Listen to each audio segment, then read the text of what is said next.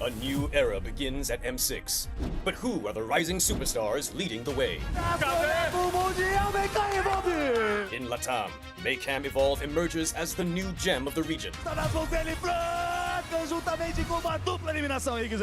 With Aurora's fierce adaptability and rookie sensation Super Nahuel, the Dynasty Enders made history, toppling the undefeated RRQ Akira after a 2.5-year reign. At MTC Turkey Championship, S2G Esports rises as a new challenger. And from MPL Cambodia, CFU Gaming is ready to strike. With M2 veteran Poppy and core members Detective, Z, and Wadu. Can the Sharks are primed to make waves on the world stage? Returning to the M Series is RRQ Hoshi, the Sang Raja. Looking for a trade as he finds the triple. Looking for the maniac. Reinforced by Sutsujin's lethal skill and led by Skylar, this squad of young stars is on a mission for global dominance. The Indonesian cavalry made a bold gamble by swapping their lineup with MDL rookies, uncovering gems like Fabian, the deadly jungler, a calculated roamer in Witty the Wise, and King Eronshiki, the next-level gold laner. Team Liquid ID rises as a new M-Series challenger. The double overload goes down 1 by 1. It's a maniac. MPL PH Season 14 saw the debut of Aurora Gaming with rising gold laner Domeng and MSC 2022 champion Demon Kite. The Kite-Kite combo complements Aurora's methodical playstyle, leaving fans to wonder how will they fare in M6. Spearheaded by superstars in Kelra and King Kong, Fnatic Onyx PH made MPL PH history with a 13-match winning streak. Known for his insane mechanical skill, Season 14 has seen King Kong perform Mid lane, Domain for Kelra! While Kelra has proven to the world why he's the gold standard. Making his M-Series debut and ready to shake the international stage once more is Selangor Red Giants Skies. Known for his signature fanny, Skies is able to switch it up with fighter junglers, enabling SRG to deploy many different playstyles to surprise their opponents. These rising stars have claimed the spotlight, but which player has what it takes to emerge greater than ever?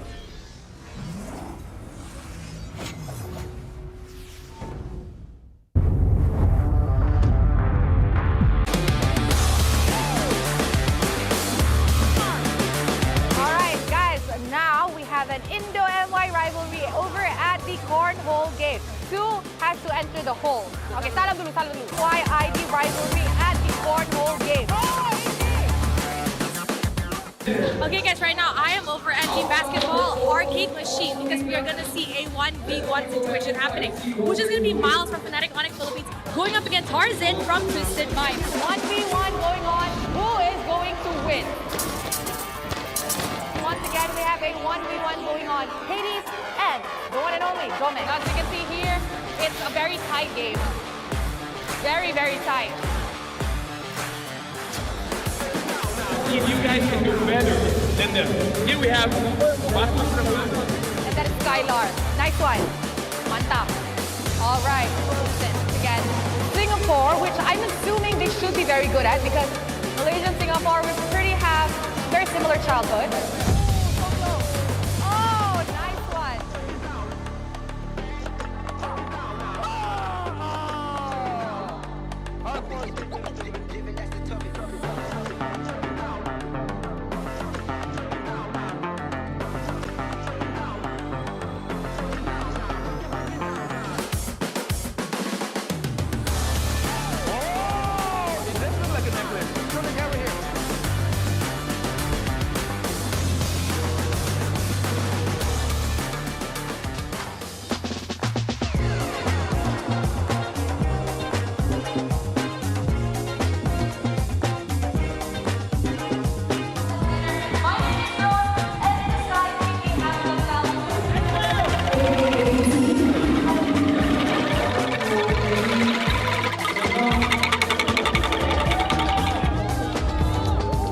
Just for your information, there's an official merchandise from M6 TNT Gold dropping on 28. country. Demokrasi Malaysia, we are ready for M6. Kita siap untuk M6. MLB için hazırız. Kita udah ready buat M6. We are ready for M6. Handa na kami sa M6. We are ready for M6. M6， 我们准备好了。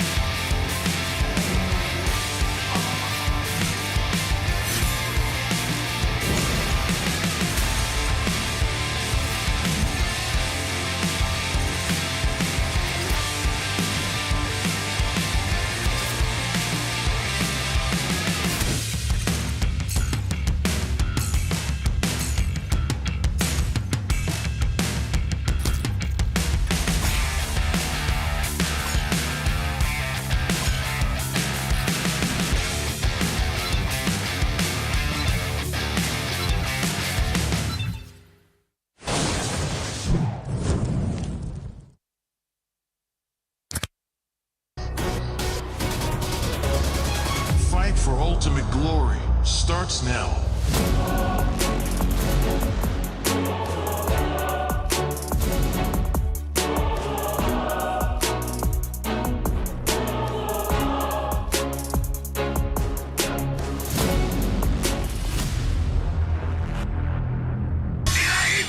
Mobile Legend M6 スイスウォッチ明治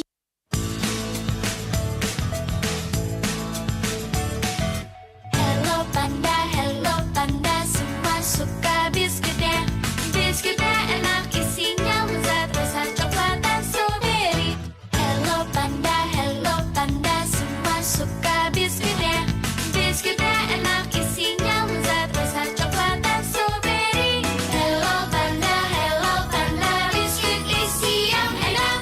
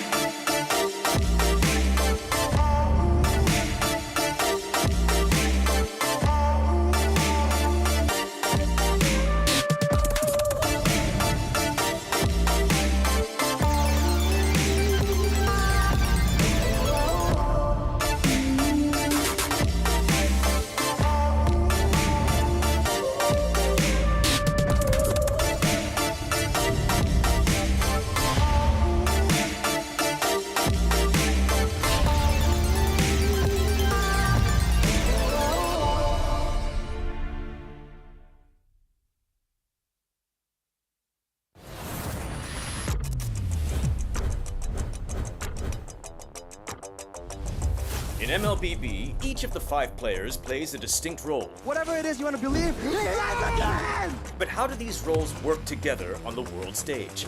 Go, it's Sons, who picks up the... Mid laners and roamers are the bedrock of the team. Looking for the knockup, not able to find us, who he wants more, takes him out. Whether it's picking beefy tanks, mages, or sustain, together they provide crowd control and damage in the early game, making space for the team to farm or secure objectives. Then we have the EXP laners, usually playing tanky heroes. They poke and zone the enemy to create opportunities. All right, let's see, another fight commences here. Gear goes in, it's going to be a lot of damage played. While the roamers pick to fill the team's needs and support if needed. EXP laners must win their lane and protect their tower with aggressive, confident play, ensuring map control for the team. Ooh, final slash. Finally, we come to the junglers, the early to mid-game finishers, and the gold laners, the mid to late game finishers. Fiery, the god in the jungle, takes a double kill. For junglers, whether it's frontline tank utility or assassin early game assassin burst, they form the core of the team. They act on the space created by their team to finish off objectives, utilizing power spikes with the early game advantage they get from farming the jungle. Should be a retreat from the Burmese gold, and they get sent down into the ground. Gold laners focus on farming for gold to become late.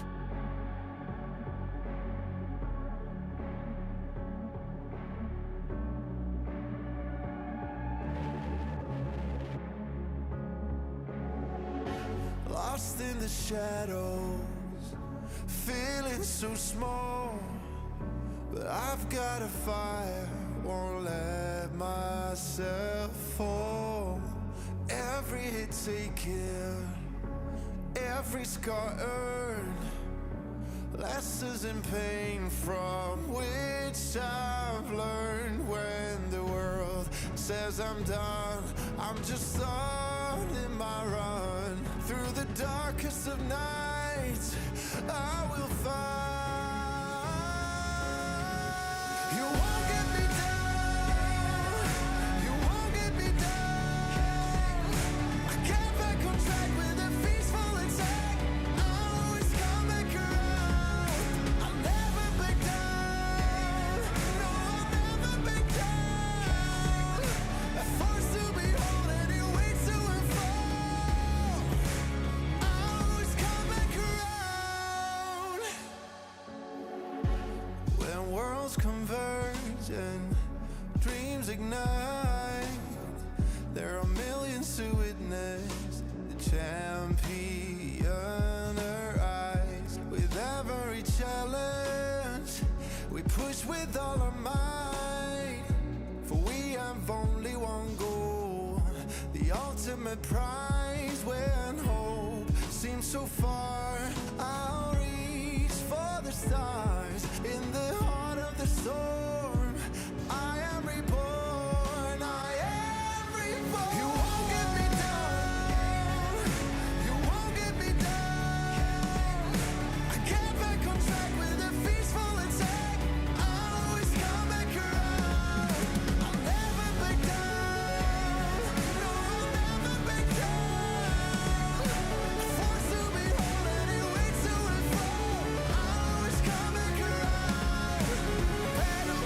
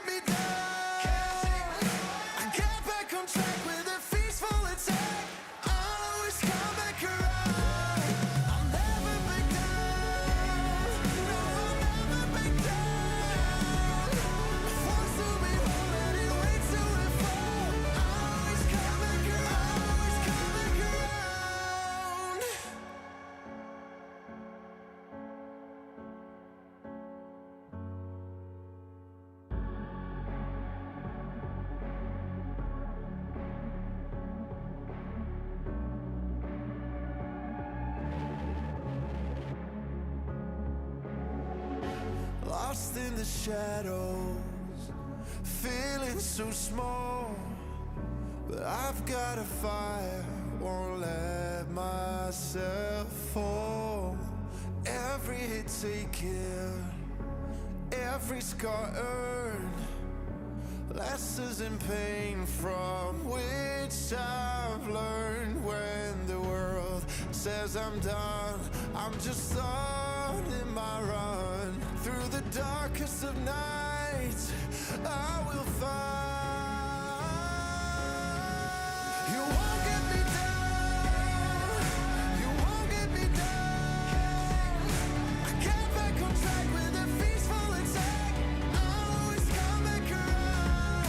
I'll never back down, no, I'll never back down. A force to behold and it waits to unfold. I'll always come back around.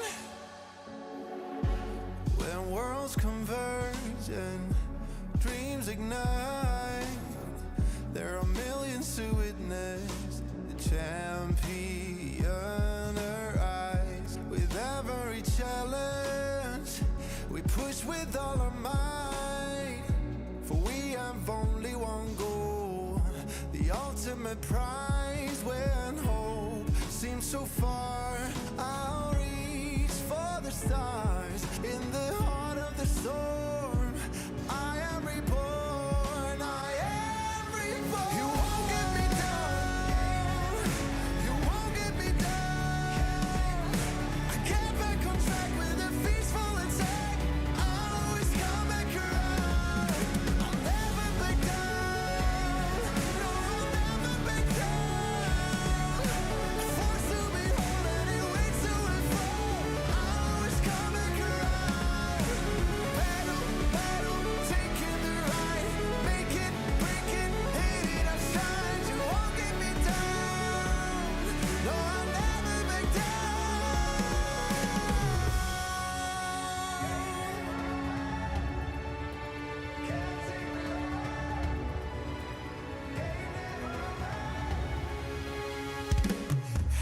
You won't get me down, you won't get me down.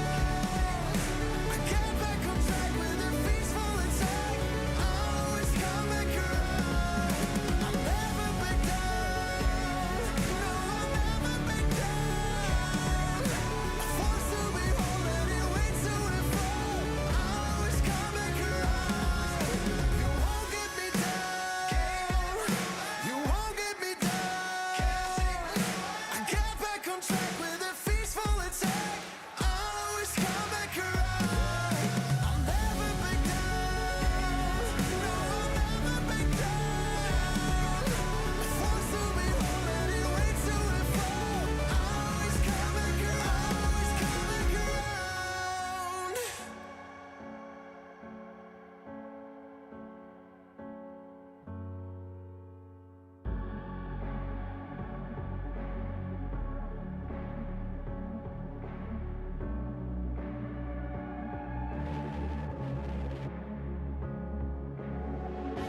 Lost in the shadows, feeling so small. But I've got a fire, won't let myself fall. Every hit taken, every scar earned, lessons in pain from which I've learned. When the world says I'm done, I'm just starting my run. Through the darkest of nights, I will find. You won't get me down, you won't get me down. I get back on track with a peaceful attack. I'll always come back around. I'll never back down, no, I'll never back down. A force to behold and it waits to unfold. I'll always come back around. When worlds converge and dreams ignite, there are millions to witness the champion arise. With every challenge, push with all our might, for we have only one goal, the ultimate prize. When hope seems so far, I'll reach for the stars. In the heart of the storm, I am reborn, I am reborn. You won't get me down, you won't get me down. I get back on track with a peaceful attack. I'll always come back around. I'll never back down, no, I'll never back down. Forced to be whole and it waits to and fall. I'll always come back around. Battle, battle, taking the ride. Make it, break it, hate it, I shine. You won't get me down, no, I'll never back down.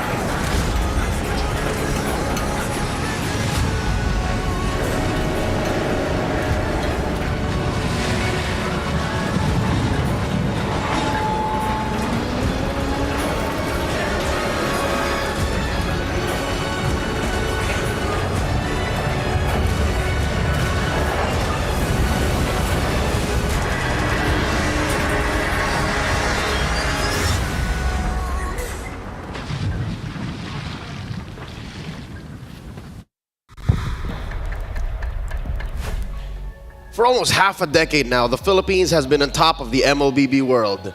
To get there, they had to topple the Burmese. In today's bouts, we are going to be revisiting old rivalries for a new age. Welcome to the M6 World Championships. At your service, my name is Leo, here with Trex and Wheezy F Baby, finally on the world stage. Stefan Shocks, how you doing? Hey, better late than never, but never late is better. In this case, greater than ever. Glad to be a part of the desk for the World Series M6. The elevation, the intensity is just starting to heat up. Man was in the air for about 30 hours and finally in Kuala Lumpur. Trex, you were part of last night's broadcast. How was that? Like, y'all almost ended at 12 midnight. We almost ended up, we were waiting for Wheezy to get there and he was very late, so we were very late, but in the end it all worked out okay. And now we get, like you said, I mean, I couldn't have said it better myself, we got some rivalries coming up. We got some big games ahead of us today.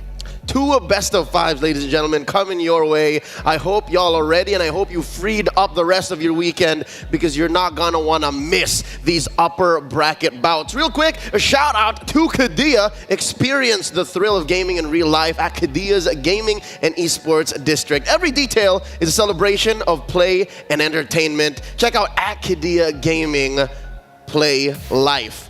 Now, gentlemen, it's been a wild ride all throughout Wildcard, all throughout Swiss, and despite Wheezy having a very busy schedule, finally having the time to join us here in beautiful Kuala Lumpur, Malaysia, you've been tuned in ever since the very start.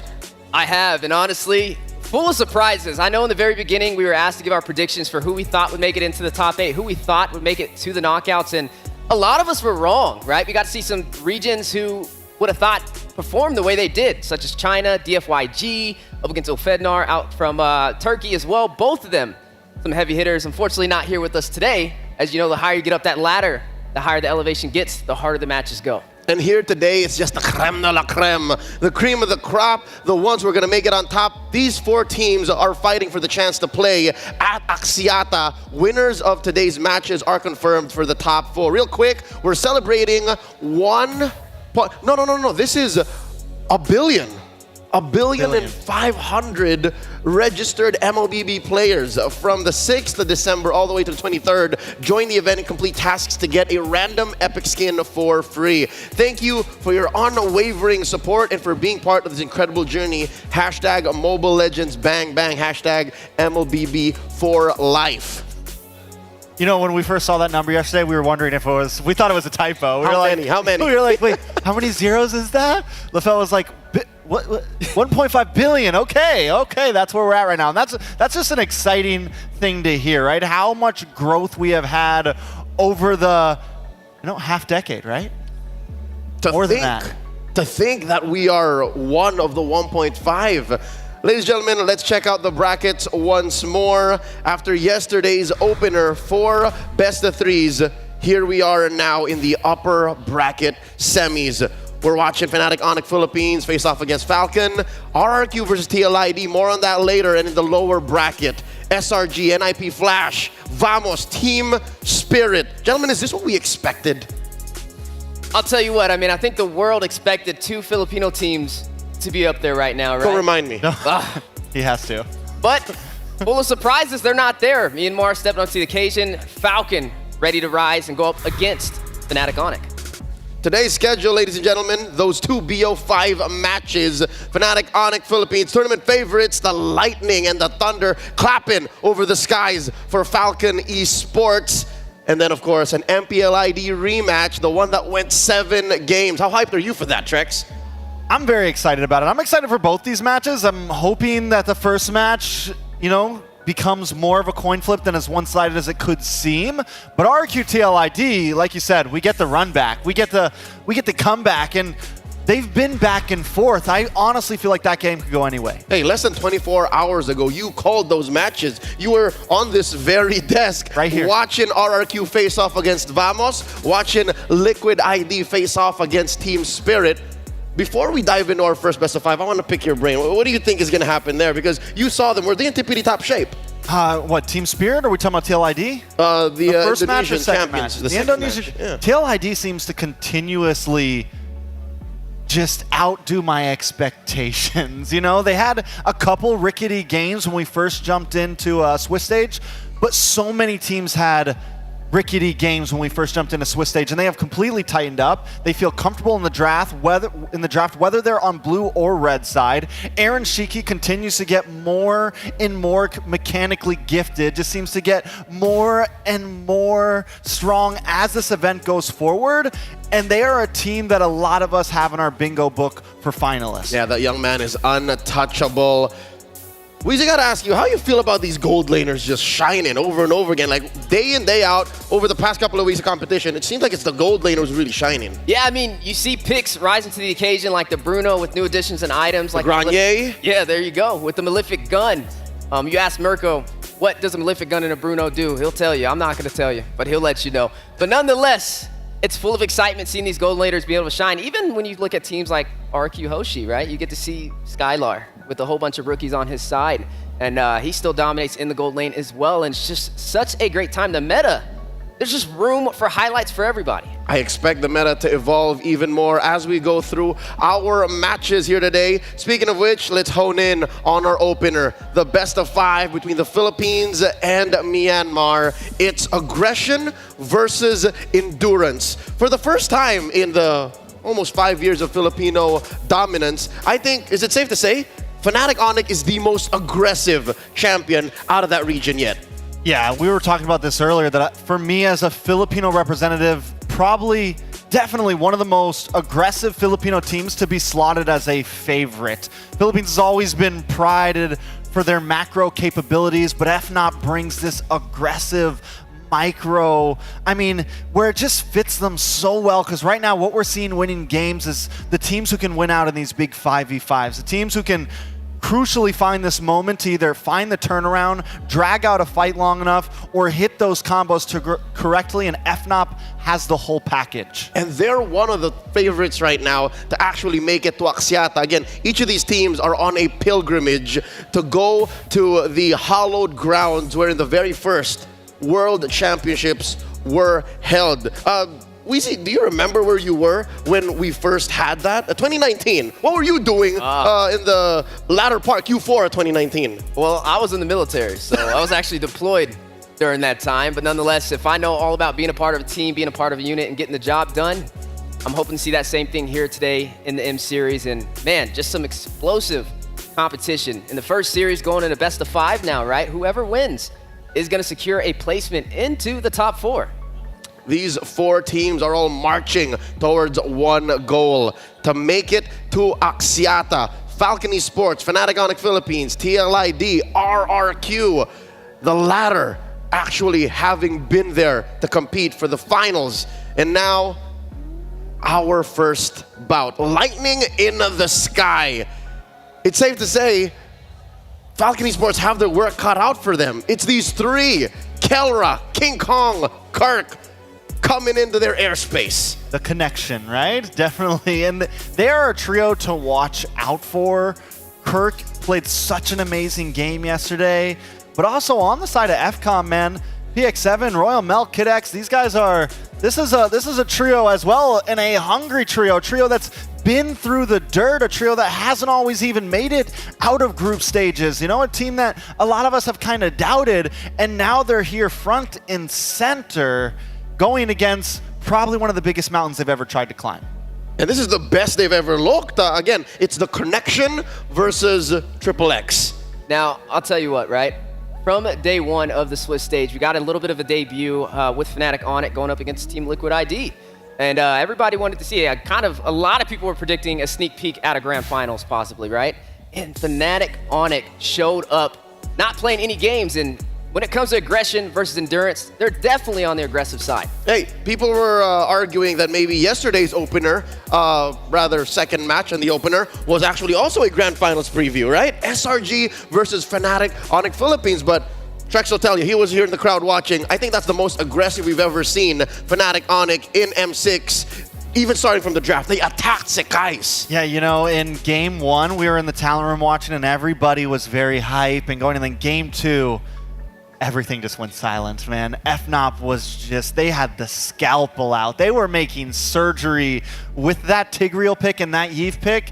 I mean, from the first kill that they put on the map to the last, it was disgusting. I haven't seen a team play like that, I don't think yet, in M6. So, with that said, if Fnatic Onyx are coming in with a scalpel, maybe a scabbard, a scimitar, a sword, if you will, does Falcon Esports have the right kind of shield? Is that forged with the right kind of steel? Can they hold out in a best of 5? It's going to be challenging, but not impossible. And I think with what I've seen so far in the M series, it's the age of upsets, right? It started right from the beginning of the knockout phase and also the beginning of the Swiss stage. A lot of teams being shut down. Now, keep in mind, Falcon, they took down SRG during the Swiss stage. Had a really great performance, and they also took down Aurora MLBB. So honestly, I think right now is a great time for them to rise to the occasion, and this is another thing for them to try and check off the list, but definitely going to be possibly their hardest challenge yet. I'm actually looking at the stats and the game times for Fnatic Onyx, whether it be average win, average game in general, it seems like that might be one stat that Falcon Esports can use to their advantage. They can actually slip through the cracks, because if XXX can hold out, maybe the connection has to get staggered. Maybe they have to let through. Your thoughts on this, Trex? I definitely think, I mean, no matter what, when you push it to that late game, there's an opportunity for both teams. But also, I don't completely doubt out FCON being an aggressive team when they want to be. We saw them go Roger. You know, we saw them pick Jungle Roger and win with it. So definitely a team that can pull out some picks, catch you off guard, catch you by surprises. Something tells me the super family, the way they tick, and have the huge target on their back, maybe that will benefit Falcon Esports here. Yeah, honestly, I mean, like we said, the age of upsets. I mean, even one of the slogans was the kings are falling and the new faces are rising, right? So hopefully today we get that. I love to see things go the distance. Every time, you know, fun fact here, when me and Trex are on the desk together, we always see things go the distance. Long games. Long game. Turnarounds? Turnarounds. I mean, you know how our Game NACP seven, ended. game Game 7. fives. We saw a reverse sweep in a Game 7. How often do you see that? Well, not often enough. So maybe here today, ladies and gentlemen, you see here on display, fresh out of yesterday's broadcast. Display, God. How Fnatic Onyx is just so in your face. Super Friends was so good at waiting till the last second to use that RWM. He would wait until they're right there. So you think you're about to get away. Down comes the RWM. Instant stun. So there's no sidestep ability. He knows how to distance that wall so perfectly to where it's almost just a quick stun instead of a slow.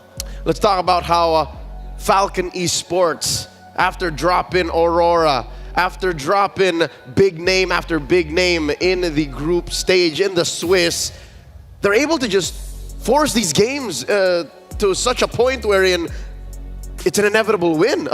They mastered the long game, it seems. Well, I'll tell you what, if anybody had guest coins, they were probably betting on their downfall, especially up against a team like Aurora or SRG, who you even said was a potential grand finalist position that a lot of people were betting on, and they took them down, right? So we can't count them out just yet. If there's any team that has the capability for an upset, it has to be Falcon Esports. Yeah, I think if there's one thing we know about Myanmar, you know, the reps, we can never exactly count them out. They've only really had about a year or so of where they've kind of had some troublesome games, right? The 2 MSCs and M5.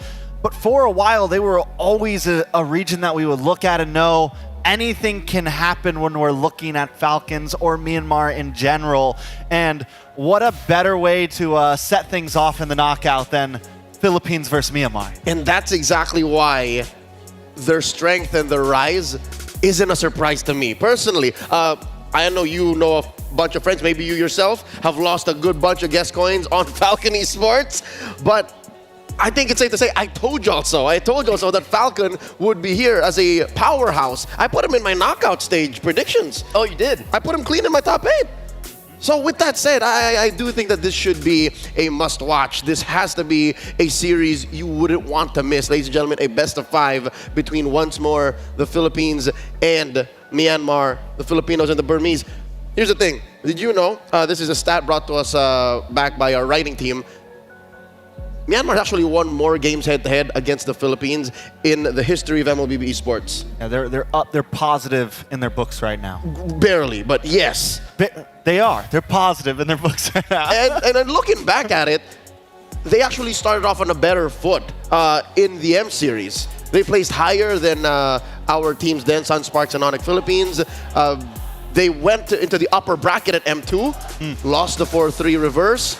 So that being said, Falcon Esports is a true force of nature. Like, they are a force to be reckoned with. Yeah, they got some legacies to live up to, right? I mean, you see Burmese schools from M2, and now full circle, back here again in Malaysia.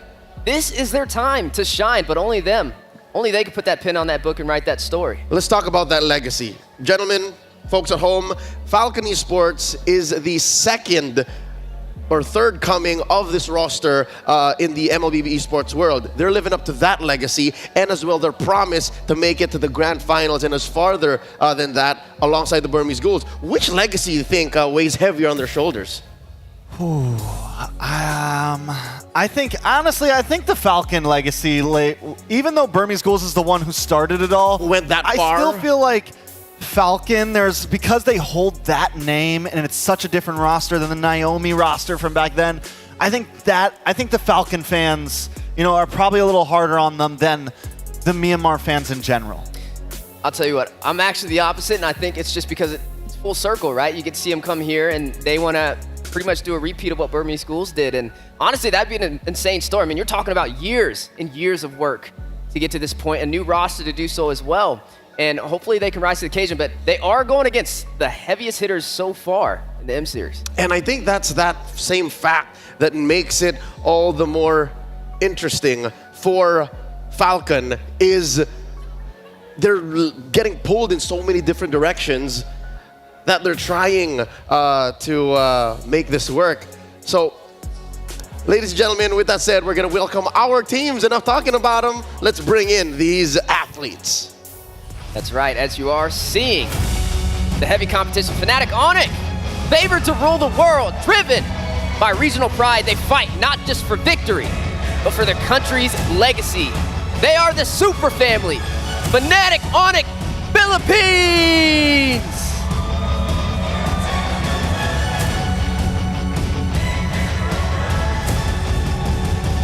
And let's welcome their opponents. From underdogs to game changers, they have soared above every challenger, looking to make it past another obstacle. Give it up for Falcon Esports! The Pride of the Philippines versus the Pride of Myanmar. Here they are on stage, led in by their coaches. Coming up, it's Coach Why Not and Coach Hayes of Fnatic Onyx Philippines versus Coach Nyochao and Coach RC of Falcon Esports. I'm getting the vibes, gentlemen. Throwing back to M2, throwing back to M4. Like, this is that match. And I love how you started. You know, you laid it all out so well, Leo. Filipino dominance started against Myanmar. That was their first, that was the Philippines' first world stage crown, their first big trophy. That's when the era began. And there's always the talks in Discord corners. There's always the talks in YouTube chats about when will the era end. So the question is, can Falcon Esports make full circle here and try to reclaim some of that power? And only them can answer that, right? And we have to see how will they match up against Fnatic Onyx. I mean, you see King Kong in the jungle just swinging around, getting the job done. The team yet to really be defeated or have much major competition, even against TLID. It was a clean victory, and you saw them in control of the entire game with little to no struggle. In about a minute and change, the match will begin. That means the draft will be upon us. But for now, go ahead, claim this redeem code. This is for y'all, part of this. Making M6 all the more special. Thank you all so much. That's for y'all. Type it in before it goes, before it runs out. Now, I hear that we have a few words with the beast himself, King Kong, telling us about how they beat SRG. First of all, they didn't expect anything, but they want to win M6, and they never assume that they are stronger. At the end of the day, they're just doing their job, and they got to be confident in everything that they do. You know what I love about that? A team that's confident, but a team that is also humble, right? Everybody sees them as a potential grand finalist here in M6, and not to breeze through and say, oh, we can stomp through everybody, but to be very humble about the experience says a lot about King Kong. It says a lot about Fnatic Onyx. It's very Filipino of them, you know? Just they feel confident. And I feel like FNOP has come into this just with the confidence, right? I mean, they have their pop-off moments, you know, Keller with a little banter here and there with some of the other gold laners, but overall, they come into this very confident, just knowing this is just another Friday to us, man. This is just another day of drafting, another day of gameplay. We saw him at the hotel last night, just RGing, man. RGing, late night RGing in the lobby, just hanging out. This is just another day for these boys. And that's what makes it so scary. When you're Falcon Esports, you're up against not just one of the strongest teams in the world, but you're up against a machine. You're up against a team that just follows the process and somehow ends up with the best possible outcome. I mean, right now, it's no secret. The underdogs are definitely Falcon Esports, right? And a lot of people are expecting this game to go over to Fnatic Onyx. But with Falcon's backs against the wall, I say two things when it comes to pressure, right? It either bursts pipes or it makes diamonds. And today, we'll be able to see that between these two amazing teams. And we'll have to see just how they fare off. Folks, it's time for us to get the game started. We're in the draft. Butterflies. Blue side, red side. Calling it now. By lantern's light. It looks like Fnatic Onyx Philippines are going to be on the play. Falcons on red, get that two-pick swing. There goes the Alpha, the Hylos, and the Granger. Falcon take out the Fanny and the Zushin. Okay, so does FCON get rid of the Bruno here, right? With the Granger being banned out, I don't think we've seen a first phase blue side Granger ban at all just yet. This may be one of our first, and I think it's a real power ban from FNOP here. It's a clear tell. Coach Tony, Coach Hayes, they're attacking Benny and Dax. So here's my call. Blue Yo. Unless I guess Falcon ban it out. Since you're new, Blue Suyo. Blue side Suyo. That's Blue Yo. Oh. They banned it, so they're reading it as well. It's taken off the table, but there is the Bruno locked in for Fnatic Onyx. And Bruno, 93% pickup rate and 55% on the win rate. Honestly, it's been such a heavy hitter, and a lot of teams try and find a way to work through it, right? We've seen the Angie Ling come out. Sometimes it worked in their favor, but other times completely got dominated. I love that gambit. It's either you ban the Suyo here, we end up with it, or we take the Bruno. I think that was a good move, a good opening gambit by Fnatic. It might have honestly been better just to do a throwaway ban, leave them both open. for Falcon, right? Because I think that was the plan for FNOP. It's like, listen, we're going to force you to ban one of them. We get one of them no matter what. So now, what does FCON respond with? Hey, the Eve is still on the table. Definitely something picked up. The Mathilda is still currently walking. The Hilda also on the field. Joe. Phoveus and Joy. All right, so it's not like Dax was running out, not in the first phase. So they put Royal Milk on one of his specialties. If you ask me, so far in his history in M6, it's this, the Phoveus, or the CC. This is comfortable. Game 1, it is a best of 5. We have to remember that. And if there's going to be a time that you go to comfortable picks, it is definitely Game 1. And FCON just sticking with that. FNOP, on the other hand, you pick up maybe jungler here, Cho, Alpha, or that was a Fredrin to counter against the Joy. I like it, right? You have the Way of the Dragon, you have the crowd control, the knock-up. To stop that Joy in its tracks, I mean, that's one of the hardest things with the Joy is the mobility. Now having a means to slow him down and the energy eruption from the Fredrin as well. It's definitely a power move from Fnatic Onic. Believe it or not, this is just King Kong's third hero in all of M6.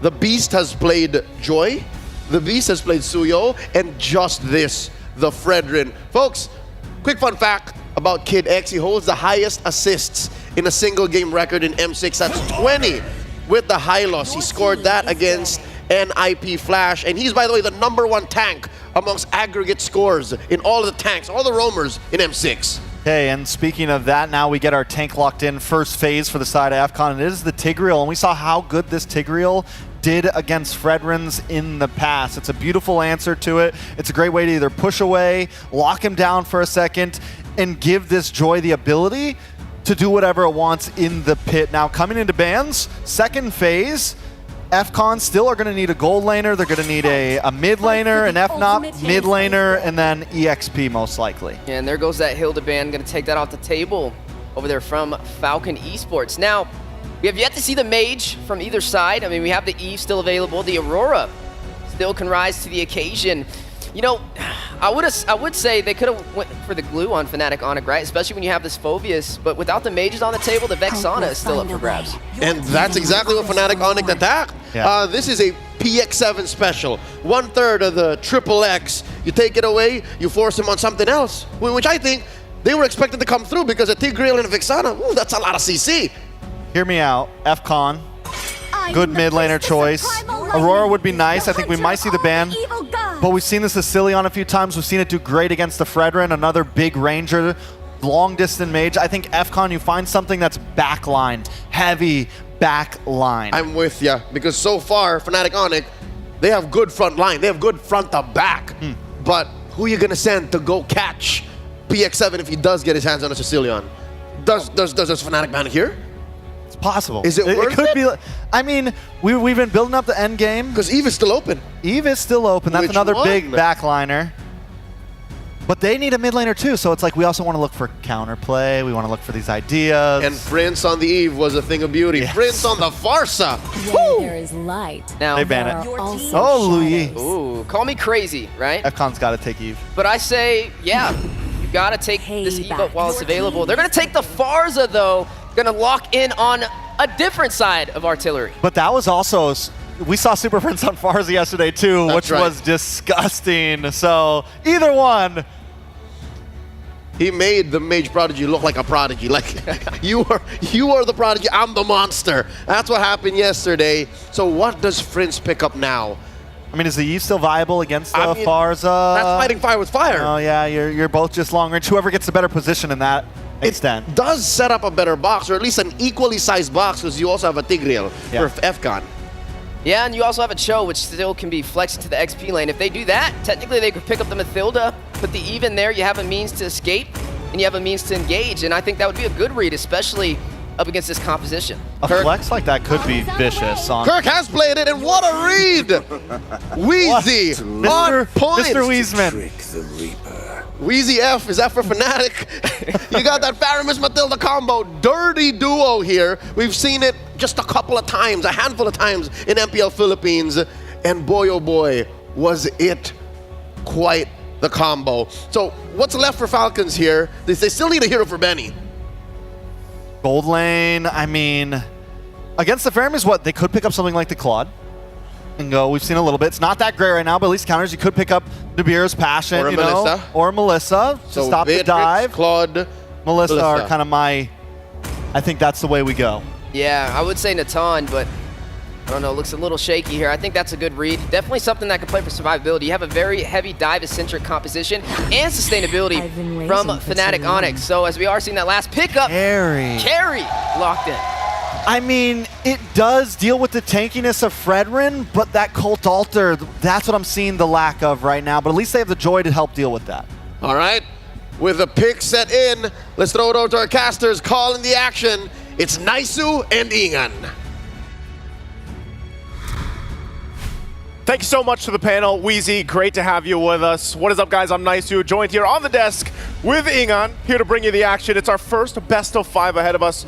How we doing, man? Man, I'm doing great again. First best of 5 finally. I'm hoping this is going to go all the way, and at the same time, looking at the lineup, this is what Royal Milky used in game number 1 yesterday. The Phobias up against NIP Flash started things out strong with 7-0-7, and they're going to look to replicate what happened yesterday. Well, we're going to find out if it works out. I know we've got a crowd here, so IOI Convention Center, are you ready? It's a ticket to the top 4 in Axiata on the line. It's our first best of 5. Heading into the land of Dawn, will it be Fnatic Onyx Philippines or Falcons Esports? And you guys get to cheer a little bit longer while we wait to get to the game. But we saw it, man. We saw the compositions. Our panel broke it down. Man, you know what? This is that point in the tournament where everybody's hyped. Everybody wants to know the top 4 teams they're going to be heading for it. Whoever wins, again, will proceed to the top 4. And at the same time, looking at Fnatic Onyx Philippines, you know, this lineup is really rooted in the Filipino playstyle, the group ups. We even called it before the ultimate bonding experience. You have a Matilda paired up with a Faramis, and this time it's also King Kong on the Fredrin. So it's like a bit of a throwback with what Fnatic Onyx Philippines, the super family, is going to show up against a Falcon Esports. Well, you can see it, you know, familiar faces, of course, out there too, and I think that's the thing, man. The environment changes a little bit here, Ingan, especially when we have a best of 5. We saw this, you know, already when we kind of made that switch where we were in best of 1s for a while, and then you finally see some of the teams obviously performing in the best of 3. Now, the fact that this is a best of 5 for Falcon Esports, they've showed great things, and I think a lot of people really were awakened in a way, like seeing the Falcon Esports. And we know the region itself, very successful, you know, throughout even the M Series previously. But I feel like this is a big statement depending on how this game falls out. So here we go. Let's jump into the game here. Start it off. Game number 1, the best of 5. Ready to break this out. Again, as we get a look at the junglers, this is where it's really important. King Kong and Dax. We'll see if they can step up, especially Dax here. He's done amazing things, but again, this is against King Kong. The guy has been the king of the jungle so far. Before we break it down a little bit further, everybody watching with us right now, M6 Pass. Yeah. It's now available. It's actually the perfect time. This is perfect time to get the M6 Pass. While we head into a little bit of a troubleshooting, you can complete all active tasks during the event to reach level 75 for free. Get amazing rewards including Claude's Battle Emote, M6 Glory Avatar Border, Baksha's Battle Emote, and the new special skin, Baksha Dauntless Shield. You know what, Naisu? What's the best part? Tell me. It's all for free! It's all for free. You can get that at level 75 for free. But it's hard to get to level 75. Hey, man, you know what? That's why there's the support chest, too. Don't forget. Yeah. If you got the diamonds, might as well spend it, you know? Speaking of support. There's the support. There's the support of Falcon Esports. I mean, man, even during the team lineup, the team entries, they were all so hyped.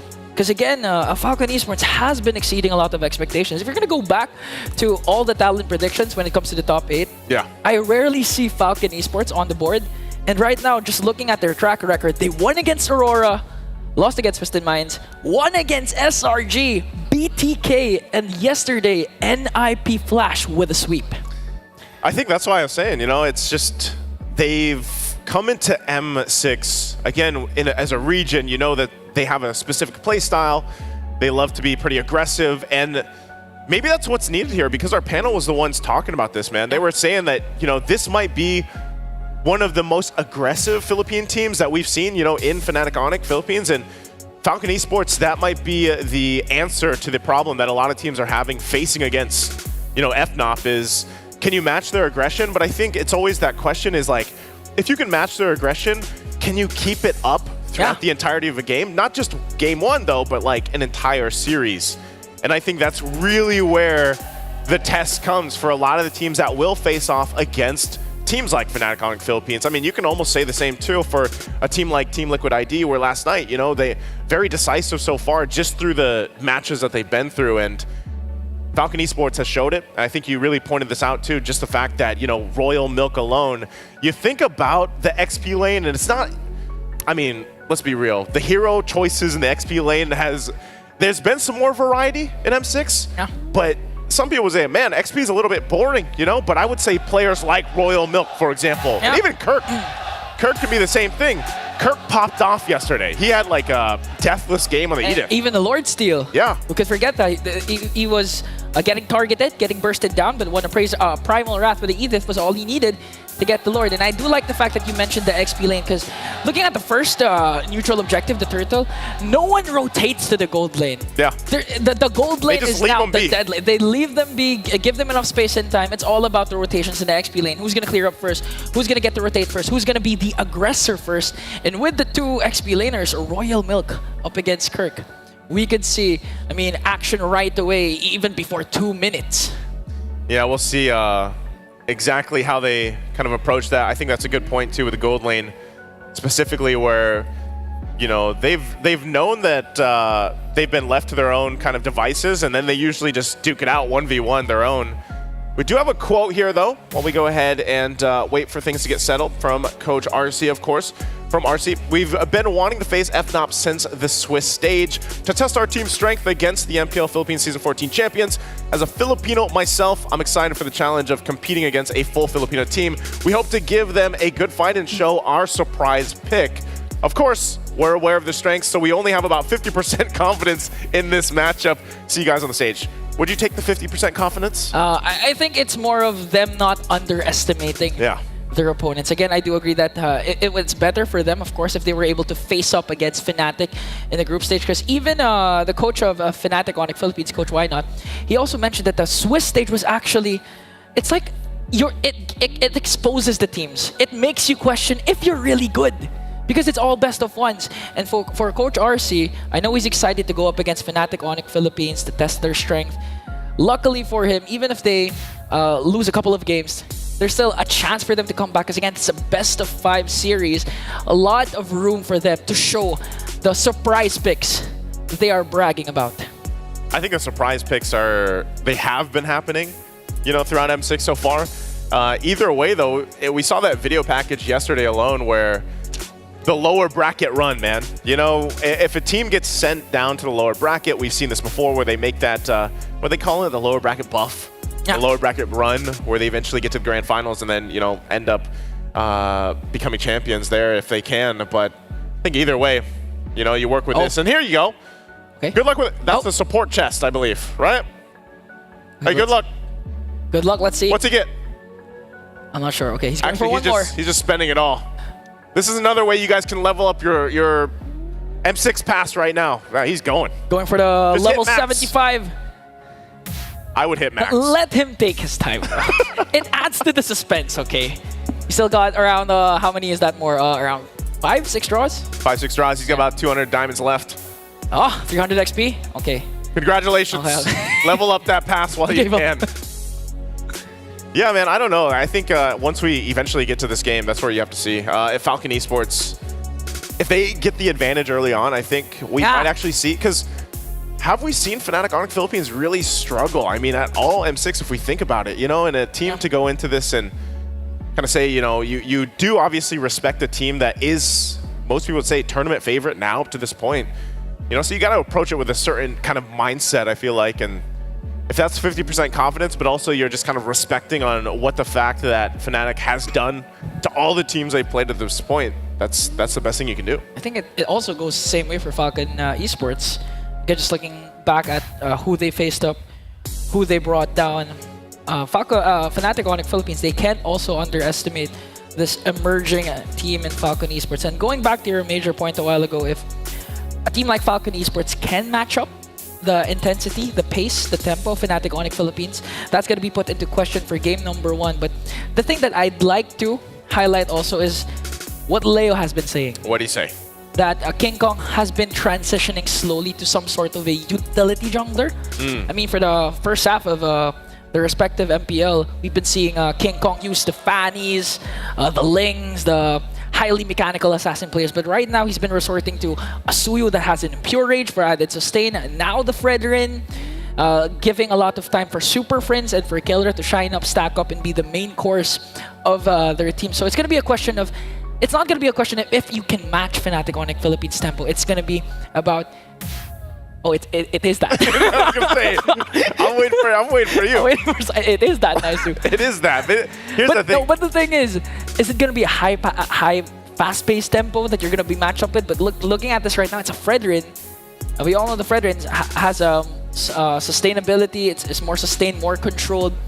So you don't know what type of aggression Fnatic Onyx Philippines will be releasing now. If it's anyone, man, it's King Kong that's going to be the aggressive Fredrin. You know, like, he might be able to go ahead and pull that off if that's the plan. Really, for a lot of people that have been watching up to this point, especially Swiss Stage, you know, Fredrin, you automatically think of Mobazane, of course, found success with it and made it work. But this time that it's going to be in the hands of King Kong, and I think we are going to be getting a glimpse at King Kong here. Is his playstyle and how he likes to go ahead and utilize even these utility junglers. You know, just looking at here, whether it's the Joy, whether it's this Fredrin, whether it's the Suyo, he has a certain playstyle. And I think that aggression, but it's also what a lot of people would call it is just this kind of calculated aggression that teams haven't been able to tame him. You haven't been able to tame this guy in the jungle just yet. And I feel like every single time a team does approach FNOP, that's one thing on that box of the multiple boxes that they have to check off. Yeah, and not to mention Super Friends, apart from King Kong, has also been popping off. Right now, for the side of Falcon, PX7 has the Farsa, but yesterday it was actually Super Friends who first used the Farsa, popped off with a Feathered Airstrike, became a menace up against their opponent's SRG for this specific game. And just looking at King Kong with the Joy, man, the question is, how will you tame the beast in his own jungle? I don't know, man. You got to be able to tame it. No, go with the max. Okay, he's going with the max. He's 43. going with the nice Sue style. Okay, 20. We're doing 20. half. How much XP is this? We got to look really closely. Oh, it's Delar. It's Delar.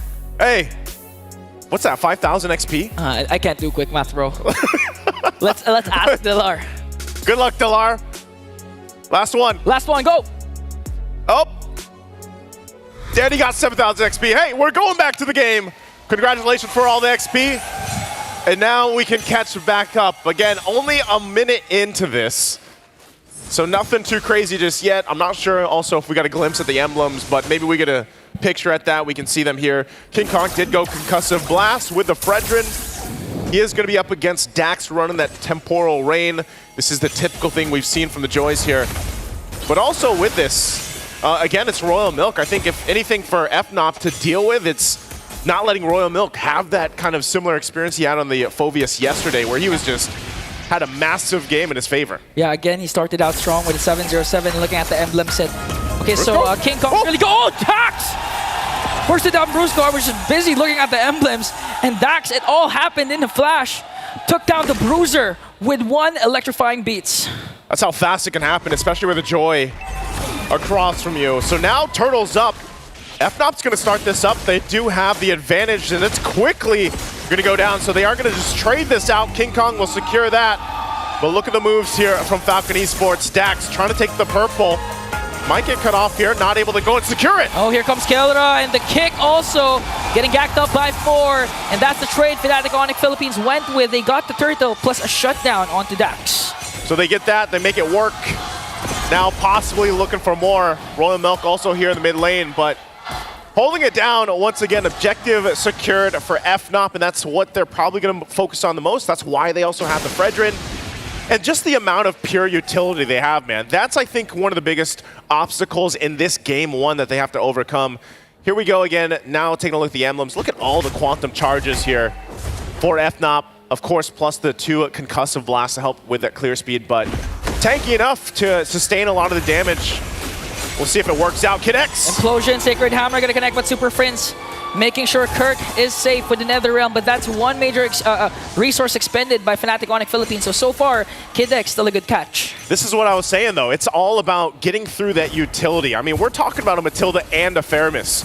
A combination that, you know, you got to have a lot of things to throw at that, just the utility alone to go and overcome it. And then on top of this is withstanding these setups from Kirk. I mean, a lot of times lately we've seen Cho just going in the roam, you know, and playing that. Here we go. This is the aggression we were all talking about Fnatic Onyx Philippines zoning out once again. Kid X now gonna transition onto the top lane, gonna try and get down energy shields, zoning out Benny, but here comes PX7 though with the Wings by Wings. They're gonna get some extra gold here for Kelra, working on that turret, nearly half down now. Turtle's gonna be up shortly here. So we'll see how they rotate through this. Royal Milk still holding down the bottom side alongside Kirk. They'll go ahead and just duke it out a little bit as the rest of the team gets in position. I'm wondering, does Falcon Esports actually want to contest this, or do they let it go? They might have to rely on Kid X setup potential. He's got the implosion ready as well as the flicker. There they go. Okay, here comes the Shadow Stampede, but Royal Milk goes in with the Infernal Pursuit. Implosion gonna connect, paired up with the Feathered Airstrike, but Super Prince once again with the Nether Realm. Dax going in from the back line with the Electrifying Beast, gonna bring down King Kong, but Royal Milk once more gets 2, a double with the Infernal Pursuit. No, make it 3. Kirk answers with a kick. Kelra gonna feed him off. Double also for Kelra. But Falcon Esports, they won that trade. They got 4 kills plus this turtle. It's looking like Royal Milk again gets the triple kill. All that under the tier 1 turret too. A great fight from Falcon Esports, and that'll also get them a turtle. So they've got that fight in them. And Fnatic Onyx now has to adjust from that. You know, it was a great initiation at the start, and they responded well, but then they just get collapsed down, and that's what the Phoveus does. Yeah. He allows you to just go ahead and get the airtime with the Infernal Pursuit and just dunk on people, turret or not. And so Kelra nearly getting that tier 1 turret up on the top side. He's going to be fine. Guiding Winds out. Dax will get his first item locked in now. Starlium Scythe. Glowing Wand also for PX7. Some of these first items already coming into play. Okay. Mid lane though. Energy Eruption. Gonna try and poke down Kid X, so he doesn't have the health to zone out the members of Fnatic Onyx Philippines. And looking at the previous clash, apart from what Royal Milk did, we have to commend again the mid duo of Kid X and PX7, but we have to commend Brusco because he goes in with the Guiding Wind. Woo! And now saves Kelra. That was 2 objectives, resources expended by Falcon Esports. On the other hand, Royal Milk here trying to zone out Super Prince. Kirk, will we see a kick? And it connects. There's the kick. They're going to find the target. Kid X out of the picture. And now their next target is Royal Milk. Super Prince clutch Netherrealm once again to out-sustain the damage of Falcon Esports. And this time, no trade for Falcon. You see the amount of utility that we're talking about. Oh, Benny could be in trouble. Oh, use up the red. He still has the Purify, but here comes our Startling Eagle bringing King Kong with him. And bang, bang, boom, Benny goes down. Benny nowhere to run. Not going to be able to get away from that. Again, this pressure that is put on with the utility, whether it's a Guiding Wind, whether it's a Nether Realm, it's so much mobility that FNOP wants to play around with, that Falcon Esports is going to have to adjust from it. But still, you have to take a look. Jungle's doing fine. Dax is there. PX7 will go ahead and clear out the wave with the Feathered Airstrike, and now Turtle up. Last one in the game. 1 for 1 for both teams. Still, Falcon Esports can choose to fight this. They're going to keep Benny up on that top side, possibly trading if they can. Royal Milk will go ahead and just hold this front side. Uh-oh. Hold on. They got to watch out, though. Kirk on the hunt for this, too. Still, this could be a full-on fight. 5 versus 4 here.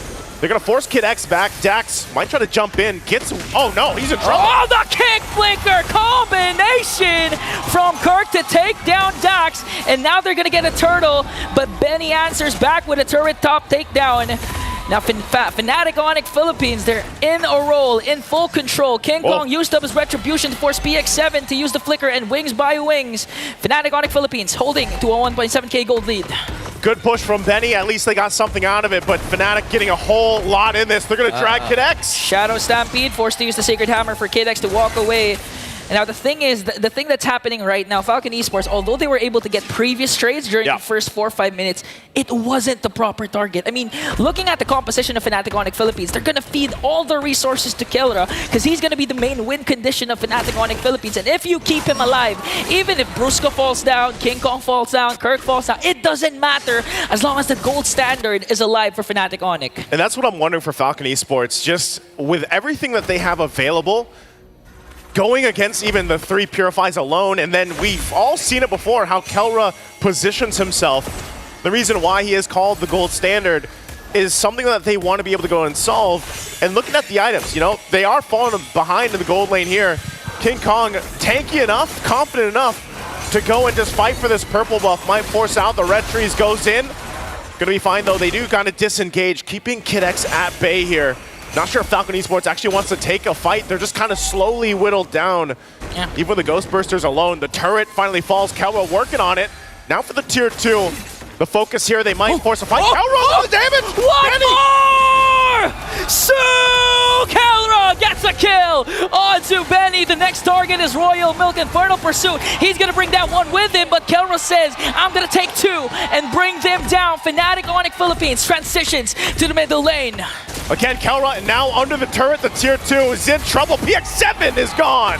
The aggression of the Super Family. I mean, all throughout the game, they're grouping up, finding kills. Even if you look at the lineup, Falcon Esports, they have a good counter initiation with Kid X with the implosion, but the problem is he's having a hard time setting because Kelra has proper targeting. The main damage dealers of Falcon Esports are falling apart even before Kid X has an opportunity to cast his ultimate. My goodness, the amount of damage that Kelra has right now, as we saw just from that glimpse, as Lord is secured now for FNOP. You know, what is he at? Haas Claws, he's got the Berserker's Fury, he's just got the Rose Gold Meteor Dog, he's got, you know, Malefic Gun too. He's got all the space in the world to work with. And so with this, Falcon Esports falling further behind in this game 1, they're gonna have to go ahead and get ready for a defense against this Lord push. You still have that wave pushing up top alongside Kirk into that tier 2 as they get ready. They might have to pull a miracle play out here with Kid X. If they can get things set up, King Kong on this side of the jungle. Okay, Dax still gets his purple buff. And here comes the force. Fnatic Onyx Philippines will take down Royal Milk once again. They have a Lord marching in the mid lane. You know, looking at the game, it's not a good game to be a Farser right now because the dive composition of Fnatic Onyx Philippines is just too much. I mean, you have Cho, you have Matilda, even King Kong has been diving for Fnatic Onyx Philippines, and now they're sieging in with the Lord. PX7 casts his Feathered Airstrike, but has to cancel it right away because of the threat Fnatic Onyx Philippines has. Looking to close the game out, still with the Lord marching in. Falcon Esports has to go ahead and defend. They're getting whittled down. They will take care of the Lord, though, so that might be all they get. FNOP still waiting for the rest of the waves to push in. They want the rest of the base turrets, but now in full force, Falcon Esports. Can they hold on to the base? The shields are gonna pop. Kelra just taking a couple shots there. Look at the damage on Royal Milk alone. And there they go, still trying to end it here. Oh, the implosion is their last effort, but Super Friends once again save the Super Family with the Nether Realm, but here comes the counterattack coming in from Falcon Esports, gonna bring down King Kong. One member down for Fnatic Onyx Philippines, but they're gonna transition up top and try to bring down another turret like a Kelra! Even on the face of 4 members of the Falcons! He's going again! Unfazed, wants to go for more, gets the double, Kurt gets the kick, feeds Kelra with the triple. Is this gonna be a main? The Kelra wins it for Fnatic! The gold standard will go in with a cleanup and a maniac. 11-40 a game for Fnatic Onyx Philippines to start the best of 5. Can the Falcons rise higher than this? That is the question, because what a game, what a performance from FNOP. The Super Family, again, extending their dominance even up against Falcon Esports.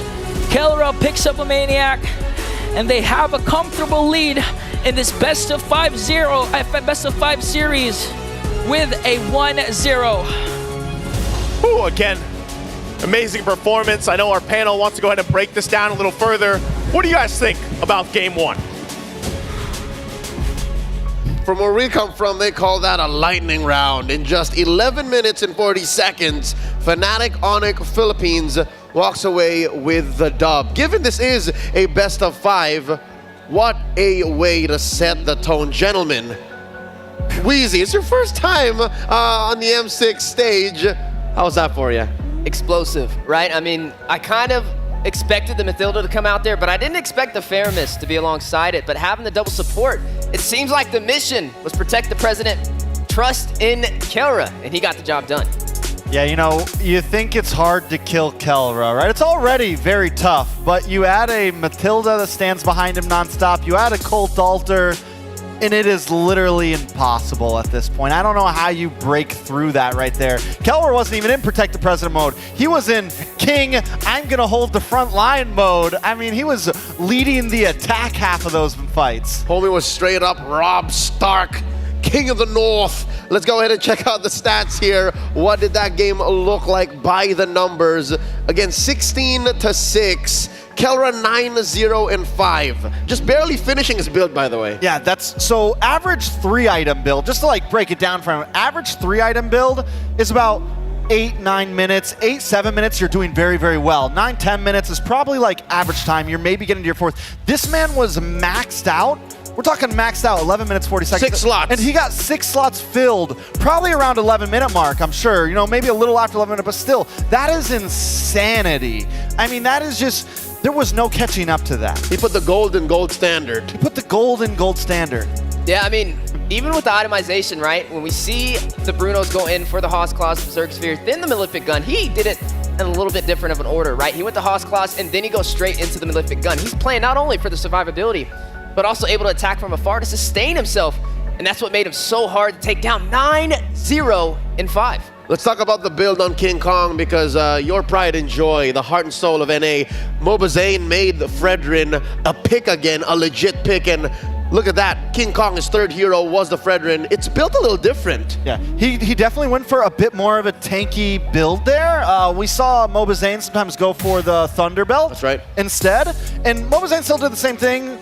Half a Molten Core. There were some other games where he didn't, and you could see the slowness in the jungle. So King Kong picks up the Molten Core, picks up the Helm, picks up a little the Athena Shield, just in case PX7 gets out of control, just in case Dox gets out of control. And instead of going for the Radiant Armor, I really like the Athena Shield, because it's that security against PX7. And it's that big booty, the HP. Like, you just get it, and it amplifies everything else the Fredrin does. Let's talk about Falcon Esports this time around. The way they drafted, the way they built their lineup, it's nothing we haven't seen before, especially from them. It's the core on the Joy early on, PX7 and Artillery Mage, sandbagging on Royal Milk early to mid, and then you're waiting for Benny, which was unfortunate. Benny never really got online.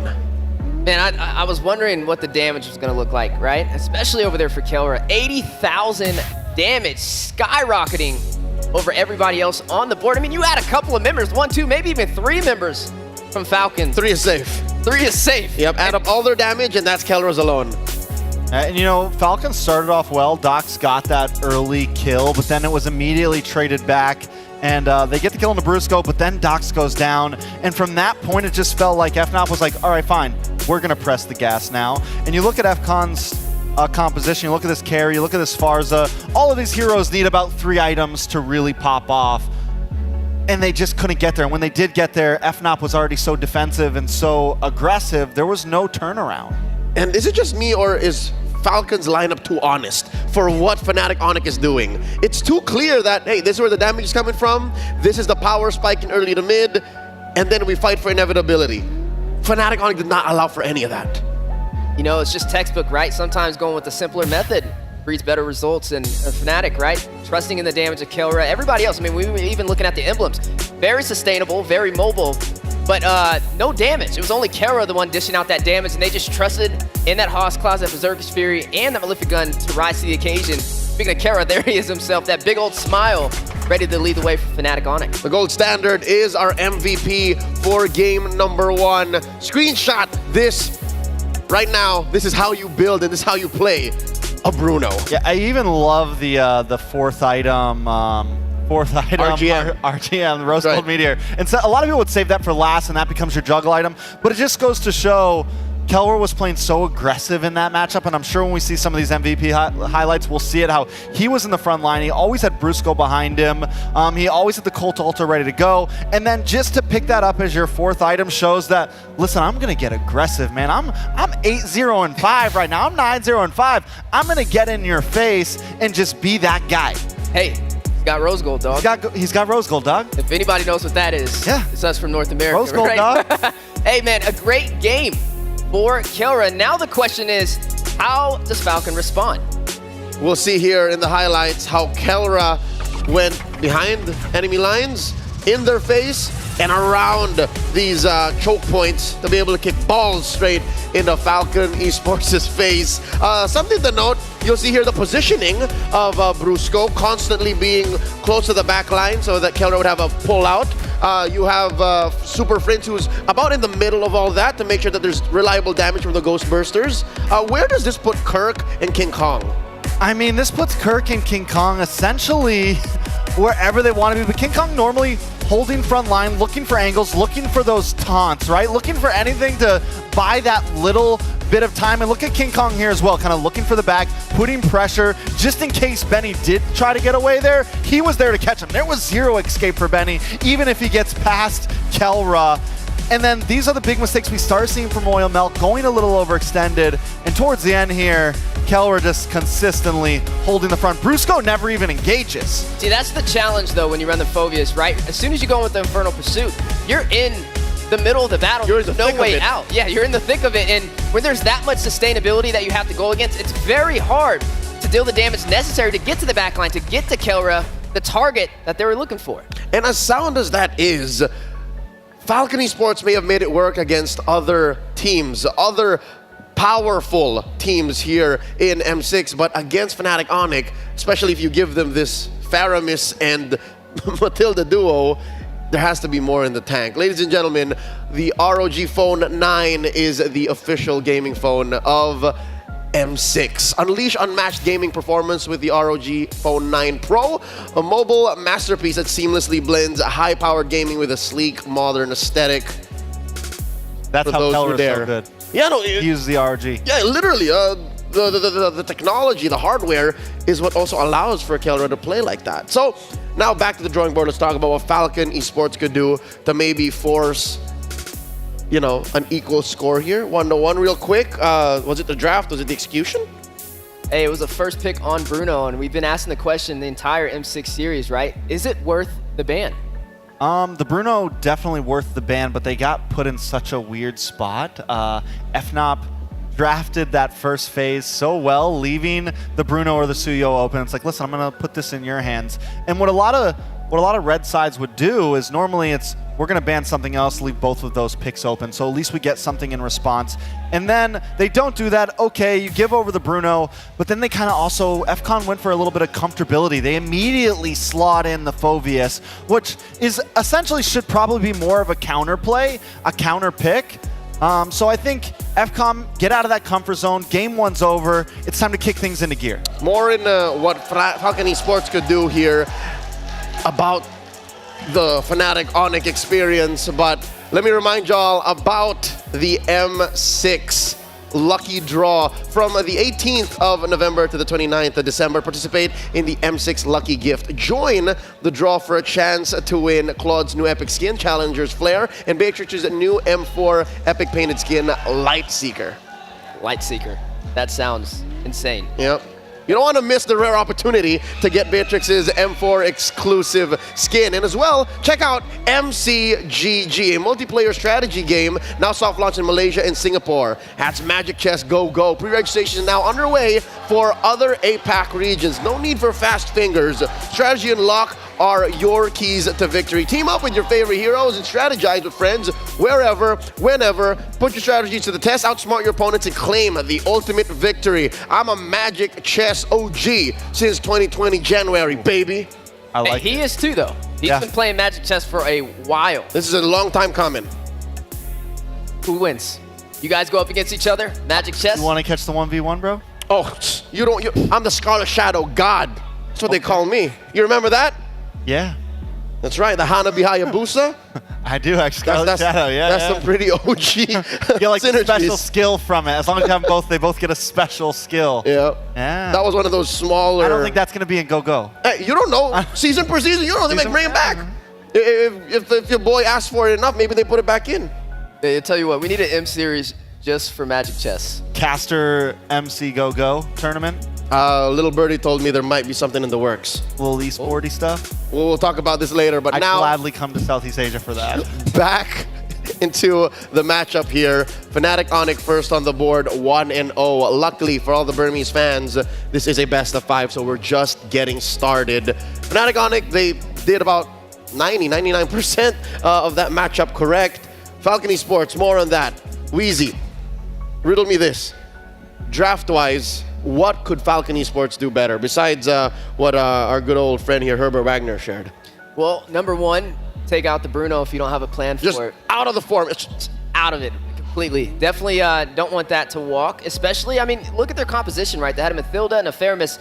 They had a lot of sustainability just to keep them alive. The whole goal was just to protect Kelra that entire game on the Bruno, and as soon as those 3 items came in, right? The Hawk's Claws, the Berserker's Fury, and the Malefic Gun, there was no way to stop him. I mean, we've seen teams pull out something like the Beatrix. Maybe the carry came out, and that was a little bit of a shocker to me, right? I didn't think the carry was going to be the pick there. I thought maybe something, we even discussed it, right? A Claude, something a little bit more survivability. But yeah, just the pressure in the gold lane is yet to be matched for Fnatic Onyx. Talking about that draft, it looks like they were drafted into a corner, and it's this man right here that's responsible for the situation right now. It's the teams themselves. We'll be hearing more about why not in just a bit. The head-to-head here. Fewer games played by Fnatic Onyx, better results overall, but I did not expect the numbers to be this clean, to be this close, actually. Yeah, I mean, there's still a little bit of skew. The win rate still favoring FNOP. Average turret, FCON, but we're still just getting started in this knockout stage. And you do have to also think about this as FNOP had a pretty early exit out of Swiss stage, to whereas Falcon played a few more games, had a bit more time to bump up those points. So I think overall, you know, we're looking at it. It's fair. You know, and not to mention, you got to look at who they win against as well, right? Falcon hit down or burst down some heavy hitters. They took down Aurora. Oh, I remember. And they also took down SRG. And Aurora. Oh, come on, man. It's too soon. It's too soon. Who else did they take out? We'll let...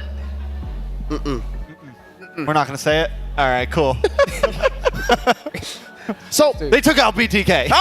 These stats are rolling. These stats are growing. And as we move forth through M6, you'll see that things are just looking better and better for Fnatic Onyx. I think it's time for Falcon to bring out the bigger guns. Maybe it's their turn, again, in an effort to change the tides and change the momentum, bring out something new. Would y'all agree that maybe it's time to go deep and maybe show us the likes of the Roger?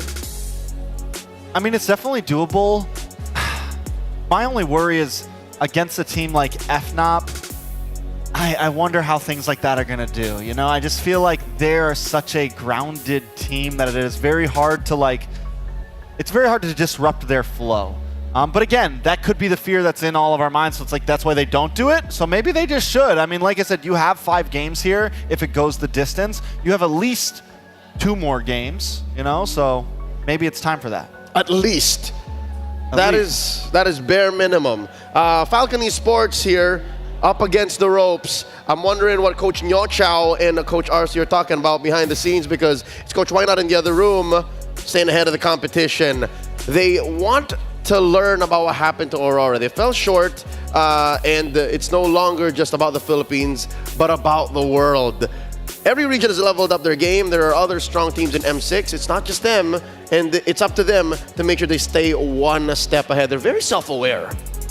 Yeah, and I'll tell you what, I mean, right now, they're the only Filipino team left in the M Series, so they got a lot of pressure on their backs right now, right? They have to hold that flag high and sail through the M Series, and so far, they have yet to disappoint.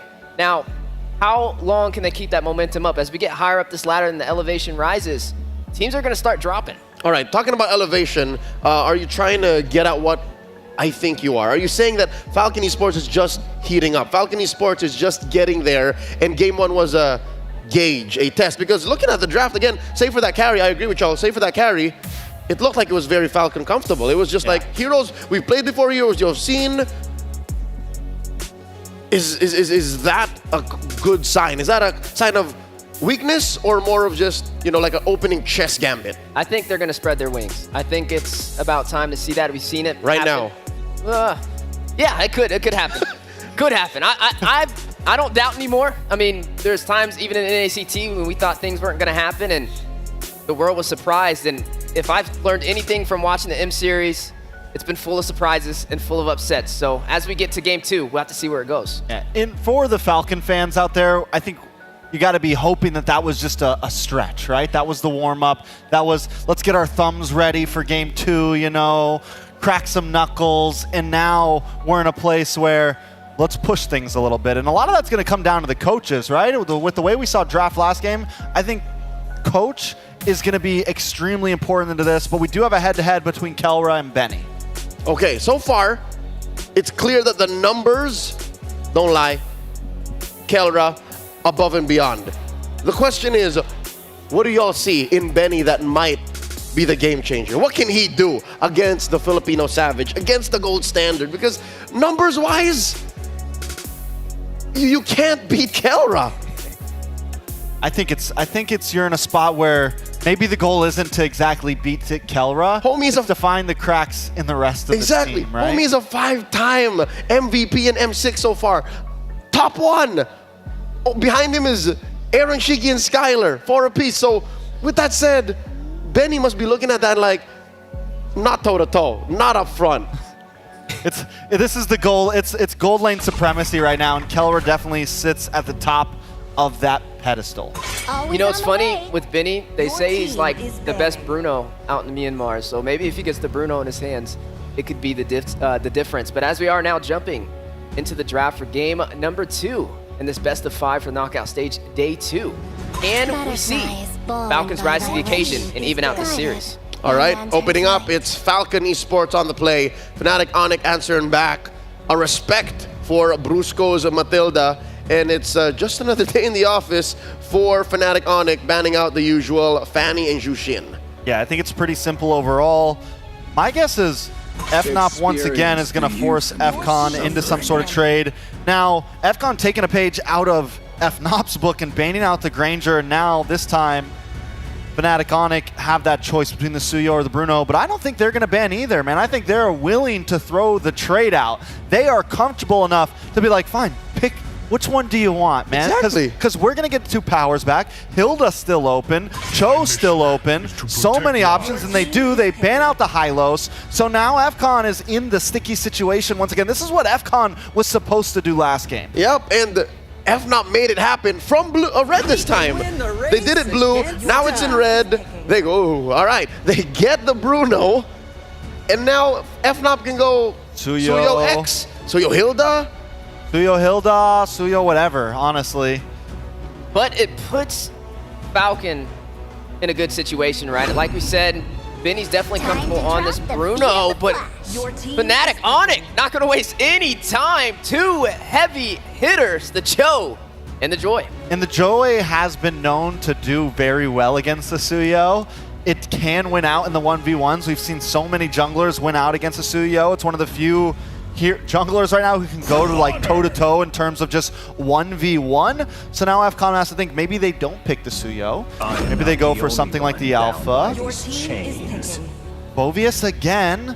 This one looks a little better against the Joy and the Cho. Yep. So maybe it's not complete comfort, but at least it looks good. So in the first phase alone, I can say that Falcon Esports are again hedging on Royal Milk. A lot of their big wins in Swiss and even in the opening day of knockout was off of Royal Milk popping off. So far, it's looking like Falcon Esports have that, at least in the first phase. The Monster Mage picks up the Farsa once more. I like this against the Phobius. Well, we have to see what's going to be the response in the gold lane, though, right? I mean, we see the Bruno picked up from Benny. There's been a couple of different marksmen that have rose to the occasion. With the Granger being off the table, you still have the Moskov. You still have the Natan. The Layla. Doing really good. The Layla. We saw it from Keller before against the Bruno. That's right. I'm just saying, we can't count Kellra out. No. I'm not even worried about his gold pick because it doesn't really feel like it matters that much. Like, he'll make ends meet with whatever you give him. Exactly. Now, how hilarious would it be, but just as well, very justified, that Falcon bans the Bea and the Layla. And then they allow the fair pick of the Moskov. You know, it'd be funny to see Fnatic Onyx pick up the glue. You know, especially, you could technically put in the XP lane up against the Phoveus and just let the Cho does well against it. Run the roam position, and honestly, it'd be a really good pickup here considering the Cho's single target. Well, I guess not single target CC, but it's not as easily able to control majority of the map. So I think that would be an excellent pickup. Now, if that happens, I don't think I'd like to see the Layla because there's nobody protecting you. That's two dive type of frontliners, and Kellra is left alone. Keller's good, but not, no peel good. I'm on the mind of FCon jungle right now, and Alpha's gone. Suyo is open, but I think FNOP wants them to go Suyo. They'd rather I'm him almost Suyo. looking last, slot 5. They go for maybe an assassin here. Maybe it's time to bring out something like that, the Haya, something along those lines. We know they have that type of jungler in their kit, and it could be troublesome for the Farza and the rest of the team. But the stats say Suyo has a better score over Joy. Is Fnatic seen the 1v1? Exactly. Is Fnatic Onyx the one to say, you know what? You don't know the beast. You don't know the Sigma jungler. You haven't seen him mewing, looks maxing, Ohio Phantom Tax. You haven't. So maybe they'll allow that. And that's exactly what they're saying here. I mean, they can go for it. And it will work. I mean, it can work. It's pretty much whoever gets the first few kills, right? From what we've seen, we saw yesterday, we saw Joy win out sometimes. We saw the Suyo win out. Whoever scales a bit quicker is going to win out. Yeah, right now you are seeing that Claude picked up. It's going to have a little bit of that survivability working inside of Kellra's favor. I mean, he was already hard to kill before, right? But now it's going to be even more challenging. Not to mention, he should be able to soak in to the more tankier composition with that Phoveus and that Tig on the other side. And there's the Suyo. Confirmed. You still need a mid laner. What does PX7 pick up here? His Vex is open. Vex is open. Eve is open Eve too. is still open. We saw the Eve Tig from FNOP yesterday, and it did wonderful together. They could go for something like a root. Oh no, they still need a mid. Vex. Your team is picking. Oh, they go for the Pharmies this time. But against the Claude, against the Farza, against the Joy, it's a little scary. They're picking that into multiple counters. Well, they can go the glue. I would have said Vexana just for the fact if you could deny the glue from Fnatic Yeah, but Onyx. glue gets hard countered. You're going to get blown up. Yeah, you're going to get blown up. Pharmies destroys Oh, true. glue. That is true. Priestess of primal Keep it simple. Put Kirk on the Edith. Did you see That's Kirk the last signature night? monstrous. You see Kirk last night? He did not. I'm just kidding. Monster. All right, y'all know he didn't die. So, with that said, let's throw it over to our casters. Calling game number 2. Nice one, Ian. Let's go. Hey, you know who saw Kirk last night? We did. And everybody else saw Kirk's performance, but also Phoveus and Benny's Bruno this time around, man. I gotta say, it was an electrifying game 1, but this draft this time for Falcon Esports, is it gonna be enough to take them into the series and even it out 1-1, Ian? You know, I do have to agree with Trex, man. You picked up the Faramis up against the Farsa and the Claude, natural counters of the Faramis. They're just going to burn through the Netherrealm, but let's still see how Falcon will respond to Fnatic Onyx. They've got to respond. They both have comfort picks leading into this game. And really, when it comes down to it, you got to be able to contain the lightning that is Fnatic Onyx Philippines. We'll see if Falcon can soar high. Game number 2, jumping to the land of Dawn. It breaks down to this, Dax and King Kong in the jungle. This time Dax, also a pick that he loves to take into the games. We'll see how he answers mid lane. It gets a lot of action early on, especially when we see the Cho in play. And this time they'll try to secure the buffs and the early rotations.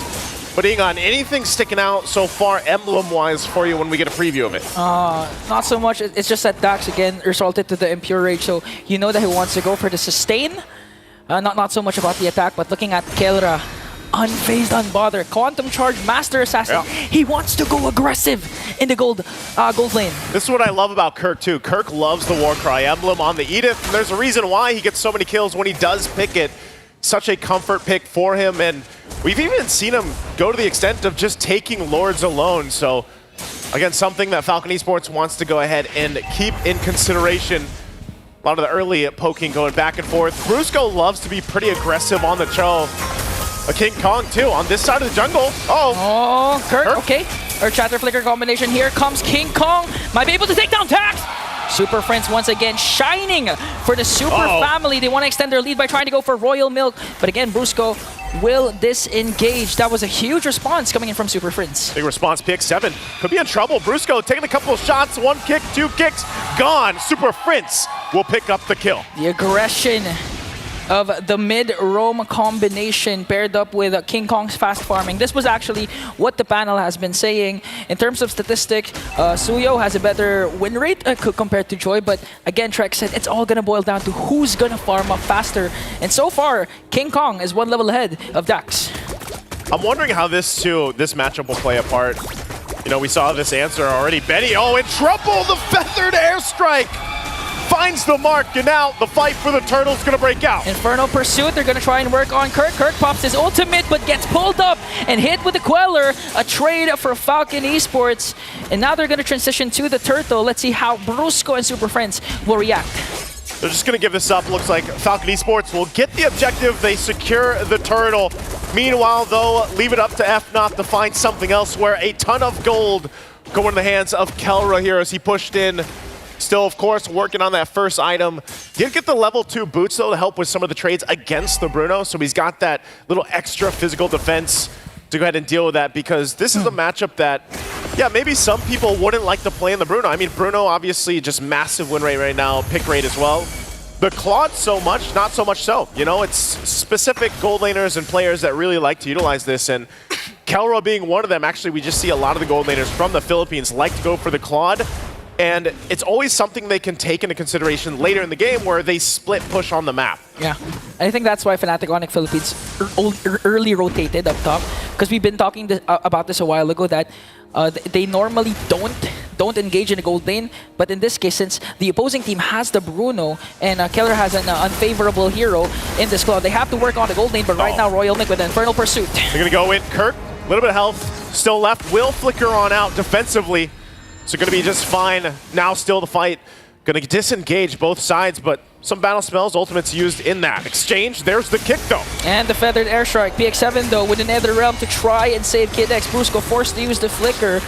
So that was still a good initiation, counter initiation for Falcon Esports. They did, however, lose their Nether Realm with this incoming turtle. Part of this, again, too, is just to be able to contain, you know, allowing your junglers to get the buffs. Now look at King Kong. He can actually go in. Looks like it was taken, so Dax, no purple buff for him. Yeah. You were just about to say that the junglers need to get their buffs, and King Kong already stole one. 1.2k gold lead for Fnatic Onyx Philippines, but still Falcon Esports still putting on, trying to control the higher ground in Turtle Pit.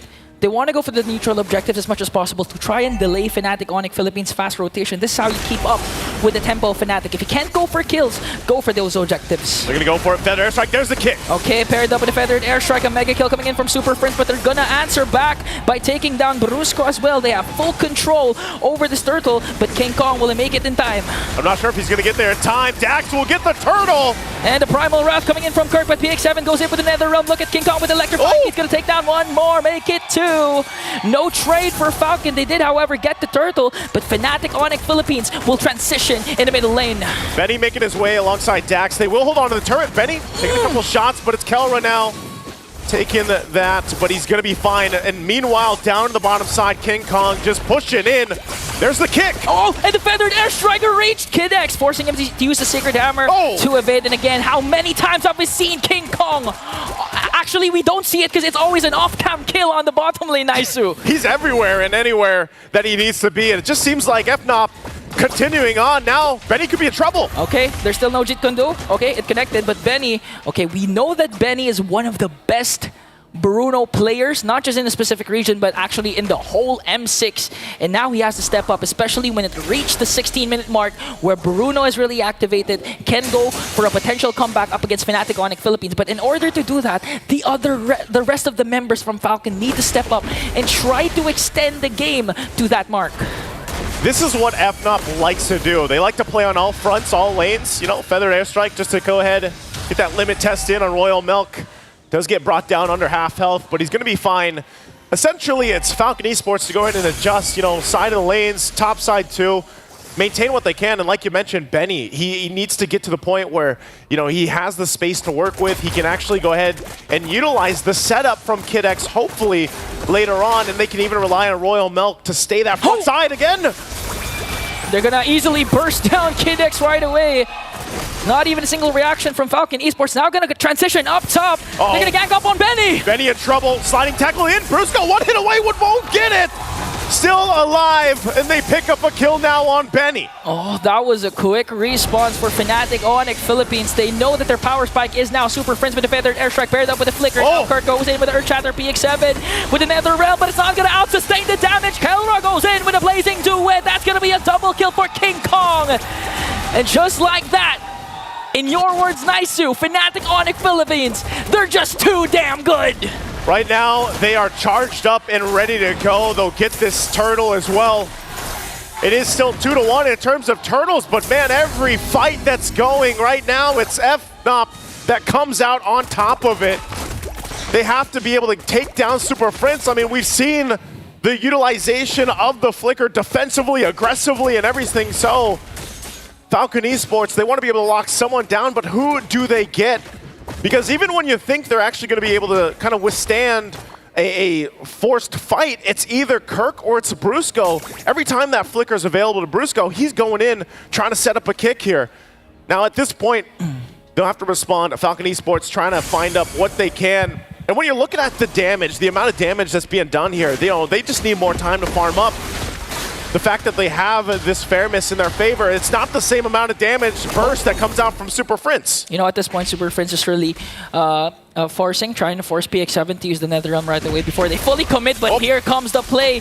Oh, Kikondu plus Flicker combination, gonna bring down Royal Milk. Infernal Pursuit's not gonna be enough now again, gonna transition onto Dax. Will they overcommit though? They don't have minions, and under the turret, they might go for the discipline route and just walk away.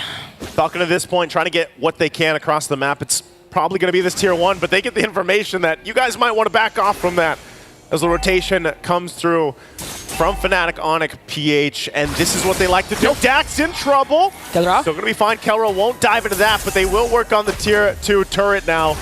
PX7 joining him up. Not going to go down just yet, but Super Friends. Another Airstrike going to connect onto 2, forcing PX7 and Dax to walk away, zoning them out. Fnatic Onyx Philippines, they're going to have minions under the middle lane. Are they going to commit the mid push? Because right now they have a 7.3k gold lead. At this point, you're free to do anything. Yeah, when you have this kind of lead, it's really... You have to be very careful on how you approach some of these fights. Even into this first Lord, if Falcon Esports approaches it and gets out of place, out of position, I would say even if Kid X gets that implosion set up, again, mind you, they've got a couple of things to work out. There's the kick from Brusco. Plus the Feathered Airstrike forcing PX7 to use the Nether Realm right away. King Kong onto the back line. Whoa! Okay, manages to get an implosion, but Brusco picks up the kill. Royal Milk has to flicker away. Here comes the Fnatic Onyx Philippines. Kirk with a Primal Wrath, but they're going to answer right back and take down one Fnatic member down. Oh, Super Friends. That's 2 kills for Fnatic Onyx Philippines in exchange for Kirk. He's keeping Dax there. Dax going to go ahead and regen, but King Kong will jump in. Super Friends waiting patiently, relying on Benny to come help him out. He wants to clear that way. Oh, there's the Feathered Airstrike. They're going to cancel it out so he doesn't get the one last in, and Super Friends will back off, but they bought themselves enough time to secure the Lord for FNOP. King Kong waits a little bit longer, and there you go. Objective secured. Fortunately for Falcon Esports, you know, the Faram is actually scared off Super Friends' Farsa. That was one more hit to Dax with a Feathered Airstrike. So Falcon Esports, they did not lose any bodies, but Fnatic Onyx Philippines, they got the Lord uncontested, and now they're going to try and make sure the minions are, the minion waves are managed. They're trying to take down all inhibitor turrets as much as possible with a 9.2k gold lead. Again, it's a massive lead for them, so Falcon Esports backs against the wall. we saw a preview of the team fight potential. Even if an implosion is set up, they just don't have enough firepower right now. So this main idea might be to get a pick here. King Kong, though, elusive as he is on the Joy, will be able to just freely get away. Still waiting for that Lord to push in. So Falcon wants to stay in this game with this kind of deficit is they've got to be able to pull the Holy defense off. A miracle play, if you will.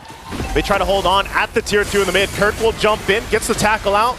Feathered airstrike drop down, and the shields are going to be popping. There's Brusco once again as a threat, looking for the kick.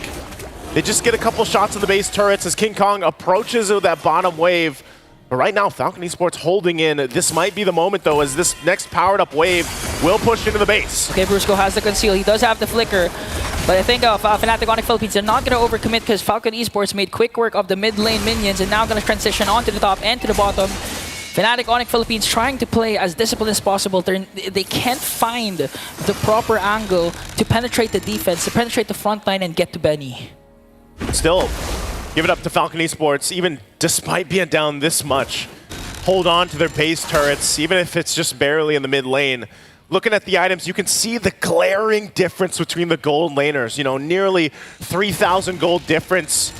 And they're able to take a risk because of the fact that Kelra has these items now in the mid lane. Kid X targets Kirk onto the back line, gonna get ganked up by 5 Super to the rescue. The Feathered Airstrike gonna take down Kirk. Once again, Fnatic Onyx Philippines, King Kong with the electrifying beach, trying to go for the back line, but PX7 with a clutch Nether Realm, and all the while Kelra just worked on the top lane inhibitor turret, executed flawlessly by Fnatic, but a heads-up play for Kid X for Falcon Esports. Took them a little bit longer, but they got the 2 base turrets down off of that Lord take. And again, Kelra now picking up the Malefic Roar.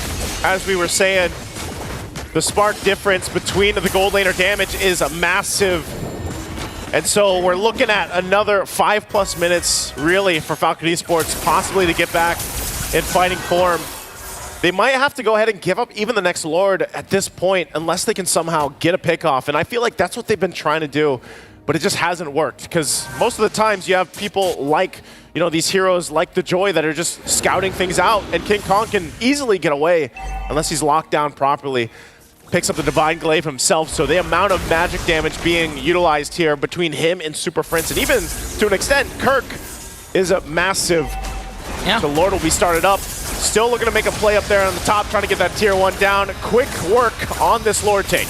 Okay, an uncontested Lord for Fnatic Onyx Philippines and Falcon Esports.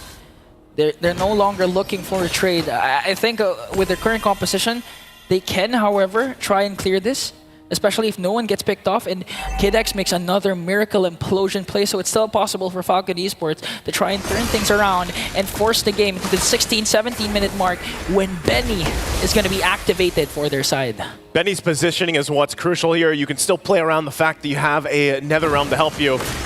He's got a little bit of defensive, picks up the Rose Gold Meteor, so he's got that BOD also for Dax on this, possibly the last defense. We'll see how they play apart. FNOP takes the last base turret in, and now walking in slowly with the Lord up front. Taking a couple shots, they still respect the damage that can come out. Benny on the front side, gonna get checked, but they actually defend, even despite the 13K lead right now for FNOP. Not sure if they actually go in further. It looks like they do really want to just be disciplined here because of the fact that they have to respect how much utility is actually there for Falcon Esports. Yeah, again, they have the Nether Realm, and Kid X can go in anytime with the implosion. So Fnatic Onyx Philippines, even if they have this huge lead, 12.9k, even if they had the Lord, even if they have damage coming in from Kelra, the utility, the PX7 alone with the Nether Realm is going to be enough for Falcon Esports to out-sustain 2 to 3 seconds worth of damage coming in from Fnatic Onyx Philippines and eventually enable Benny to just wreak havoc up against Fnatic Onyx Philippines. Not to mention, he did, however, pick up the Rose Gold Meteor, as you mentioned, and he does have his Purify. So in terms of positioning, when it comes to those clashes, it's going to be also hard for Fnatic Onyx Philippines to lock down on Benny. Sort of surprised, you know, with FNOP, even with the lead that they have, based off even what we saw in Game 1, how kind of slow they're taking that approach into the base. And part of it really is just because, for example, if one person goes down from FNOP and they overextend into a base push, that's a whole lot of gold going to whoever gets that kill from Falcon Esports. And if it's Benny, obviously he's pretty much there. I mean, he does have the itemization that he needs, still working on the last one. but you can already see it. You know, when they get a preview of the damage, when they're defending, it's there, and a Netherrealm alone is enough. No matter how behind PX7 was, for example, Netherrealm is enough utility and enough value to actually turn base defenses, where we've seen this even in previous competitive games for MLBB before, where a Netherrealm, a clutch timing on it, can keep you into the game. So it's FNOP practicing that disciplined approach. You're still waiting for that Lord to come up. Not really going to be able to find anything from this, so rather just kind of out of stalemate until Falcon Esports gets in that defense mode again. Yeah, Fnatic Onyx Philippines gonna do this by the book. Gonna try and get an uncontested Lord, but looking at the position of the rest of the members of Fnatic Onyx Philippines, if someone for Falcon Esports tried to get information, get vision, for sure Fnatic Onyx Philippines won't be afraid to try and dive down and get the burst. Well, Lord's up here now, so Falcon will just let it get taken. They know that even if they approach towards this, it's going to be gone in an instant, as it is. Another Lord now in the hands of FNOP. This is most likely the one that could end the game. So have they bought enough time earlier on? We did say, you know, Falcon Esports needs about 5 minutes. They got the 5 minutes. They made that work. That was one of the boxes they had to check. Now can they make this a team fight, a defense to possibly turn the game in its favor? Again, they have, what, no turrets down. So they have to win a base defense and possibly swing towards the base of FNOP. And as they wait for that Lord to approach, FNOP will deal with the ways managing them up. And this is one of the things, you know, Dax himself has good damage on the Suyo, but he's nearly just got to wait for Kid X. If Kid X lands this implosion, it's going to be great, but already Kid X in trouble. They got spotted out and bursted down. Kid X Immortality will be popped. Whoop. That's one member down for Falcon Esports, but Kelra actually is not going to mind Kid X anymore. They want to go for the tower push. Without Kid X, though, can they even win this fight here? They're going to break out. Okay, they're going to zone out the members of Falcon Esports with a feathered airstrike. They're going to log onto the base and win game number 2 for Fnatic Onyx Philippines. And off a questionable positioning, punishing the positioning mistake, man. We don't even get to see Falcon Esports go for the base defense that they were building up to and they bought time for, as FNOP will punish any mistake they see. Now at 2-0, match point for this series. Again, going back to the drawing board here for Falcon Esports. Yo, Fnatic Onyx Philippines, even though they're hyped up, exciting team, they're still not afraid to showcase their discipline, their macro gameplay, and their patience up against a team like Falcon Esports. That game was executed to perfection by the whole squad of the Super Family. Man, I'm just not sure the call there. You know, with Kid X, that was crucial. I was saying, you know, we need this implosion to see the tide turn possibly in the fight, but hey, maybe the panel can make sense of that. Panel, take it away. What did you guys think about this one? Thanks, Jose and Jose. A little longer in the tank this one went. 17 minutes and 48, still the win for Fnatic Onyx Philippines. And with that, we are at match point. Gentlemen, it seems like Fnatic Onyx are also capable of swinging it over and giving Super Friends and King Kong a little bit of spotlight. Yeah, this one wasn't really the age of Kelra, but yeah, again, Super Friends and King Kong combination. Just hard to match up with. You have the Joy, right? Super mobile, able to get to the objectives, and you know, we kind of talked about it briefly while the game was going on.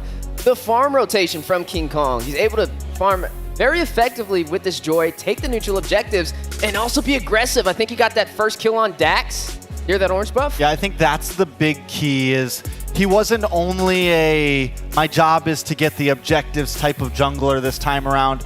He was aggressive, he was able to attack, he was able to put damage out, and that's so important on these Joys because Joy can take a little bit of time, but because he was able to get some of those early game kills, he was online much faster. And I think that's the beauty of this draft by Fnatic Onyx Philippines. The fact that they, once again, in the second phase going in, allowed for the Suyo to come in despite the stats saying otherwise. You should not run the Suyo into the Joy or the Joy into the Suyo. It was the Joy and Cho opener. The draft alone, once again, allowed for Fnatic Onyx to make the active calls and say, Falcon, are you sure? Falcon Esports, this is what we're ending up with. And let's look at the item builds, let's look at the stats. Despite it going longer, something tells me this was more of a non-starter for Falcon Esports. Yeah, definitely hard to match the pace of Fnatic Onyx, right? I mean, we talked about it from the beginning. Aggression versus endurance, and they're very aggressive. This is a 17-minute game, a little bit longer of a stretch than the last one, but still the same result, right? Even though Kelra wasn't really the one to get the job done, he played more for survivability on this one, right? He trusted in his teammates, he trusted in King Kong to be able to get those neutral objectives, and Super Friends from afar raining down the artillery. But I got a question. Was Faramis the right play?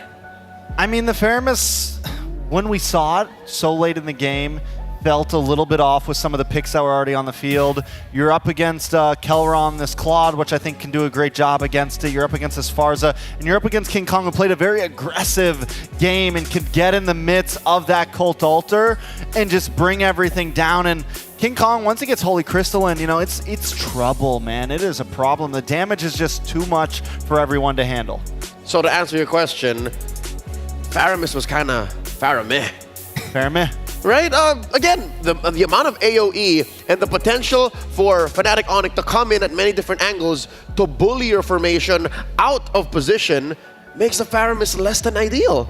I'm sure PX7 and the rest of the gang had a plan for it. It's just we really didn't see it come to fruition. If you ask me, it feels like Falcon actually just ran back a little bit of what happened in Game 1, iterated, polished it, but we all watched Game 1 and that wasn't close.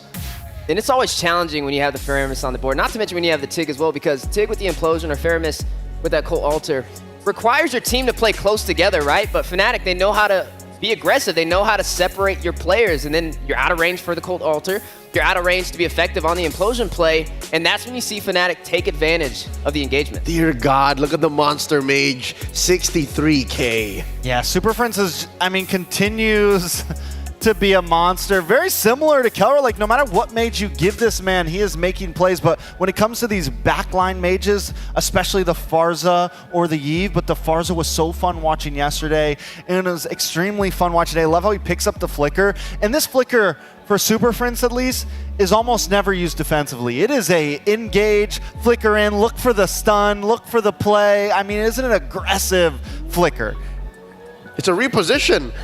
We've seen it in the last Turtle fight, and then we saw it a few times inside Falcon Esports' base. And you'll see here, the gold graph, for the first, 5-6 minutes, it was under control. It seemed like Falcon were keeping it close, and then suddenly, what was this? The last Turtle, it went for a drop. This is just showcasing Fnatic Onyx understanding of what makes macro work. Because sure, you gave the turtle, but you're losing more on money. Yeah, and that's the thing, right? When they're in control, it's very hard for them to let go of that, and it goes to show they're definitely paying attention to the objectives. And Falcon, they need to find a way to turn this around, right? That chokehold is getting tighter and tighter. It's now 2-0. Potentially match point on the way. Yeah, I would say, honestly, even with that first turtle, it still felt like FNOP was in control, because remember, they gave them that first turtle, got a bunch of gold plating off the gold tower. Stole the purple. Stole purple. They got such a great trade out of that. We're able to push back Benny and give Kelra the advantage in that gold lane. So even when FCon gets some of these neutral objectives, FNOP never really loses out, and that's what FCon has to do. Force them to lose out on these trades. I'm wondering if this is an all-time high. 12.9. For sure an all-time high, at least in the knockouts, if I'm not mistaken, for this gold lead happening at about the 15 minute mark of game number 2. Amazing work by Fnatic Onyx Philippines. Definitely in control even more. Ladies and gentlemen, let's award our MVP. Who could it be? Fnatic Onyx Philippines' very own. I think it's the Monster Mage, man. You just gotta give it to Prince Ramirez. Oh man, definitely well deserved on the Farza. Like I said, the Flicker was not to escape. It was to engage, and that's exactly what he did today on this Farza with the artillery. Very hard to deal with, and provided all the damage necessary, controlling entire zones for Fnatic Onyx. I mean, Super Prince has been flying under the radar of that MVP ding for a while. I feel like it's been well-deserved for a minute now, so it's nice to see his face up there. It's nice to see him, because this guy is truly a monster. I mean, it feels like it's hard to pick and choose on the side of FNOP, but my eyes, a lot of the time, end up on Super Friends. The plays he make are just unbelievable. Let's check out the highlights here. Big spots for the Monster Mage. You see here, late entry. He comes in without even an ult. He's just wings by wings in, one blast, and then we're good. Moving from lane to lane. I think Farsa might be a breakout hero for the knockouts. Yeah, I mean, just look at his positioning, right? He always plays from afar. I mean, look how far he is in this turtle engagement. That's what makes the difference, right? Playing for survivability, but also utilizing the AoE range from that feathered airstrike to the maximum potential. And then who else to clean it up? King Kong. Not a way to slow him down, even with the TIG, still able to find the opportunity. I love what you said about the Farsa being a breakout in the knockout stage, because especially for FNOP, it fits their quick-moving laning phase. It fits the way they want to move around the map. Super Friends hits the wings by wings, looks for these fights, and it also fits their layering style of fighting to where each person will kind of take a turn of engaging, disengaging, moving back and forth. They're never stagnant in these team fights, and that Farsa works so well for Super Friends in their form. All right, folks, it's not like we're seeing Farsa for the first time in M6, but the fact that it's coming back with such great returns, great highlights, great stats, make it a breakout hero. Who else might we see? It has to be something that Falcons bring out now. Because Game 1 and Game 2 of those drafts, they look very similar, and the results are similar too. So, this is the definition of insanity, doing the same thing over and over again, expecting something new. Right, but end up getting the same result, right? Now, I'm pretty sure, I don't even think Eve was banned in that last game. It was available, and Fnatic Onyx still prioed the Farsa, right? You're a little bit more mobile, so I guess in survivability with the wings by wings, you have a lot more at your disposal, right, to engage and disengage, and then you stacked it up with a flicker as well. It's just pure chaos, and definitely not something you want to see in the hands of Super Friends. Now, everything on the line, a chance to be top 4 right now. This is where Fnatic Onyx is heading. Falcons, they need to elevate. They need to spread those wings. But how do they do it? Can they come back in this series? One game away from Axiata Arena is Fnatic Onyx Philippines. I bet one other place that they want to go is Qiddiya. Discover the beating heart of Qiddiya City, the gaming and esports district, the world's first real life gaming hub and a beacon of gaming culture. Search for @Qiddiya Gaming. It would be cool to see some of our favorite teams in action over at Qiddiya. Maybe someday soon. Thanks, Qiddiya. Play live from the 11th month of the year, that's November 22nd, to December 29th. M6 support chest will be available for a limited time. Purchase the support chest for 50 diamonds to get a large amount of pass EXP with a chance to obtain a basic M6 pass. Use the basic M6 pass to instantly activate the M6 pass, unlock additional pass rewards, and immediately get Claude Challenger Spark. Hashtag greater than ever. Hashtag MLBB M6. Hashtag Mobile Legends, bang bang. All right, so with this out of the way, we were pretty urgent after Game 1. Now you're on FCON. Now we beseech FCON 6. Now we beseech Falcon Esports to bring out something new. What could it be? When can they whip it out? It's gotta be here, it's gotta be now. Luckily, we do have a few moments before the big action begins. We have a courtside interview coming in with Rose and the gang. Let's see what they're up to. Hello, everybody, and thank you to the panel. Welcome to the Courtside Report. My name is Rose, and I am with Michelle. And right now, I am with Mr. General Dilar, all the way from the Philippines. He is a pro player, content creator, model, and now he's a part of the MPL PH Insider. So, sir, what do you do as an MPL PH Insider?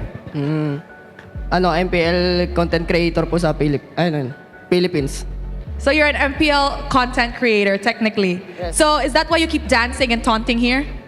Yes. Yes, ma'am. Why are you so scared to answer suddenly? Are you nervous? Opo. Okay, he's nervous. Out of nowhere. Maybe nervous because beside the roles, right? So any content inspiring you after watching the Game 1? What do you think about their Game 1? Tingin ko dun sa Game 1, mas naging agresibo lang talaga yung Onyx Philippines. Yan. Tapos hindi nakapag-scale ng maayos yung Falcon. He said he thinks in Game 1, actually, Fnatic Onyx Philippines managed to scale quicker. And after that, Falcons didn't manage to come back because of how aggressive Fnatic Onyx was. Okay, now, Dilar, I'm just going to ask you one question, okay?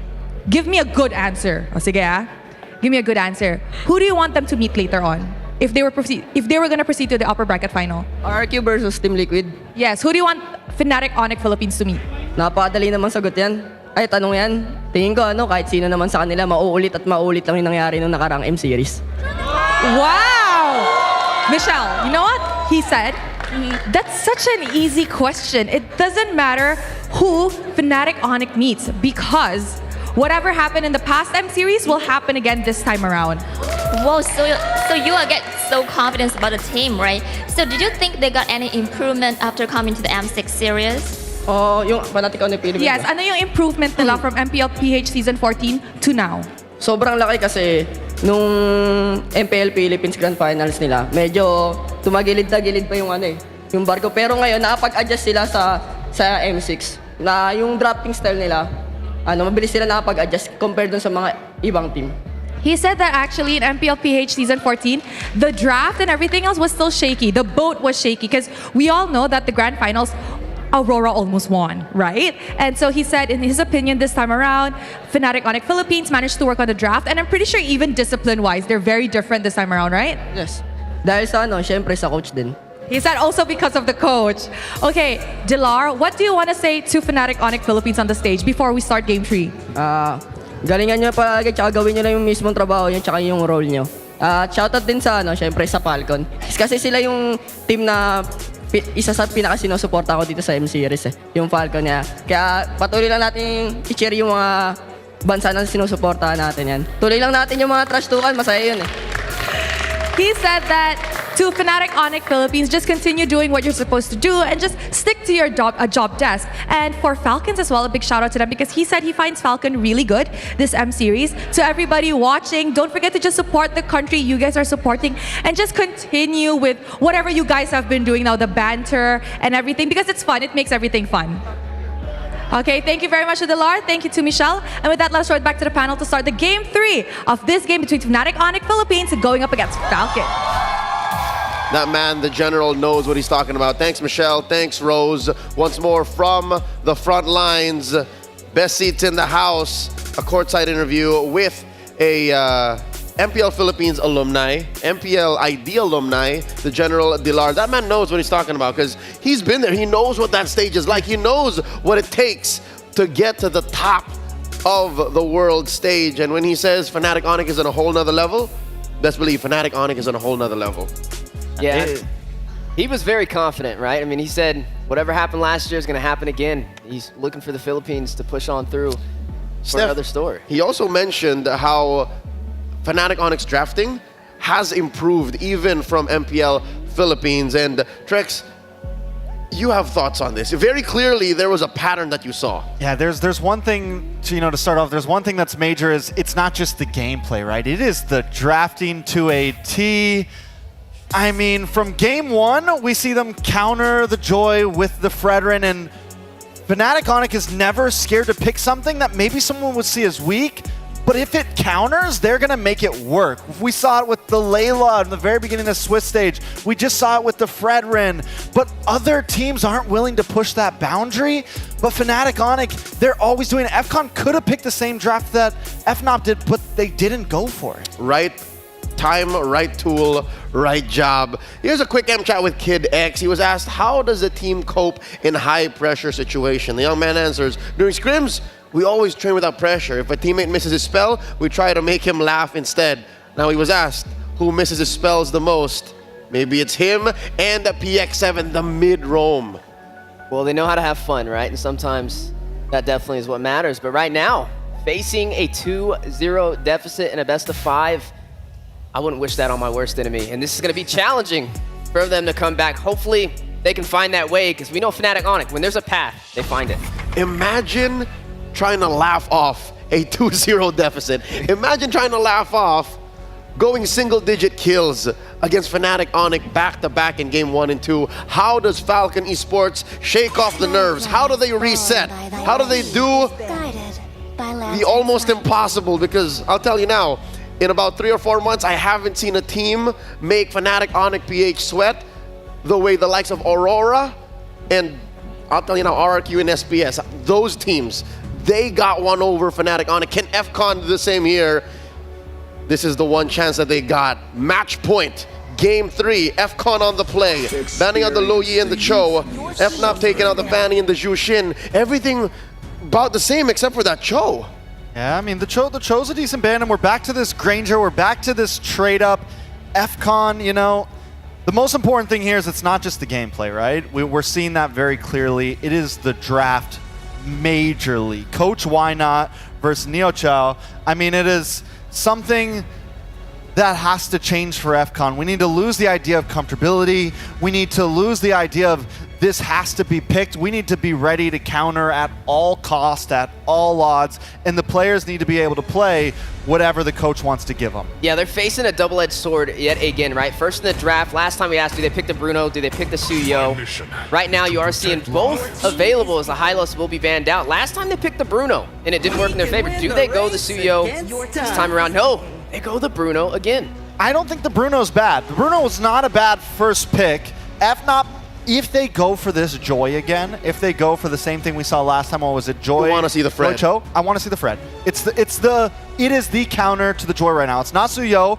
Joy wins out in that rock, paper, scissors. We already saw it last time. And if you doubt what I'm saying, FNOP pulled the Fred out against Joy in game 1. So take a page out of their book and do what they did to you. All of the supporting documents to prove Trex's theory is in this series. So all you gotta do is scrub back about an hour and a half and you'll see it all. Now, Fnatic Onyx, they open up with the Joy and instead of the Cho, they get the Khalid. Which we know very much this could be a Roam Khalid if they want it. It could be a Brusco special. Yeah, it's a Brusco special. Some spice in the land of Dawn. Yeah, and they can definitely flex it like you mentioned, especially with that Hylos being out. One of the only heroes that can really match up with the pace of that Khalid. Now, there's still a lot of mid laners on the case. Up for grabs. You are going to go ahead and see the Fredrin locked in, a Trex prediction at its finest. Coach Trex. Okay. It wasn't a prediction. It was an order. It was an order. It was, listen, guys, I'm losing faith in you. And there's another page out of the draft 1 book, game 1 draft book. We pick up the Matilda. Gives Benny some opportunity to dance around here. Now, last time we saw it as a last-minute flex, but still, we're looking very similar to FNOP's game 1 draft on the side of FCON. As good as this is as a development, right? You take a draft and you make it as close to the winning formula. You're doing it against a team who did that. Hey, man. Imitation is the highest form of flattery, but not like this. What are you trying to get the Faramis and then like an XP lane substitution for that Cho? Maybe they should have took the Cho in the beginning and then did the swap and literally just copy and paste, you know? Now the question is, do we pick up our mid laner here, right? I mean, last pick on the board for the first half. You could go in for the Farza again. There is a Mathilda though, could be a little bit of a challenge. They're gonna go in for the Vexana instead. All right, this is another hero that I think Super Prince is comfortable with, but we haven't seen him shine as much as compared to, you know, his MVP winning Farsa, his Lu Yi, even his Valentina. So I'd like to see how he works with the Vex. And it just goes in so cleanly to the way that FNOP draft. They're always looking for the counter play. They're never scared to put, okay, this time we're going to slot Mage in our 3rd pick. This time we're going to slot this in our 3rd pick. They know, okay, you got Fredrin. We're going to bring out the Vexana. It does great at countering it in the Lord Pit. It does great at dropping the Eternal Guardian. Fairme's banned. Second phase band's going quick. And this time Falcon's like, listen, we're going to take out the Layla. Look at that. And the Beatrix. Tit for tat. These coaches not wasting any time. Coach, why not? The Kimi Mutombo, no. Just says I'm not going out like this. You cannot do what we did to you game 1. And of course, Coach Neo Chao respecting the hard counter. Counter said it himself. Yes, it is a hard counter. If I pick up the Layla against the Bruno, them balls ain't touching me. Now, do you match mobility with mobility, right? With the Khalid and the Joy, do you go in for something like the Hilda? It's open, oddly enough. Hilda against the Joy works well. I think FCON could pick it up, honestly. So that's 2 hard counters, the Fred and the Hilda. There's another hero I think that is open, but you can't pick anymore to counter the Joy, is the Beleric. You just get in there, you stand, stop dancing. Yeah, stop dancing. Stop. Wait a minute. Wait. All right, we are looking for an XP laner. There you go, Royal Milk's fave. And what's going in mid? What else is left? Aurora, Eve, is Lu still? Nope. It's not enough burst though. If you pick any of these heroes, that's not enough burst. Yeah, just go for a nice back line, honestly. I think Eve would work. Could go for the Farza again. It's not the right kind of damage. It's going to be challenging because of the mobility aspect. I was going to say Farza would work better than the Eve, just due to the wings by wings to be able to get a little bit further out to safety. Maybe pair it up with the flicker as well. And the damage profile, very important in this current meta game. If you picked anything else, like a utility, mage, and mid, FCon would not be going fast enough, not even close, to catch up to the tempo that FNOP will be going in with. It's make it or break it. Facing match point for Falcons. And you are going to see that last pick on the way. Always ready to counter. Always! FNOP doesn't care if it's meta or not. We're counter-playing. It's Falcon we're asking for to bring new flavor, but now Fnatic Onic evolving the metagame once more before our very eyes. Yu Zhong showing up here. Game 3. Let's go over to our casters, Ingan and Naisu. You know, Yu Zhong had to come out because he's seeing all the other Prime skins coming out to play in M6, and he's like, you can't forget about me, Ingan. They pull out the Yu Zhong pick. What do you think about it? Do you think this is a closer? It's match point right now for FNOP. I think it could be a closer, a good counter pick coming in from the composition of Falcon Esports and in the hands of someone like Kirk, easily activated. You know he's going to disrupt the formation of Falcon Esports, specifically when the Feathered Airstrike has been casted, so it's going to be hard-fought battle for Falcon and going up against Fnatic Onic Philippines. Right now, FNOP is saying, what's a Falcon to a Dragon?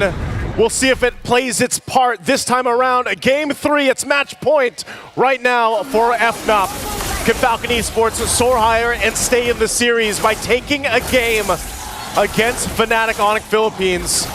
And this time around, a little bit different in the jungle, of course. Dax this time gets the Fredrin.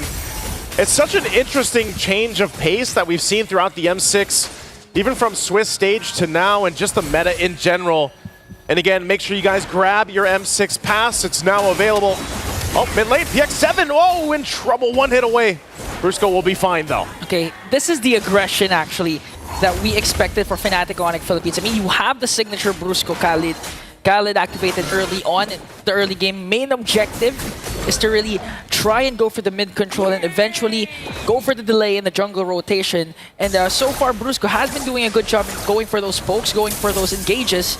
And we'll see if Brusco can keep it up against Falcon Esports. Part of this too, obviously, is, you know, I like that Falcon Esports has utility on their side now. You know, you still give Royal Milk the hero that he's performed probably the best on, even Benny to that matter, but still you can play around this Matilda pick. Helping Dax have a little more mobility on this Fredrin is going to be great. They're setting things up for the first objective, poking down Brusco a little bit here, but King Kong is there to go ahead, and the Quicksand Guard. Super Prince though will have to burn the flicker already, so pretty proactive early game from Falcon Esports. Yeah, that was well worth it. Again, just the guiding wind. You already burned out Super Prince's flicker. And you know that in terms of mobility, Vexana, although he has the Deathly Grasp, mobility-wise, he's not up to par compared to PX7's Sparsa. So that's a good resource burned for the side of Falcon Esports. But again, here is the problem. Kirk with a Yu Zhong already level 4. If PX7 decides to go for the Feathered Airstrike, but on the other hand, no Dax, going right after Brusco. Brusco going to be in trouble. Flickers out, heals up, Quicksand Guard will go down though, but the fight's still going to break out as Dax falls next. And it's Kirk taking some more with the shots and gets the double. It's a reminder the Yu Zhong still works in the meta, and that's going to be a turtle as well for FNOP. If you're speaking about proactiveness, Kirk was proactive in that clash. Jumped in, plus the Petrify, gonna take it down too, even though Royal Mid got the vengeance, but King Kong though, forcing Kid X to flicker up, but catches him off guard with electrifying beats, and brings him down once more, extending the lead of Fnatic to 1.3k. And Brusco just given the vision available to King Kong to see if they actually want to make a play from this. Dax has to be careful because of just the difference in speed from the jungling that can happen here. Mid lane, they do get that flicker out now from PX7. Feathered Airstrike to help clear things out. The Super Prince will keep him under the turret. But you can see this, again, Dax is falling behind slightly against King Kong, now sitting at level 7. Yeah, and apart from the discrepancy in the two junglers, we saw what could happen when it comes to the mid lane matchup. PX7 cast the Feathered Airstrike. Super Friend's not going to go out of the vicinity of the Feathered Airstrike. Just going to go in and cast the Destiny Grasp to disrupt the Feathered Airstrike. That's more than enough. And not to mention, Kirk also has the usual with the Petrify. So there's a lot that PX7 needs to worry about when it comes to casting his Feathered Airstrike. Again, this poke battle here in the XP lane. Kirk's biggest threat, too, is obviously, like we've seen in past M series, where Yuzong was just picked up so much in the XP lane. Whoa! Super Prince. Okay. Raging Sandstorm. Okay, they're not going to commit the Flicker, though. But Brusco just managing to zone out. King Kong goes in with an electrifying beat and burst it down. PX7. Dax with the Energy Eruption. King Kong going to be able to just get away. This Joy is so slippery to catch. Energy Eruption or not. A whole lot of ultimates just kind of thrown out there, too. PX7 going down, didn't have the Flicker available, and yes, the Wings by Wings will only help you so much. So now as they get situated, some more extra gold. First items being locked in too for FNOP. Starlium Scythe now for King Kong. I'm surprised, you know, he's been doing so much damage already. What more? And now with the Starlium Scythe in hand, and leading into this Corrosive Scythe still for Kelra. He's been just farming up, doing his thing. They'll go ahead and get in position now. Turtle's up. Kirk made his way to that gold lane as they get ready to just let Kelra push bottom side. So we'll see Falcon Esports. How do they deal with the fight? Okay, Raging Sandstorm paired up with the Black Dragon for him. Kirk also has the Petrify, forcing Falcon Esports to retreat. But PX7 has the Feathered Airstrike. Spirit of Destruction will also connect. Going to take down Brusco in the hands of Benny. Here comes the Terrify coming in from Super Friends. Going to bring down one more. Kirk is going to fall down. And this is the response of Falcon Esports. Great response. And they also get the turtle. That's exactly what Falcon Esports needed. Good item picks up. They are going to trade that tier 1 turret, but this is a good shift that Falcon Esports needed. They had to get some momentum and take care of the gold deficit getting too out of hand. King Kong still going to go ahead and put pressure in the jungle, though. So Falcon Esports, how do they adjust from everything that just happened here? They showed that they can still fight, utilizing the utility that they have, and even down to the firing power with a Farsa if the positioning is there. Okay. They might be able to solve the problem right away. Kid X was the reason why they got saved, and now PX7 with a Feathered Airstrike to bring down Brusco. And Royal Milk wants to go for more. Infernal Pursuit trying to catch up onto King Kong. Volley Shot Worldy is going to connect, and Fnatic Onyx Philippines will disengage. You're seeing it happen, you know, in these team fights and these skirmishes. Falcon Esports' lineup allows them to just go ahead and fight it out if they have to. Kirk now joined the fight into the mid lane. They get the Vengeance out. Kirk could be in trouble.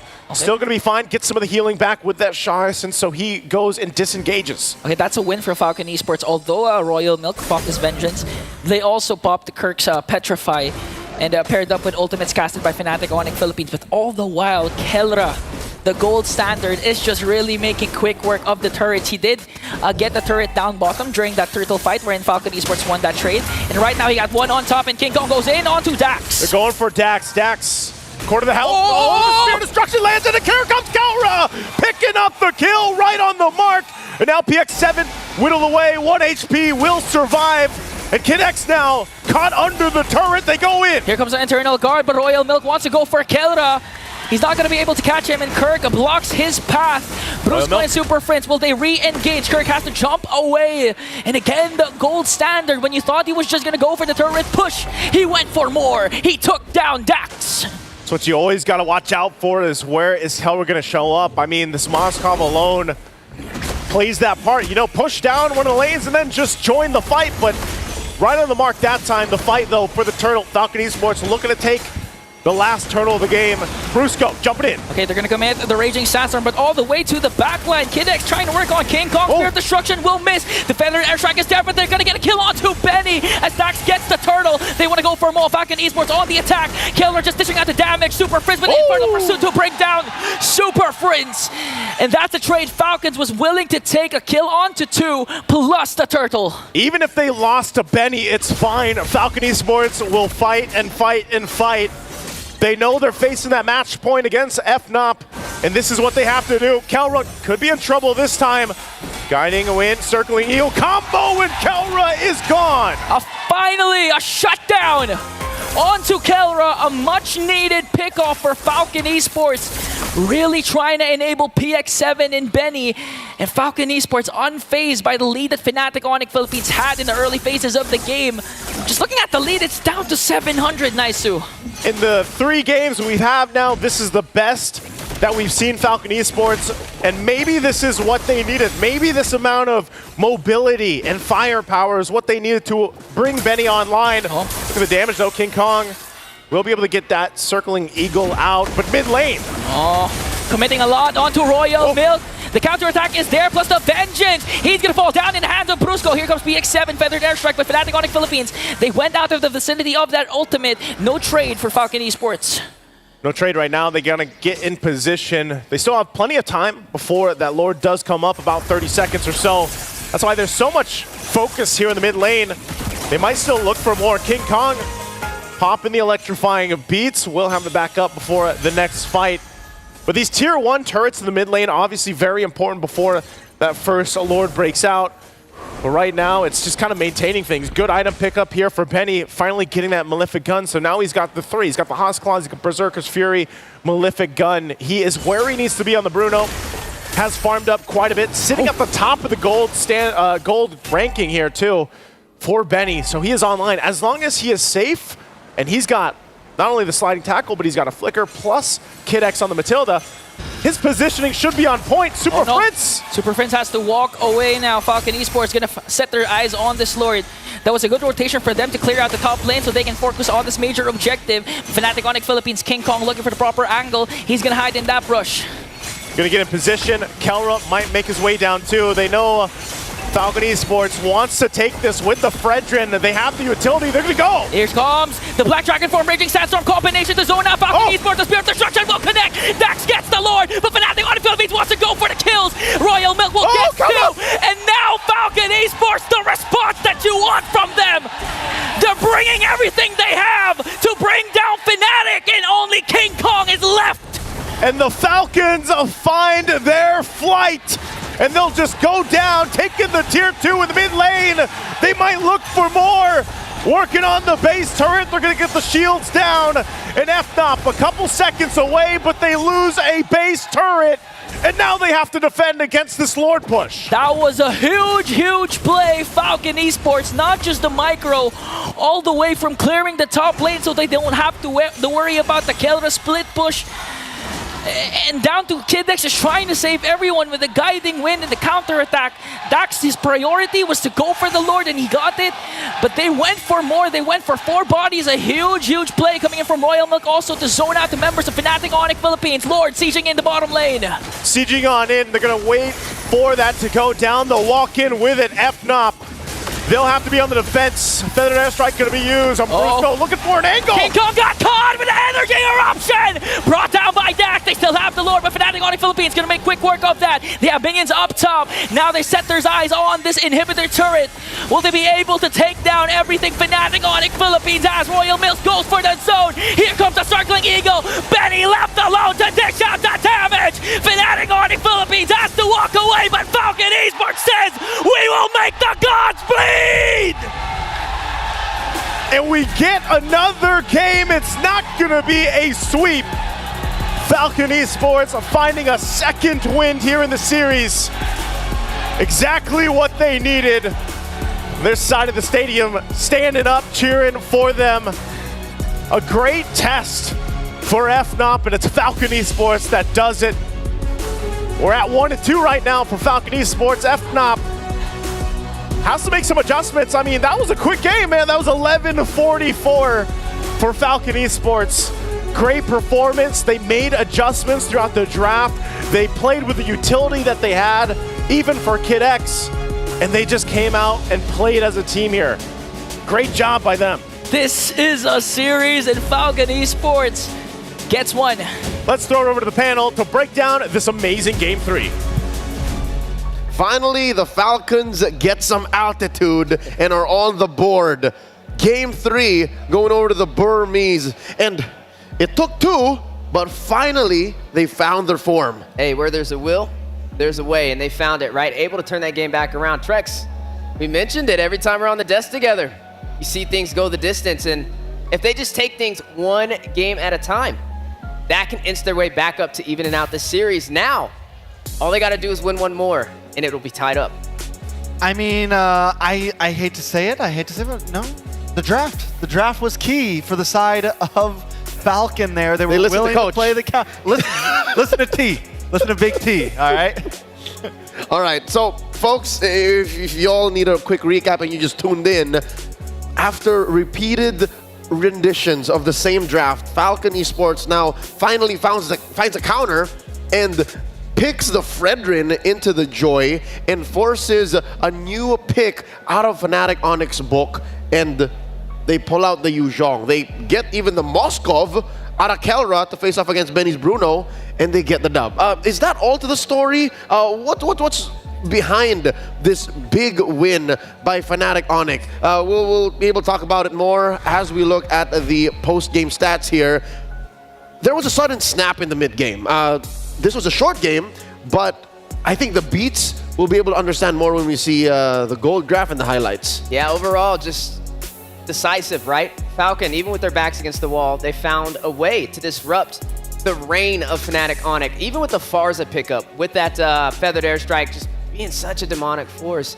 You get to see the Mathilda bring them back to safety. I think with the sustainability and with the massive damage output, and then again with that Fredrin to counter this Joy, who's been pretty much unstoppable this entire M series. And speaking of that Matilda, right, you get the Oasis Flash, you get cooldown, you're building on the more damaging utility side, and you're able to do that because you have this Fredrin. Normally, FNOP would completely take advantage of a squishy front line, but since they have the Fredrin in that place, you have the advantage. It definitely helped. And Fnatic Onyx, interesting response. Ultimate dive. They have the Joy on King Kong, just trying to, weave in and out, try to burst down Benny if he somehow found him. PX7 as well, a little softy there. And I'd say the more acquired taste, the X factor, the special ingredient, that Yuzhong, alongside Brusco's signature Khalid, which has done work on the M6 stage before. Suddenly you see Kirk bringing in the Black Dragon. At some point, it worked. It was good when we saw them synchronize it with the Rampaging Sandstorm, but I guess the guiding winds was just enough, and of course the hard stoppers up front. Yeah, I think the big problem where it started to fall apart is you have this Khalid, which already isn't a real tank, right? Like, yes, it's a decent tank in the hands of Brusco, but then you also throw in the spice of this Yuzhong, where now you essentially have two heroes that just aren't real frontliners. Like, they are, but they're not your hard-boiled tanks, right? And once Benny gets online, he's just eating those things up. And that's why in the beginning it works for FNOP. They have the dive, they have the counterplay, but once it gets to the end, when Benny's really punching in, those, more half tanks aren't cutting it. And this is just overall a way better solidified draft from Falcon. It's what we've seen in the last matches, right? You have the Mathilda, which helps with the Phoveus. One of his biggest problems is having to dive into a team and having no way to get back to safety. But when you throw that Mathilda in the mix, he has a clear path back out when he uses that Infernal Pursuit. As you look at the gold graph on the board, I mean, look how it scales in Fnatic Onyx's favor, all the way up to about that 7 minutes with that turtle play. And then out of nowhere, Falcons rise high in the skies and take over. Almost 3,000 gold between them, and then it was even Fnatic who scored the turtle at that point, and suddenly, come the 9-minute mark, it's Falcons who scored the Lord, and then Fnatic locked inside their own base. Well, there is a big trend to notice with a lot of Fredrin games. It is normally always first Lord pop-off. Like, that's normally the time when these Fredrin compositions start to shine, right? Because Fredrin's a slow jungler, and what FCon did so well here is they never let that gold get past that 3K mark, right? They always kept it under range. It peaked at 2.4 deficit for FCon, and then it starts to come back. It starts to flow back. If FNOP was able to full send that gold lead and get a couple more kills on the board, then their composition probably would have won out. They would have been able to take control. But because FCon's able to kind of stalemate it until that 9-minute mark, then they're good. And they really spread out the responsibilities. You see here, PX7 got a solid amount of kills, 3. Benny as well, 3. And then sometimes the frontliners would just find these stragglers, these random heroes from Fnatic Onyx that have crossed the threshold, the point of no return, and that's what led up to that huge lead. Because, again, in the first 7 minutes, yeah, it's true, Fnatic Onyx were in control, but Falcon never let them go farther off. That's why it stayed within comeback territory and allowed for the Burmese to get the win. Let's go ahead and figure out who our MVP is. Which one would you name to be the biggest impact player for Falcon Esports? Ladies and gentlemen, it's none other than Kid X, holding their ground, keeping everyone safe. His Matilda definitely allowed for so much more than just protection. Yeah, I think this was the perfect Matilda game, right? Especially stacked up with that Phoveus, and I would say even with the Fredrin. Both of them not the most mobile heroes, but when you throw the Matilda in the mix, not only are you providing those shields, but you're also getting them back to safety. We saw a lot of amazing highlights over there from Kid X to get that job done, only really needing that flash of Oasis to be able to pull that off. Now, with the Matilda in the mix and the Phoveus, is that a gamble Fnatic Onyx wants to take again for the next game? To leave both open? To leave both open. I guess it depends on what side Fnatic Onyx ends up being. If Fnatic Onyx picks blue side to go to, the draft will be completely different. It's going to be a completely different game, you know? But still, we'll see exactly how it ends up. I like the way that Kid X plays this Matilda. In the early game, it was a little more aggressive. He was able to bring Dax to chase down some of these picks, able to bring people to safety. He was always in the correct spot at the right time. And I think just overall, it's a hero that did fit him very well. Okay, now in hindsight, watching these clips play, and again, once the fight begins, Falcon Esports just has had that unfair advantage of we can disengage and re-engage at will compared to Fnatic, who is just all in dive.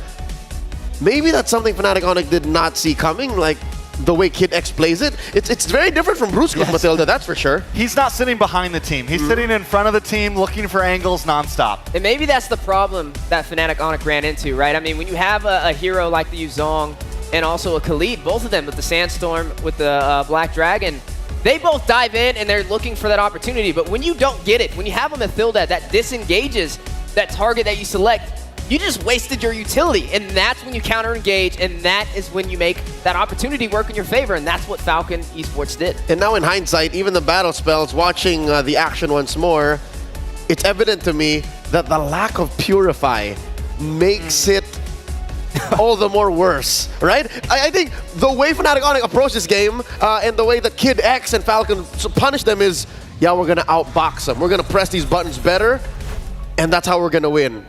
Falcon did not let that happen. You know, it's such a great point because Kelra is kind of, at least so far in M Series, he's notoriously known to just take the flicker because I think he's so confident in his mechanics. About 9 out of 10 times he's right to do that. Exactly. But this time, FCon FCon catches them out, right? Falcon Esports takes advantage of that, and that small oversight ends up being one of the downfalls here, right? So very well played by Falcon, and now, for the first time in 3 series, and we're coming on to Series 4 now, Fnatic Onyx has to go to the drawing board. Yeah, I mean, they're rolling their sleeves up, but they're not out of the tunnel just yet, right? They got to find another way to disrupt that path that we've been seeing Onyx dominate in. And I agree with you, Trex, when you mentioned the draft, when you mentioned the Fredrin, being a great response to the Joy. These are the things they have to do, right? Half of the battle is in the draft, and that is where you can disrupt Fnatic Onyx from taking over. And with that said, going into Game 4 for the first time in this best of 5, it's Fnatic Onyx who has to figure things out. Luckily, they can still adjust the draft and we have a quick break. So with that said, folks, y'all go ahead and grab a drink, grab a snack, and we'll come back with more action here on the M6 World Championship.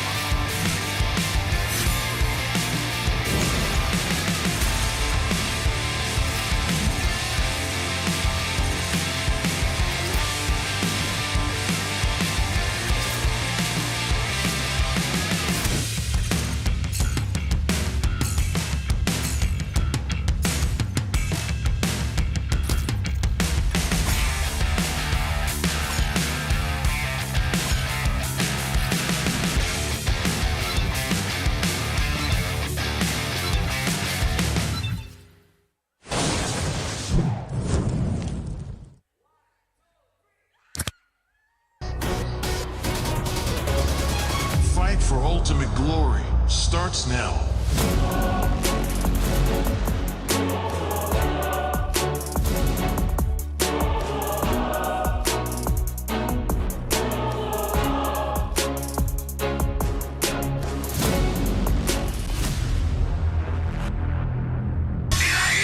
Mobile Legend M6 スイスウォッチ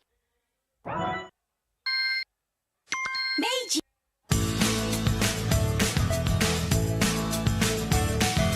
Hello panda, semua suka biskuitnya. Biskuitnya enak, isinya lezat, rasa coklat dan strawberry. Hello panda, semua suka biskuitnya. Biskuitnya enak, isinya lezat, rasa coklat dan strawberry. Hello panda, biskuit isi yang enak.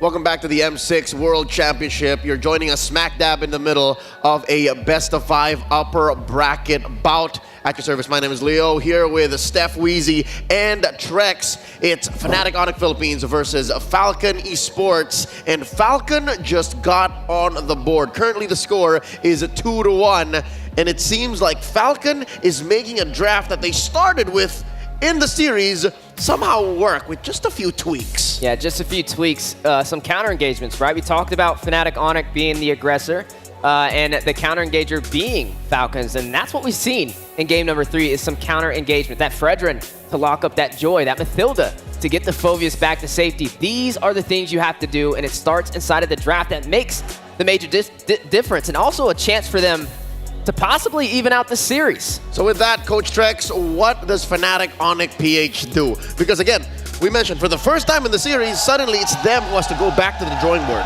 Well, I think I don't want to take away from them taking that Yuzon pick, because that's just the way that FNOP goes. Like I said, they're never scared to pick something if it theoretically on paper counters. And I think FNOP just has to continue doing that, continue playing their game. The real question is, do they go back to blue side, which creates this really interesting dynamic between teams, because some teams really like drafting from red side, and I'm kind of still wondering, where does FNOP fit on that blue to red side right now? It seems like they enjoy blue, but we're really going to know now because they're finally losing a game. Yeah, more on the Yuzhong. Something tells me it's less about countering what Falcon Esports are doing, and it's more of just their coup de grace, their finishing maneuver to try and take down Falcon. Speaking of which, here's a quote from Royal Milk, the story behind the team's success. Their biggest factor of success was their training. They play every day without rest, preparing for the World Championship, and it takes a lot out of them, and it's mainly out of the trust for their coach. Both of their coaches, Coach RC, Coach Nyo Chao, are like family, because those are their sources of motivation and pushing them to improve. It's their support that allows for them to improve. Yeah, they're definitely close-knitted, right? They keep it home, they keep it as a family, and that's what you have to do, right? That synergy is what comes alive from Falcon, and that's what we've seen in game number 3. Now, a chance to even out the series. The odds are higher than ever, but they were able to prove everybody wrong. I mean, there was a moment when I looked at the prediction rate, it was 99% to 1. I gotta see what it is now. I mean, after the last performance, there's some glimmering hope for the Falcons. Okay. Talking about Fnatic Onyx efforts to try and reel the series back into control and eventually a win, something tells me they're going to play closer to the chest. Something tells me Game 4, they will play closer to a style that doesn't outright try to reinvent the wheel, because that's what we mentioned as the Yu Zhong pick came through, right? Like, oh no, they're redefining the meta again. they're changing it up. But you know, I can completely agree. When you get to a point like this, it's like, all right, back to the basics. Let's see if, and you force Falcon to kind of come back to that. You jog them back to the world, and can they embrace themselves for that? Because that's definitely it's tough when you go that off and then to snap back, you know? So can they do that? Well, we also asked the question with the last series, do they let the Matilda and the Phoveus both walk? It's one or the other. Yeah, are they gonna, does Fnatic Onyx have a plan against that? Or are they just gonna let them select it again and try and dominate on game number 4? A lot of questions we have to ask, but we'll have some answers here momentarily as we're looking at some of the players on the board. I think it's really down to, like I said, because if FNOP's on blue side, then they might have the option for the Matilda, right? They might have, because that's where the Matilda's been going. So a lot of it's going to come down to where each one is at, and then if we think the Matilda is that prio, at least in this series between these two teams, does FCON go for like the cheeky Matilda first, second pick, right? Instead of saving it for third, do you slot it in early? If at least between these two teams, that is one of those defining game-winning picks. One hero for sure that's going to show up in the first phase, regardless of blue or red, is the Joy. King Kong has played the Joy 5 times now, the most in M6. That's why they call him the Electrifying Beast. Second would be Hades and Hoda, and then Sekai's and Tienzi. So, Joy Fredrin. Let's talk about that dynamic, because it's very apt. Are we going to see that trade here again? If the Joy goes through, I think we definitely see the trade. There's no reason for you not to see the trade between those two. Is it that solid? Coach T, is it that solid? I think as long as the team is solid, it's that solid. I think it is the rock, paper, scissors right now. I think it's Joy over Suyo, Suyo over Fred, and Fred over Joy. And then Alpha's just we can throw that in too if we want. And that's why Coach Wynot's just like banning it over and over again. Yeah, I mean, even when it came to King Kong, when it came to that Joy, you saw everybody stacked up, all the other junglers. He had an 80% win rate on that, and that was definitely affected by the last game that we just watched. That's with right. That Fredrin. Won 4 times prior, lost just now. So that's the current stat here for the Joy. Let's talk about that Phoveus. Again, Royal Milk, successful with only 2 heroes so far. The Phoveus and the CC. I think that's another valid point of attack. Maybe that's what Fnatic Onyx can do to force out another pick out of Royal Milk.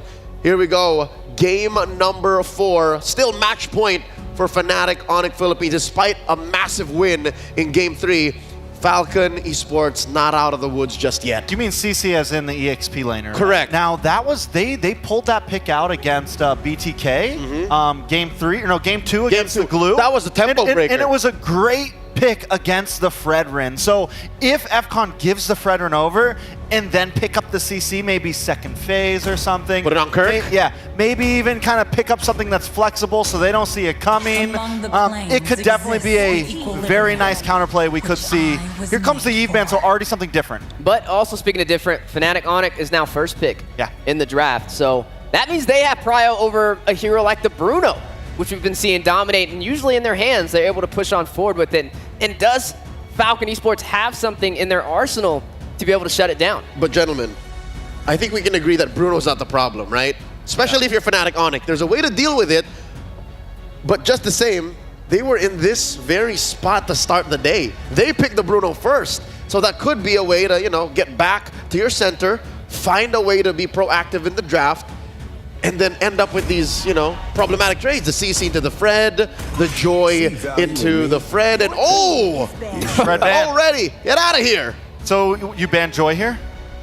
But then you give over the Blue Yo. So no, you don't ban Joy here. But my thing is now that we have this dynamic between jungle, if they leave it all open, FNOP, do you think they would first pick Joy with Fredrin gone?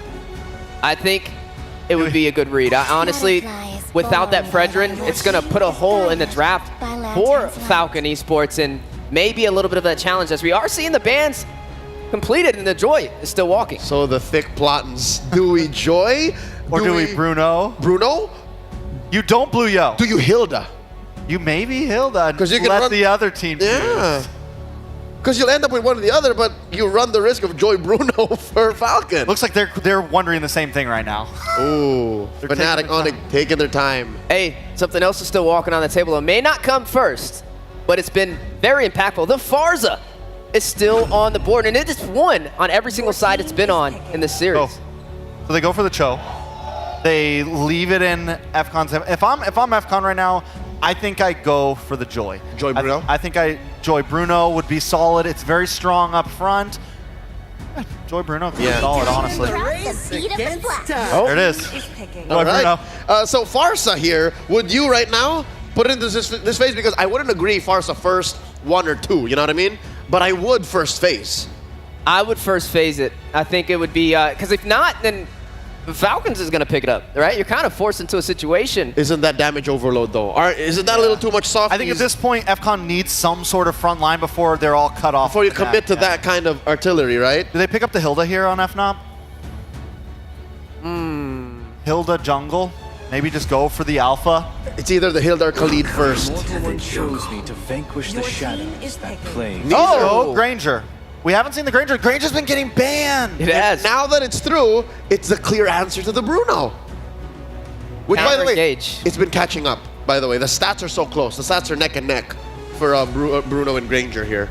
And it really helps support the Suyo and some of the things he's have. Like, it just adds a bit more damage where he needs it. The Granger's a little harder to catch, I think, than the Bruno.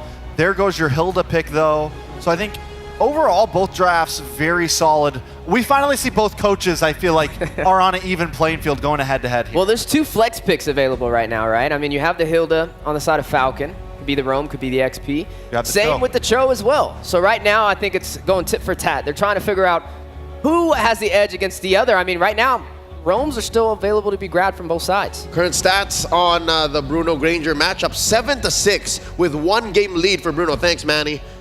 I love that. I mean, because in the beginning it was all Bruno, but now that we're getting to the knockout stage, we're seeing the gold laner shine, and we're actually seeing that it's a legitimate counterplay, right? We'll put it into the hands of the likes of the gold standard, the untouchable Aaron Shiki. It's definitely possible. All right, hear me out here. Tigreal. Nope, wait, did he just get banned? Okay, he's banned. I was about to say, I was walking for a second. I thought recall. There would have been a chance, but a good read from Fnatic Onyx. I mean, especially with that show, with not as much Group CC, the TIG would have been excellent here, and I think that's a good read to be able to take that off the board. Now, yet to see the mages picked up. What are we thinking? Farsa is still out there. Eve is still out there. Vixana, oh, Eve is not there anymore. Vixana is still out there, so is that the possible trade?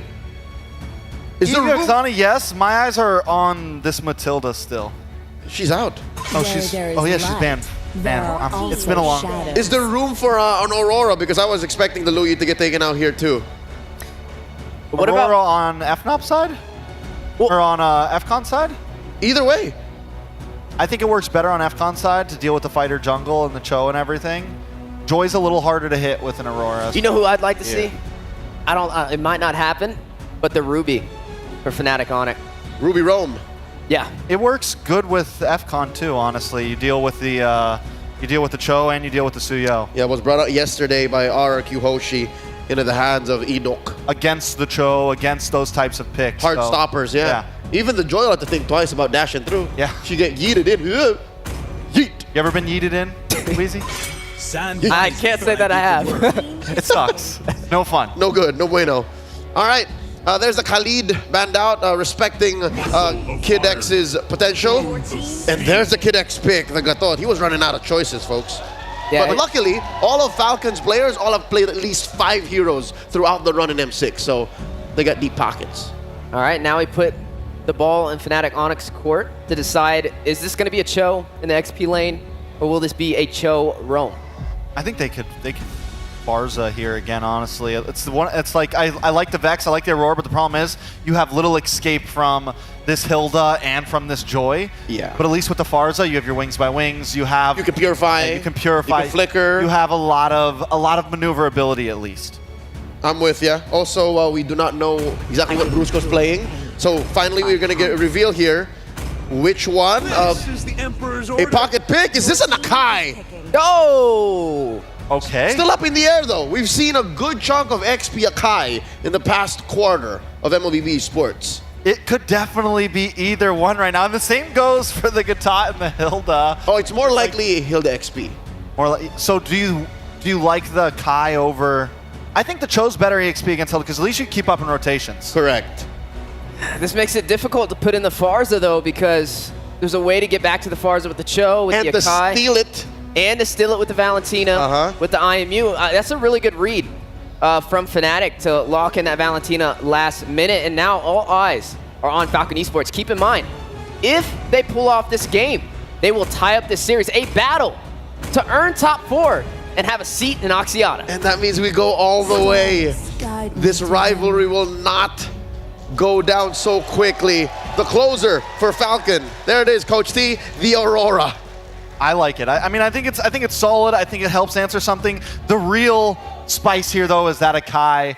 How is it going to work out? Back-to-back, game-to-game, FNOP bring out a spicy pick. Let's throw those our casters to call this match. Game number 4 ahead of us here at Falcon Esports after getting the last one. Can they do it again to bring it down to one game? What is up, guys? Again, I'm Nice and this is Ingon. Ingon, some interesting picks here. We saw the Yuzong earlier last game, but now also the Akai comes to play. Yeah, Akai onto the hands of Kirk, so it's going to be interesting how he's going to fare up against Royal Milk's Hilda. But in terms of clear speed, I mean, paired up with a concussive blast, then you get the Molten Essence. It's going to be okay, and then you're going to have a huge advantage when it comes to those AoE control. AoE control or not, again, up for Falcon Esports to gain the flight in the series, jumping into the land of Dawn.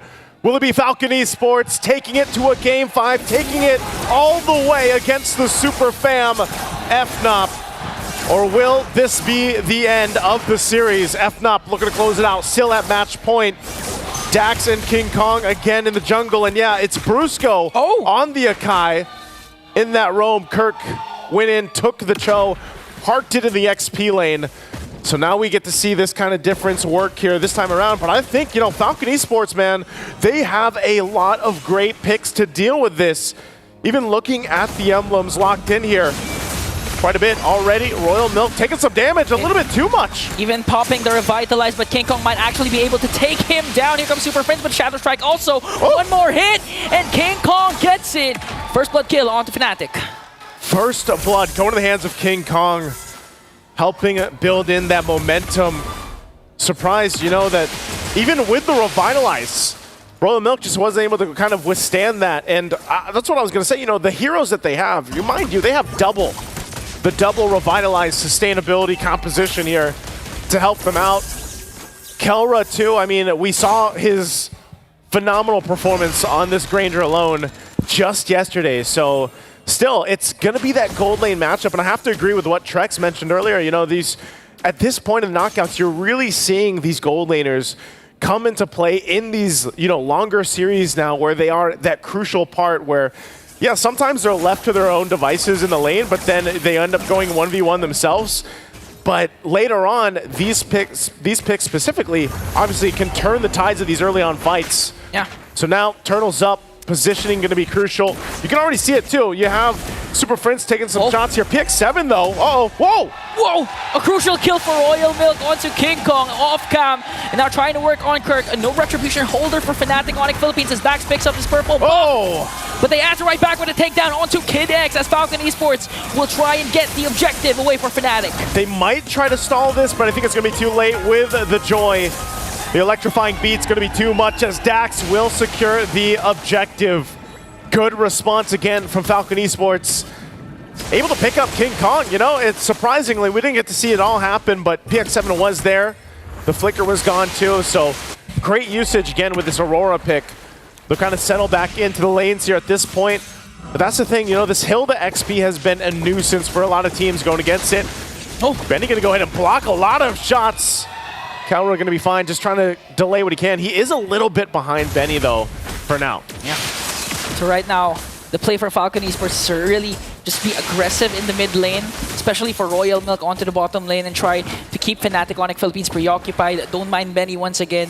Give him the power spike later on that he needs to try and outplay Fnatic Onyx Philippines. And so far, Royal Milk has been doing that. A solo kill onto King Kong. And the best part is, Fnatic Onyx Philippines, they're not as aggressive compared to what we've seen in game number 1, game number 2, wherein they're trying to control the pace against their opponents. Maybe they don't have to be too aggressive. I mean, part of this too is because of Super Prince, you know, what ultimates is he going to take for this? Takes the Frigid Glacier. Oh, there's a lockdown, but again, the passive still there. Takes a shot too with the Queller. So King Kong just kind of shooting off from far range. And like I said, this part of this is, I'm wondering how the Sakai roam is going to work here for Brusco, especially when he's trying to utilize the lockdown with a heavy spin. And how this all plays a part. King Kong taking a couple shots. Kirk, though, goes with the kick. Might just disengage. Does get the ultimate out. Kirk going to be in trouble as Royal Milk will get the kill. Ultimate sacrifice for Kirk to save King Kong from harm's way. Again, that was still a good initiation for Falcon Esports, but could be bad or worse for Fnatic Onyx Philippines if King Kong got picked off once again. Now, they're giving a lot of space for Benny onto the top lane. Now they want to go for the counter-engage onto Royal Milk, forcing his Revitalize. This is why they have to buy time. Brusco gets the Revitalize out. They still have one more. Now the turtle's up. Falcon Esports will go ahead and get in position. Kid X holding down the front side. Kirk taking a couple shots at King Kong, trying to get a range here. But he's going to be zoned out quite a bit from Falcon. Royal Milk and Kirk and Kid X just trying to zone out. Here comes Brusco with a heavy spin. Caught Dax off guard there, but still Dax gets the turtle. Here comes the counter engage once again from Falcon Esports, going to bring down 3 more. Kid X goes in with the AOG and takes down 4 members of Fnatic Onyx. PX7 is online with the triple on this Aurora. Great usage with the Frigid Glacier, and look at that, they're gonna get a tier 1 as well. Talk about momentum for Falcon Esports. Falcon Esports, 3.3k gold lead. Their lineup actually is good for those counter engages, but looking at the instant replay, they're the aggressors. Even though Brusco had a good pin down onto the backline, they set their eyes on the proper targets, which are the damage dealers. Dax focusing on the turtle, he got it, and at the same time, they had the kit to go for more and overextend because Kid X saved his AOG for the perfect moment where Fnatic Onyx was trying to escape. And see, that's what I was saying about the lineup that Falcon Esports has. They have so many options to zone out with a front line, but even their back line protection is actually going to be pretty good just because you also throw in Aurora to the mix. So now they're going to be focusing a couple shots on Royal Milk, but he's tanky enough to just deal with it. This is a huge lead already early on. 4,000 gold for Falcon Esports. So now FNOP in a position that they don't find themselves in often. They don't usually have this kind of gap to work against. So the adjustments on how they approach the next portion of this game is going to be crucial for them. I mean, even for Kelra, it's a little bit harder for him to actually move around, even when the flicker is gone, because of how much threat there is from Falcon Esports, whether that's the Hilda, whether that's the jump from the Avatar of the Guardian with Kid X, or even just getting frozen down from PX7. And as they picked up those big kills, you know, these are big item power spikes already for Falcon Esports. Yeah, Killer just only has the Hunter Strike compared to Benny. Has Claws, Berserker's Fury, gonna work up to try and get that Malefic Gun right away and activate his late game power spike later on. 4.4k gold lead for Falcon Esports, and they're getting good ground coverage, not even letting Fnatic Onyx Philippines get a sniff off that turtle. 3 for 3 now for Falcon Esports. Objectives all secured. Once again, momentum in their favor. They're going to play a part. They're all over the jungle. There's a kick from Kirk into the turret. This might be a good engage for Fnatic Onyx Philippines. They're going to take down Royal Milk, forcing Kid X also to use their Revitalize. Kelra, that's Sonata connecting. That is not going to be enough. PX7 used the Frigid Glacier to try and walk away. Now Fnatic Onyx Philippines slowly finding the favorable trades. They'll find one pickoff, but they still have so much ground to cover here for FNOP. As Falcon Esports willing to go ahead, you know, if they lose Royal Milk, it's not that big of a deal if it's Kid X as well, and PX7, you know, quite sustainable himself just by the fact that he has also got the passive and can work with that. So even if he uses the Frigid Glacier, it's not the end of the world here for Falcon Esports in the fights. Brusco picking up a crucial defensive item. First one finally locked in. Athena's shield dealing with so much magic damage being thrown at them. So the fact too that the tier 1 turret in the mid lane is already gone for FNOP at this point in the game, it puts them in this situation where they're kind of clumped together and they can't overextend. And Benny picking up the Malefic Gun. There's the lockdown on Royal Milk. He's gonna just take so many hits and will get shot down. Dax trying to go for the answer. Here comes the Electrifying Beast, gonna take down Super Prince. And that's a good better trade for Falcon Esports as Benny works on the top lane turret. And we were asking this question even during the start of the broadcast is how do you tame the beast? How do you tame King Kong? It's easy. Take down a mid lane turret, expose his jungle, and take away the buffs of Suyo. That seems to be the answer right now as Falcon Esports takes the tier 2 in the mid lane already, setting themselves up for a easy take on the Lord unless FNOP, despite being down 6,000 gold, actually want to contest this. Knowing them, they might get in position for it. They're going to go ahead and grab what they can, but you answered it here, Ingon.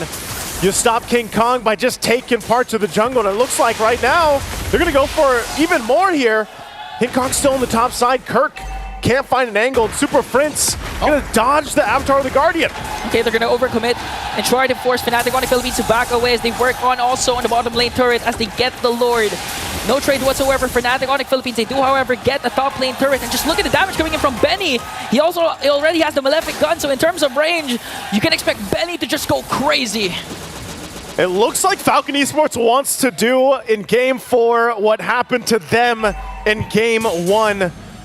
Massive lead right now, very one-sided, and Lord getting ready to march down the mid lane as Fnatic on the Philippines gets ready for a defense. Again, what kind of tools do they have here? Super Prince, he's been holding on to the Avatar of the Guardian the most of the time, so we'll see what ultimates he takes for this one. He holds up on the front side, Kid X to stay up front. Lord gonna make its way. They still have the shields. They're gonna force a fight here. Shield's gonna pop. Dax now, is he gonna jump into the base? They deal with the Lord, it's gone. But you can see it, Benny online. Just a couple shots will bring them down to half health even. Good play coming in! Kalra shuts down Benny! There was a close call for Fnatic Onyx Philippines because Super Prince almost got bursted down to try and get the AOG away from Kid X. And now Kalra has been activated, a crucial shutdown onto Benny. A good pickoff, but still, FNOP has so much work to do. Successfully defending that one is not enough to turn the tide in this game just yet, as Falcon Esports still holds on to a comfortable lead. And I mean, Dax, there's been no answer for Dax. Dax has just been freely taking the jungle. Looks like they want to go for the mid lane though. Okay, they commit the Frigid Glacier for the AOG. It's all gonna miss, and they're gonna try and take down Kirk. Electrifying Beast, but Brusco from the back with a heavy spin. Gonna catch up onto Royal Milk. Still going, they're gonna disengage. Super Prince holding on to the Avatar of the Guardian still. King Kong gonna work on the purple buff and Kid X and the rest. Oh, the shots from King Kong! The Queller finds the mark. Even with the Revitalize, they're able to answer right back. And Falcon Esports heads up play. They're gonna try and take away the orange buff of King Kong. Let's see what's gonna happen here. Dax trying to zone out King Kong, and Falcon Esports still clinging and holding on to a 6.2k gold lead.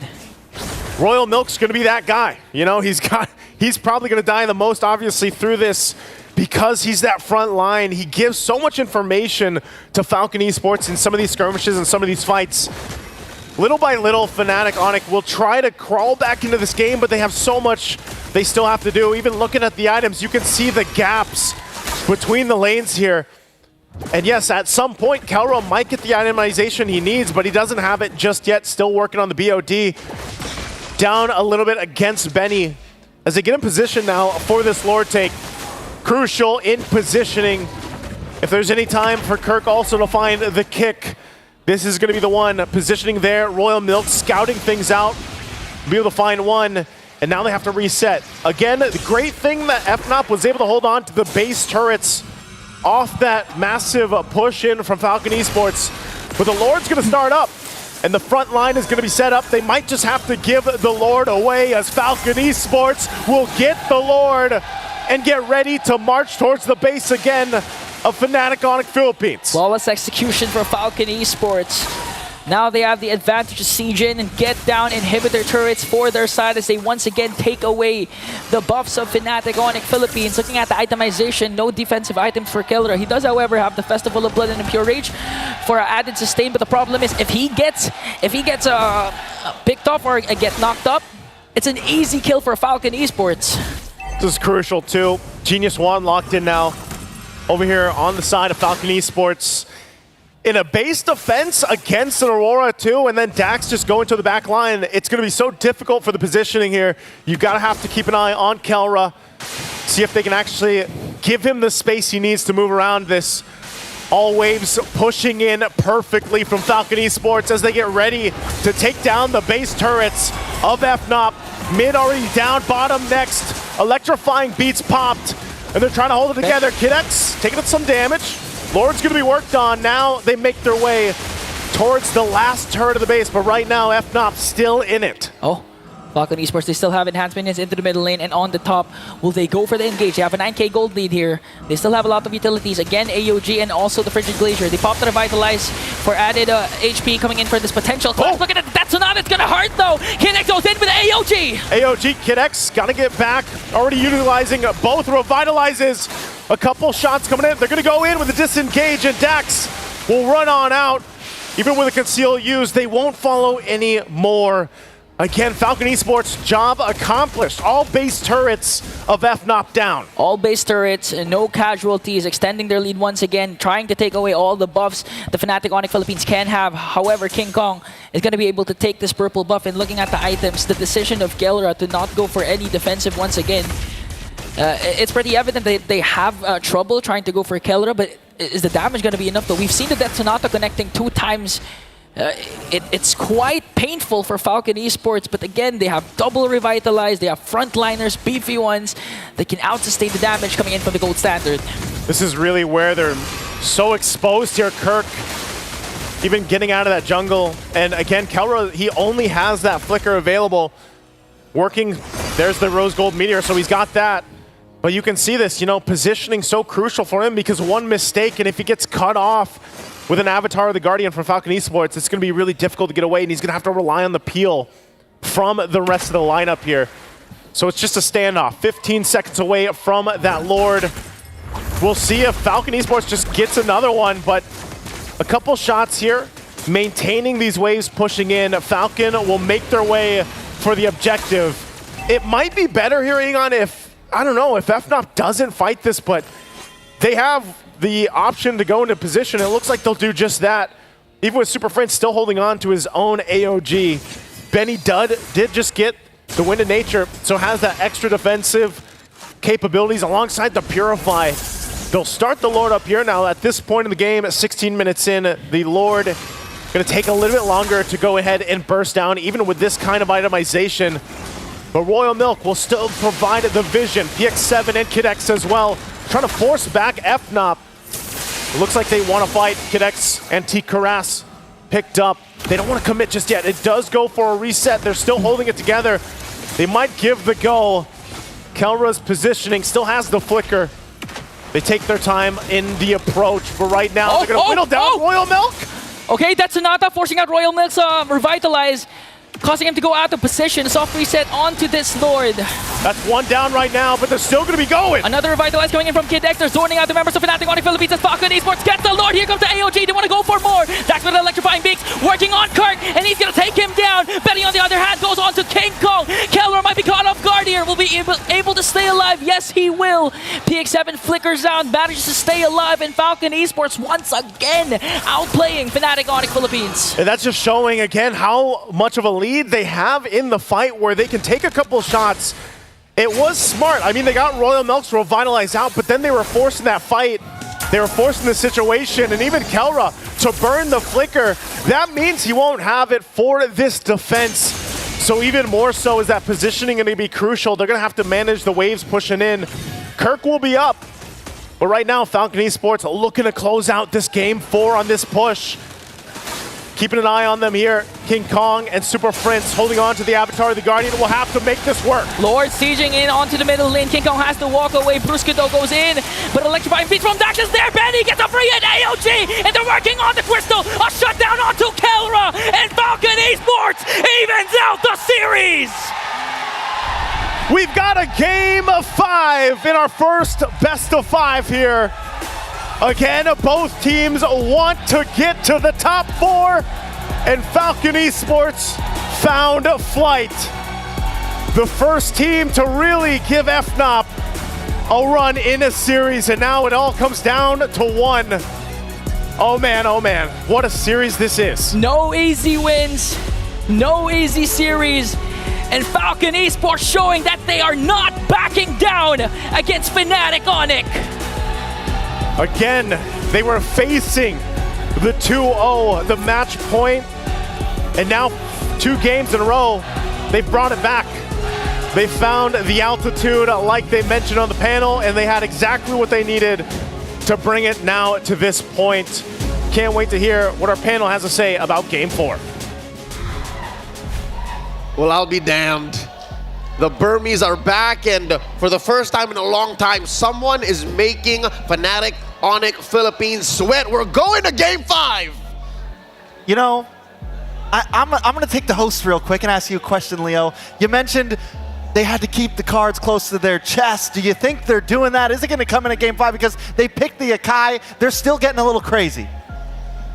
They didn't, and they introduced another new element to the draft.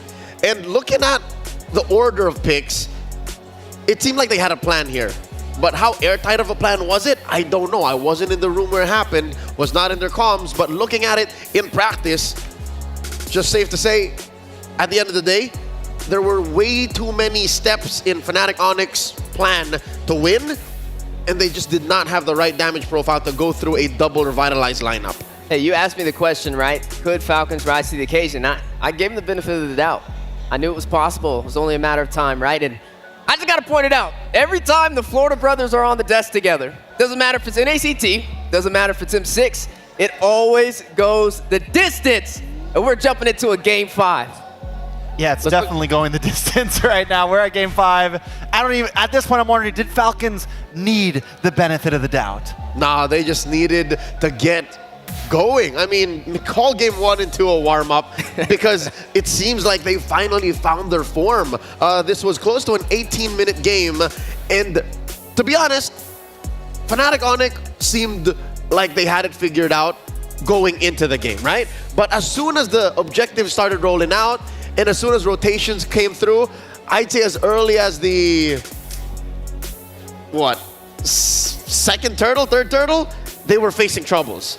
And it's at that point, you look at a Valentina lineup, it's at that point you look at an Akai lineup and say, if you can't find Benny often enough, and you can't stop the Joy from running roughshod, then this is going to be a big problem. Yeah, I mean, the Joy has just been huge so far in this series. We have yet to really see an answer outside of that Fredrin be very impactful, and without Fnatic Onyx picking that up, picking something a little bit more, what we would say unorthodox, right? You have that Akai in. We asked the question with the Yuzong as well. These off-pocket picks, are they worth it? Now losing 2 games back to back and losing the opportunity for a top 4 today if they're not careful. Looking at the items, you'll see that the farm was on point for Kelra. It's just there was too much he was working with. There was too much of a mountain to conquer from Falcon Esports because he was dealing with the threat of Dax rushing through. He was dealing with the balls from Benny. And I think this does put the stats back up in favor of Bruno. Bruno is still favored now at 8-6, if I'm not mistaken. Yeah, Bruno definitely still holds the lead as long as you have the right draft around him, and that's what Falcon is doing. They seem to be the ones to pull the cards close to the chest in that game and come out on top repetitively, and this time It seems like the coach of FNOP is having some trouble in the draft. They ban out the Fredrin on blue side, leave themselves. I think he didn't think the Joy was going to get slotted up front. Not like that. I don't think he thought it, because something went wrong there in that draft, and it went heavily into the favor of FCAP. Taking a look at the damage, though, another thing to point out, look at Royal Milk, and this is the great thing about the Hilda.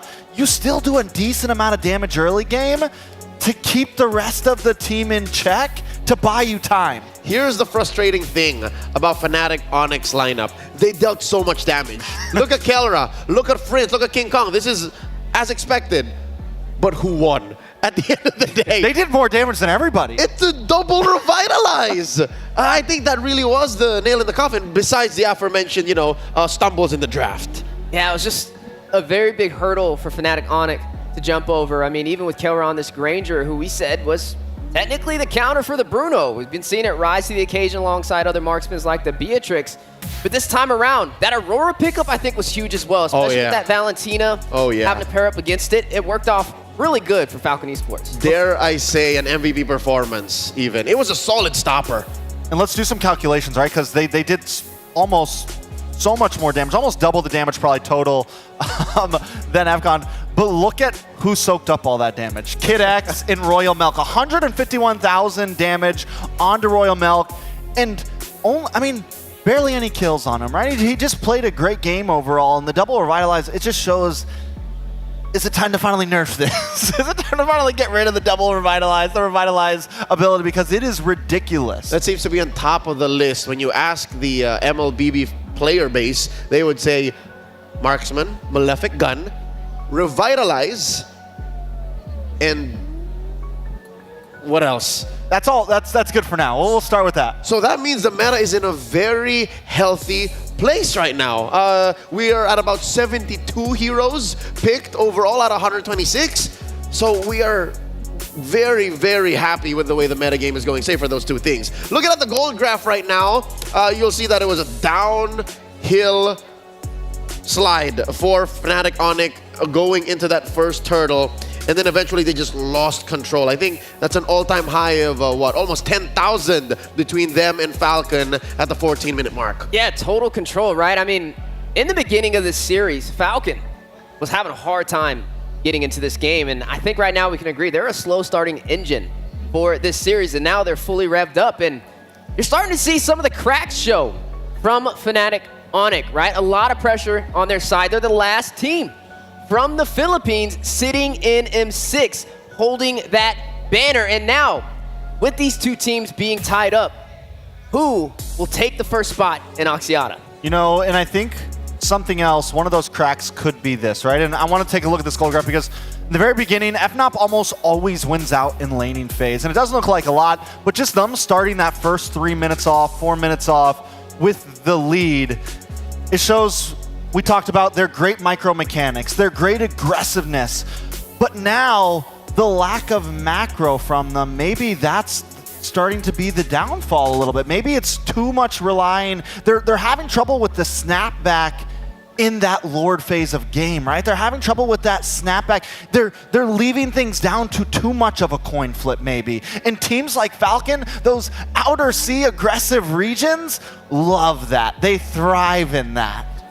And that is the current dilemma for Fnatic Onyx Philippines. Can they somehow snap back to a more macro-focused form? Because Falcon Esports, they just got started, and now finally they are soaring, and momentum is on their side. Their frontline mage, their MVP mage, we're gonna give it to him. Spoiler alert, let's throw it over. It's PX7 on that Aurora. Coach, he picked up the Aurora. Coach T, he picked up the Aurora. I like it. I think it was a very clean pick, and it worked well. At first I was a little like, okay, This can work. It's a little dangerous, but again, you have the front line to block for it, so the Aurora can just save. And even in that final push when they were going into tower, he drops the Frigid Glacier and saves Benny's life to make sure Benny can get a little bit more damage out. And they waited in the draft to pick this up, right? This wasn't an early pickup. This was pretty much the last pick for the draft right after that Valentina slot. It was red 5 for game 5, yeah. And to get that MVP, it just showcases PX7's mastery. And right now, with the momentum rolling inside of Falcon Esports' favor, they're 1 game away from dropping Fnatic Onyx into the lower bracket. Flipping the table. Let that sink in. Let that sink in. Can they do it? Can they do it? Momentum is on their side. Unless Fnatic Onyx somehow, some way, pull something out, then yeah. There's a phrase we haven't used, I think, at all this M6 that I think goes very hand in hand with Falcon and Days of Past. Is it broadcast safe? Downloading. Oh. Falcon Esports, first 2 games where they just downloaded. Was Coach Neo Chao just downloading the draft for a bit? You know, was the bar filled? Are they good to go? Are they at 100%? I think they are right now because the first 2 games, Fnatic Onyx Philippines was in the driver's seat, man. They had the wheel of the draft, and now Falcon Esports seems to have the wheel of the draft. They got Fnatic Onyx Philippines guessing. And if anything, watching the game now, watching PX7's highlights on that Aurora and Falcon Esports' performance so far in games 3 and 4, I agree with you. It seems like it's now a check for Fnatic Onyx Philippines if they have more files, if they got more blueprints. What's in Coach, why not, in Coach Hayes' clear book? Like, what the else original do they have? blueprint. You just got to get back, like you said, pull your cards in, get back to the original blueprint. I mean, they're stacking up teams left and right in M6 so far. I mean, they took down Aurora MLBB during the Swiss stage, and then they also took down SRG, and now to bring back this series, which was really just 1 match away from a full sweep for Fnatic Onyx, now tied up. How do they do it? And if anything, it's Falcon who refuses to budge. It's Falcon who just says, no, we're just going to pick the same heroes. We're going to put Aurora on PX7. We're going to put Agatot on Kid X. You've seen this before. We're going to keep the Bruno and Benny. And I'll tell you now, that's pretty terrifying. If you're Fnatic Onyx right now, is we keep giving them the same heroes. We could have sworn fundamentally we could beat them. I think that is one thing that they haven't done quite yet, is just go back to the basics, to the fundamentals, what worked in game 1 and 2. Stop it with these Yu Zhongs. Stop it with these Akais. But I was actually going to ask you that. I was going to say, do they stop these X Factor picks? Because I always say it's high risk, high reward. And right now, the reward is not on Fnatic Onyx side. Listen, if you see the crowd behind us, we have the Philippines behind my right shoulder. We have Myanmar behind my left. Myanmar was quiet for half this series, just silence in the crowd, but they have not sat down since game 3. The Burmese are here in droves, and they are alive and kicking. Ladies and gentlemen, before we begin with game 5, let's throw it over to our courtside reporter to get us into the thick of things. What you got? Welcome back to Courtside Reporter. Now here with me, Poji, and also we have Chantel, and MPLPH Insider, and as well, Falcon Esports super fan. And also maybe you can introduce yourself. Sorry? You can introduce yourself a bit to all of the fellow fans all around the world. Hello, Falcon! AI! AI! Fly high! It's a very heavy crowd right now. Look at AI high, fly high! Nice one, nice one. Menggalapa, my friend. Ako, Menggalapa as well. Now, kumusta? Oh, you know Filipino words. Wanna hear some of the shout from the Filipino crowd? Are you guys ready? In 3, 2, 1, let's go Fnatic! Onyx! Onyx! Onyx! Onyx! Onyx! Onyx! All right. But now, may I know who is your favorite player for Falcon Esports? Okay. I love Falcon Esports. All of them is my favorite. You are all my favorite, bro!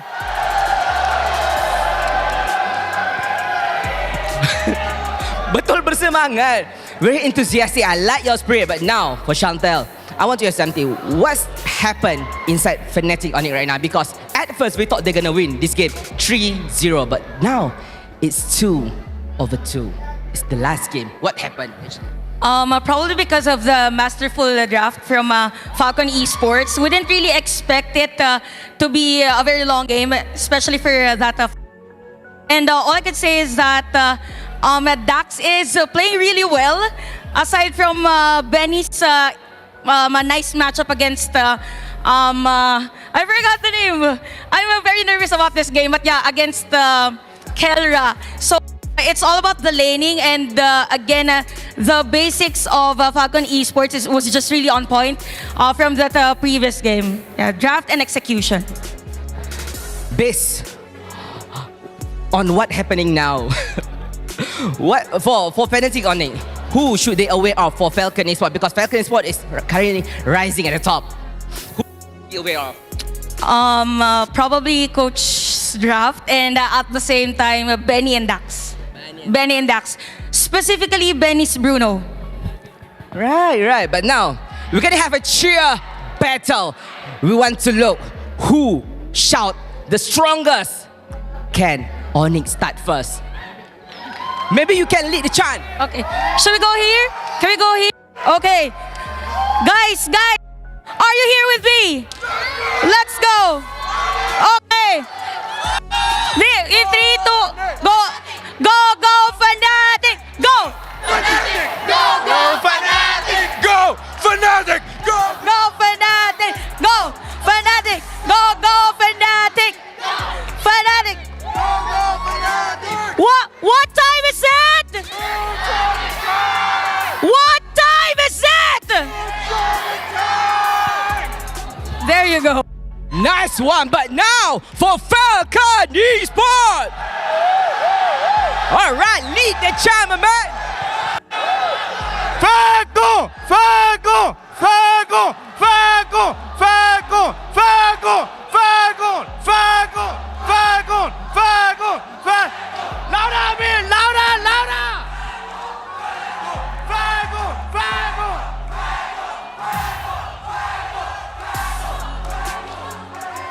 One more time! AI! AI! We are! Yeah! It's crazy over here right now. And now, without further ado, let's head back to the panel and let's hear what they thought about their cheer right now. Let's go back. All these kisses today. Of all the places for a home crowd to feel like a home crowd, it's in Malaysia that the Burmese out-cheer the Filipinos. That's what momentum does. That's what going into Game 5 feels like after game trying something new. Looking at the history of Fnatic Onyx Philippines when they're up against the ropes, last time we saw them in this very position was in their grand finals against Aurora. And looking back at the history, this was on October 20th, 2024. They went back to basics. It was a draft that looked very in meta at the time. Now, gentlemen, do you agree that if somehow, some way, Coach Wina and Coach Hayes can find this back to basics meta draft, is this the key? I think so. I mean, sometimes simplicity works the best, and that seems to be when Fnatic shines the most, at least against a team like Falcons, where I don't feel like they're going too out of pocket with their picks, right? They're going for more of a standardized meta. So jumping into game number 5. In just a few. These are things that have to be checked off, right? Going back to home court with more of a standardized draft and not high risk, high reward picks. All right, how about we go down to the numbers? What if we compare our mid laners? Because if all else fails, if you don't get to shut down the gold laner, you don't get to shut down the jungler, your core most likely is your mid. Let's check out the stats between Super Prince and PX7. Okay, so Super Prince KDA looking ahead, which really, I think, complements his style of just always kind of playing the range so well, getting those big kills, but barely ever dying. But one thing to point out with PX7, he's up on the gold per minute, which just shows, I think, his style of he's willing to hunker down in that early phase. He's willing to make sure he gets the gold. He's looking for those rotations early game and throughout the game and find those items as fast as possible so he can get to the point where he can capitalize. Yeah, I mean, This is going to be a tough one, right? When you see Super Fritz, you see him on pickups like this Farza, he shines. I mean, even with the flicker, you'd think it would be for a means of escape, but it's a means for engagement. He's all about those highlight plays and dealing that damage, and that's where you kind of see him top off against PX7. So going into Game 5, I think it's a matter of who steps on the clutch faster and recognizes the fact that it's time to be utility mage. It's time to be carry mage. It's time to be artillery. It's time to be starter. Before the draft begins, gentlemen, I got to ask you real quick, just off of your gut, who do you think is taking Game 5? You first. Fnatic Onic. Your team is banning. I'm going to go with Fnatic Onic as well. I think 2 games is enough. I feel like if they go back to their roots, they'll be able to pull this one off. You know me, T-Bless, ready to put some sanction down on somebody, and right now I'm going with the underdogs, with Myanmar, the Burmese, Falcon Esports. I think they can pull it off. They're in the driver's seat right now. All they got to do is take it across the finish line. All right, let's see what the draft dictates. It's 2-1. The desk says Fnatic Onic will take it, but Trex believes in Falcon. What's the opening pick? Oh, I mean, Bruno is gone. Bruno's which means gone. Cho should be first on the board for Fnatic Onic. I mean, right now it could be flex, right? You don't know if it's going to go into the roam. You don't know if it's going to go into the XP lane. And I feel like it's the safest option so far. But it is going to be the Joy. There's no Fredrin, though. Okay, so counterplay out the door. That's what I wanted to see. Remember in last game, I was like, they banned the Fred, they could take Joy right up front here. But they took the Suyo, and they allowed the counter. So now, FCON's in the position where they have to find the counter to the Joy. What is it? Joy's been winning games back to back to back in this series. They pick up the Hylos, they get the Granger, so they have some front line. They have some answers a little bit. The Hylos hasn't slipped through yet. Oh, this is getting spicy right now. The audience going wild, cheering. How often do you hear cheering in the draft alone? As if the chess match between our coaches were as intense. I'll tell you now, I think it's very much called for, because this draft sets up the game for him. Setting the tone right now. Falcon Esports 1 win away, which was once looking like the impossible has worked in their favor, but now Fnatic Onic ready to claw back with the Eve and the Hilda. All right, already they have great tempo control. And explain this to me. The Hayabusa picked into the Hilda. It's dangerous. It's scary. You know, it's worrisome. Coach T on his off time is an XP laner, so you know you're gonna send yourself straight into that jungle. Yeah, this is definitely, it's tough, right? You're already looking to have a little bit of trouble here. The only goal for FCON at this point is, I don't care if you got to give up minions, I don't care what you got to do. You need to stay next to that Hilda at all times and protect the president, which right now it is not Benny, it is Hayabusa. That makes me feel like the Hylos will be, no, it can still be flexed to the roam to the XP lane. But yeah, you are going to have to watch out for this Hilda invading the jungle of the Hayabusa. But with the Haya, it's a free way to get to that Eve. That is something that Super Friends has to watch out for.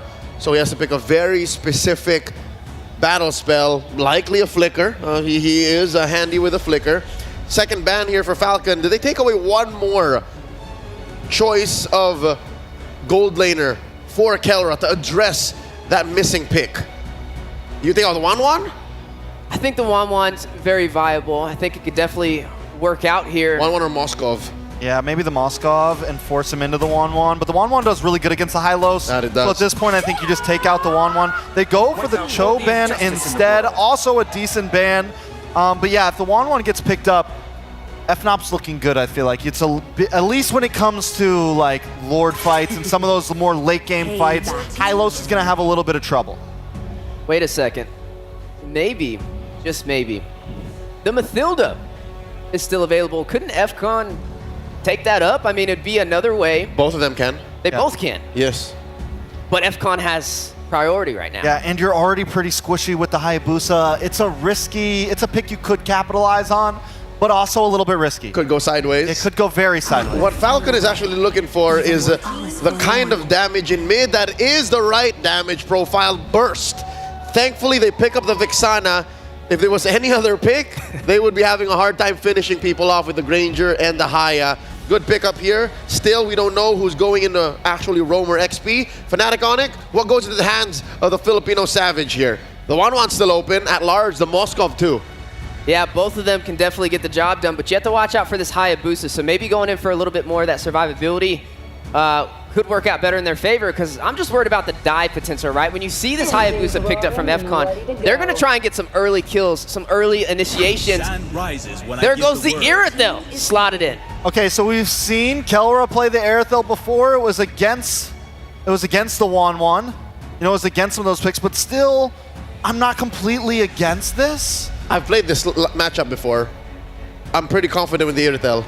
You just have better coverage. Granger has to draw straight lines. As the Irithel, you can actually, you know, have some combat mobility. And you have decent kite against the Hylos. You have decent kite against a lot of what FCON wants to bring. And if it comes down to it, you can dodge the big thicket ults, the EG, if you're somehow in the thick of it, in the middle of things, and the Hayabusa's ult, the shadow kill. Heavy crossbow into like a party of 3. Yeah. And you spread the damage there. Now, do we see the Mathilda picked up here? Is this a Hylos in the roam or a Hylos in the XP lane? Seconds away from the final draft for game number 5. And Tig has been slotted in for FCON. That is a Kid X special. How do you feel about the draft, coach? I do like FNOP right now. I feel like FNOP looks very clean. They brought it back in for sure. One final game in this best of 5. Let's throw it out to our casters to call the action. Jose and Jose. Hang on, we gotta check IOI Convention. It's game 5. Are you guys ready? All right, they're ready. It's me, Naisu, and Ingan to bring you game 5. One last look at the draft. 2 solid lineups. It's been back and forth, Ingan. What do you feel, real quick? I have to agree with the panel. The dive composition that Falcon Esports can bring onto the lineup of Fnatic Onic Philippines might just be too much, but at the same time, Kelra with the Irithel, in terms of mobility, has a slight advantage over the Granger, and let's see what happens. We're gonna find out what happens. We load into the land of Dawn, a ticket to the top 4, and Axiata Arena on the line. And it's all come down to one game. King Kong and Dax have been back and forth throughout the series. And honestly, when we look at the draft here, everybody gets some solid choices, but we haven't seen the Hayabusa too much. Okay, an early engage for the Falcons here. Oh. Going on to Kirk, even with a Revitalize, they're gonna bring him down. A first blood drawn by Falcon Esports. Oh man, the fact that you get a first blood already, even though it went to Royal Milk, man, I mean, that's a great start for them. Now for Fnatic Onic, gonna go ahead and try to adjust from this pace. Again, King Kong on the Joy. We know this has been very elusive, but now you have a Hayabusa across from you. Oh! There was the Void Crystal. But the damage coming in from Brusco, forcing out PX7 to use a flicker. So there was still an engage from Fnatic Onic Philippines. And let's see if they can continue the aggression, because so far, if Dax just continues on his rampage over King Kong right now, but King Kong managed to steal away that jungle minion. There's a whole lot here. I mean, this is the tension throughout the series, of course. A lot of battle spells being expended early on. Even Kelra taking a couple shots here. Oh! Pops the Spirify. One more, Benny. Is he going to be able to do it with the Rhapsody, though? Oh. He's going to connect, but it's not going to be enough. Kelra survives. He sidesteps, he bobs, he weaves. Kelra survives. In that exchange, again, that would have been massive here for Benny if he's able to capitalize on the kill. But still, they find themselves pushing and pulling really on all sides of the map. Now looking at this too, you know, you've got Benny running that Festival of Blood. This time around, he didn't go with the Master Assassin just yet either. So here, we find ourselves first objective for the taking. It's gonna be started up by King Kong, and Falcon Esports will get in position. Are they gonna be able to contest this? Okay, King Kong starting things off. Here comes the catch, and Dax gets the turtle. King Kong has to walk away. Here comes the counter engage coming in for Fnatic. Onic Philippines forcing Royal Milk to use the Revitalize. No response for Fnatic, and Falcon Esports, a well-coordinated attack against Fnatic.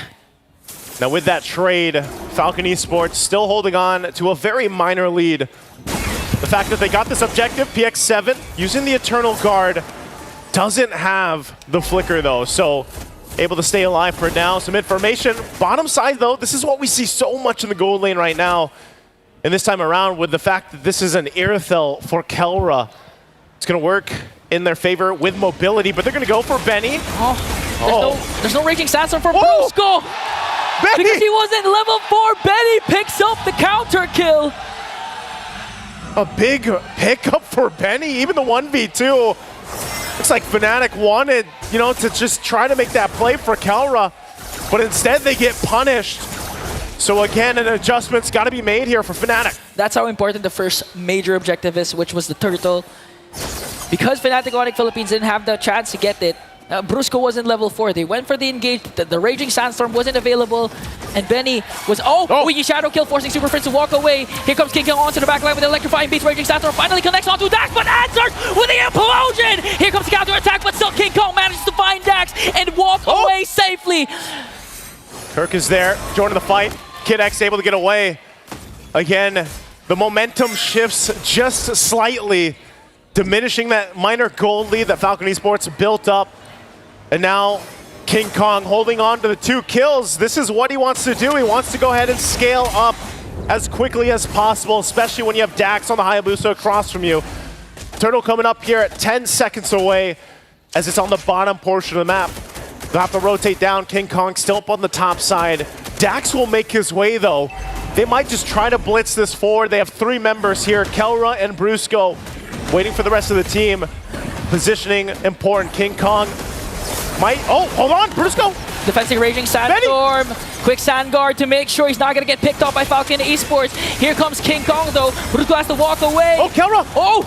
Brusco went down, but PX7 as well. Kelra in the midst of everything go. Kirk working on a Kid X. Kid X has an implosion plus the revitalize. Here comes the Sacred Hammer, and it's going to get a kill on to Kid X. King Kong zoning out Benny, but Falcon Esports remains unbothered. Going to try and go for the purple buff. Kirk though, zoning out Royal Milk. They're going to have to go ahead and just get this buff. Dax goes and secures it. King Kong's going to start the turtle. They expended quite a bit on both sides for this. Dax will check things out before members of Fnatic Onyx will force Royal Milk back. So they might have just gotten a hard-fought turtle. Now Benny going to be in trouble. Gets out with the flicker. And Brusco be able to escape. But now King Kong looking for the back play as well. They go in a little bit longer. King Kong brings down PX7 with an electrifying bleats. And Kelra works on the bottom lane turret. They also secure the turtle. A lot of isolated clashes there for both of these teams. But Fnatic Onyx Philippines, they won all 3.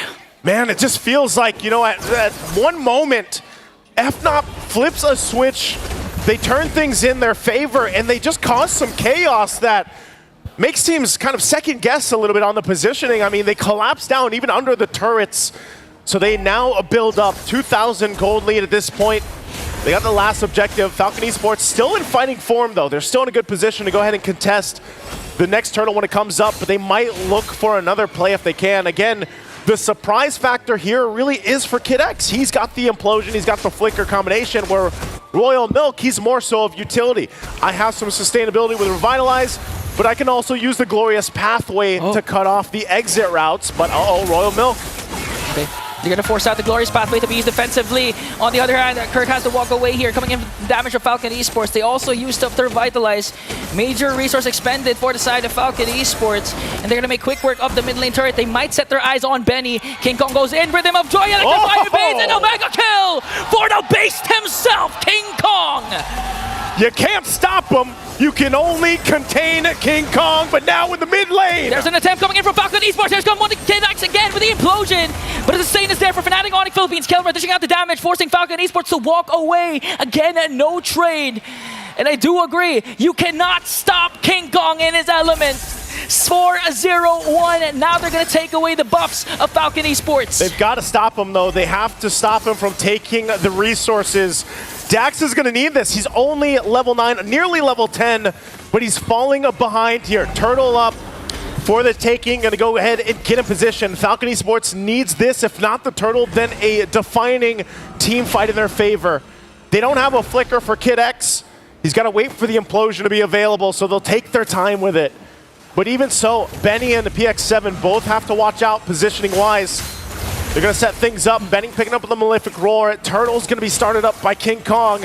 And now Kirk providing the vision. Both gold laners making their way towards the fight here. Okay, they're going to try and work on Kirk. Here comes the implosion. They're going to commit it. Dax on the other hand trying to focus on the turtle. Brusco is the first man down, but they answer right back with a kill onto Kid X. King Kong still gets the turtle. Another kill onto Kirk. Falcon Esports doing their best to try and break down King Kong with a sneaky shadow kill, but it's not going to be enough to bring down King Kong. Fnatic Onyx Philippines with a 2.6k gold lead. The 2-for-2 trade, but the objective for FNOP further in the lead a little bit further, and that's a Holy Crystal now with a Starlium Scythe for King Kong. Look at the gap for the jungle. In terms of the gold, a massive lead right now, 2.2k ahead of Dax. And when you pick a Hayabusa like this is where it gets difficult, holding on to the buff, so they go in and break out in a fight, they'll take the purple. This is the main difference compared to game number 3 and game number 4. Kirk has been activated along with Brusco. They finally are able to get the vision, to get the zone from Falcon Esports compared to what happened during game number 4 wherein with the Akai pick. It was easy to burst down and poke down Brusco. That's why during the big engagements, he has no HP, he gets bursted down right away, not able to maximize the ultimate, but right now it's different. It's a different story for Fnatic Onyx Philippines. We see Kirk, even if he overextends, even if Kid X commits Implosion and Sacred Hammer, it's not enough to burst him down, but all the value that they get with what Kirk did was all used up by Fnatic Onyx. Man, even for Super Prince, you know, the fact that he's just able to go ahead and be a nuisance by setting things up with the RWM, but he also just has a glowing wand and a wishing lantern. I mean, the Void Crystals alone are enough to go ahead and stop some of the guessing of Falcon Esports on wanting to fight. And Dax is almost going to be in a situation where then, all right, he's behind, he's got to kind of catch up. He's not going to be really to go face-to-face against King Kong. So best case scenario for Dax is he's just able to go ahead and somehow steal the Lord if that ends up happening. It might have to happen here. We've seen this time and time again with previous Hayabusa players, but again, the zoning potential from FNOP is so good that Dax's entry point is really hard to get to. I mean, he has such a difficult time actually getting there, even with the quad shadows. Yeah. So now the Lord is up. It's going to be started up by King Kong. It's still going to be used too. They want to make a play on Royal Milk. Okay, they want to go for the -1. King Kong here with electrifying beats, forcing the Glorious Pathway once again, plus the Revitalize. That's 2 major resources expended by Falcon Esports. And again, you mentioned Dax. It's going to take a lot miracles to try and go for the Lord Steal, but here comes the Sacred Hammer play onto Kirk. Oh, Dax, look at that. Already so low, even with the quad shadow. A quarter of the health. They know they're low. They're going to start up the Lord again. He's going to try to get the orange buff and get some health back here. They might be able to delay this even further still. As Falcon Esports, do they contest this? Orange buff locked in, get some of the health back. He's going to reset. They know that some of the resources were down as well from FNOP. So both teams still going for a reset. Even with this kind of lead, Fnatic Onyx cannot overextend into the team fight, and they'll send Benny back down to possibly just push this out a little bit, that tier 1. He's going to try to go for a trade instead, because again, looking at the... Oh! Brusco along with Super Friends going to bring down Royal Milk! Real World Manipulation paired up with a Raging Sandstorm is enough to take him down. Now they're going to work on Kid X. Here comes the power of Villainous, forcing Kid X to walk away. 1 member down for Falcon Esports. Fnatic Onyx Philippines looks to get the Lord away from Falcon. Should be able to get this. Dax is around the corner. I said he might have to go for a steal. Looks like he might try to do it. Pop in the shadow kill, but they delay the Lord a little bit further. Oh, Super Friends manages to find Dax. And now he has to walk away. Fnatic Onyx Philippines secures the Lord. Great pull off there. When they saw Dax enter, they didn't keep pressuring it, so they're able to go ahead and safely secure the Lord. Falcon Esports in a position once again to get ready to defend. Some crucial items were just picked up. They are catching up a little bit here, but you can see it. A lot of this is relying on Benny. Again, he's got the items that he needs, still working on the next one, the 3rd item. We'll see if it's enough to defend into the base. That Lord is pushing its way down the bottom. They are going to lose that tier 2 up top. They'll try to hold on to what they can. The shields might even be threatened here. They'll clear out what they can, but this is the moment. Maybe Kid X is able to pull something off with the implosion. But can he withstand the damage? Again, Kid X not fully locked in. Only a Dominance Ice completed on this Tigreal pick. Let's try to spot them out of the jungle as they deal with the Lord right now, but so far so good for Falcon Esports. Glorious Pathway dropped down to try to maintain the tier 2 in that mid lane. There's a conceal though. They might put some pressure here now on the base of Falcon Esports. Falcon Esports made quick work of that Lord down bottom and manages to save also the mid lane turret. Just look at the damage coming in from Keller, forcing PX7 to walk away. King Kong electrifying beat. This might be the catch. Falcon Esports gets 1 kill. Now they want to go for more though. Kid X with a conceal. Oh, missed the implosion. Super Friends with a super instinct. And now the counter attack coming in from Keller. They're going to take down 1 more. Kid X is going to fall down in exchange for King Kong. I can't say I wouldn't have tried it myself. Kid X went in, but it didn't work. And right now, they look to go ahead and just stop the bleeding. I mean, they got King Kong. Oh, Royal Milk? Okay. Glorious Pathway. Not sure what they're going to do with this if they just want to secure the purple buff. They have the rest of the team to help them out with this, but look at the front line. Brusco taking a couple shots. And Kirk will also be spotted out. Again, making it work here for Dax to get the buff. Goes in, takes a couple shots, and has to go back, so he's going to lose the purple buff. You can just see the damage of the Death Sonata and Rhapsody not sufficient. Kirk just stood up against the Rhapsody, took all bullets, and just look at the health, full health already, utilizing the passive, just going into the bushes alongside Brusco.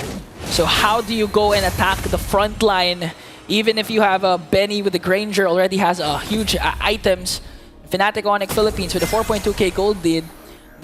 The thing is, the only thing that Fnatic Onyx Philippines really needs to worry about is the implosion that can come from Kid X at any given moment, paired up with the internal guard. But the thing is, they were able to avoid it with Super Friends Flicker. Here comes the Sacred Hammer. Okay, but Kirk still going for it. They're going to jump on in. Actually, already collapsing down on Kid X. They're in trouble. They collapsed on Kid X to bring him down. No more implosion from Falcon Esports. They might go for 1 more. They're going to try to work on the mid lane turret. They take down the internal guard in now 3 seconds. Major objective for Fnatic Onyx Philippines. The Lord has spawned. I think Dax still tries the same thing. Even down with Kid X. Kid X will be up in 14. They can delay it enough for him to be up. Plus he'll have the flicker. So if they try to make something happen, but they're going to send Kirk to go ahead and spot them out. Might force something. Oh! Ooh, the power of wilderness might be too much. Dax has to retreat. Glorious Pathway again used defensively. Fnatic Onyx Philippines, King Kong secures the Lord. Objectives secured. And now for Falcon Esports, once again on the defense. But this time, this Lord will help them push into the base. They do hold on to this one at tier 2 turret in the mid lane. But if you're looking at the items for this, as they come up, Benny is where that damage profile comes from. Even PX7 still trying to catch up a little bit. We're seeing how much Super Prince is a threat alone. Like we mentioned, still working on his next items. Already got 3. And even the Wishing Lantern, I mean, the Wishing Lantern, the procs there do help out. King Kong picking up a Divine Glaive. So this is just a whole lot of magic damage. Overloading Falcon Esports as they get ready to defend against this. Again, Benny's positioning. He's only got a flicker. He's got that 1 dash, but they'll hold it together. Royal Milk still holding on to the Revitalize and the Glorious Pathway. They might need it here unless they force a situation. Brusco, keep an eye on him. Might try to force things in. They lose that top turret. Now the mid lane has to be defended. They're going to clear out the Lord. Dax, oh, Kid X! Kid X goes in with an implosion, but countered by Brusco with the raging sandstorm from the back line. Going to take down Kid X once more. King Kong with an electrifying beat. Going to force out PX7 to use the flicker. They do, however, clear out the Lord and clear out the minions. They might go for the counter attack. Here comes Dax, though. Does he have the Wiki Shadow Kill? No, he doesn't. And Fnatic Onyx Philippines will go for the retreat. Falcon Esports will defend, though, only losing that top turret. They're still in the game. And whether or not, you know, Kid X gets that setup to turn the tide, they at least buy time. And that's exactly what they need here. Again, at some point in the game, the gold lead will not matter so much. Dax has done a good job at catching back up. Remember, he was down quite a bit against King Kong. Benny is online. He's where he needs to be. But Kid X, once Kid X gets a little bit more tanky, catches up himself in the itemization and doesn't have to solely rely on Royal Milk either, then that's when they're ready to go toe-to-toe and fight this out. Because even Kirk on the hill, man, Kirk alone is so tanky enough. Okay. They'll go ahead and get ready for this. Again, trying to take that buff. Keller already swapped his boots for the Wind of Nature. So he's jam-packed. Keller wants to go all in. And for Falcon Esports, it's either you try and go to contest for the Lord and steal it away, or at least if Fnatic Onyx Philippines secures the Lord, you need to take down bodies for the side of Fnatic Onyx Philippines. At this point, FNOP will just go ahead and take things slowly, take the buffs what they can, and go ahead and just gauge to see if Falcon Esports wants to force a fight. I don't think they should. And if they do, it's literally only going to be when Kid X has that flicker available, but it might be better off. They've tried it a couple times that they just get the fair fight they're looking for. You know, we saw what we expected was that back in game 2 where Kid X on the same hero, the Tigreal, wasn't able to work out from him. He's out there scouting, but they're going to have to work for this. Again, we'll see if he actually gets back, but the Lord is up. It's going to be started up too. So he does still recall, it looks like, unless he gets the information that he'll actually be safe, but Super Prince will spot Kid X out. And now they're going to go all in onto Kid X. Royal Milk forced to use the glorious pathway. Kid X immortality will be popped. All the while Kirk onto the backline, and they will bring down Kid X. Connecting to every single member. King Kong with the cleanup crew. Immortality will be popped. Benny has to walk away. He's the only one left. The raging sandstorm from Brusco was on point. 4 members down. It's only Benny to defend this base push. Kelra and Super Prince, they'll take down the mid turret. They'll clear out the lanes, but they might not be able to end it. Super Prince. Oh, Kelra in with heavy crossbow, forcing Benny to walk away. He's going to bring down King Kong, but Fnatic doesn't care. They secure top 4. And the storm rages on as the lightning fast porcupines pierce through the pride of Myanmar, the Falcons Esports. A decisive 5-game series. What better way to book that slot, the top 4 in the Axiata Arena, than to have it go all the way? What people thought, myself included, was going to be a sweep was not, and talk about the rising to the occasion from Falcon Esports. They do go down to the lower bracket, though. They still have a chance to fight on. We'll see if they make it happen. Again, I'm Naisu, that's Ingon. Let's throw it over to the panel. That makes 3 and 5. Still in favor of the Burmese, but Fnatic Onyx Philippines takes one for the current reigning and defending region in the M Series. We went the distance, gentlemen. We went the distance, and Fnatic Onyx earning a spot into top 4 of M6 and a seat in Axiata. Yeah, I mean, it completely goes all the way. Back, forth, back, forth. Falcon try to clutch that final win in there. But what does Fnatic Onyx do? They do exactly what you said, Leo. They bring it back to simplicity. They bring it back to the basics in the last game, and they take the dub. And more importantly, in-game, they were very surgical, very specific in what they were trying to do. Midway through the game, I checked in on Dax's net worth. Homie was legit in poverty. He was difficult of items. He wasn't dealing any damage. And all the way until the very end, even when it was quote-unquote comebackable, he was sent back with a shadow as soon as any member of Fnatic Onyx saw him. I mean, we asked the question, right? Picking up the Hayabusa into the Hilda, was that the right decision? I mean, there was not really a point in time where we got to see the Hayabusa thrive in that environment. You know, but that's when it leads to the question of what else was there, right? It was definitely tough. You could fall back to something like the Suyo. You could fall back to something like the Alpha. The Alpha might have been well there against the Hilda and everything, but the pressure's on, right? It's game 5. You got one shot, and Fnatic Onyx clutches up in those moments. And I think for the first time in the whole series, this is the real pop-off for the electrifying beast, King Kong. We were talking, and I think it's safe to say, Joy is the #1 jungler in the meta right now, in M6. You know, Trex brought up a good point. Possibly new meta on the way. He said, ban Brethren, go Joy on blue side. If you're blue side, yeah, you ban. I mean, and we just saw that happen. That could be the answer. Of course, we're going to see how things unfold with other teams. It feels like when we get matchups like this, there's always one hero, one or two heroes. And for this match specifically, it was the Joy. I'm sure when we watch TLID RQ, it could be a very different hero, but it seems like there's always at least one hero that ends up being the major trading piece. More on the metagame and the specifics of this bout later, but for now, we do have word that we have an interview set up ready on stage with the winners. Rose is with Fnatic Onyx Philippines. The team that has just qualified for Axiata Arena upper bracket finals and have just secured top 4 this M6 World Championship. Ladies and gentlemen, give it up for Fnatic Onyx Philippines. So right now, I am with Brusco and Super Prince. First of all, guys, congratulations. An amazing run so far. How are you feeling? Sa match namin, parang mas madami kaming natutunan ngayong match, mga lesson na i-review mamaya. And excited rin kasi top 4 na kami. Okay, Brusco said they actually have a lot of homework to do later on. They have to go back to whatever mistakes they did just now so that they can continue improving, and they're also very happy because they're now in the top 4. Super Friends, how are you feeling? Okay lang din kasi first time din namin sa M-Series, tas parang palong-palo kami maglaro. He said he feels good too. Despite being his first time in the M-Series, he also feels happy that they're actually playing really well. Now, Brusco, can you take me back just now? What happened in that game against Falcon? Why was an almost reverse sweep happen? What happened? Siguro binigyan namin yung Bruno. Tapos nanalo kami. Akala namin goods lang Pero nung pinikulit nila, di pala kaya.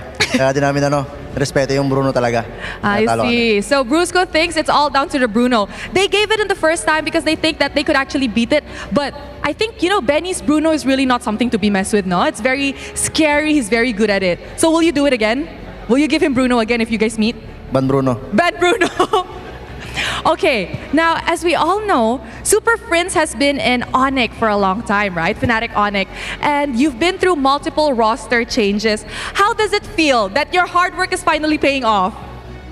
Unang-una po, masaya kasi na pag international stage tapos yung hindi po sumuko yung Onyx sa akin. He said firstly, he's very happy because he managed to go into the international stage, and he's also very happy that Onyx did not give up on him. Okay, now for Super Prince as well, you got a new moniker. There's a title. People are calling you now the Monster Mage. Do you like this moniker? Gusto mo ba yung title na Monster Mage? Or di mo masyado bet? Honest opinion. Kahit ano. Anything? Anything's fine with you? But maybe you can tell me more. Do you like it or do you not like it?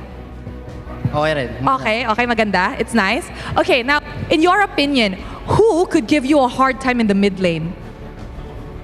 This M6. Rins.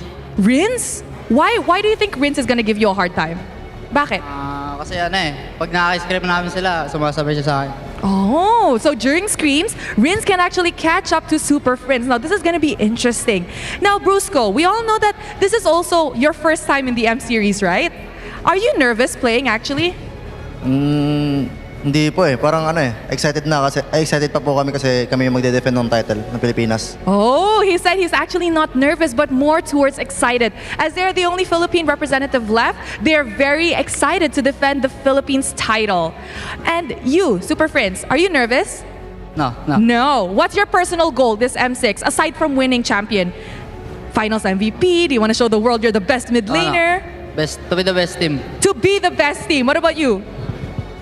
Personal goal? Parang tingalain kami na sobrang lakas na team na mas malakas pa dun sa mga prime na mga all teams. All teams. He said his personal goal is to be the team that everybody looks up to, stronger than the previous champions.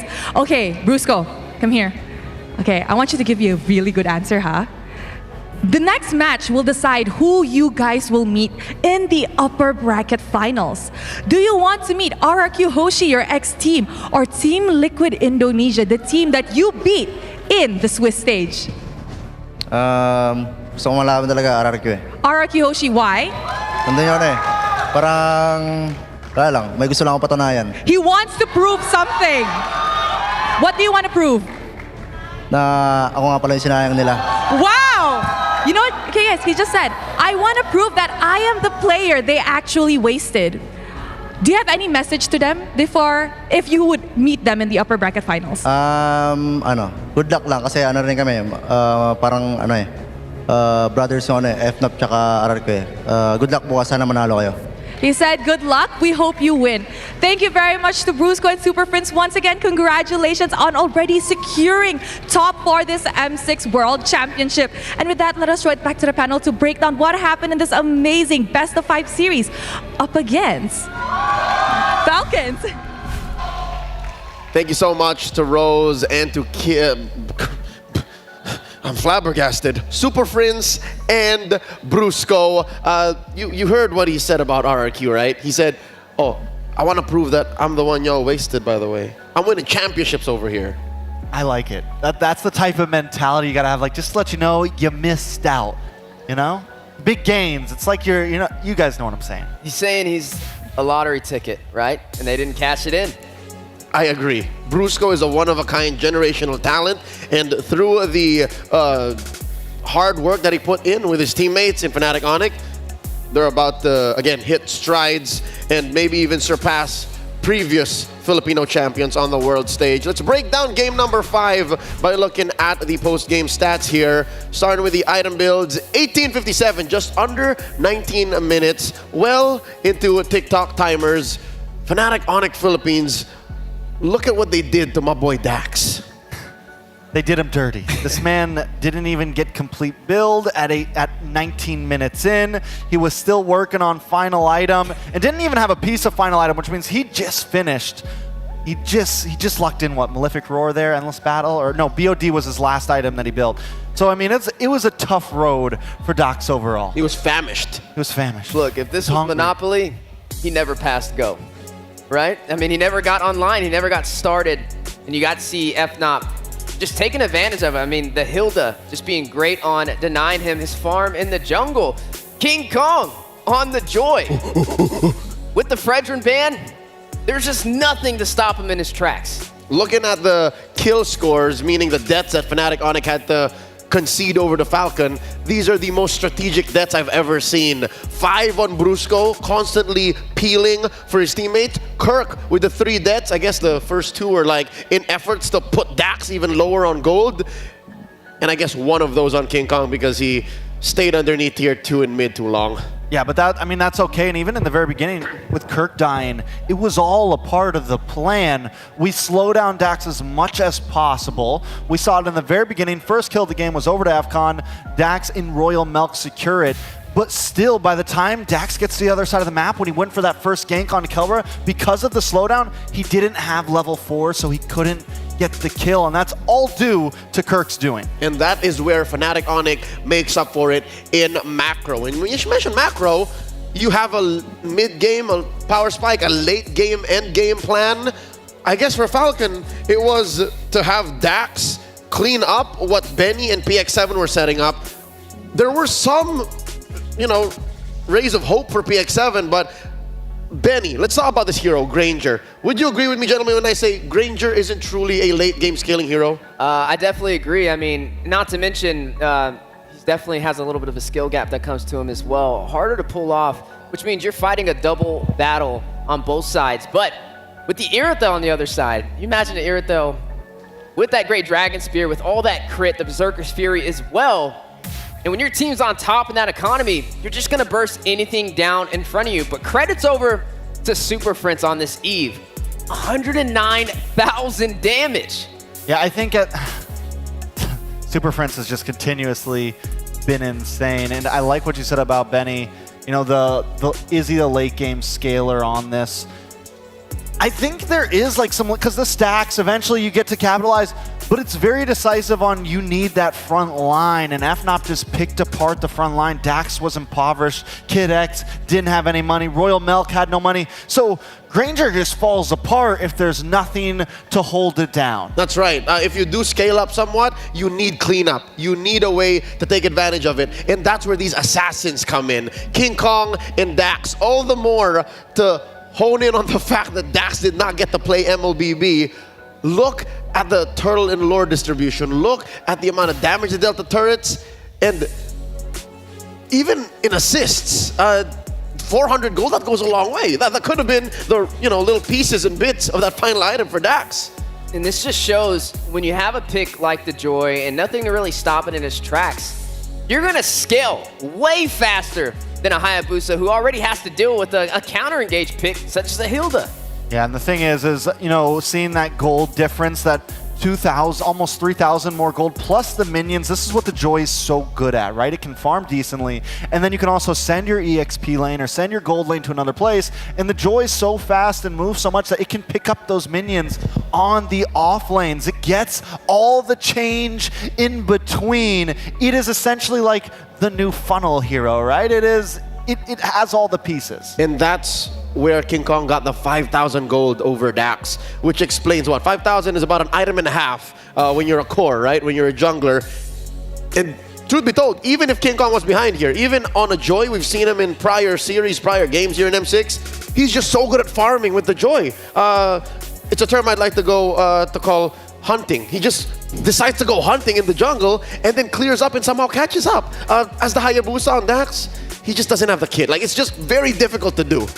Yeah, and we also asked the question, bringing it closer to the chest, going for more of a standardized draft, and that's what Fnatic Onyx did for game number 5. Yep, that's what allowed for them to take advantage of the hero they put in mid. That's what gave the nod over to our MVP, to the monster mage himself, Super Prince, getting another nod here as the MVP in game number 5, his Eve. It was beautiful.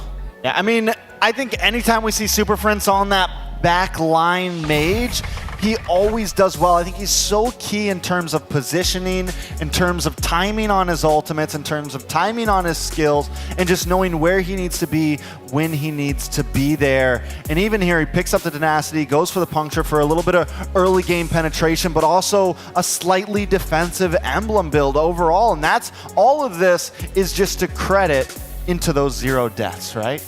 How do you reckon that last item's gonna go? Something tells me they just want to end it quick, get it done with, fleeting time. I mean, it could have been. I mean, that's more control over areas. Imagine a real-world manipulation coming in like 15, 20 seconds in between each other. Yeah, it's a problem. It's definitely a problem. As we're going to take a look at these highlights now, Super Prince, this is early game. This is when Falcon Esports has the lead, but Fnatic Onyx with this Eve is just destruction incarnate, man. And we saw it in their previous match against SRG. He uses it so well. Wait for it, bring it out. Everybody's trapped. There is no escape, and the rest of the team just cleans house. It's such a problem because, let's say Falcon Esports end up with a somewhat ideal mid-game power spike, right? The way Super Prince built this Eve and the way he plays it, who do you kill really? The Eve, the King, the Joy, or the Irithel, right? So he turns into like a third core for Fnatic Onyx that it all the more makes their snowball more difficult for Falcon to stop. And it was very hard to get back to him. His positioning was huge in this match. Even with Dax on a Hayabusa, but there were several times when we saw Kid X looking for a play. There was a moment where he whiffed the It's that one. It was that one. Yeah, exactly. And not able to find that opportunity. And Fnatic Onyx with the punish. Yeah, it was definitely troublesome. I mean, the Hayabusa with Kirk on the field, every time Dax tried to go for the sneaky play to get a Lord, Kirk's sitting there waiting in that bush that you go to at the top. Fnatic Onyx was ready for anything that Falcon wanted to bring at them in that last game. So with that said, we have now our first team locked in for Axiata. Fnatic Onyx Philippines confirmed for at least top 4, waiting for their upper bracket finals opponent in our next series. That'll be the MPL Indonesia rematch, the one that went all 7 games as well. We're about to see Ark Yoshi face off against Team Liquid ID. This does update our brackets as well. Here's a quick peek. Again, movements in the upper bracket. Falcon Esports getting sent down to the lower. Down to the lower, but there's still some heavy hitters that we'll be seeing as we move forward today. You still got RQ and Team Liquid ID in the upper bracket semifinals to figure out who will be facing Fnatic Onyx and then who will be knocked down to the lower bracket as well. And Falcon's not knocked out just yet, right? They're down, sitting there at the bottom. Yeah. We got Vamos and Team Spirit coming for them. But if Falcon still wins one more series down in the lower, they still secure a spot at Axiata. Yep. Who do you reckon they would prefer facing? Seeing the breadth of Falcon Esports play style here today, it's Vamos or Team Spirit? I think if I'm Falcon, I want to go against Vamos. You mean that in the sweetest of ways? You would rather than face Vamos? I think that they would do well against the chaotic style of Vamos. Team Spirit a bit more down to earth, and Falcon just showed that it seems like they have a good grasp on, it took them a little bit, they needed to download a bit, but they found a good grasp on their draft. They found a good grasp on what really works for them, and I think that will work well against Vamos. More of Falcon Esports coming your way once we get to our lower bracket matches. Those are all best of 5, ladies and gentlemen. So be on the lookout. All of the Burmese fans, all of the newfound Falcons that have fallen in love with this Burmese team, as far as they've taken the Filipino champions, they'll be back in action very, very soon. We'd like to thank everyone for supporting the M6 World Championships. Your feedback is invaluable in helping us improve future tournaments and outings in the MLBB esports world. Please scan this QR code to share your thoughts with us. Let us know. Tell everyone that you like the Swiss format. That's just me though, right? Swiss was good. It was real good. I love it. I feel like every part was good. Even the wild cards was explosive. Honestly, I still say it, one of my favorite matches. Fednar up against DFYG. That could have gone to this. Imagine that being a best of 5. Let us know if you want a little bit of a shake-up in the formats. We would like to remind everyone as well to not miss Battle Night, happening from December 28th to 29th. By the way, the MLBB calendar does not end with us crowning a new world champion. We also have a lot for y'all in-game. Enjoy exclusive bonuses, including a limited time 25 skins. Those are epic skins. Trial in all heroes for free. You can just play any one of the 126 heroes you'd like. We'd also as well like to thank Secret Lab. Yeah, you know, you guys look good today, you know that? Thanks. Leo, you look good. You look good. But do you know why they look good? Because they're sitting in comfort.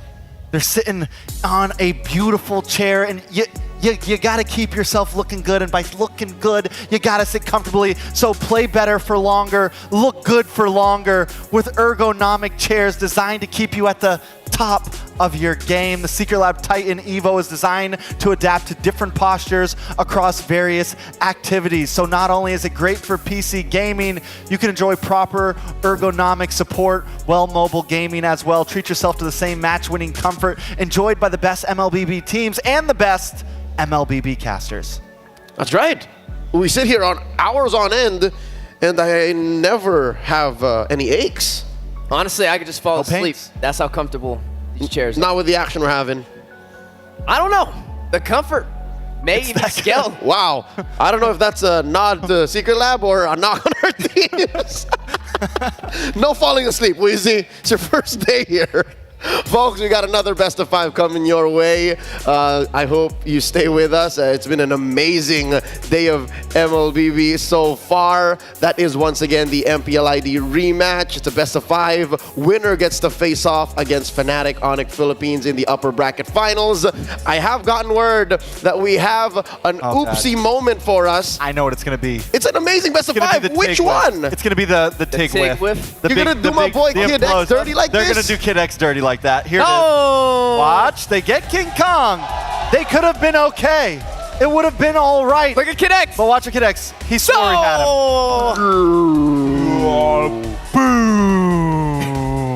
Yeah, what makes this all the more a painful oopsie is the fact that, yeah, you're right. They got away with a kill. Should have left it at that. But they gave a kill of their own and a flicker that's gone for 2 minutes. That could have been a turnaround moment for Falcon, honestly. If they stayed the course. If they stayed the course, just got King Kong, regained positioning over the map, it could have been a turnaround moment. How bad of an oofski was that? That was a big one. I mean, on a scale of 1 to 6. 6. You miss an implosion, it's just hard. You spend a flicker to miss an implosion. And then die. And can still play around.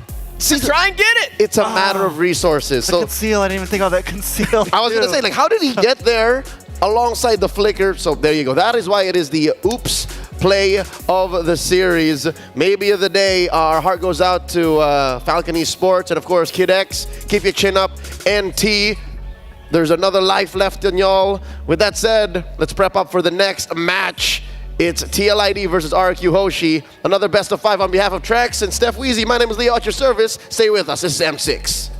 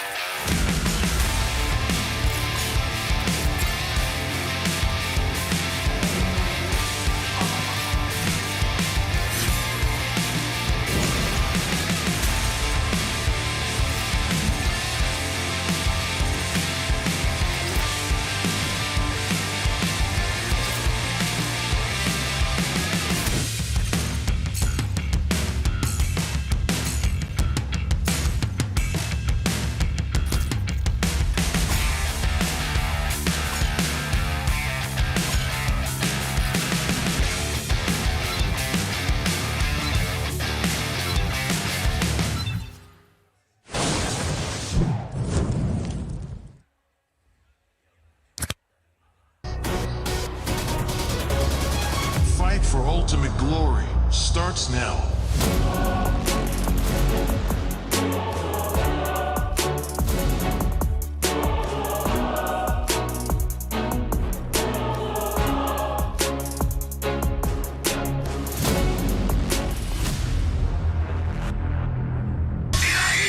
Mobile Legend M6 スイスウォッチ明治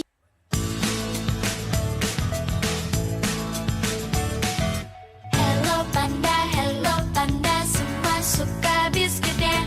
Biskuitnya enak, isinya lezat, rasa coklat dan strawberry. Hello Panda, semua suka biskuitnya.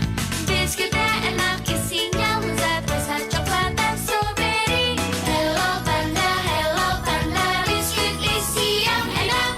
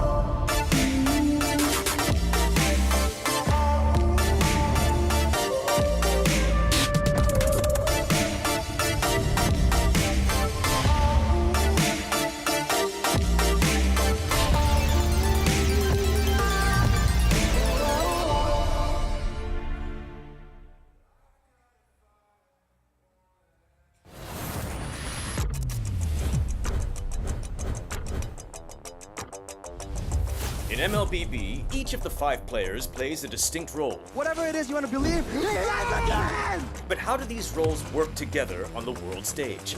Go and Sons, who picks up the Mid laners and roamers are the bedrock of the team. looking for the knockup, not able to find a sense who he wants for, takes him out. Whether it's picking beefy tanks, mages, or sustain, together they provide crowd control and damage in the early game, making space for the team to farm or secure objectives.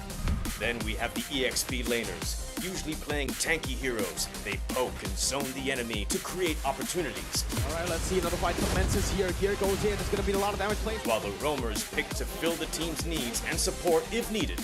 EXP laners must win their lane and protect their tower with aggressive, confident play, ensuring map control for the team. Ooh, final slash. Finally, we come to the junglers, the early to mid-game finishers, and the gold laners, the mid to late game finishers. Fiery, the god in the jungle, takes a double kill. For junglers, whether it's frontline tank utility or assassin early game assassin burst, they form the core of the team.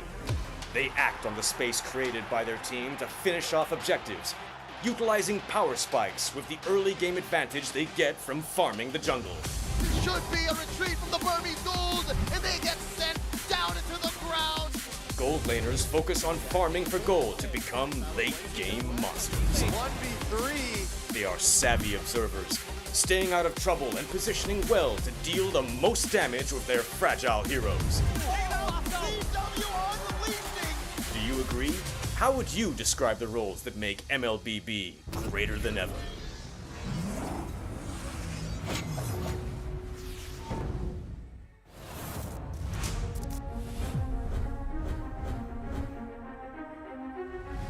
A new era begins at M6. But who are the rising superstars leading the way? In Latam, Maycam Evolve emerges as the new gem of the region.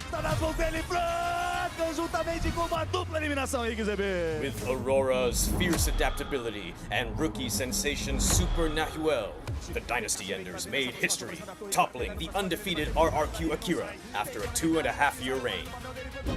At MTC Turkey Championship, S2G Esports rises as a new challenger. Led by Sijibum's superstar performance at the gold lane, Pagu's playmaking, and Begin's rotation, they are ready to shine on the world stage. In their M-Series debut from MPL Cambodia, CFU Gaming is ready to strike. With M2 veteran Oppi and core members Detective, Z, and Wadu. Can the Sharks are primed to make waves on the world stage? Returning to the M-Series is RRQ Hoshi, the Sang Raja. Looking for a trade as he finds the triple. Looking for the maniac. Reinforced by Sutsujin's lethal skill, and led by Skylar, this squad of young stars is on a mission for global dominance. The Indonesian cavalry made a bold gamble by swapping their lineup with MDL rookies, uncovering gems like Fabian, the deadly jungler, a calculated roamer in Witty the Wise, and King Aaron Shiki, the next level gold laner. Team Liquid ID rises as a new M-Series challenger. It's a double, the Roy goes down one by one. It's a maniac. MPL PH Season 14 saw the debut of Aurora Gaming with rising gold laner Domeng and MSC 2022 champion Demon Kite.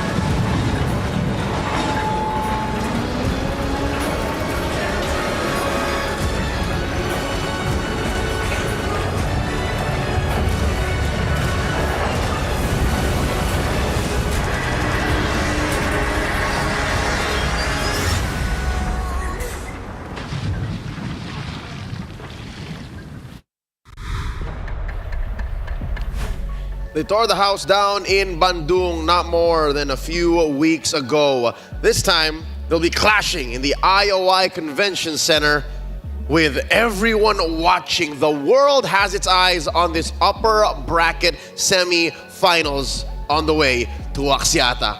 Welcome to the second match of the night. At your service, my name is Leo, here with Steph Wheezy and Trex, bringing you the Kingdom versus the Cavalry, RRQ Hoshi versus Team Liquid ID. That's right, a repeat of Season 14, Indonesia's Grand Finals. Now, you got to see TLID lead the way. They were able to take down RRQ Hoshi, but in the upper bracket finals, RRQ Hoshi was the one to take down TLID. Yeah, so I think that says something here, right? It shows that right now, essentially, it's kind of 1-1. Yes, TLID won when it mattered, but both teams did secure M6.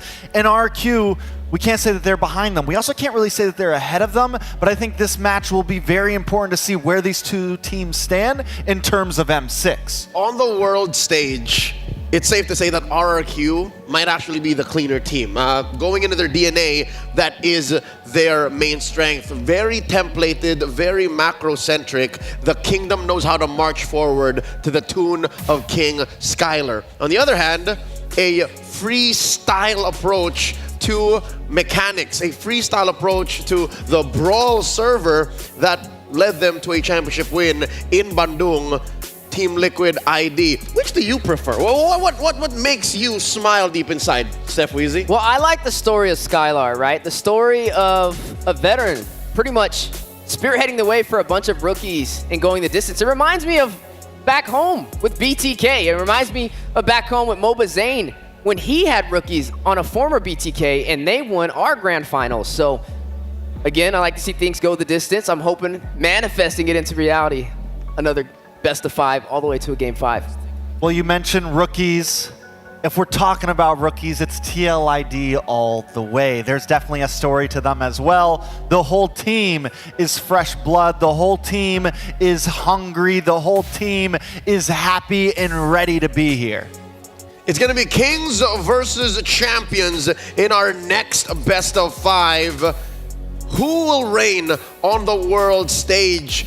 For a team that calls themselves the King of Kings, the Sang Raja, Rex, Regum, Kian. it's weird that they're the ones who actually have to prove themselves. Is that not? They're the ones who come here and say, acknowledge us, come on. Because really, that Game 7 in Bandung could have gone either way. Yeah. It was went all the way definitely a clash. All the way to a Game 7. So what was it, like 4-3 at the end? It was definitely beautiful to be able to see that play off, and again, went the distance. And that just shows you that RQ Hoshi has what it takes. And I'm expecting to see that. Like Trek said, 1-1 on the board in terms of victory so far from the upper bracket finals to the grand finals in season 14 of Indonesia. And here they are again, another chance at glory at the world stage. How perfect is that? That it's RRQ now who is one series win away from making that holy pilgrimage back to where it all started. It was them who fell to EVOS Legends that went all the way as well. We could be looking at a history book and saying RRQ was the very first world champion. So now it's not just the rematch from Bandung, it's the rematch from Axiata as well. They have a legacy to fight against themselves. A wrong to correct from what? More than 5 years ago. Yeah, I mean, and it's crazy how so many things are making full circle right now. And the last time we saw RQ on the world stage was M4, where they also fell just short, man. They just, I think it was third place that year, or was it fourth? Third that year. It was, this close. Yes. Down to the wire, RQ, the King of Kings, but always seem to not make it to the throne. This time I think they are here, and Skylar is definitely hungry. From Axiata Arena to Tennis Indoor Senayan in M4, maybe someday we will get to do this in Qiddiya. Qiddiya's gaming and esports district unites gamers, communities, and fans across all genres and walks of life. Search for @Qiddiya Gaming to learn more. Play life at Qiddiya. We're also celebrating 1.5 billion, got that number right this time, registered MLBB players. If you're watching right now, you're one of the 1.5. One of us. From the 6th of December, thanks gentlemen, y'all didn't join me, to the 23rd, join the event and complete tasks to get a random epic skin for free. Thank you for unwavering support and for being part of this incredible journey. #Mobile Legends bang bang. Now, I think it's safe to say, and also a fun fact, that Indonesia, no matter which way this goes, they have secured top 4. One way or another, it's either the champion or the King of Kings making it through. Real quick, from the 18th of November to 29th of December, participate in the M6 Lucky Gift. Join the draw for a chance to win Claude's new epic skin, Challenger's Flare, and Beatrix's new M4 painted skin, Lightseeker. Don't miss this rare opportunity to get Beatrix's M4 exclusive and M4 Prime skins returning for a limited time. You gotta get it while it's available, and these teams gotta get it as well. Where are you at right now on it, Leo? Where are you at? Excuse me? Where are you at right now on it, Leo? Where are you at with the M6 pass? I don't know. I'm still not over the fact that you let me down. I let you down? We let them down, Trex. That's right. The Florida Brothers. The Florida Brothers are now disbanded, effectively. All right. Did we miss the hashtags? We did miss the hashtags. You missed the hashtags. That was your job. Talking about this next matchup, in the Swiss, it seemed like RRQ is cleaner. Still undefeated so far, would you agree that RRQ Hoshi is the team that has got a better journey going into this upper bracket bout? I feel like, well, Aaron Shiki, opposite side of the table, he hasn't died. What was it when we pulled up the 6 stats? games so far. 6 games. Not a single death on Aaron Shiki, the untouchable. So then you got to ask, what's more impressive? That's a single stat. That is a single stat. You could also bring up the fact that the Ghost of Jakarta only died once each game so far, tops. Or the fact that RQ was the first team to make it out of Swiss stage. In all of M6. In all of M6. So, I mean, I think, for me at least, RQ has started off clean and has been clean the whole time. TLID, on the other hand, I think their first opening game was Angeling, and it did not go very well. So it's been a ride for them. But I will say, now that they are in gear, I feel like they're reaching a slightly higher high than RQ, at least a little bit. This is even without mentioning how dirty and scrappy things could get. This is the Brawl server we're talking about. Indonesia Do you think we're going to see a little bit of that, gentlemen? Is that where the meta is going? Because we've seen Falcon Esports and Fnatic Onyx stretch what's possible in the draft alone. Gameplay-wise, it's what we're used to coming from these two regions. Do you think now that we're going into this MPLID rematch, we're going to see, a lot of fights, double-doubles at the end of the day? Double-doubles, double numbers. Yeah. Like, we're talking 20-20. 20 minutes too, triple. Triple-double? They went that way. Some games in that finals went that way. I believe it.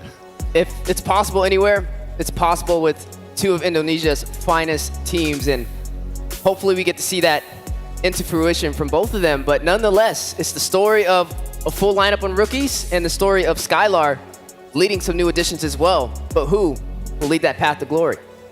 Here we see RRQ Hoshi, the story of Skylar. King Skylar now. I can remember it like it was yesterday when it was his first M Series, M3 in Singapore.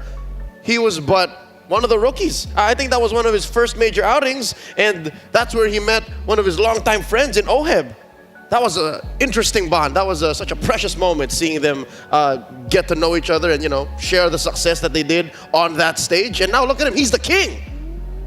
I mean, he's definitely a monster, and I love this showdown of Brawl Server Kings because for me, Indonesia has always been the aggressive server, the micro mechanic server, and the meta does fit them right now. It does work out, but also it seems like both of these teams have really smartened up in terms of how they approach this.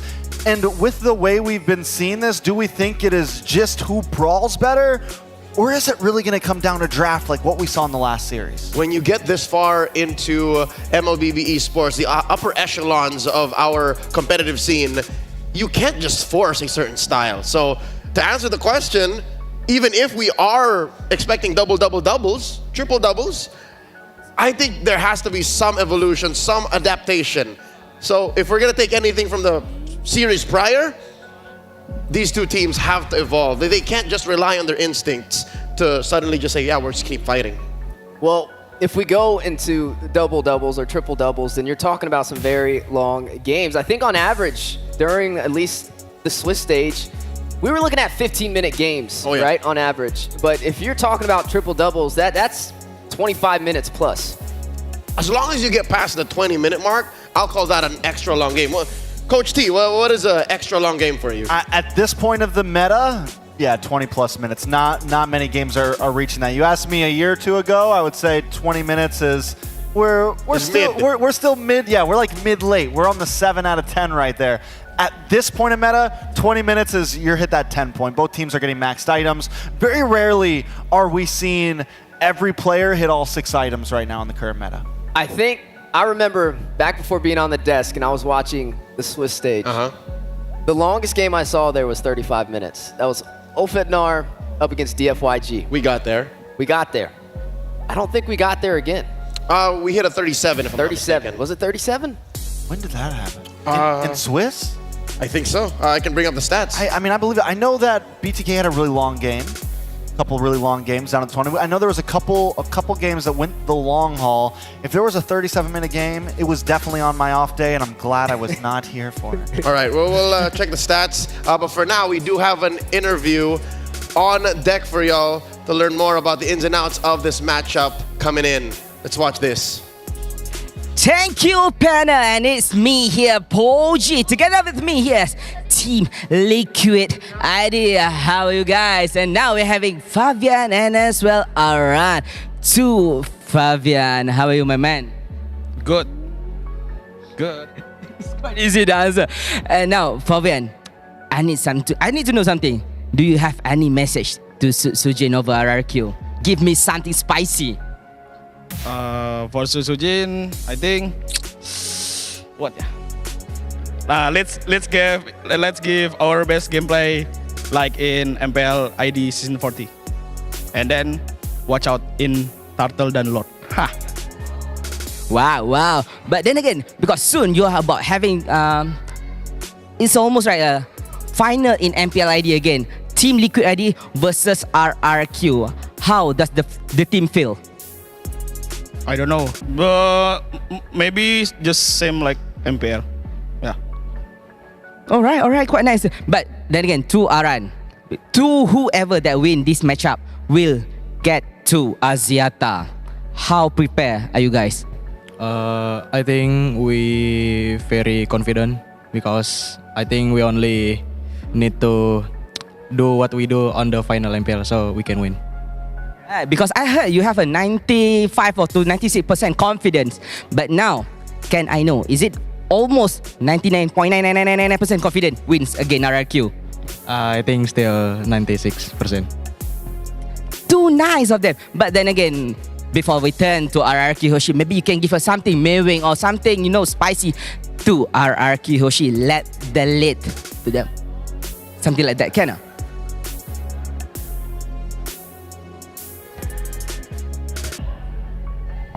Aran, do something to Cam.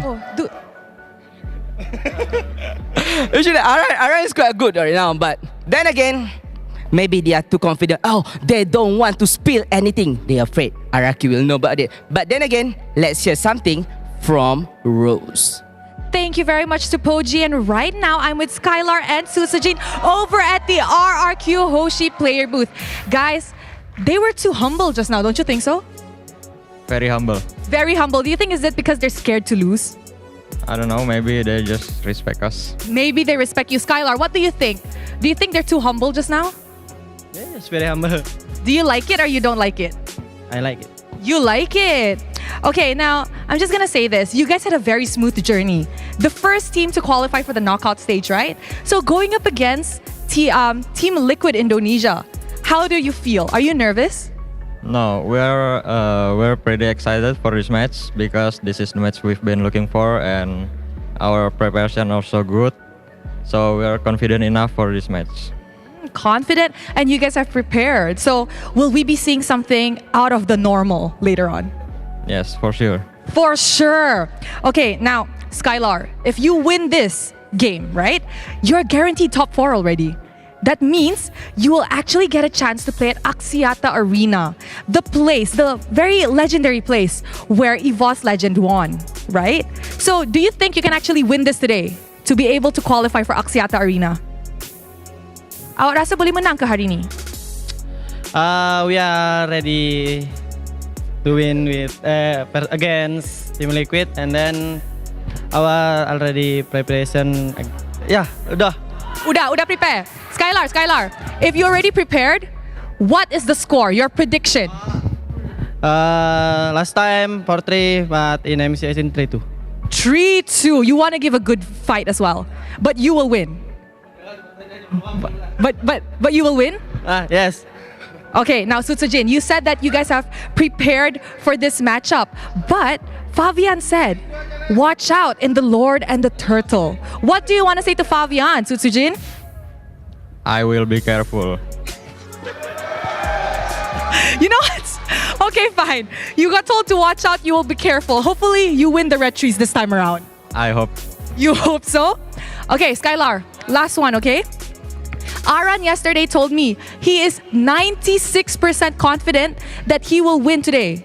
How many percent confident are you? 100. 100% confident? Of course, yes. Anything you want to say to Team Liquid before we start? Apa ya bang? Apa mau bilang dekat Team Liquid? Yang bagus-bagus lah.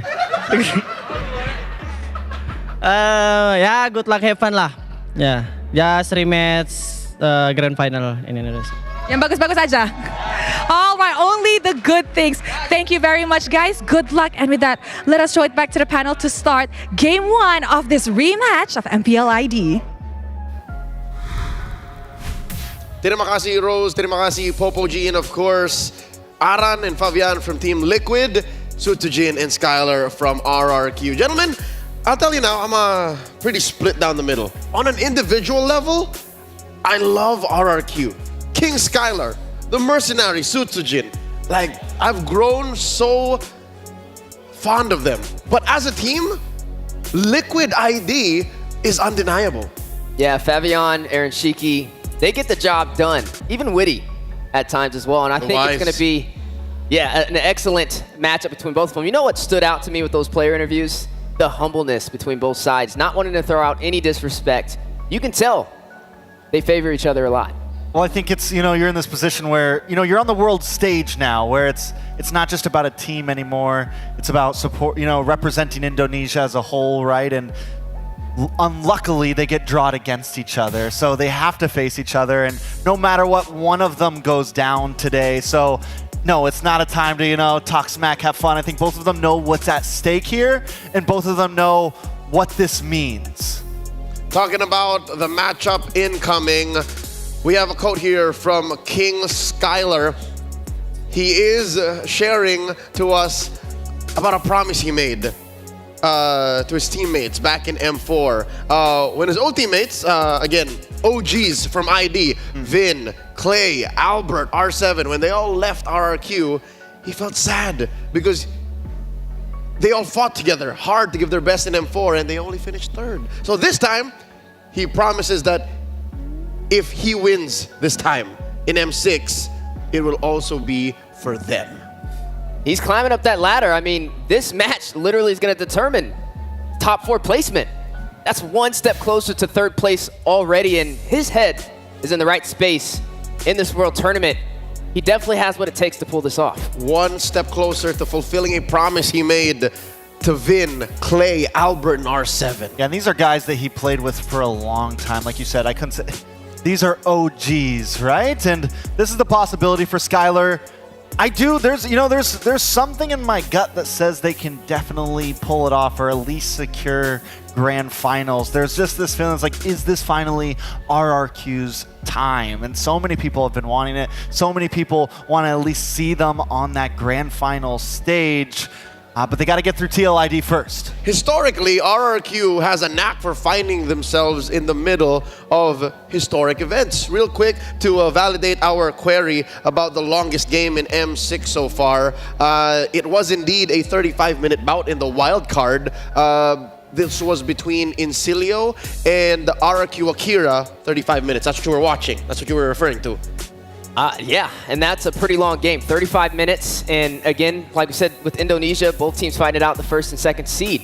The Brawl server, in effect. Hopefully we get some spicy engagements in another series that goes all the way to Game 5. And the game I was referring to, where I wrongfully said 37 minutes, it was actually 27. I meant 27. It was Twisted Minds versus Falcon in the Swiss. That went 27 minutes. That was won by Twisted Minds. So it's clear that maybe there is still the potential for comeback-centric teams to make it work, make it happen here on the world stage. But talking about history, RRQ. I don't know if maybe Skylar was part of this. The longest game in M series so far was in M3. RRQ Hoshi versus Blacklist International, 35 minutes, 35 seconds. Equal numbers. That's a nail-biter right there, man. Especially like M3 times, especially Blacklist when they were a team that was known to push the limits and look for that big snapback rubber band moment. We're talking how many lords at 35 minutes? What, 6, 7? He stopped scaling at 25. I don't know if that patch was in, but assuming close to 6 or 7, yeah. Definitely going to be some nail-biters. And, I mean, we've been full of engagement today, right? I mean, even back in our first series today, to be able to see Burmese, be able to see Myanmar sitting out there cheering, being able to see the Filipino crowd as well, just ready to rise to the occasion, and overall, we're able to top off that series. Now, it's Indonesia in the house, the first and second seed.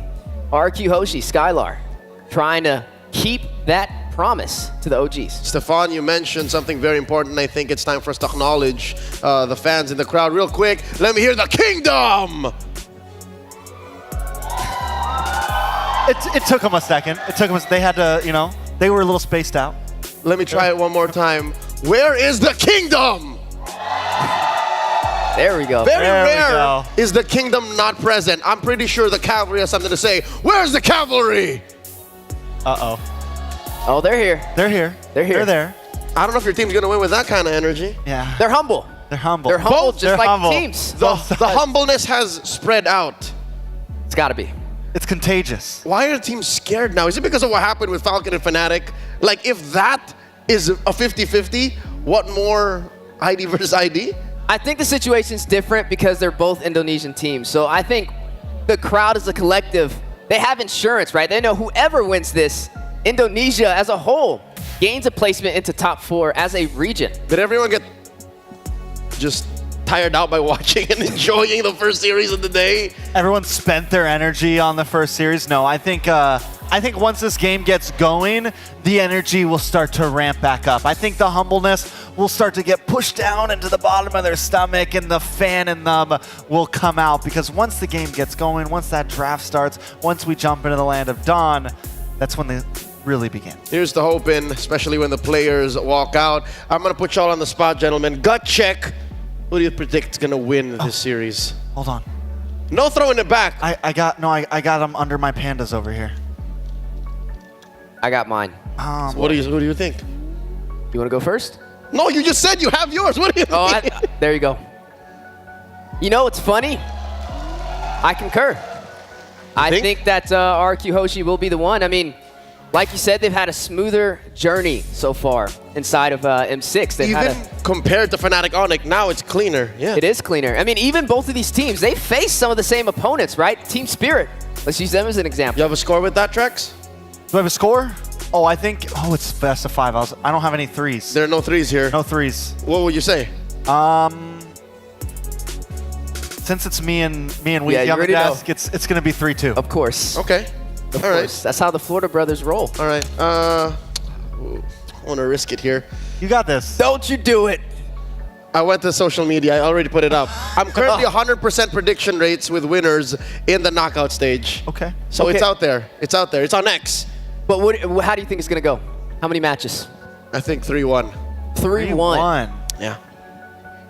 I think 3-1. Again, the collective when it comes to TLID, despite how creative they can get, as they were in the Swiss, I think that should be a better ramp up. So, real quick, it's a 3-2, 3-2, 3-1, but RRQ for you, gentlemen. And I did say Cavalry, I did say Liquid. Well, in the upper bracket finals for season 14 of MPLID, it was, what, 3-2, right? 4-3. Was it upper bracket, upper bracket. It was 3-2. Yeah. It always goes down the line between these two. Yeah. So RRQ had the advantage. So they always go the distance, at least from the upper bracket finals in the grand finals from MPLID. So that's why I say all the way. Plus, I'm telling you, every time you put us together, it goes all the way to the final game. I just think that TLID has enough in them to definitely take at least 2 games here. It's definitely down the line. It's definitely a coin flip. TLID could come out on top, but I think RQ's steadiness is going to take them to a victory here. I think TLID still has they have very good highs, but they've also had some bad lows. You know, they're still kind of on the roller coaster to where RQ feels like they're kind of, just coasting. And consistent is good, but you know what's better? Getting the match started. Let's welcome our teams on stage. It's RQ Hoshi and Team Liquid ID. Many attempted to invade the kingdom, yet they still stand strong before us. They're here for vengeance, redemption, and the throne. Viva RRQ Hoshi!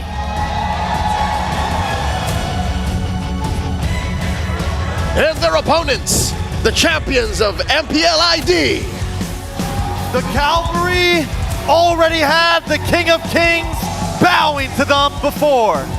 Now, they look to repeat history on the World Championship stage. Let's go, Team Liquid Indonesia!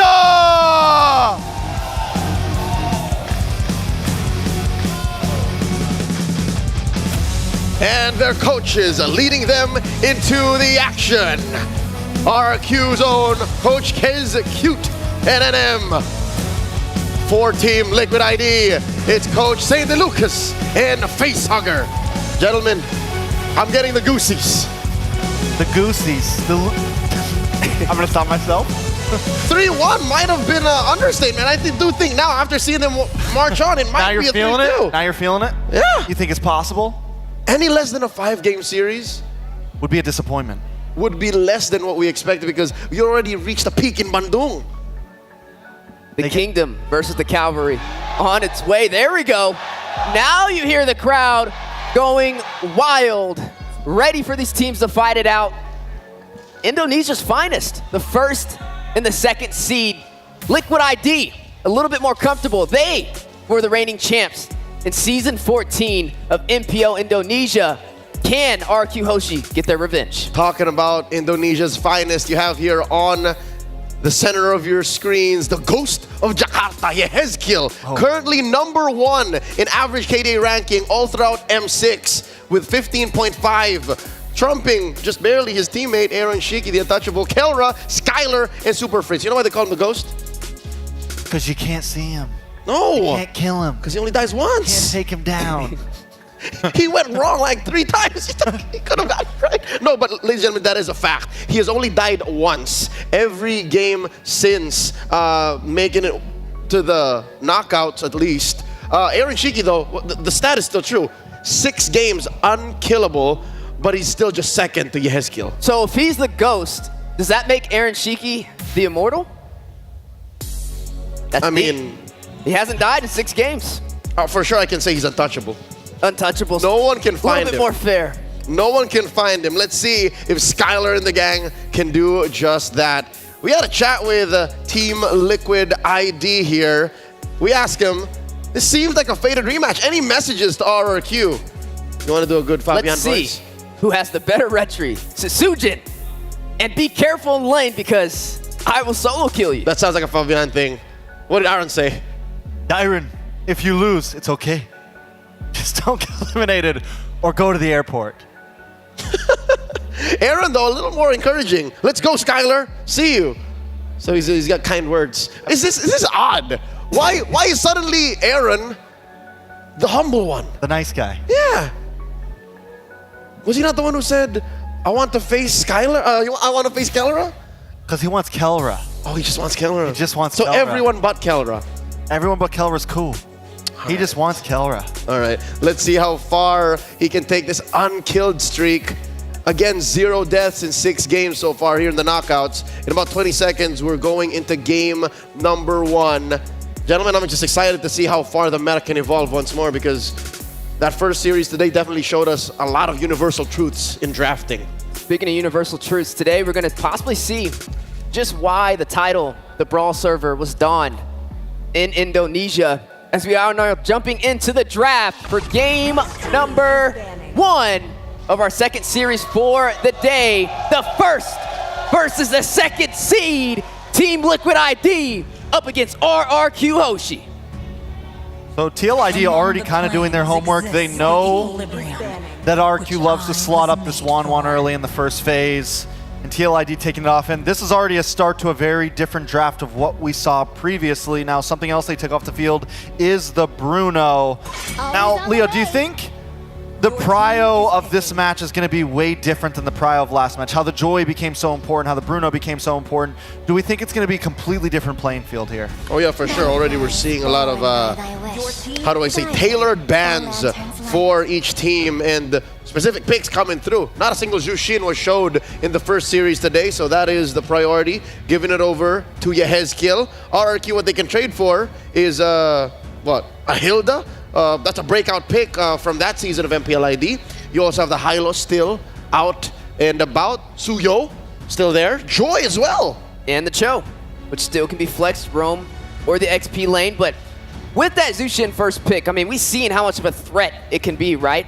The crowd control, able to have a massive AoE range to give a lot of teams trouble. There's a reason why this hero's banned out majority of the time. And a quick response back from RQ Hoshi.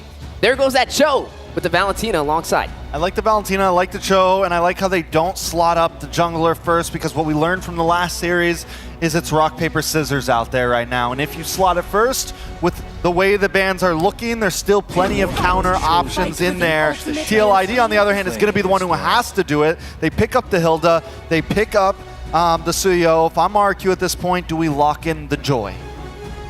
Win rate on Joy is still very good, especially against its rock, paper, scissors contemporary. And there it is, putting it in the hands of the mercenary. I don't see this getting flexed. No way. I don't think Dyron is the kind to pick it up just because it's clear as day. This is going into the hands of Sutsujin. Going into the ban, second phase. Coach Kez taking out the Belleric, which is again a solid counter to the joy in the Cho. You just stand in the middle, rather than Dryad. The only one. Stop this nonsense. This is going to be challenging. I mean, already having the Cho on your side, that was something that could have gave the Joy a little bit of trouble, but now it's going to work in RQ Hoshi's favor. You know who else is available? The TIG. And I wonder if TLID is going to try and take that away, because if they lock in that TIG, they flex this Cho into the XP lane, they have some great defense, especially with the Hilda, who's going to want to invade in that jungle. But Joy, we've seen the mobility, we've seen the farm rotations. It's hard to match up with. Now, I will say this, one of Edoc's signature picks is the Cho, big chance. I think they keep it on him. I do think, I mean, there is the flexibility possibility, but Edoc Cho is, it's known. It's considered, you know, like the pick for Edoc here. And RQ loves to slot in. What's surprising me is they didn't lock in gold early. They saved Skylar for last, and at this point, I think they saved Skylar for very last. They probably lock in EXP here. Maybe they go for the swap and lock in Roam, but they decide to go for the Gatot, which, like I said, I think that's going to be EXP, and now TLID has to respond. What do they put on the invincible Aaron Shaky, once more confirmed to have no deaths in the past 6 games here at M6. Still open is the Beatrix. You want to put the Beatrix on Aaron? Or the Natan. I mean, both of them still up for grabs. Right now, you are going to have to worry about a heavy dive-centric composition from RQ Hoshi. Not only do you have the AOG from the Gatot, but you also have this Cho, who's going to dive in and look for those solo pickoffs and isolation plays. And then on top of that, you have the Valentina to kind of worry about as well. Right now, not really the best ultimates, I'd say, for the Valentina to profit on so far. They go for like Hylos and Hylos Natan, or Hylos Beatrix, Hylos Harith, or Chip. Whoa! All right. Big change up. So far, we've only really seen Chip used as a specific answer or a strat-defining, rotation-defining pick. And, of course, the return of Harith. What do they close the draft up with? A Claude. What are they trying to find here? Well, I mean, you get the Purify, you get the Escape, you have some ability, you have mobility, and if there's, you know, Skylar's up there in the echelon where he could pull it off. All right. Gentlemen, the draft has been settled. Game's about to begin. Let's throw it over to Ingan and to Naisu. Thank you so much, panel, for breaking it down. Welcome back to the English casting desk here again. I'm Naisu, and this is Ingan, and we're ready to bring you the second match of the day. Maybe we get 5 games again, Ingan. You know, we just had an amazing series conclude with Fnatic Onyx locking in the top 4. Now, one of these teams fighting to be the first one, at least from Indonesia, to move forward to the top 4. How are we liking the draft here? You know, I like the fact that there's a Chip. Chip has been utilized a lot by highly macro teams in terms of getting the objectives that they need, and at the same time going for the split pushes. So it's interesting how TLID will play upon this Chip. We'll see if the Chip's going to work or not. It's the Kings versus the Champions. Who will reign on the world stage? And it starts here in game number 1. Again, a best of 5 to decide the fate for the 2 teams from Indonesia. Taking a look once again, the matchup. We always get a good glimpse at the junglers, and we saw the talk that led into this match. And, you know, Edoc, man, we've seen him so much on the Cho. A lot of teams, they have decided to go ahead and deal with this pick, make it work. It does give a lot of crowd control, obviously, but the pick-off potential is great. Early on, too, I mean, it looks like they're already making moves. Okay, they're trying to make a move on to Edoc. Edoc has to walk away. Here comes the Revitalize, though. And now RRQ Hoshi turning things around, might be able to work on Widdy. Here comes Yezkiel with a Lantern Flare. Gonna try and work on Dryrain. They're not even done, though. A lot of sustain, a lot of damage, but here comes Sutsujin, though. Not at level 4, but they're able to take down a Widdy. An aggressive start from TLID and RRQ. A 1-for-1 trade. Oh. Fabian, little stutter step there, but now still going to break it out. Sutsujin taking a couple shots with the Soul Stepper. He gets punished. It's a double already for Fabian. Flavor Fav, a double kill. A bit of an overextension then from RRQ Hoshi. Even Sutsujin isn't level 4 yet. So that was just a huge play coming in from Fabian. I mean, such an extended skirmish already. You know, that's what that really broke out to, and that's where you play on the part when you have a Revitalize available. Mind you, we've been seeing teams do this where they have the double Revitalize options, and that's Team Liquid this time around. And even Dyred, you know, he had his own, but that's what those fights and those early skirmishes are going to do. Now, how does that play into the first objective? A little bit of a lead right now for Team Liquid ID, but the fight might break out. Witty does take a couple shots. Lantern still to throw everybody from RQ around, but the turtle is up, and now it's going to be started up. Both teams getting in position. Fabian will hold the turtle, half health for now. Even now, Sutsujin isn't still level 4, so Fabian might be able to get the turtle, a free one for TLID, and no trade once again from RQ Hoshi. What's difficult here for RQ Hoshi, hold on, Aran, okay, Edok's out of there, is not only playing against double Revitalize, but also the Purifies that are available here. They have to be able to go ahead and follow through with the catch. Oh, not even that, but also just playing against Witty the Wise. The chip has worked for some teams, and honestly for others, it's also been a weak point. It's kind of double-edged sword when you pick up this chip and you bring it to a certain draft, a certain gameplay style. Now up top, still the focus trying to keep Sutsujin under control on that Joy pick, but that's the thing. I'm really interested to see how Team Liquid decides to go ahead and use the chip. It's literally bringing in the cavalry to some of the fights, but are the punishes enough? Does RQ have enough to go ahead and punish when that shortcut comes through? Honestly, it's just a bonus if ever Witty performs or executes a beautiful shortcut, because right now, looking at the gold level gap of Fabian and Sutsujin, that's 2 levels ahead for the Suyo. We all know Sutsujin with the Joy, it's gonna scale up later on, but how will you make it reach if this is TLID? The aggression just keeps on continuing and continuing for TLID. For RQ, they're going to hold on to their own shortcut. That's always an option that Rins has with this Valentina pick. Really just not too anything too crazy happening. Even the fact that you have Edok on the Cho, it's kind of just getting stopped in his tracks just because of Yehezkiel has this Jushin. We've seen this quite a bit. They're able to go ahead and just stop Edok from trying to set things up. But really, you don't really want to unless Sutsujin has the ability to go forward. Fabian will keep Edok in check. Purple buff's up now, so we'll see. He's got to be able to secure that, but this is just what's going to continue to happen. You already talked about the level gap, but Fabian now working on this purple buff, and that's just going to go ahead and get taken. Turtle's up. Meanwhile, Sutsujin working on the orange. It's going to get spotted out. They might break into a skirmish. The fight. They're going to commit. The way of the dragon. Aran has to use the revitalize. Here comes Yezgil to the rescue with the Crimson Beacon. Gonna catch.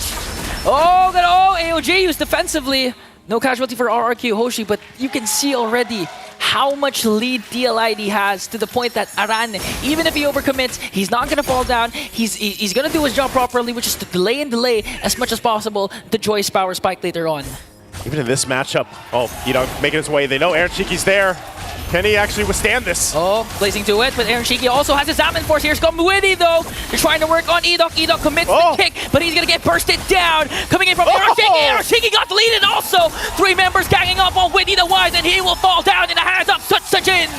There's RQ Hoshi. They get 2 kills in the exchange. It looked like the shortcut came through, but the mid turret did get taken down as Team Liquid ID gets an objective.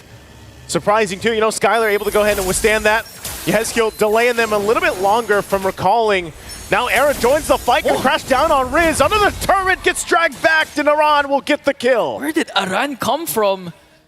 All of a sudden, Rins just got bursted down, and TLID, they already got the mid lane turret. Okay, Edok commits the kick onto Flava Fave. Will he be able to escape though? Here comes the Sever. It's gonna hurt quite a bit. Aran still has the power of Wild Wilderness. So TLID gonna go again for the purple buff steal. You're gonna take this, we'll see this time around. Sutsujin's just here, just around the corner.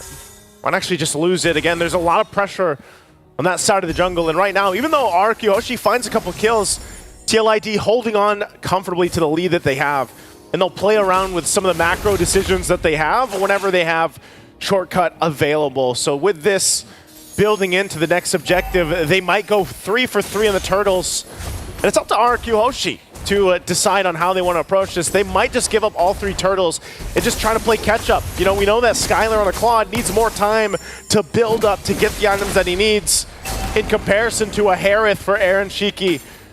Well, right now, turtles up. Radiant Armor is locked in now for Edok. That might help him dealing a little bit with this, the Jushin across from him, but so far we really haven't seen those setup kicks that we're looking for from Edok like we've seen previously, as now the 3rd turtle is locked in, secured for TLID. Yeah, and I actually like to go back to your point, because the reason why Edok is having a hard time or having trouble with finding those angles is because of the constant pressure Yezkiel has been putting onto him. And even Aran, every single burst that he can find, he's going to go in and try to get Adok out of position. So far, TLID, not just controlling all the neutral objectives, also getting a lot of ground covered for their side. I'm surprised at just how methodical this is, and that's why it's a little bit slower paced, just because TLID, they know their advantage. You know, they can go ahead and play around the macro level. They don't have to force any fights. A lot of the times, they're just kind of responding. As long as they keep Edok in check and he's not, you know, doing what he has to do on the Cho, they don't really have to force anything. They just whittle down the turrets, get the space they need, focus on taking the buffs if they can, or at least putting pressure there, and just continue to build up. I mean, nothing, you know, nothing action-packed has happened in the last 2 minutes or so, but they continue to build up on the gold lead that they have. So it's RRQ Hoshi that has to kind of stop the bleeding here. Okay, electrifying beats for Susujin. Just trying to keep TLID at bay. They might go for Edok. Lantern Flare is going to connect, forcing Edok to use the flicker. Here comes Rinso. He has his own Crimson Beacon. And now RRQ Hoshi still standing their ground. They're not going to let the second tier turret get taken down. Now they hold on to it, but again, they're just really holding on at this point. Now waiting for that Lord to come up, and with TLID having the lead they do, they should be able to go ahead and secure things. Finally working on the tier 2. They'll whittle this down a little bit with Aaron Shiki. It looks like RQ Hoshi doesn't want to let it go, though. They will clear out the lane and keep the turret up. But still, the rest of the pressure is just going to stay there again for TLID, and knowing that they can just let RQ Hoshi respond. This time, Rins is holding on to his own beacon. Edok, though, takes a couple shots. Aaron's going to jump in. Commits the power of Wilderness. Now he has to walk away. Because the damage, he has to respect the damage coming in from RRQ Hoshi, but that was more than enough for TLID to secure higher ground in this Lord pit. Again, they're just really controlling the mid lane, the bottom lane, and now even the minions are going to take down the bottom lane turret. You can see that. Again, a previous record, it's beaten by 1 second now. Fastest level 15, and that's just going to be another objective. But they go in with a shortcut. Are they going to be able to follow through? That's already the Lord taken. The shortcut to come up.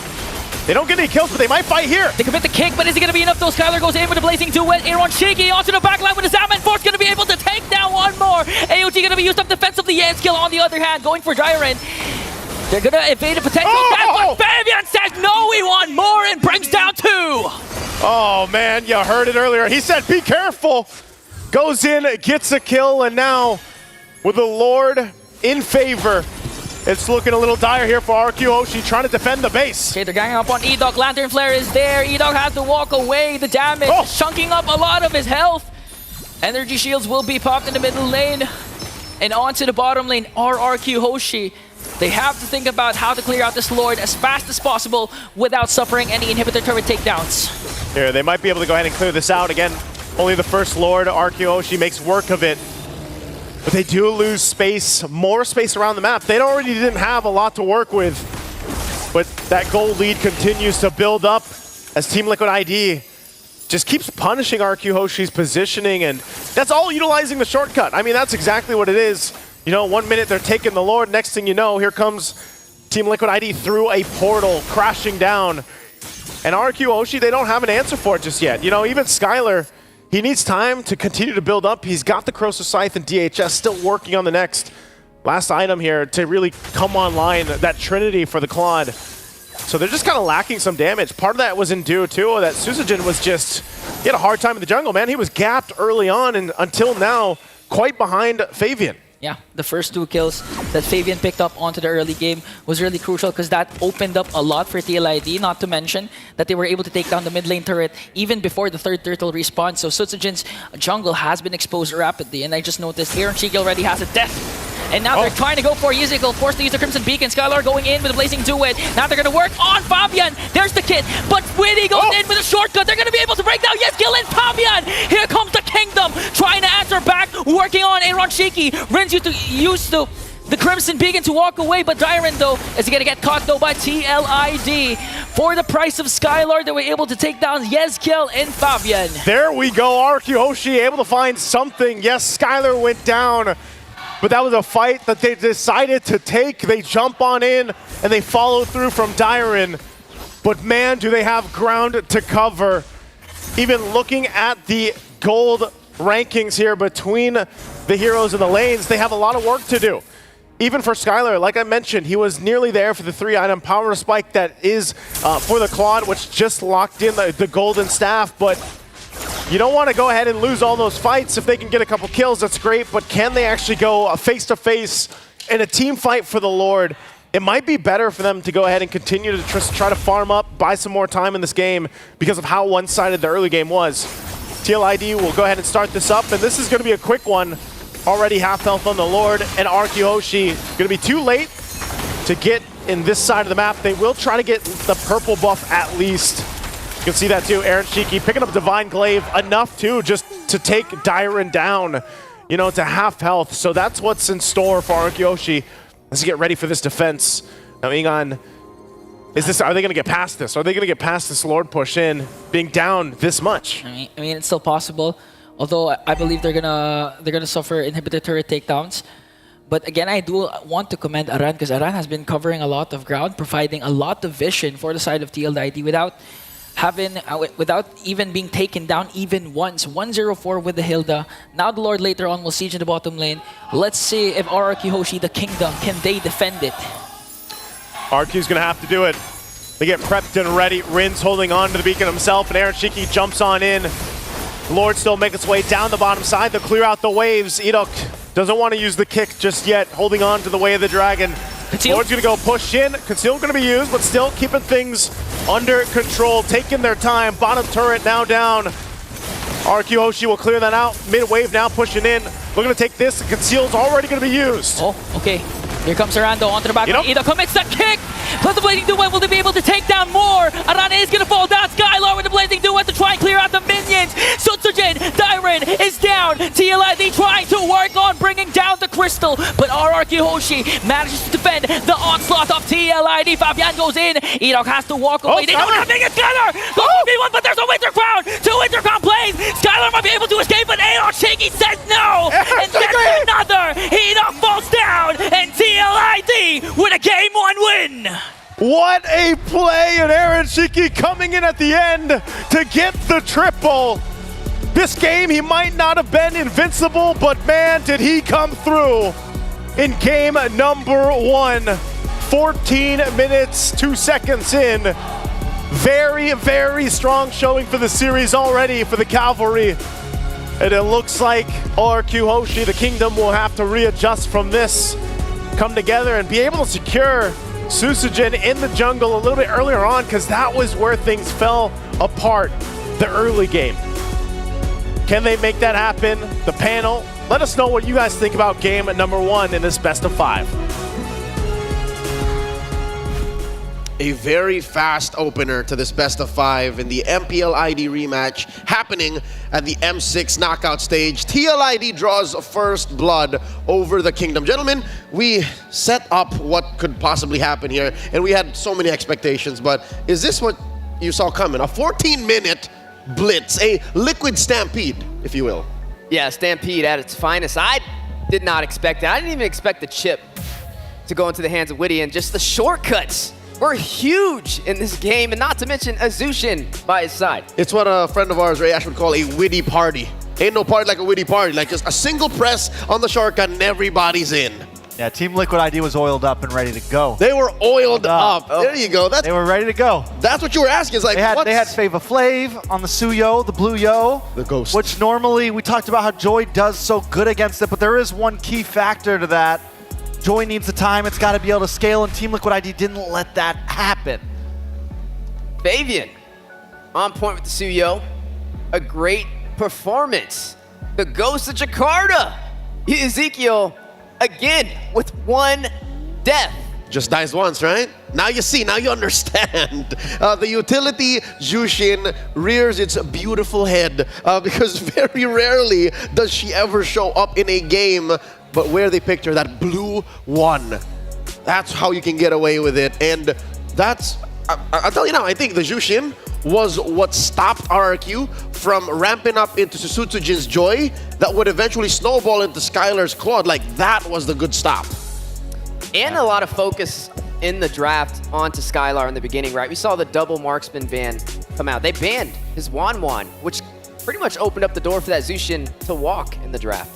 Yeah, and you know, we questioned the Claude pick. When we saw it, it was a little, how is this going to play? I felt like Skylar could maybe pull it off, but once it starts to fall behind, it is troublesome. And he also goes for a little bit of a defensive build there, picks up the tenacity. But I want to look at Aaron Shiki because he goes for bargain, right? He gets the bargain hunter. He goes for cooldown. This man is trying to get items as fast as possible, and he knows his team will buy him the time to do that. And once they were locked in, they were willing, like, Stampede, man, they were in the base. They were willing to push the limit and take it down to the wire. He did suffer a couple of deaths, 2 more than what he's used to in the past 6 games here. But hey, you do what you gotta do. Let's look at the post-game stats here, talking about damage, talking about farm. And you'll see here that it's all orange. It's all Liquid ID. We did break a new threshold, folks, a new record for the fastest level 15 in M6. It's currently Flavor Fave, the usurper, going to level 15 at 847. Flavor Fave! On point for TLID. You gotta love to see it. You know something else that stands out to me, Aaron Shiki, on this Harith, man. Monstrosity. I'm still stuck on that level 15. That's under 9 minutes.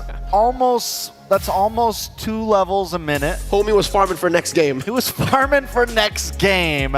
I mean, Fabian, and that's the thing when you look at this team, it's hard to just pick a singular player, right? Because yeah, Aaron Shiki played great, Fabian played great, Yeheskel played great, but none of them would have been able to do that if it wasn't for Aaron and Witty. I mean, the whole team is a full package and they bring it every single game. You say Aaron or Aran? Aran on the Hilda.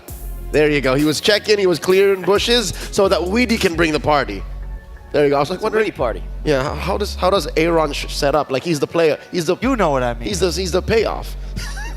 Now, that level 15, does that also help with Witty having the shortcuts to traverse them across the map? For sure. I think the shortcut plus the Revitalize allows for a re-engage even after the hard dive on the shortcut. Here's the gold graph. Again, a very fast game. So, folks, you have to understand that this spike is actually sharper than what one would think. In 14 minutes, they were able to go 10K above RRQ. The TLID stock is rising right now. Gotta invest in it, man. Look at the difference. You didn't see a single moment. I mean, look at the objectives. There's nothing over there for RRQ Hoshi for grabs. Yeah, I mean, they were consistently in the lead. Even that one dip is only because they were looking to finish the game, right? It was only because they were putting this this Lord into everything on that final push there. Yeah, I think this is the Fabian shutdown. That must have been the Fabian shutdown, and then they clap back into a dominant position. And yeah, no, prior to that, they actually hit like 9K lead, and then the slow dip, and then the eventual finish. So this all happened within a matter of 2 minutes. 14-minute game. Game number 1 in Team Liquid ID's favor. Now, how does RRQ Hoshi bounce back? Before we jump into that, we got to see the bread and butter of what made this happen. That's right. We'll give the MVP nod over to, well, none other than the usurper Flavor Fave on that Suyo, breaking records. Again, you'll see in the highlights how exactly he did just that. Look at that, he's looks maxing. Yeah, I like it. So, I mean, we've talked so much about Aaron. We talked so much about his kill, but Fabian, I mean, he's one of the one players who, when he gets his hand on this Suyo, he is a monster. It doesn't matter whether you pick the Joy. It doesn't matter whether you pick the Fredrin. I'm gonna wreck ya. And he brings the personality along with it, and he builds this aggressive build. This is the one man I know that threatens every other jungler he's about to face. He wants going to solo kill you. He wants to solo kill King Kong. He wants to take Sutsujin's jungle. Oh, man. And I think that takes a very specific kind of confidence, and he has the moves to back it up. Takes some flavor. He has the Cho pose. But it's a Suyo main. Exactly. Deadly, a menace as we look at his highlights through game number 1 up against RRQ Hoshi. Just excellent positioning, 4, 1, and 5. Able to get the job done at a moment's notice. A well-deserved MVP. Sutsujin understands the power spike. Look at this level 3 diving in. Hold surge. and now hold my drink because I'm about to clean house. This was an interesting trade. Look at the trust between Fabian and Aran. Like, if that's a match I would play as a Suyo, I would have backed out. But no, they trusted each other, they listened, and I don't know, is it just me or was Sutsujin not as careful as he said he would be in the M chat? Oh no, yeah, that was all part of the plan, right? That was all part of the plan. It's like, we can be humble, we can be careful, but I still want to solo kill you. You know, I still want to take you out. And the comms are there, and this is what I mean when I said Team Liquid ID just feels like they're getting cleaner and cleaner and cleaner as they move through M6. Their comms are on point, the teamwork's on point, and even at this last play, it's like whoever pops it first ends up winning out, and Fabian hits the winner crown, takes it all. That's what I'm saying, gentlemen. That's exactly why I predicted for Liquid, is because of this connectedness, this ensemble approach to the game. I think that's what won them the championship, and that's what's leading them to victory here, alongside their penchant for learning on the fly. I think the fact that they had a less than ideal approach into the knockout stage makes them more of a threat. And they jumped into M6 with a banger, right? They went up against Fnatic Onyx in the beginning of Swiss stage. They first picked that Angela. They did. They tried to do the Angeline combination, tried to take down the Bruno. We all know how the rest of that story went. But now, when you face a team like RQ Hoshi, who had a cleaner ride inside of the Swiss stage, right? A cleaner ride to the knockout series, just a overall better record. Starting to get tarnished a little bit. We got to see how they bounce back, right? This is their chance to get revenge from Season 14 Grand Finals. That Game 1 win definitely gave him the charisma to go into the series a little more confident. Same way we do with the M6 Swiss Dream Watch, brought to you all by Ferry. Luxury meets gaming with Ferry's first M6 Swiss watches, a special jewelry collection for Jushin and Mia. If you've seen it, you know what we're talking about. It's a brand new champion ring set for the winners as well coming up, and medals. Follow at Ferry World on TikTok and on the website for updates. Let me show you all something real quick, gentlemen. Ooh. This is what we call... Whoa! Oh, whoa! It's a witty party. Okay. This is the mythic pendant right here. Just the pendant. You need to be mythic to be able to get this. You go on the Ferry website and you put in your ID, they double check. And you have one too? Yep. What? Great. You know, I just want to say one of my favorite parts about buying things is the unboxing experience, and good unboxing experience. Is that why you didn't wear it just yet? Pop it open? No, I just keep opening it and then closing it and then opening it and then closing it. They come in 5 rows, by the way. Did they give you the right one? No, I got a tank. You're a tank? I'm an EXP laner. The XP laners are tanks these days. What are you talking about? That's the sad truth, I guess, yeah. So they know you better than you think they do. Fair. They figured you out. They figured me out. What role do you play? XP, but I'm sulking. I didn't get one. Are you mythic? What's going on? Are you mythic? Okay. In spirit. Does that count? Talk to Ferry when you're mythic. Have a Hello Panda for now. There's no rank requirement for that. It's free for grabs. There you go. Well, Ferry, that's the type of time M6 is on, and hopefully the type of time I'll be on once I hit Mythic. Go grab one of those, make you feel better. Fuel your game with Hello Panda. Crunchy biscuits filled with creamy chocolate or strawberry or white chocolate, whichever flavor you get. The ultimate snack to keep you energized. Level up your day and visit Hello Panda's website for more. Feel better, Wheezy? I'll get him down there. Okay, go grind tonight. I'll tell you what, if I have a handful of that tonight, you come back tomorrow. and I rank, I'm getting on the biggest streak the world has ever seen. I'm not losing a single game. Okay, what role are you in? XP. All right, so you want a fighter or you want a tank? Which one? You go tell Ferry you want one. But you need to Hilda. So okay, I so can tank. flex. Okay, so you guys can be twinning. Yeah. Are we putting Florida Brothers back together? Or is Florida Man 3 a thing again? I mean, you're one of the Florida men too. Exactly. Are we putting it together? Okay. All right. We're putting it together, folks. Florida Man 3 is back together. Real quick, let's get into the mind of the man behind the mic when drafting begins. Here's a quick quote from Coach Saint DeLucas of Team Liquid ID. Familiar faces in a different arena. It's going to be a tough match for us because I'm sure they're hungry for revenge since they lost to us in the grand finals of MPL ID Season 14. Coming from the 3-0 bracket, they have had more time to prepare too, so we're likely facing an improved version of RRQ. We don't make it easy for them. No. Don't forget that they're also up against an improved version of Team Liquid. That's what I'm talking about. Ooh. That's what I'm saying is, the journey to the knockouts, I'll say is more beneficial to Liquid because they had a lot of lessons to learn. They had a lot of teams to play against. They had a lot of games to hone the craft, right? And you could almost say that it definitely could have worked more in their favor, seen as they did end up making it out, but they got to face against a lot of strong opponents. They got to continue, because if they just would have went straight out, they might still be that same Liquid ID that we saw in round 2, you know, that we saw in round 3. That tried cheeky things, but only to learn, you know, and find out that you don't do that. So with that said, it's the flip side this time around with RRQ. Backs against the wall, one more game loss, and it's down to match point. What do they do? What do they improve? What do they fix going into the second game of this best of 5? Is the draft up to snuff for you? I feel like even past the draft, a little bit of the macro, right? I mean, when we looked at the gold graph, all the objectives went over to TLID. So draft for objectives. You could draft for objectives. That'll make it a little bit easier to be able to pull them off. I think it's a good start, right? Try and control the early game. If you can do that, you can disrupt the tempo from TLID, because once they get going, they don't stop. So at least respect the fact that there's a lot of big objectives and a lot of spikes to get if you farm up via these major objectives. So that's something on the to-do list for the mercenary Sutsujin. Slow down the usurper in Favian. Most definitely the head-to-head overall.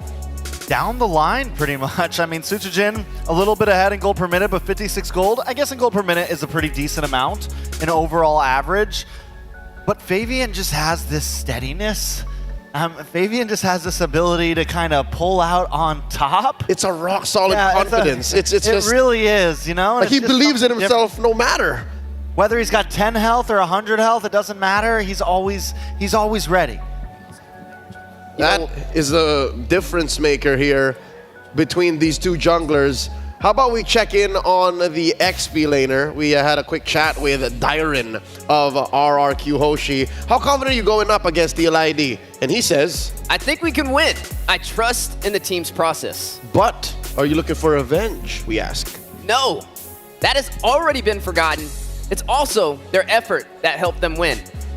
And you know the rest. Indo pride. Emoji, make the sound for the emoji. I'll leave that one to Trex. Emoji, emoji, emoji, hashtag. All right. Does that count? Not very creative, but we'll let it fly. I like that Dyron does not want to be a slave to vengeance. He wants to do this for the right reasons, and he wants to win because it's the mission. Because, you know what? Now I'm wondering, when did Skylar make that promise? And did Skylar share that promise with his current team that if we win M6, we're doing it for the OGs too? I mean, he already said they want to beat the record, right? They want to beat that top 3 placement. And this is the battle for a top 4 placement. So this is just one more step toward the right direction. Even though they got off to the wrong foot, the battle is not over yet in this best of 5. Let's go into the draft here. RRQ on the play. Let's see if they'll adjust. Let's see if it's all in on Skylar once more. You know, something really interesting to point out here. Yesterday when we saw RRQ playing, when they had the choice to choose, they always choose second pick. But it seems like TLID has pulled their card, banning out that Wanwan, banning out that Bruno, forcing them to not get the trade they want. So this time RRQ finally, with the choice, picking first pick. And this is going to force to shake things up for TLID. Yeah, Susujin's going to end up with Suyo or the Joy once more, closing up all the gaps. And even more important, I think Skylar's going to get a better matchup. Yeah, I mean, the Wanwan that was dreaded is still available, and maybe that's something he can go in for. The Bruno. Still on the table. I mean, this is a situation where you technically don't want to ban out the Fredrin because you would let the Joy be free for grabs. But also, if you pick the Joy, then you got to worry about the Fredrin in the first phase. It's a nice gut check. Sutsujin has played the Fredrin prior in the Swiss, but what if RRQ, what if KezCute challenges Flavor Fave? Can you Fredrin in the face of our Joy? But we've seen it already. He doesn't need to. He can do it with the Suyo. Phovius taken out away from Dyron. What's RRQ to pick here? Is this Bluyo? We can win Bruno. the race against Oh no, Bruno. Blue no. That's the blue no. All right. Blue no. Blue like no. it. Kind of like Bluey. But what's the response, Cho? Do we pick up the Cho here nice and early? We go for the Hilda alongside the Suyo. to lock it in for TLID. It's a Flavor Fave special. Yeah. It's an Aran special. Why reinvent the wheel? Why fix what's not broken? Yeah, it works very well for them, and I mean RQ. The only big difference at this point is they get the Bruno this time, but TLID still very much drafting exactly what worked for them last time. Will the Bruno be the big difference maker? I think RQ needs to think about, do we slot something different in the jungle, or do we have faith this time that the Joy will actually work out? I'll tell you now, I think it's a better case for RQ already. Just by putting a hero that is a little more in the meta, a little more prio in Skylar in the gold lane, does a better job. And look at this, running a Fredrin into a Suyo. Doesn't even have to be a Joy. This is clearly, as they saying, yeah, we're protecting the king here. Now, okay, but also, do you remember what happened to the Joy in previous series when the Hilda was on the field? It's like the Suyo can work, but when there's a Hilda on the field, there's a little bit of a problem. When there's a Hayabusa on the field, there's a little bit of a problem. So I think this, because at first when I see the Fredrin, I go, how is this going to work against the Suyo? But I think if you go Joy here, the Hilda bullies, right? The Hilda gives you a little bit of trouble. So not a horrible pick overall, I feel like. Yeah, it's going to be hard for Hilda to kind of rush into that Fredrin, right? He's very sustainable. He has the energy eruption, a little bit of CC in his kit, which can make it a little bit more challenging. Now, I like the Aurora pickup. It kind of stops that Valentina, I feel like, from coming out, because it's not really the best ultimate to kind of profit off of with the Frigid Glacier. We are going to be seeing that CC knocked off the table, though, trying to limit the mobility. They don't want something to kind of match up with the mobility of this Hilda on the side of TLID. More importantly, I think it's the damage profile that Liquid ID have to work out here.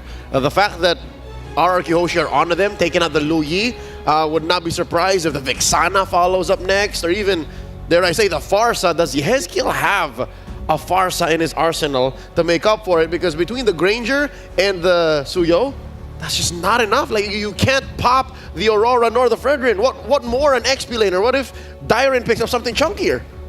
Is the Hylos open? Oh dear God, the Hylos is open. Is still open, may get banned out here. Definitely a possibility, and I think that they don't ban it out, but TLID can pick it up on their own side. Maybe go like Romilo, CXP, Hilda, something of that nature. The Farza could definitely work, and I feel like since we've already seen Fabian pick these long-distance mages like the Eve, it shouldn't really be a problem. But then they could also go into something like the Valentina. It's been a favor. It's been something that maybe fits their fast play style a little bit more. They still get the Frigid Glacier with that.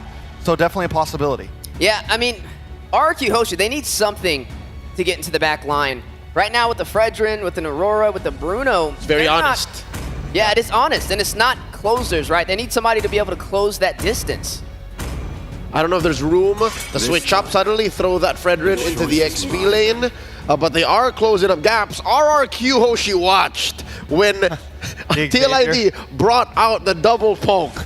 So Yehezkiel, not happening, not on our watch. That's what they used to drop Aurora out of M6. And it was a clean play too. I think when that Xavier came out, we were all like, huh? And then it just worked out so well. And that's the thing, TLID is able to play the early game. They're able to also push to a later game if need be. So RQ really needs to dig deep here. TLID first pick, do they save? They don't have to pick Mage right now, right? Mage is already picked on the side of RQ. Yep. They could hold out, lock in the XP or Roam right now, and there goes the Cho. So well done. There's your dive to the back line right there. There's your answer to catch the Bruno or catch the Aurora. Can't even kick the Fred. Yeah. Melt them down before he can cause havoc. And now we gotta ask, how does RRQ Hoshi respond to this, right? I mean, Katat is still available. Ruby. Ruby would be They're good known here. to pick a Ruby on first pick. Edok played a Ruby. They're known to do it, especially against a draft like this. This is actually almost the exact draft that they picked Ruby against before. Could be something they lock in. It's a strong frontline composition right now. From the side of TLID, the Cho, the Hilda, the Suyo. Anything with crowd control could be a problem. Is Tig still available? Tig is open. There you go. They could Tig. Let's see. Oh! There's the Ruby. Edok special. Throwing on a Benedetta for Dyren for good measure. So far unbeaten in M6. And I like even the Benedetta. You get the Benedetta, and you get to make up, you get to do damage XP because you have a tank jungle. All right. We're seeing here Aran, real quick before this pick gets locked in, doesn't like to eat nasi. He's not a big fan of rice. What he does like is durian, and he wants to try Milo cheese. I'll share a Milo cheese with you if you want to try that out. One more pick here. What's in mid for TLID? Vexana? I think you just go the Valentina here. Valentina? You can take the I'm Offended. It could work. You could go to the Vexana. Frigid Glacier, you get the whole package possibly. Stars brought us here.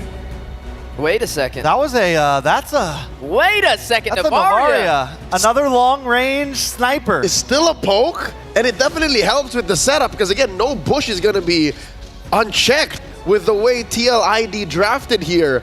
Game 2 has been locked in. I hope y'all are ready for the action. Naisu and Ian will be at your service for this one. Thank you, panel, for breaking down Game 2's draft. I love it, man. I love it when new heroes obviously come out for the first time throughout the tournament. This time around, it's Novaria. Ingan, it's been a minute since we've seen Novaria. Man, they used the Savior, and now they want to go for another ranged artillery mage. The Novaria is back. Could provide a lot of good vision for TLID. Again, looking at this too, comfort pick still also for RQ. Is it enough to even out the series? That is the question as we get ready to load up into the land of Dawn. Once again, RQ Hoshi wants to bring this to a victory. Now, based on their lineup, that's a little bit different, obviously. You know, I'm glad that we are seeing this Fredrin start to pop up once again, especially when you have a certain game plan and idea how you approach the game. Look at this, Dyron and Aaron. Aaron should be fine. Actually, hold on, Dyron looking for the kill. Does take a couple shots. Aaron's gonna actually be able to back off. Still revitalized for both of them, still available. But that's the thing, you know, some of this early action to start things up, but also to start things up for you guys at home. If you haven't yet, grab the M6 pass. It's now available. You can hit level 75 for free up until December 29th. Make sure you go ahead and grab it while you can. A couple shots already to keep Edok in check. What do we feel about the Edok pick once again, this Ruby against that Cho? I mean, it's a good answer whenever Widdy decides to dive. There's the Don't Run Wolf King that can disrupt the momentum that Widdy can do whenever he decides to go in with a Jit Kundu plus a Wave the Dragon combination, just like what we're seeing right now coming in from RRQ. What's interesting about this as well is the fact that, you know, I wish we had a count for how much damage is contributed, because that's 3 concussive blasts for RQ Hoshi. And if they get the lockdown or the setup on the right moment, whether that's the Frigid Glacier, whether that's even just Edok setting things up, some of that concussive blast, if it's all procced at the same time, can actually burst down and be a surprising form of damage. Now Iran gonna get caught into the jungle again. He did, however, force out the flicker coming in from Rins. Now TLID wants to go for more. Hopping into the Revitalize, but they're gonna bring down Sutsujin, wanting more. Edok in trouble. The Queller is gonna hit, but it's not gonna be enough to take down Edok. Not gonna be enough, but that'll be enough to go ahead and make them swing towards this turtle. It's TLID already off to a good start in the early game, trying to replicate what they did previously, and Dyron won't be able to do anything about it.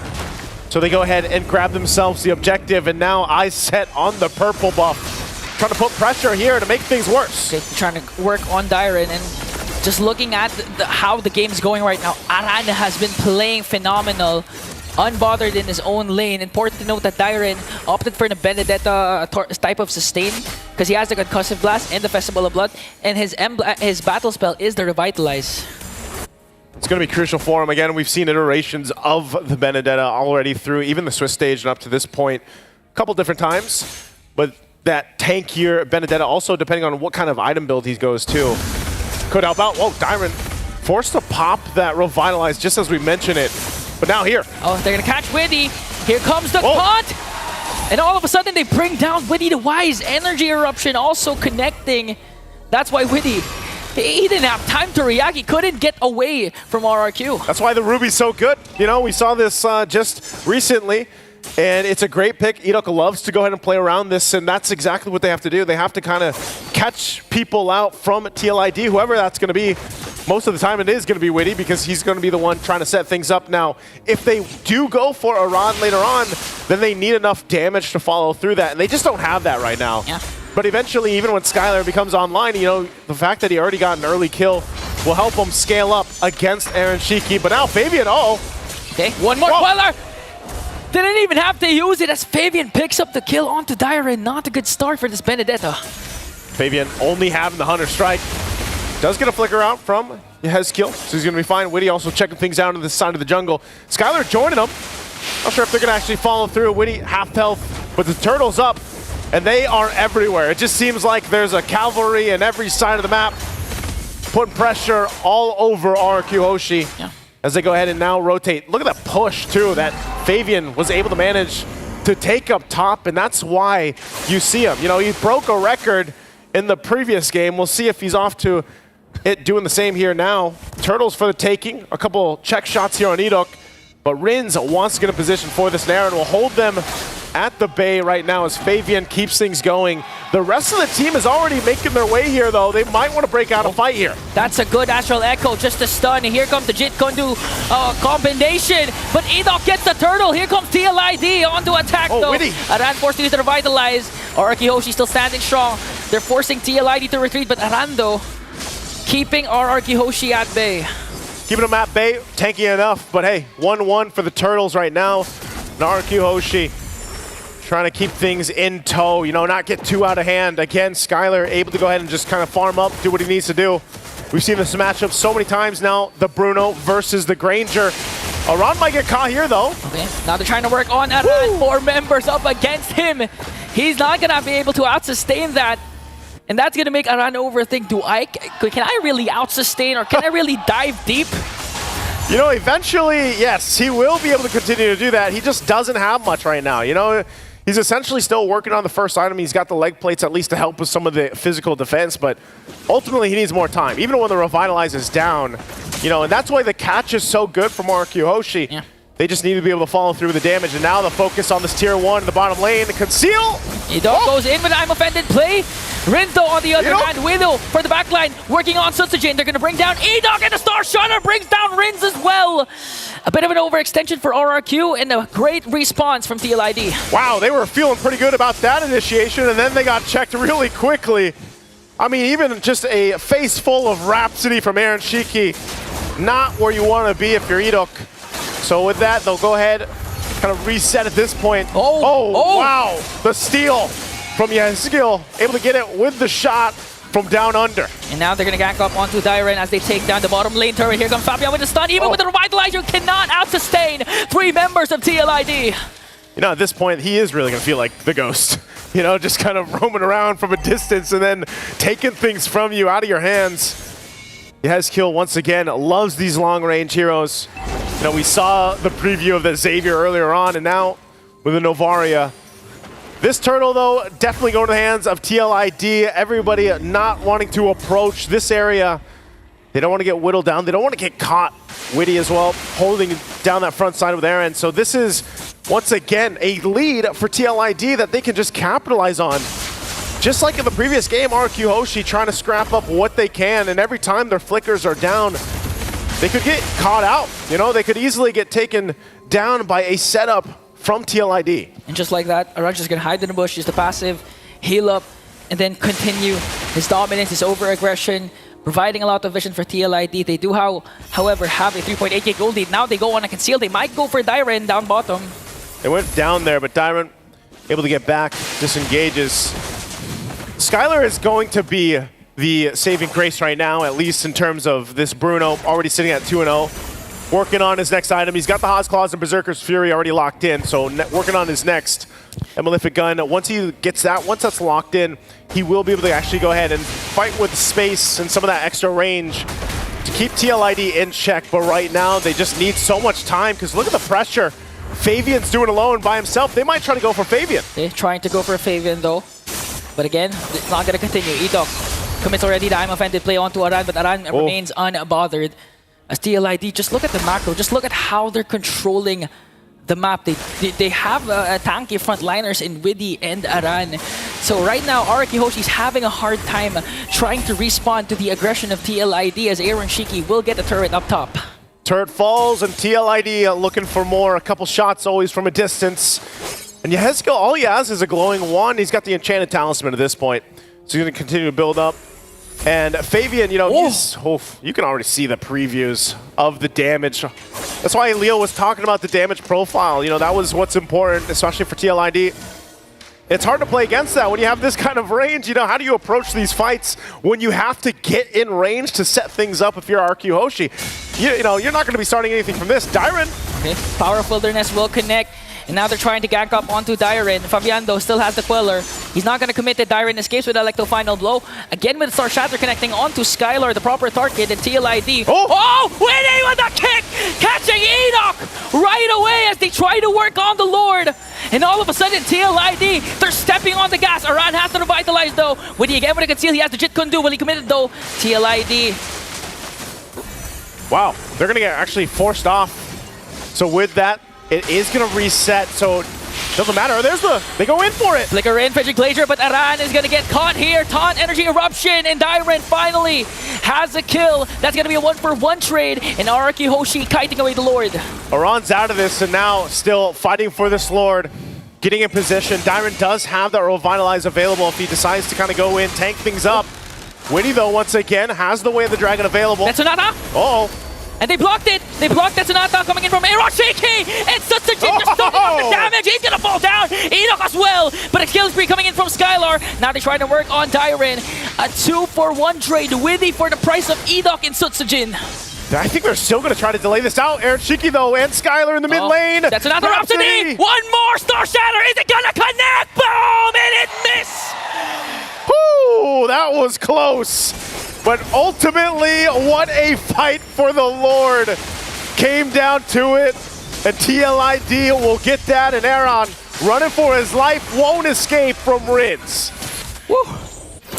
Imagine if that Star Shutter connects, the TLID is going to make quick work of the outer turrets. They did secure the Lord, but still Skylar remains deathless, 3-0-1, and when we approach the 15-minute, 16-minute mark, when it's really activated, and when Araki Hoshi starts to work around, starts to play around the fact that they have the Bruno, this is going to be crucial for TLID to end this early. You can see it right there. You know, Skylar is up there on the damage meters. Like I said, he'd already had the Malefic Gun eventually for that fight. Aaron Shiki now picking up the Sky Piercer.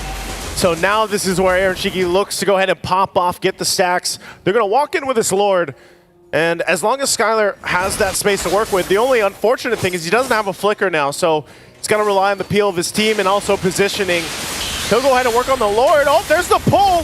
They're going to commit the Frigid Glacier and bring down Fabian. On the other hand, Arando got caught up by the Energy Eruption coming in from Susujin Edok. Will he continue to play TLID? Works on the mid lane turret, so that's still a trade Araki Hoshi was waiting for. A shutdown onto Fabian. That's a good shutdown. Again, going to the hands of Skylar too. Just dealing with the Lord. They dealt with the push. Get a little bit of extra thousands gold there. Witty goes in with a kick. Off angle kick, and now the counter punish from Araki Hoshi. Forcing out the flicker from Witty. Arando Power Wilderness might be able to take down Edok on Skylar quite low. And now they're on the sandwich play as they try to work on Sukujin as well. I am offended play. Aran might be safe, but they take down Skylar. Now Witty with a conceal. Aran will be traded for Skylar. Oh man, Skylar almost got away. Then they concealed. Then the pull came through, and he ends up dying in that clash. So a whole lot happening there. Araki Hoshi, though, ultimately getting some important shutdowns and gold in their pockets. Maybe allowing them to go ahead and have a fairer chance against the next Lord take. They've got plenty of time, about a minute or so, to go ahead and readjust and recalibrate. But Team Liquid ID, you know, they want to fight. There was some positioning there too. And Aaron Shiki still has not gone down yet. So Skylar getting a little bit aggressive, and even earlier in that fight, you know, he didn't have the flicker available, so he was doing that, you know, just pure positioning and skill. Yeah. So we'll see if he actually goes and adjusts his game plan now that he at least has a flicker. Still working on the next defensive item if he's able to get the Wind of Nature eventually. But right now he just doesn't have it. And you can see them slowly but surely, RQ Hoshi getting some work in this game done, but still, how do they fare against the Lord coming up? I mean, looking at the utility, they have Yezkiel with an Navari that can provide a lot of vision, a lot of slows, not to mention the Astral Echo increasing the hitbox of the members of RRQ Hoshi. So the Jit Kundu, the Way of the Dragon, will connect properly for TLID as Dyron trying to work on Fabian. The Lord has spawned. Let's see if RRQ Hoshi can contest. They are in that vicinity, so they're going to wait. They're going to try and clear up that long lane. Aaron Shiki will go ahead and start this up. Rins picking up the Wishing Lantern. They want to get in position. Conceal already used. Witty going in. Now they're going to catch. So Aran there. Frigid Glacier is going to connect onto 2. Skylar on the other hand just doing the free hit. Going to bring down Witty. One member down, but exchange for Sutsujin. No retribution holder for RRQ, and TLID will get the Lord. Aaron Shiki's not done. Popping the Pride of Ice. And Rins with the flicker out to make sure he escapes, but TLID gets the Lord with a 4.7k gold lead. Big Lord take again. Witty, you know, starting things up with Conceal, goes in. But that's the thing. I mean, even Aaron Shiki himself, he's just kind of posting up with the front side and just popping off Rhapsodies and Destinatas. And no one wants to approach that, just because of how much he hurts. And so now RRQ Hoshi again on this defense. They're going to have to get ready for this. One of the difficult things about this, as you're seeing the shots come through from a distance, is TLID has so much vision. Not even just with a Novaria, but the fact that Aran is literally a walking vision. Like, he is the walking vision. He can spot people out and give that call to the rest of TLID. As now Lord makes its way on the top side. A couple shots. There's the Wind of Nature for Skylar. See if that helps with the defense. There's the pull, but don't follow through. Turret's going to fall, though. Lord finally going down. All base turrets still up and okay for RQ Hoshi. But they lose all the tier 2s. And now TLID, do they take a disciplined route, even though they have this 7,000 gold lead? Looks like they'll do just that. They don't want to overstep. They're happy with what they got with that Lord. Yeah. Fabian just really showing his quick hands. Was able to avoid the I'm offended play from Edok with just one dash. And now a successful defense still for RQ Hoshi. They were able to save all inhibitor turrets. And now they're going to try to look for a pick-off there. So Sejin uses Retribution to try and slow down Aran. While Dyron just keeping TLID at bay. Here comes Aaron Shiki with a Death Sonata. Trying to dish out the damage though, but RQ Hoshi able to out-sustain that. And that's all he has to do. Arana just keeps doing that, providing the vision, knows he can take shots, knows he has a Revitalize. Tanky enough, even with the Radiant Armor. Blade Armor too, still working on the next one. So that's something that RQ Hoshi has to deal with. It's just they have to force themselves to just not get out-visioned at this point. But how do you do that when you also have a Novaria across from you just shooting from a distance? Divine Glaive also picked up. So this is the difficult part. As they get to these next Lords, these later Lords, depending on how long they can stall out this game. Oh, Edok, here a couple shots. So, just look at the range. That's why I said, how do you fight against this range, man? How do you even get in position? The only time it's gonna happen is when you actually go and contest the Lord, because then, you know, you have a couple different angles to go from, but even just trying to get in that position, Team Liquid ID has done such a good job at just kind of setting things up. Yeah. You know, firing off from a distance, and that's why I said, as long as Aran is just in those bushes, in that side of the jungle, or even around the Lord Pit, you're not gonna surprise them. You don't have like the Louis Yis or the Chips to help you out with that. Yeah. I mean, the only surprise factor could come from Edok's I'm Offended Flicker play. We did, however, see Rins already execute a Flicker in Frigid Glacier combination. Unfortunately, only connected to Aran. So if ever they want to go up against a team with high vision, a huge amount of rage, and at the same time damage, they're going to have to catch TLID off guard. They're going to have to catch them by surprise, make an outstanding play, or even just isolate the damage dealers. Try to reach for Yezkiel and Aaron Shiki. Well, this is where they started up. We'll see if Edok is able to go ahead and surprise TLID. Lord already started up. Witty prepping up. Waiting in, there's the conceal play. That's a good connection of Dash Relico connecting onto 3. Edok though quite low, Aaron Shiki still working on him. Now so it's the Generator, that's onto Aaron, but got bursted down by Aaron Shiki. Here comes the counter attack coming in from RRQ. Frigid Glacier is gonna connect though. Dyron steals away the Lord. Now they're gonna get Witty down. A double kill for Aaron Shiki, but RRQ will get the Lord. 3 members still alive for RRQ Hoshi. Dyron able to get the Lord, but TLID to go ahead and deal with this, clear out the lanes. It is a beefed up Lord at this point, almost 18 minutes in. But still, it was only Witty that went down, so the waves will get taken care of. We'll see, again, Rins, Edok, Skylar still up. You saw the preview too. Skylar's hurting, man. You know, the amount of damage he's able to do with just one kick, one auto even, is definitely showing. It does have all the items that he needs, really. Even got rid of the boots. So now, Lord pushing in on the tier 2. There's the pull. I'm Offended play onto Aran. Paired up with the Frigid Glacier, a lot of stuns, and they will find to bring down Aran. Aaron Shiki pop the Pride of Ice. It's going to bring down Rins as well. Now TLID, they made quick work of the Lord of RRQ Hoshi. No inhibitor turrets taken down. Outer turrets are well intact except for the top lane. And now Sutsujin are trying to work on Fabian. Here's the dash out. 5.8k gold lead still for TLID, and just like that, you take away the momentum RRQ gained from getting that Lord. I think, even given this gold lead, it doesn't really matter. RRQ Hoshi is in fighting form. A lot of the times it's more so of the surprise factor, and that's all on Idok for the most part. Even earlier on for that Lord fight, Witty went in, but then it was just good team fighting from RRQ Hoshi to actually go ahead. And then yes, Dyron, the fact that he was able to buy time by taking the Lord, that's enough to go ahead and bring yourselves back into the game, and all they need to do is really get past that 21, 22-minute mark, giving themselves a good position for the next Lord. Like I said, Skylar is exactly where he needs to be. Look at the damage already, even on Witty, taking him down with a couple of shots to half health. They just have to play against this range, and who's going to be the one to tank those shots up every single time? It's Susujin and Idok both playing that part. Maybe Dyron to an extent too. Has an endless battle alongside with him, and just basically a hybrid build, even with the Thunder Belt, Thunder Strike, and Team Harass, so that pull's not going to work.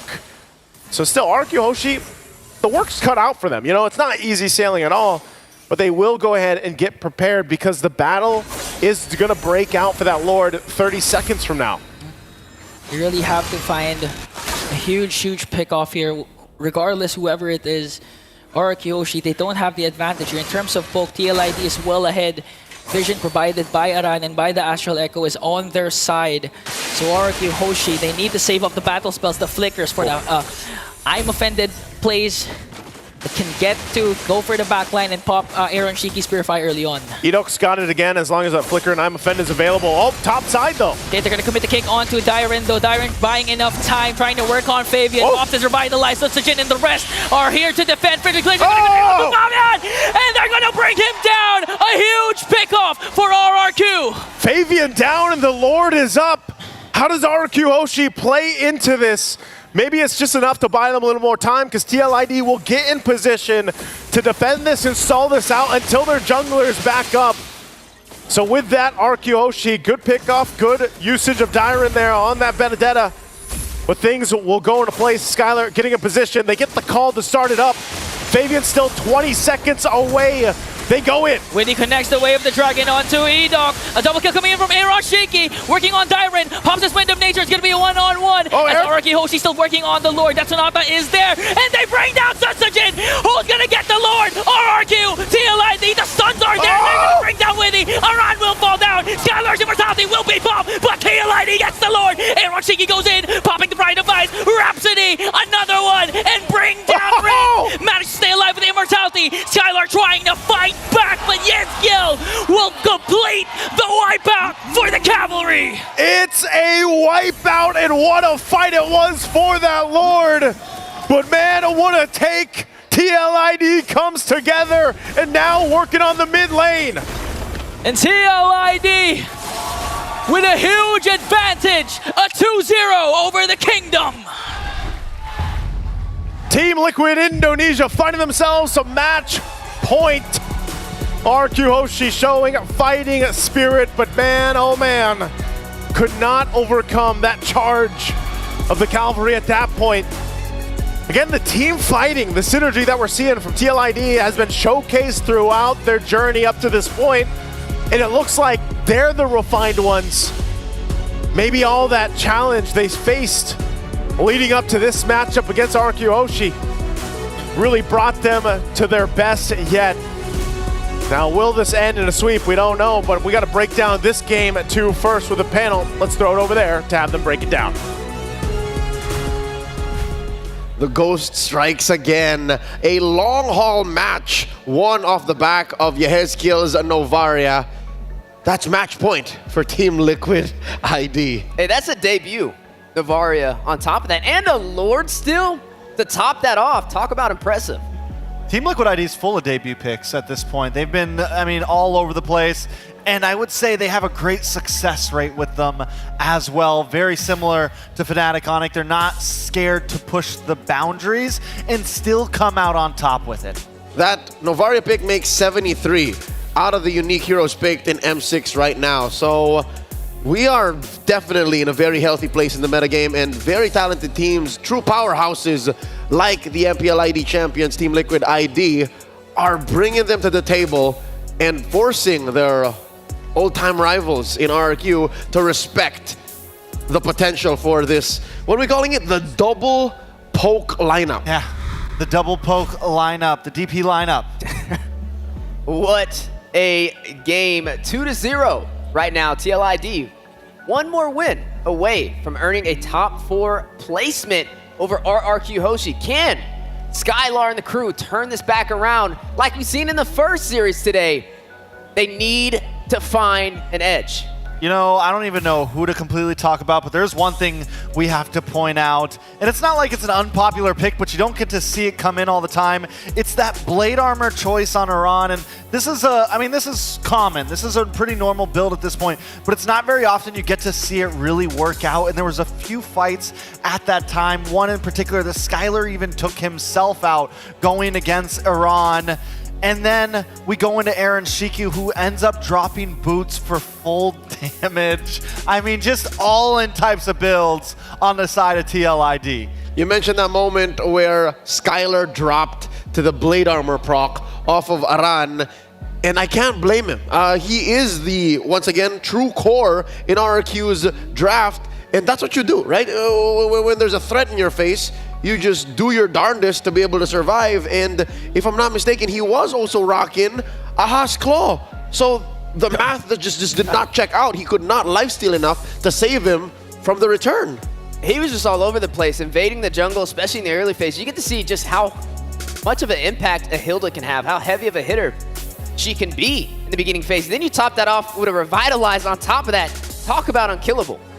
One more check on one of the heroes here is the emblem on Yehezkiel. This is still the way you build a Novaria, despite her being out of the meta for quite a while. You still build the Wilderness Blessing and the Puncture. Weirdly enough, that's also what Rins did. But it's clear that Rins here is a utility mid laner. The Aurora is used mainly for her stopping power instead of her damage. Well, there was no stopping the poking. That's the big problem here. No stopping. Yes, maybe you catch Fabian, maybe you catch Iran, but we saw it even in that last Lord fight while it was happening. We're wondering, even with Fabian gone, it's going to be tough for them to try to rush this because there's just too much range, too much damage. It's disgusting. It's like there's 3 cores in TLID's lineup, and that just breaks the logic and the understanding of economy in MLBB. Looking at the damage output, Aaron Shiki, the Skylar, one of the 3 cores, quote-unquote, for Liquid ID, dealt 30k more damage. And this is a Granger compared to the more favorited Bruno. You're starting to see teams not ban out the Bruno, but find a way to work around it. And then on top of that, take a look at the Ghost of Jakarta. Yeah, Ezekiel on this Novaria debut. That's 113,000 damage. This was a lot longer of a game, though. This was a 21-minute match. You could have taken the damage on Skylar, added Dyron, and you're close to Yehezkiel. Exactly. You could literally add them both. I mean, I feel like at this point, I'm looking at some of the numbers, and Iran also has absorbed 213,000 damage. That is essentially everything we see on the side of RQ right now. All of it together is pretty much Iran's damage taken stat. On Aran. Not to even mention what Weedy does. Weedy was on point with those setups, with the isolation, the way of the Dragon. Huge and very impactful, as you are going to see both teams comparing against each other. Skylar and Aaron Shiki. Again, all in on Skylar. That's a story here. So you would assume that the stats and the gold should have been more on Skylar. They should have found a way to funnel, right? That's the ideal here. But again, just the way that Liquid played that early to mid did not make it easy for King Skylar. Aaron Shiki just way faster at clearing the objectives, right? I mean, even looking at the turret, not really anything on the board for Skylar that entire game. When he's not able to thrive, that's when you see RQ have a little bit of a harder time. You know, I can't just give it up to Aaron Shiki, though, because Aaron Shiki wouldn't be able to do this without Yehezkiel, without Woody, without the team around him, right? Without Aaron. You need the whole package, and Skylar right now, you know, it's not like he got killed early on. It's not like there was any major issue, any big whiff from Skylar exactly. It's that when everything else is crumbling around, Skylar's not going to be able to take towers. He can't push. He can't do those things. And here's Aaron waiting for Fabian to make the play, waiting for Yehezkiel to say, all right, I hit him with the echoes. I'm going to hit him with another Star Shatter. You just wail away. It's so much easier for Aaron to get these numbers. And to be able to get these numbers, he relied on his mid laner. He relied on the Ghost of Jakarta. He just doesn't die. It's Yehezkiel on that Novaria. On point, the debut pickup and working in their favor. I mean, the later the game went, the more you got to see it scale. A well-deserved MVP on the pocket pick. We like to say, when it comes to TLID, it's kind of similar to Fnatic Onyx, right? They go experimental, but they don't go too far out of the box, right? They don't go something that is as risky. When he's running on this Navarre, he's playing in the back line. But it's his setups that help the team to win these skirmishes. Yeah, I like the way that TLID goes for some of those unique picks. Is a lot of the times they are in the mid lane. They are in a place where it's a safe position to do it. You're not sacrificing anything too major by deciding to put Yehezkiel on something like this. Now 3-0 and 14. We said he only gets to die once. That happened in game 1. So now he's just, he's just going to be clearing through at this point. All right. In defense of the Ghost, my client, he is afforded 1 death per game, not per series. Okay. A so Ghost, he's allowed another one. The next series. Do they next game, stack? sure. Does he get like 2 next series? No. Just 1 per game. 1 per game. That's why he's called the Ghost. Gotcha. He just has once. Only one. And for those of y'all wondering, if you want to play a Novaria much like Yehezkiel, that last item slot, you'll notice that he only had 5, was a juggle between Divine Glaive, Blood Wings, and a Winter Crown. He just had the damage necessary, especially toward that late game. I mean, he was bursting down members of RRQ Hoshi. But RRQ Hoshi, it wasn't too far off, right? I feel like there's some glimmering hope for them. I feel like during some of the Lord engagements, it wasn't even a retry battle anymore. It was who could get that last hit off. We got to see not only Dyron get a Lord steal from RRQ Hoshi, but on the other side, Liquid ID. Yehezkiel taking one for himself. It was this right here. But you know what? It's very rare that I say outright I disagree with you, but Steph Weezy, I disagree with you because those comebacks from RRQ Hoshi were only possible or were only ever evident if they were able to set up 3 or 4 solid ways. And that starts usually off of Sutsujin finding an angle, Dyron cutting back into the back line, Rins just outright almost solo killing Fabian. Like, those are the ways that RRQ Hoshi could have come back, but alas, that's assuming so much. It's assuming that Liquid ID would take it lying down. You know what? I think I know what they need to do. What do they need to do? When you're feeling down, when things aren't working in your favor, there's really only one option. Hello Panda. Guys, get it. Fill your game with Hello Panda. Crunchy biscuits filled with creamy chocolate, the ultimate snack to keep you guys energized. Level up your day and visit Hello Panda website. Oh my Trex! What is this? Welcome to the desk. We shouted out Panda once, and you eat everything? Yeah. I was gonna offer something to the Kingdom because that's what you said, right? They needed a little bit of sugar. They're just that good. Reset. They're that good. Well, there I you can't have help myself.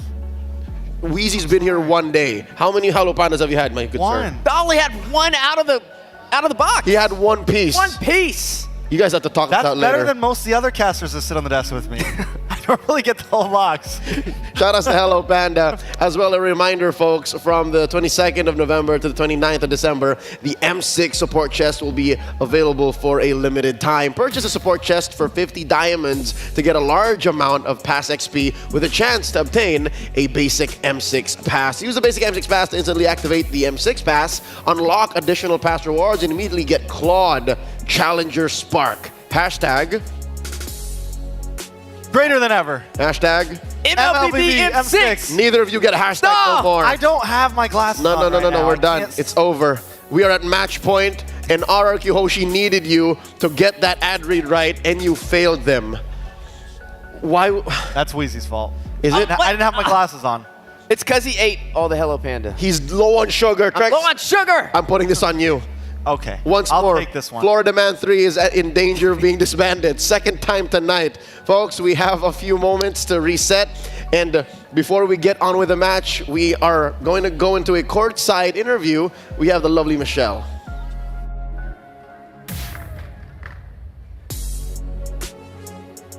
Thank you, our panel. So now it's Michelle with Poji again, and now we are having the ex-coach of RRQ, Hoshi, the field with us. Thank you so much for joining us. Thank you, thank you. So now on the stage, both teams were coming from Indonesia, Yes. but I still need to make sure with you which team you're coming for. Yeah, for sure I'm supporting RRQ Hoshi, right? Because it's my team also. That's why I'm supporting RRQ Hoshi. But because this is the Indonesian match, still RRQ. But if the enemy is not from Indonesia, yeah. Both teams are your home heroes, right? Sure. So, like, did you expect it that they got a rematch so fast in like the knockout stage? Actually, I already expecting it. I already expect because this is a drawing system, right? From Swiss round to knockout stage. That's why I expect that maybe at this moment, I expect. So it's like a rematch of your grand final in your qualifiers. So Poji, would you like to bring some question about the grand final in their qualifier? Yes, sure. So for Coach Phil, do you think, how about you think about this? Because previously in MPL ID for the final, they go full series, 7 games. But for this time, do you think RRQ can go full series against Team Liquid? At upper bracket final in MPL Indo, we get lost 2-0 first, and then we can reverse sweep also. I hope at this moment we can do the same thing lah, because we already lost 2-0 right now. So I hope we can full 5 game. So you believe they're gonna come back, right? Yeah. Okay. So from that significant grand final in your qualifier to the M6, as a coach perspective, do you think the both team got any improvement has been accomplished in the M6 series? For sure got so many improvement. Actually, like maybe from the mechanic, and then, but I also see that the mentality about the two teams from Indonesia, like RRQ and Team Liquid, is mentality up because they are so new player, right? They are the generation player from Indo, and they can play well at M6. That's really good for Indonesia. So you hope all the players could keep calm, just like the Sujing, right? Yeah. Okay. All right, good for you, Coach. But before we return back to the cast, I have a question, a special question actually. As someone from RRQ, which has the biggest, if not the largest fan in MLBB scene, do you have anything to say to the millions of fans of RRQ all around the world? Maybe I can say it in Indonesia ya. Yes, for sure can. Oke, buat para Kingdom, jangan toxic, intinya jangan toxic, kita have fun aja, apapun yang terjadi, ya intinya mungkin sekarang kita dilihat dari dunia tuh dengan fanbase terbesar lah. Justru karena itulah aku pesan buat kalian Kingdom dimanapun kalian berada, jangan toxic, just have fun, dan tetap kita support dengan cara yang positif. Viva RRQ! Thank you for. I believe your message just cheered them up. So let's check out what's gonna happen in the third game. So panel, back over to you. Michelle, and terima kasih to Coach Fiel, former coach of RRQ, and to Popo G for sharing insights on this upcoming game. I lost track. Game 3? Game 3. Yeah, game 3. All right, it's been a long day, but hey, Coach did say in the upper bracket finals they were down 2, and then they rolled it back. It kind of feels like what we seen earlier today, right? When we got to see Fnatic Onyx up against Falcons. It was the same situation, 2-0. And we all know how that played out. It is a Florida Man 3 desk. It is? Yeah, it's possible. It's definitely possible. Why is there hesitation in your voice? Because TLID just looks too good right now. Too clean? Too clean. Unless, we saw, unless RQ just been downloading. But at this point, it doesn't exactly seem like it's completely just in the draft. Like, FCON versus FNOP felt so reliant on solely the draft. This time, I will say that there's TLID, they're mid, they're EXP, everyone just seems to be really in tune and playing to their best ability right now. All right, I can imagine that there's a lot of pressure on the shoulders right now, a lot of responsibilities on Skylar, King Skylar. Here's a quick quote from Coach Fiel here on the growth of Skylar. This is actually from Dyron. Coach Fiel was the one we spoke with.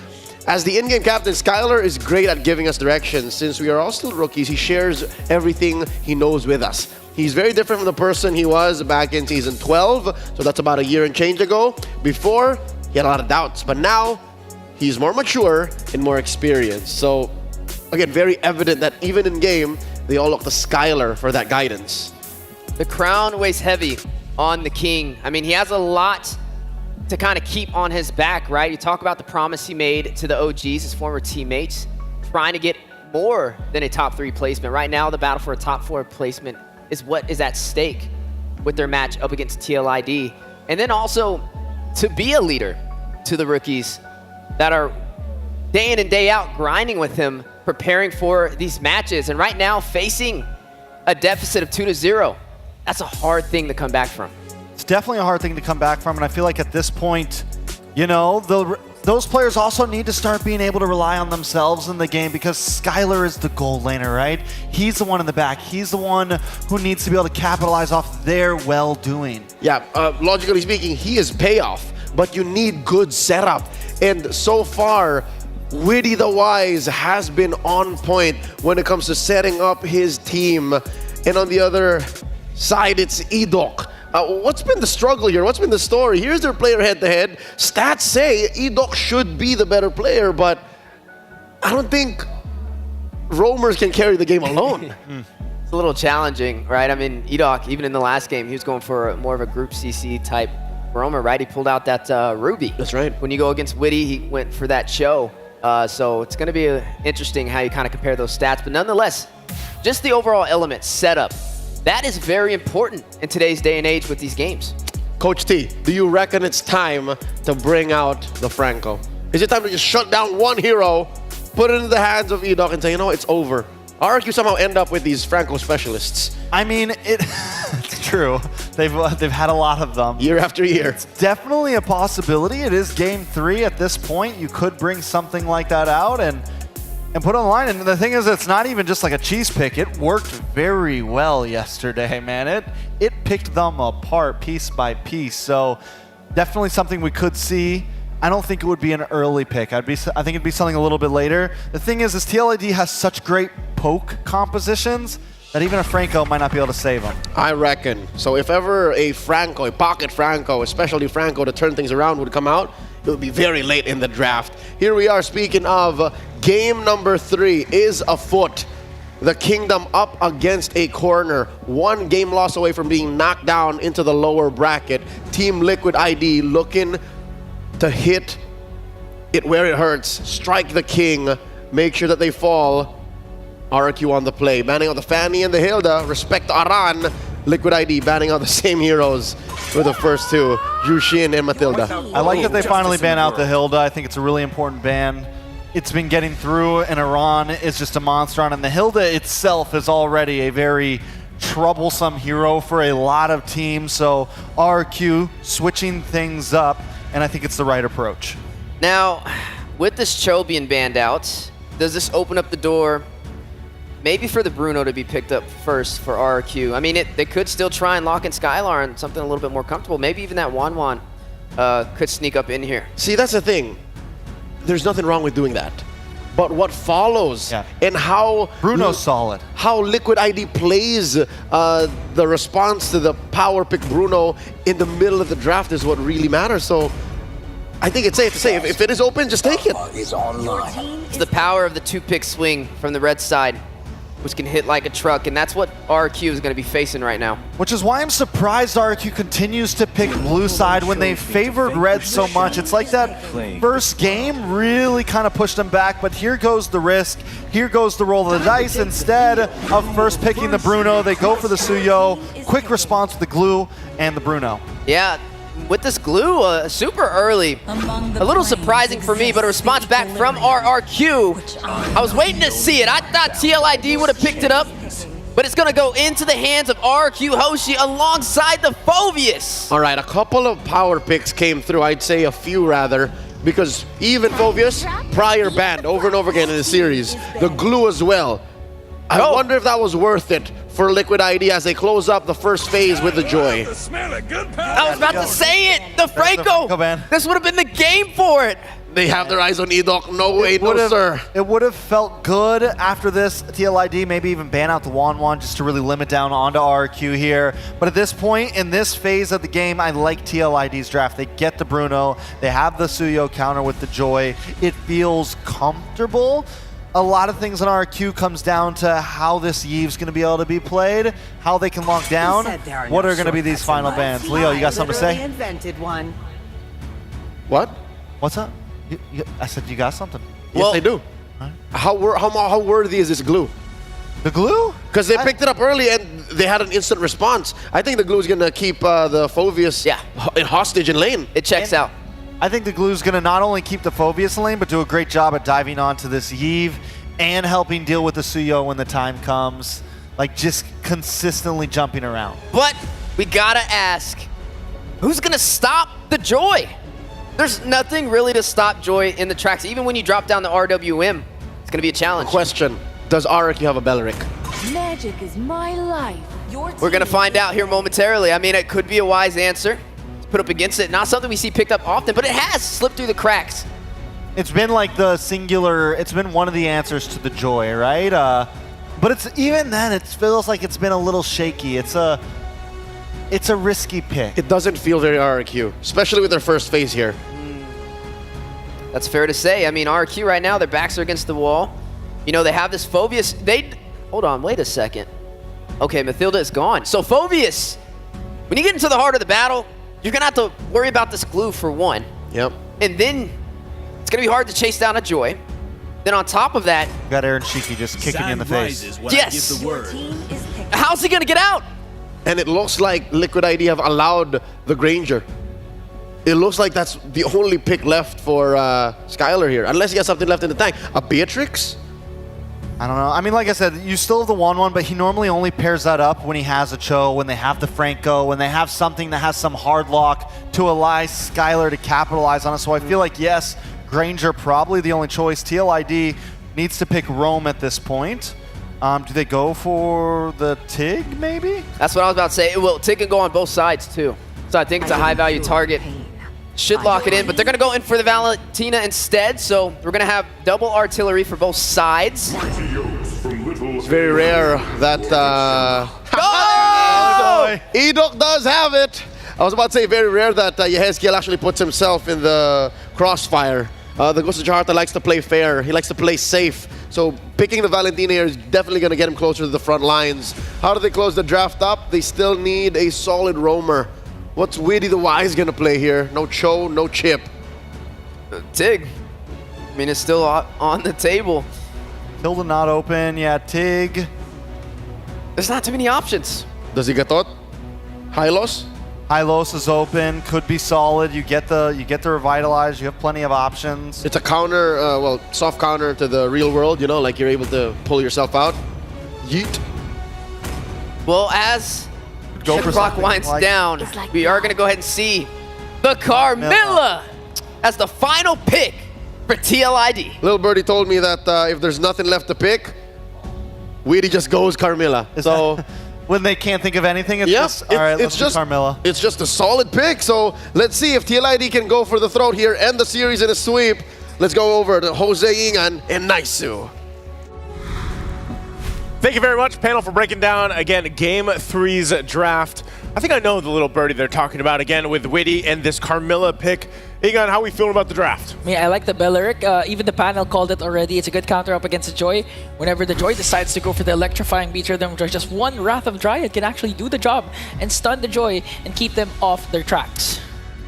Ah, man, the Belleric pick has been very interesting throughout M6, even back in the Swiss stage. It's great at locking down certain choke points, especially when you want to be able to move around the RWM, but we'll see if it's in RQ Hoshi's plan to take it to a game 4 ahead of them instead of getting swept here by TLID, because right now they need the adjustments to come into play as they go ahead and start things up. TLID has been all over the map from game 1, game 2, able to go ahead and punish even just like this in the early game. really putting pressure on, knowing the limit of how much they can get away with. And even holding on to this. Speaking of game number 1 and number 2, this is what has been happening. Aran just really dominating the XP lane, not letting Dyren play. He did use the Hilda twice. Now it's going to be the glue, but still, it looks like it's the same story. An aggressive start on the XP lane. Aggressive start right now. And so far, that's been the trend or the theme of this series alone. Again, against these two powerhouse teams from Indonesia, really knowing their own play style and how they like to roam around the map. But, you know, just like our panel kind of broke down earlier on, it just seems like, you know, some of the challenges that TLID face there going forward throughout the Swiss stage, they've really refined their gameplay and their game plan. And RQ Hoshi, you know, they had a great time too. They were one of the first teams, or the first team, to secure the knockouts here. Oh, he's going to be able to get away. Fabian. Oh, now the counter attack from RQ Hoshi. Dyren and Fabian goes in. Susujin as well. Here comes the Revitalize coming in from Edok. Rin's on the other hand trying to work on Widdy. Still no casualties for both of these teams, but this is RRQ Hoshi just saying that you can't repeat what happened during game number 1, game number 2, where you just keep on invading and invading without any response from the Kingdom. You know, I think we have to wait to see what happens, especially after the first turtle breaks out, just because the nature of these two lineups and how they're going to work, it's already up. It's already going to be spotted up and started up by Susujin, so already using just the real-world manipulation to go ahead and just take it as quick as possible. So RQ Hoshi will get the objective locked in and secured. First turtle of the game.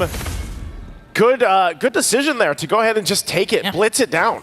Yeah, RQ Hoshi clearly having, they're decisive now. They're really going for these kinds of decisions, wanting to commit. And now they have a slight advantage compared to game number 1, game number 2, wherein TLID was just really controlling the mid-river, the neutral objectives. And this might be an opening for RQ Hoshi. We'll see it once again. Skylar taking a couple shots here against Aaron Shiki. And when we look at these rotations and how they want to go, whenever you have the Suyo, you want to be able to put pressure on the jungle. And that's exactly what Susujin will do this time around. Like you mentioned, it's them in this game 3. It's RQ Hoshi to set the pace and find even the space in enemy territory in the jungle to go ahead and take it if they can. But with Team Liquid ID's lineup, you know, this is a more of a slow burn, if you will. If you can't get things going with Fabian's Joy early on, it's really that later portion of the game where you start to shine. I mean, even the Bruno alone, early Haasclaw's already picked up to just deal with the trading happening in the gold lane. And then, again, having Widdy here. Oh, hold on, top side. Susujin joins the picture now. Fabian with electrifying beats, but Dyren just going in for the Infernal Pursuit out, sustaining damage coming in from TLID, even forcing Aran to use a split just to walk away. Very interesting too, you know, not even needing any Revitalize up there because Widdy's down here protecting that gold lane, and now they might make a play. Widdy's gonna be fine, still holds on, and that's the thing, you know, with this Carmilla pick, is once you are able to go ahead and tank up some of that damage and then lay down a Curse of Blood and set things up, I'm wondering if they'll be able to capitalize on that, because Yehezkiel will most likely, I would say the majority of the time at least, take the real world manipulation like he has right now. Yeah. But we could see him change things up, you know? So far, every single lane though has just been a duel, you know, back and forth between the XP and the gold, while both teams just kind of the trio mid lanes go and rotate together, leading into this objective now. Second turn of the game going to be smarted up by RQ Hoshi. But it looks like this time around, TLID still won't make it in time. So now 2 for 2. RQ Hoshi building up on the gold lead now. Nice and comfortable at this point. Yeah, and the thing is, even if we've seen a lot of... Oh, onto the bottom lane though. They want to extend their lead by trying to go for the gold lane.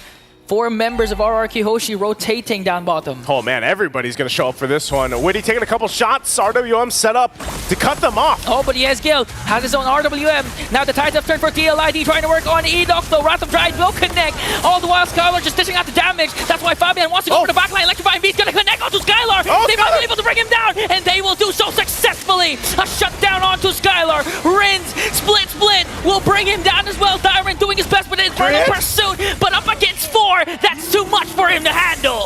Oh man, they wanted the fight, and they tried, but Team Liquid ID comes out with the win in the exchange. Really great positioning from Aaron Shiki, even not to go down. And they will put pressure behind the turret, behind the tier 1.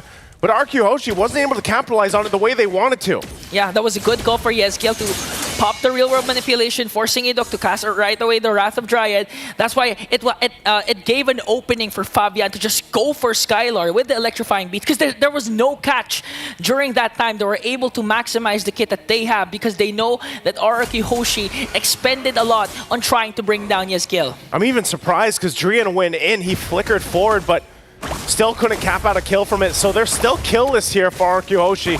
But the fact that they got the objectives early on, you know, it's nothing too crazy. The gold lead that they had was diminished. So this is the adjustment time, and also where TLID's lineup starts to shine a little bit more. Maybe still they have a hard time getting this next turtle, but by the time we get to those lords, TLID will have the itemization that they need. We'll see, they're getting in position to go ahead and contest this as they rotate up here towards the top. Aaron Shiki starts it up, and Aran keeping them at bay for now, but Idok there also on the front side. Both teams still, Yehezkiel holding on to the RWM, has it available, so both junglers now getting in position. Skylar a part of this fight too. Doesn't have that much just yet, but they're gonna go ahead and stand off for the turtle. Taking a couple shots, both trying to set up the mages, trying to find that opening. Okay, real world manipulation gonna be casted here, plus the Curse of Blood. Edok might be able to fall down though, but Winnie on the other hand will fall down in exchange for Rins. An opening for TLID. They also bring down Edok. Now the counter attack coming in from RQ Hoshi as they take down 3 with them. Such as in Skylar is still alive. Still alive. They're gonna force off the turtle here. Susagen was starting it up. But with their jungler down, TLID can't secure it just unless Aaronchiki actually brings it low enough for Susagen. Taking a couple shots there, but Skylar are there to help him out. Aaronchiki with a flicker though. He's got to walk away. Susagen with a sever to bring down Aaronchiki and gets the turtle as well for RRQ. And there you go. Again, the pendulum swings now for RQ Hoshi. Able to pick up the objective now, 3 for 3 in the turtles. We'll see if they can maintain the lead. Skylar definitely wanted to get revenge from earlier on, and he got it. Able to keep things together, but Fabian popping electrifying beats. Gets caught up by 3 with along with the assistance of Fabian. You're gonna break down Susagen. That was almost, you know, we could have almost said that was a solo kill, but it wasn't. But still trying there, of course, fighting in the jungle right now.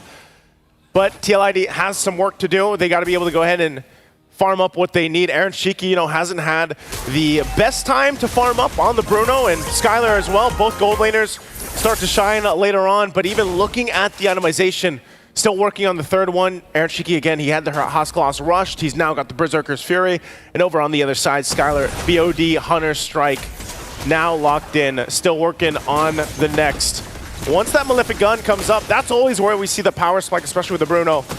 So Witty, dropping the Curse of Blood. Forcing out the flickers from RQ Hoshi. 2 real world manipulations connecting. And TLID just trying to soak up the damage. Here comes the Thought Force to use the split to try and walk away.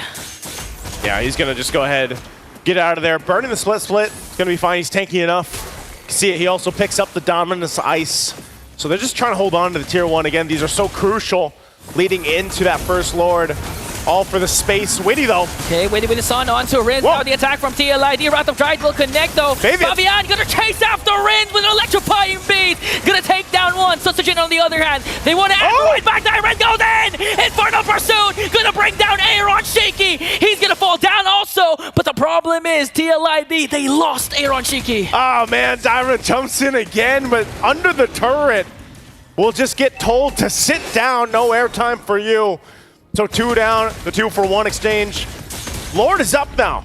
RQ Hoshi still holding on to a lead, but you can see how how they have to dissect these team fights because of the fact that we also usually see 2 real-world manipulations come up, and they have to play around that.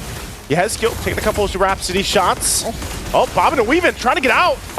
One more. That's Sonata. But Witty is there to try and make sure to block out the damage coming in from Skylar. Now the Lord has respawned here. RQ Hoshi, 5 members are surrounding the Lord Pit. RQ Hoshi's gonna blitz this. They're gonna try to delay it for TLID. There they go, and but it's secured. Susagen, again, all of that with Yehezkiel getting forced to basically go heal back up. They didn't have a choice, so they just see it. Great decision for RQ Hoshi to go ahead and just secure the Lord. It's really the pokes that comes from Skylar and the range also that you get from Rins. Just look at that. Not even full committing, not even full diving onto the members of TLID. they're able to force TLID to walk away, to retreat, because the damage coming in from Skylar with the Death Sonata is just too much. And as they make quick work on the mid lane turret, they have that Lord up top. They have the Lord pushing in, BOD now for Susujin. Also Skylar, he picked up the Sky Piercer earlier on. So there was a little bit of push there from Fabian down in the bottom side. Might still try to cut that wave a little bit longer. Well, the rest of the team deals with this Lord. A Malefic Gun now for Aaron Shiki. Edok going in position. Goins in, paired up with a real world manipulation. Here comes the Death and the Queller to bring down Kill. One member down for TLID. They're trying to make quick work of this Lord. No inhibitor turrets will be taken down, but RRQ Hoshi, they ain't playing around. They want to go for more. They're going to pop the energy shields in the mid lane. TLID has to defend this. Energy shields are going to be popped. They still hold on, of course, after just that first push with the Lord. But man, RRQ Hoshi able to go ahead and cap out some kills, get turrets. This is exactly what they need. Fabian, though, might be starting a fight. Oh, okay, electrifying beats is there. Forced to use out the Wrath of Dryad coming in from Edok. No casualties still for TLID, and they managed to save the inhibitor turrets. That's really one of the things that TLID has to do. If they can get the Wrath of the Dryad ultimate out from Edok, then that's a big piece of utility that's gone, because that is locking down the members of TLID when they try to rush forward. We saw that exchange earlier on in the mid lane, and so that's why you see them working so hard for it, even if it's Aaron, even if it's Fabian to an extent. Okay. Witty, they're going to press it in again. Forced out the flicker from Skylar. Manipulation coming in from Kill, but going to be taken down by the original one. Renz is going to pick up a kill, plus Sutsujin, a double, and now Dyron enters the picture, going to bring down Aran and Aaron Shaky as well. A double for Sutsujin. Fabian has to retreat, but it looks like RRQ Hoshi, they're going to circle around Fabian. Fabian on the run, still in the mid lane. It's going to be pushed by Sutsujin. He's all left alone. Fabian, he gets out, but look at the base it's being worked on. Now RRQ Hoshi, with a beautifully executed play, will manage to extend the series and take game 3. RRQ Hoshi takes a game in the series. It's not going to be a sweep today, but TLID, great adjustment this time around with the draft, and the execution was exactly what they needed. Now, can they continue to do that? Can we get another 5-game series on our hands, just like we had in our first matchup? Well, for RRQ Hoshi, that's what they have to answer. Can they continue to do that? Can they taste the victory again in this 5-game series? I think they can. They have to regain back their momentum. They have answered the problems that they've been facing for the past 2 games. And let's see how TLID will react towards a Game 3 loss up against RRQ Hoshi. See what adjustments are made, but we'll also see what our panel has to say about this game. Gentlemen, what do you think about it? The Kingdom is on the board, and when you're talking about the brawl in Bandung, there's no way you end it with a sweep. RRQ forcing us to go into game number 4. Gentlemen, was the answer all this while ban the Hilda? I mean, it's been very effective, right? It's stopping them from engaging as easy as before. Stop Aran and what he's comfortable on, but also you manifested it, Leo. You talked about the Belleric being a potential answer to the Joy. I think it was stacking circumstance, like just the matter of the Hilda ban, the Belleric into the Joy, Skylar on a solid pick, the first pick Suyo and Sutsujin too. Yeah, I feel like everything kind of worked out in that draft. For the first time, they felt a little bit in control, and the Hilda was definitely the first piece to complete the puzzle, right? It was the start of things working in their favor, and then once they had that, it gave them the ability to be able to go the Belleric. It gave them the ability to be able to counter the Joy and kind of stack things up along with Skylar. For the first time in a while, Yehezkiel has died more than once. The Ghost has suffered 3 deaths in this game, and did I not say this? Did I not say that he's going to have to put himself in the line of fire more often here than he has in, what, half a dozen games in M6? And suddenly, things change. It's starting to see the cracks in Team Liquid ID and RRQ Hoshi. Their castle is not looking to be sieged today. They're looking to go in for a game number 4, a chance to even out the series. A solid stopper against the Cavalry's charge. More of that Valentina. We've seen this many times in many an esports event in MLBB Sports, where the Valentina struggles to find an ult to steal and just sits there. Because look, if you're All right, we know for sure he wants to steal the RWM, yes? If you can't find Rins, what do?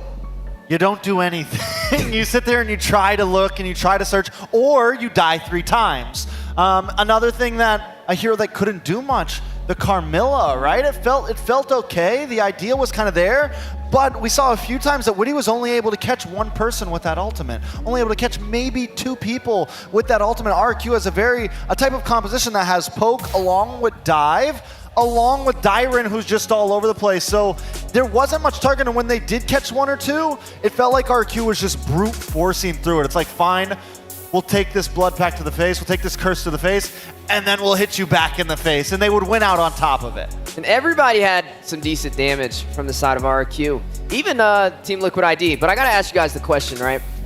We compare TLID and Fnatic, Onic all the time when it comes to the X Factor picks, when it comes to out-of-pocket picks.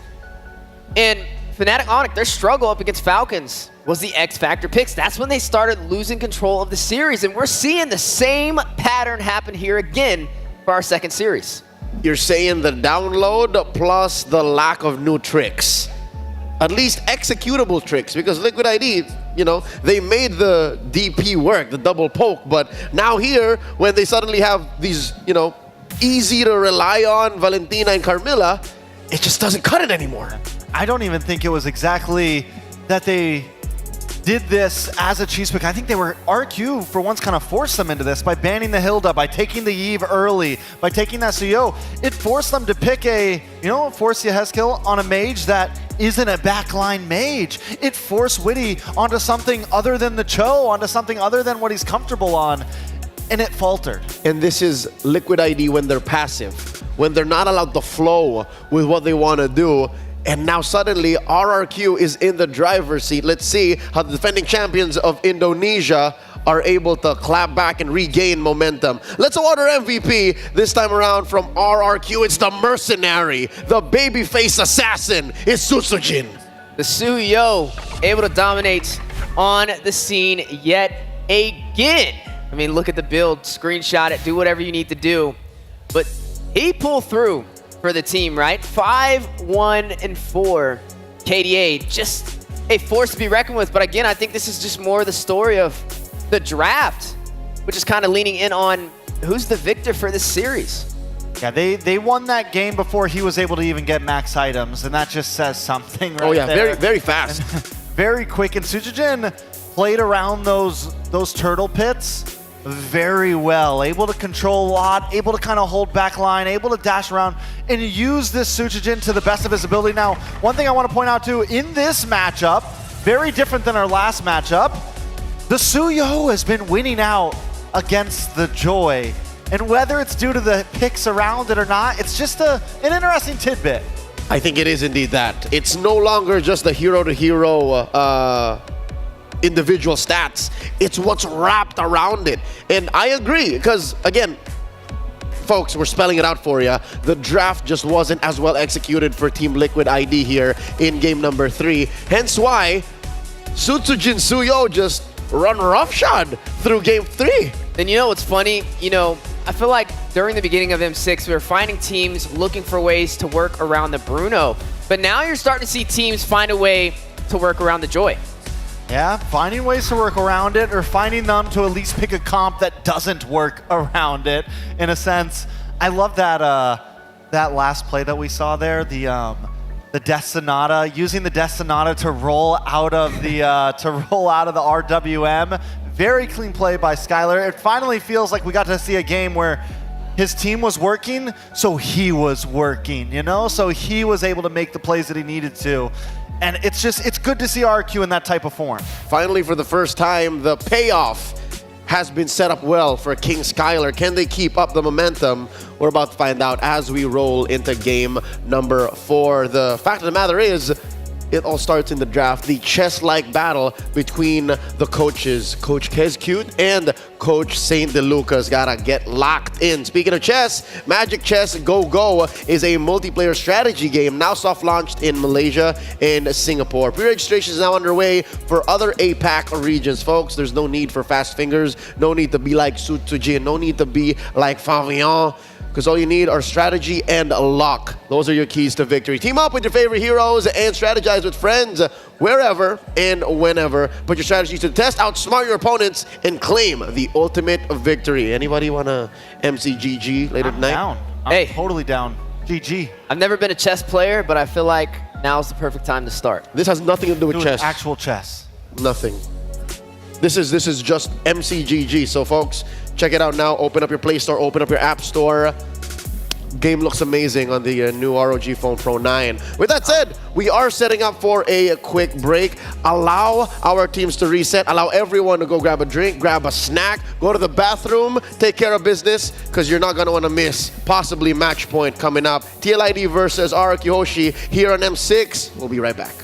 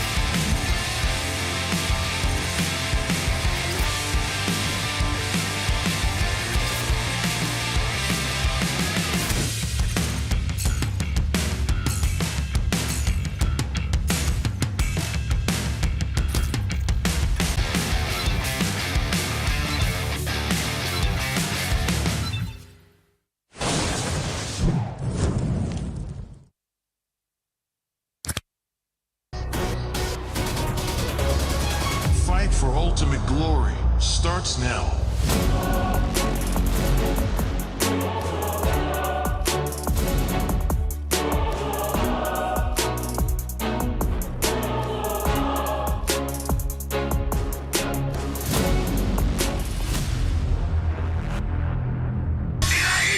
Mobile Legend M6 スイスウォッチ Meiji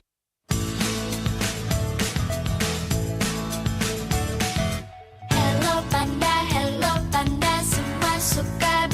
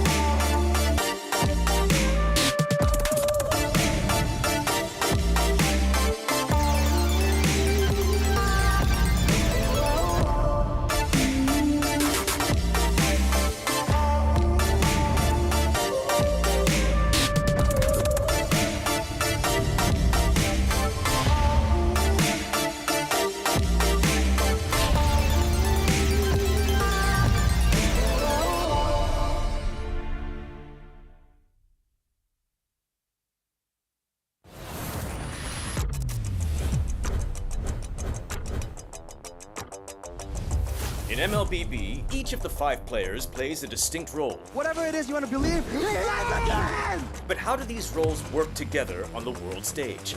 Going Sons, who picks up the Mid laners and roamers are the bedrock of the team. looking for the knockup, not able to find a sense who he wants for, takes him out. Whether it's picking beefy tanks, mages, or sustain, together they provide crowd control and damage in the early game, making space for the team to farm or secure objectives. Then we have the EXP laners, usually playing tanky heroes. They poke and zone the enemy to create opportunities. All right, let's see, another fight commences here. Gear goes in, it's gonna be a lot of damage played. While the roamers pick to fill the team's needs and support if needed. EXP laners must win their lane and protect their tower with aggressive, confident play, ensuring map control for the team. Ooh, final slash. Finally, we come to the junglers, the early to mid-game finishers, and the gold laners, the mid to late game finishers. Fiery, the god in the jungle, takes a double kill. For junglers, whether it's frontline tank utility or assassin early game assassin burst, they form the core of the team. They act on the space created by their team to finish off objectives, utilizing power spikes with the early game advantage they get from farming the jungle. Should be a retreat from the Burmese gold, and they get sent down into the ground. Gold laners focus on farming for gold to become late game monsters. 1v3. They are savvy observers, staying out of trouble and positioning well to deal the most damage with their fragile heroes. Do you agree? How would you describe the roles that make MLBB greater than ever?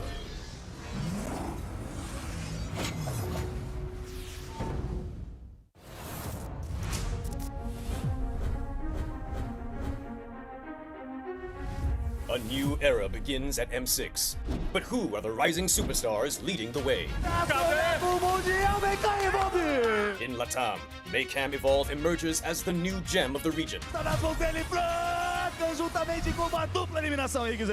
With Aurora's fierce adaptability and rookie sensation Super Nahuel, the Dynasty Enders made history, toppling the undefeated RRQ Akira after a 2.5-year reign. At MTC Turkey Championship, S2G Esports rises as a new challenger. Led by Sigibum's superstar performance at the gold lane, Pagu's playmaking, and Begin's rotation, they are ready to shine on the world stage. In their M-Series debut from MPL Cambodia, CFU Gaming is ready to strike, with M2 veteran Poppy and core members Detective, Z, and Wadu. Can the Sharks are primed to make waves on the world stage? Returning to the M-Series is RRQ Hoshi, the Sang Raja. Looking for a trade as he finds the triple. Looking for the maniac. Reinforced by Sutsujin's lethal skill, and led by Skylar, this squad of young stars is on a mission for global dominance. The Indonesian cavalry made a bold gamble by swapping their lineup with MDL rookies, uncovering gems like Fabian, the deadly jungler, a calculated roamer in Witty the Wise, and King Eronshiki, the next-level gold laner. Team Liquid ID rises as a new M-Series challenger. The double Roy goes down 1 by 1. It's a maniac. MPL PH Season 14 saw the debut of Aurora Gaming, with rising gold laner Domeng and MSC 2022 champion Demon Kite. The Kite.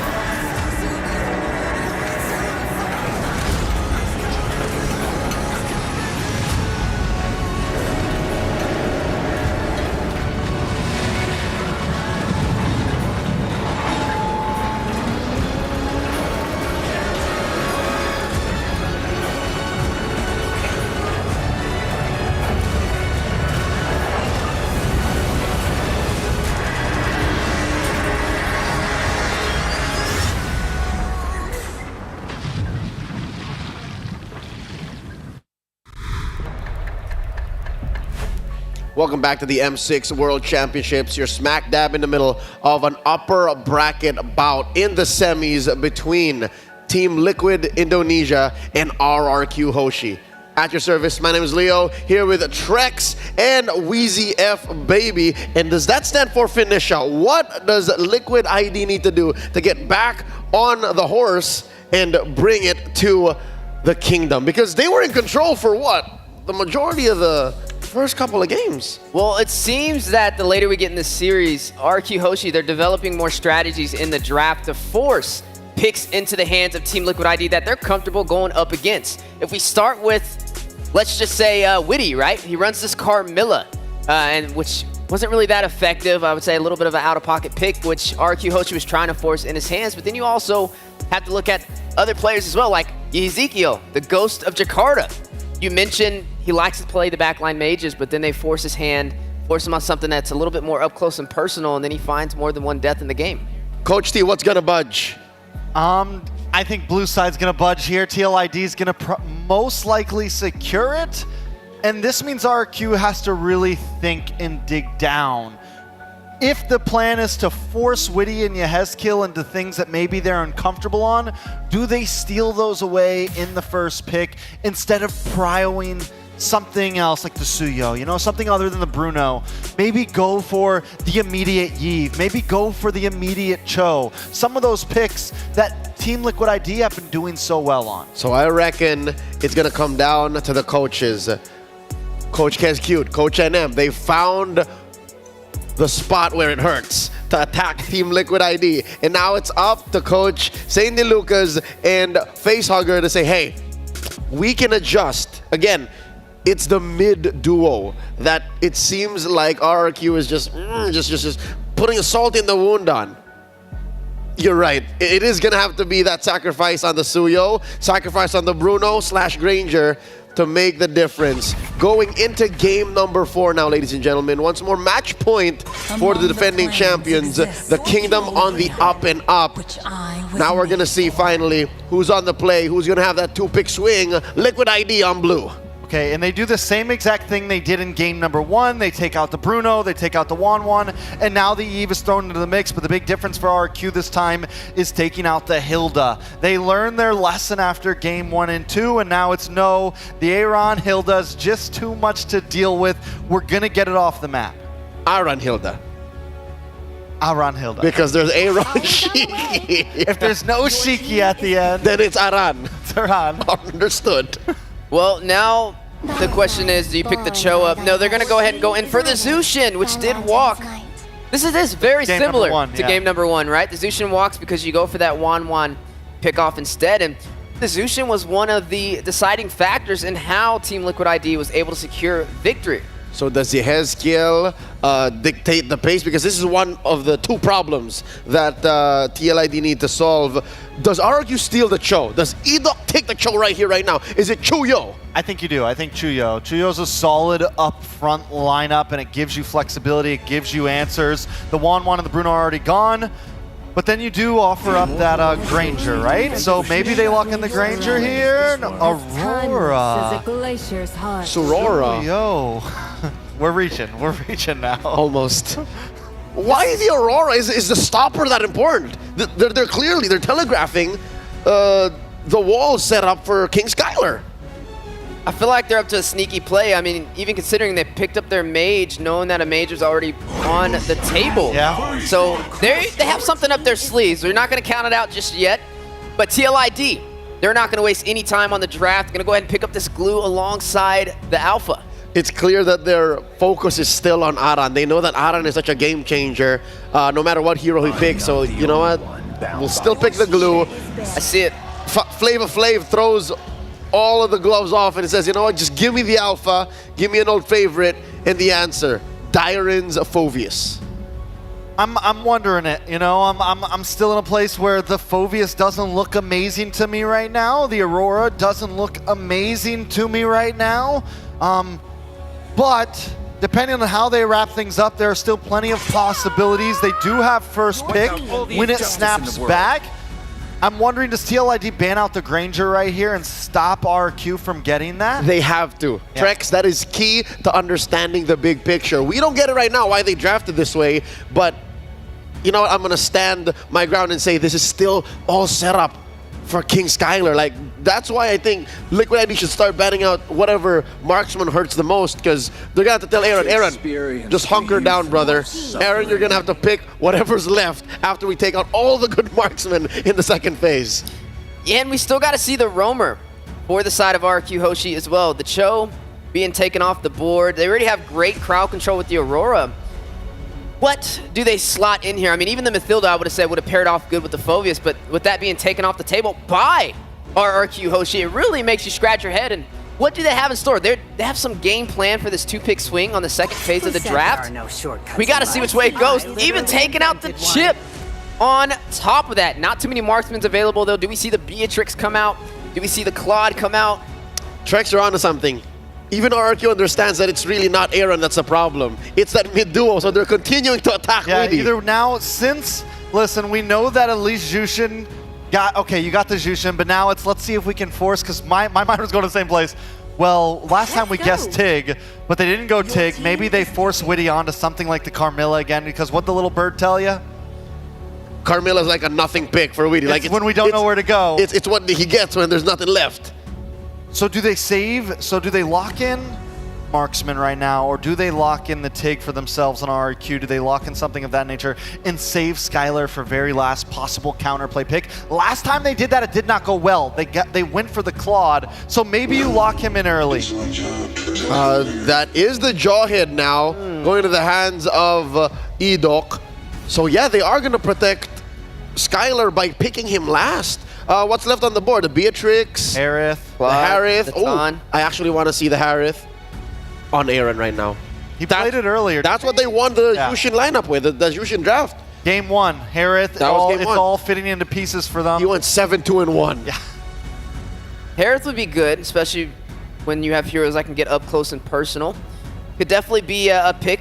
Saving the best for last for Skylar, though, right? The veteran on the side of RQ Hoshi. What is he going to lock in? There's already sustainability with the glue. There's great crowd control with the Zushin and the Alpha as well. There it is. There goes that Harith to be facing off against Skylar in the gold lane, matched up with the Belleric. Yeah, I think the Belleric's a solid pick. It's a big change up from the Carmilla. Still something similar in a sense. Wants to get in, wants to throw down a big circle on everybody. But it kind of has a slightly different touch to it. You get some response. RQ, Skylar. I don't know if he should. Don't do the Claude. All right. So we go into Beatrix, solid pick. Well, this is different though from RQ Hoshi, right? They're forcing TLID to really think through this draft, right? Even us scratching our heads when we see the Suyo and the Aurora picked up first. We're like, where are they gonna go? They could have got something more prio. Let's see if this will unfold RQ's way, or will TLID end the series right here? Let's go over to Ingan and Naisu. Still a match point here for TLID. RQ Hoshi, after a great previous game, can they do it again? Replicate what they brought? Looking at the lineups here, it's looking pretty good, looking solid, but I like what TLID brought this time around. How about you, Ingan? Yeah, I mean, I was looking at the draft, no one actually went for the Cho, so TLID didn't go for the bait out, because I know RQ wanted to really bait out Widdy. Widdy to go for the Cho, and now they go with the Belleric, and just like what the panel said, the Jushin paired up with the Harith is what won them game number 1. So let's see if it's going to be the same result for this game. Again, RQ Hoshi has to win the game to get to game 5. Welcome. Both teams still fighting for that top 4 spot to join the other teams waiting in the wins. And which team will go down to the lower bracket to maybe claw their way back up?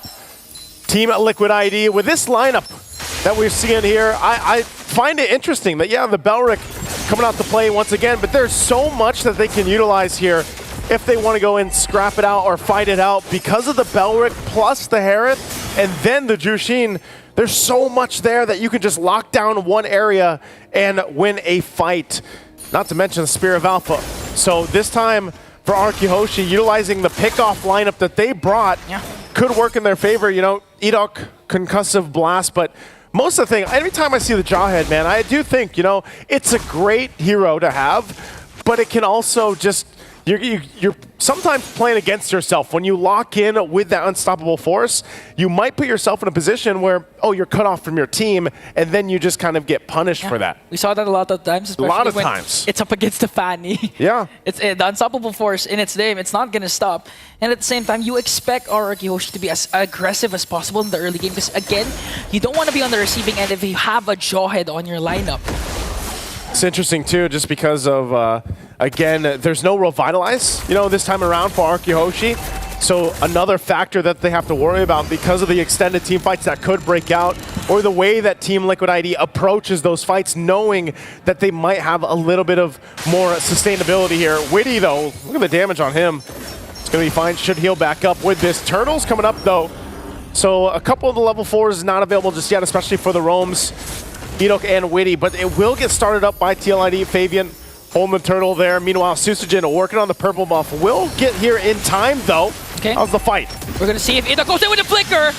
Goes after Fabian with the zone. Now RRQ Hoshi, they will get the first turtle in exchange for Dyren. Okay, are they? Oh, they're still going. Yehezkiel. Okay, Crimson Beacon in. Trying to go for Susujin. Susujin dashes out. Now RRQ Hoshi, they got the turtle, but TLID answers right back with a kill. They answer back. So trading from across the board here, but still, again, nothing too crazy, nothing too much of a lead. Of course, this matchup in the gold lane is going to be interesting. Skylar getting that Beatrix locked in. There's the jump in, toss up. Oh, the lockdown as Yehezkiel's taken out. Alley-oops away to Rins. Now Yehezkiel not starting out strong here as they're forcing Aaron, Shiki, and Witty to rotate because they know they have to protect the purple buff for Fabian. Now RRQ Hoshi, again with the Jawhead pick, it's working wonders for them because so far they already have two great ejector plays. One that zoned out Fabian, and now one that pick up a kill onto Yehezkiel. Fabian will get his purple buff, but the team had to help secure that up. Skylar, first item, a Malefic Gun, getting a little extra gold too. So we'll see. Like I said, he needs that range. Playing against the Harith in that gold lane, he's going to have to deal with it. Fabian jumping in. Okay, Spear of Alpha. Trying to work on Edok. Unstoppable Force and Ejector. They're trying to work on Fabian. Here comes Arando, and Edok will fall down. A little bit too over-aggressive play from RRQ Hoshi. He's going to get punished by TLID. Yeah, that's tough to toss up an Alpha, with Fabian here. And that's the thing I was talking about. When you have this Jawhead, you have to choose your targets safely, and correctly. But earlier on, he made the right play. This time around, gets punished, and now they find themselves with a minor lead for RRQ Hoshi, leading into the next objective coming up here soon. This is the one that obviously will break out, especially now that you have Witty looking to set up with the Wrath of the Dryad, and they can play into setup potential. I'm not sure if Aaron Shiki will actually join this fight, but it does look like that Skylar might join this one. Kind of waiting there to see if he gets the call. Turtle's up. Susujin will go ahead, lock in that shot. Yehezkiel takes a little bit of damage, but they go and get in position. Skylar will stay top side for now. And Rins picks up the glowing wand, first item priority here. They're going to test each other out, kind of posting up around this turtle, and right now Fabian's going to hold it. The rest of the team's going to set up the perimeter. Okay, the XP lane is just trying to soak up. Here comes the Unstoppable Force. Bridget Glazer's going to connect, but still Fabian will get the turtle. Now the attack of TLID. They're forcing out a lot of flickers coming in from RRQ. Aranj working on Rins. Yehezkiel with a Lantern Flare. Going to get picked up by Edok. Edok manages to stay alive. Aranj split, but going to get caught up by 3. RRQ Hoshi again with 2 kills despite losing the turtle. A great fight, for RRQ Hoshi. Great exchange. Getting a couple kills. Even Skylar making his way. He used that flicker down too, but Rins, not able to get taken down, and Susujin on top of it will now get the tier 1 in the bottom lane. Great starting off for RRQ Hoshi. Even if at the cost of a turtle, it doesn't really matter right now. They'll continue to put on the pressure. And it's up to Team Liquid ID now. Looking, there's the toss again. Another throw, might be the wrong target. Able to cast the Wrath of Dryad. Pick up the Frigid Glacier. Witty was able still to escape, and that's someone you don't want to throw, especially if you can't burst him down right away as Fabian works on Susujin, forcing out the Retribution. Susujin will be able to walk away. Oh, now look at this top side play. Aaron Shiki is going to have to rely on Yehezkiel up here at tier 1. Nearly going down. Skylar still might be able to get it. There it is with the cannon minion. Turret down, so now RRQ Hoshi with a space advantage on the map. 2 tier 1s down, and this has been a very aggressive Edok. Whether or not puts himself in a bad situation, it's enough pressure to keep TLID kind of second-guessing themselves, you know, on their entry points. More big items being picked up. Skylar taking a shot right there. Again, he's only got the Malefic Gun, still working on the BOD. And then even some of the defensive items also coming into play. Dyron got the Thunder Belt.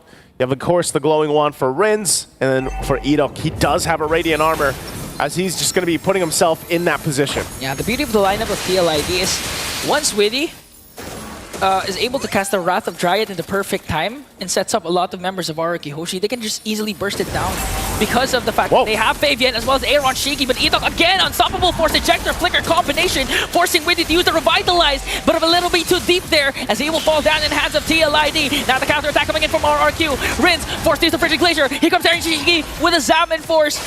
Tyron has to walk away here. TLID still standing strong with 5 members. Lantern Flare gonna connect onto Tyron, and they might be able to take down Witty with him, as Tyron will also fall down. Another kill for Fabian. Oh, they're slowed so much.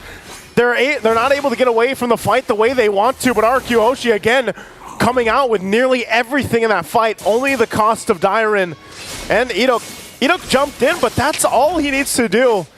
If he's enough of a distraction to toss someone to the whims, then that works out. Susujin now taking the purple buff. Now it's Susujin with a lead in this game for against Fabian. They get the tier 1, so now all tier 1 turrets down. And even that tier 2 on the bottom side almost pushed in RQ Hoshi with a massive space advantage right now. Yeah, and not to mention a 3.9k gold lead. That was a well-executed play coming in from RQ Hoshi, just Dyron literally being the sandbag, forcing TLID out of position once again. And again, started things off by Edok, the unstoppable Force Flicker play, paired up with the Ejector. That was more than enough to set up RRQ Hoshi for that favorable trade. It's really interesting, the fact that, you know, you think when you see these ultimates and the options available from TLID's lineup, that in those kind of team fights, they should be able to go ahead and win those fights based on their area of effect and the lockdown. But just looking at the itemization, you can see the difference here. Starlium Scythe and Feather of Heaven, not enough, but here's the breakout again. Early split. Dyron casted already Witty casted the Wrath of Dryad. Here comes the Frigid Glacier counterattack coming in from RRQ. Wow. They're going to pick up 2.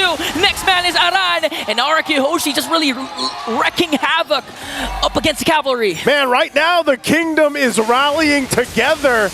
Every single team fight they choose to take, there's no response so far from Team Liquid ID. Yeah. And even Skylar, the fact that he got this Beatrix, look at the shots on Aaron Shiki, keeping him in check right now. Man, TLID needs a lot of time to be able to go toe-to-toe against RQ Hoshis. Yeah. And it's also the same story once again, just Dyron being the sacrificial lamb for RRQ Hoshi to make sure TLID doesn't get the necessarily space that they want up against a team like RRQ Hoshi, as they make quick work of this Lord once again, extending their lead to 6.5k, giving a hard time for TLID. And you would assume that they would actually have an easier time in terms of the early game, because again, they picked up Aaron Shiki with the Hadith. They also have Fabian with the Alpha that has true damage. So right now, what can you do? Because so far, even if Witty manages to catch cast the Wrath of Dryad, there's always a response from Rins with the Frigid Glacier, forcing TLID to retreat. It's getting to that point where Skylar is locked and loaded. He is just zoned in. He's got a Sky Piercer now too. So Malefic Gun, BOD, Sky Piercer. And you already got a preview of how much that render shot is gonna hurt. And so it's great. I mean, if you think about it, like we were saying, you know, you set up those things around the Wrath of the Dryad. Well, Skylar's there based on whatever gun he decides to approach the fight with, but now walking in with the Lord here, again, a massive lead. They're gonna put the pressure now on the base turrets. Okay, Wrath of Dryad gonna connect. Here comes the counter attack. Frigid Glacier once again! Aran is gonna fall down in the hands of Skylar. TLID trying to make quick work of the Lord. They will, however, save their mid lane inhibitor turret.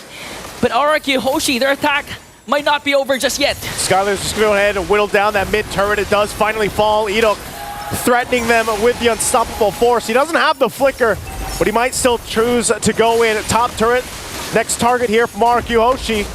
They might just go ahead and go with a toss-up turret being worked on. Edok now on the front side, clearing out the minion waves, while Skylar works on that, and now Aaron Shiki, whoa, the shot from Skylar! Even with a Salmon Force!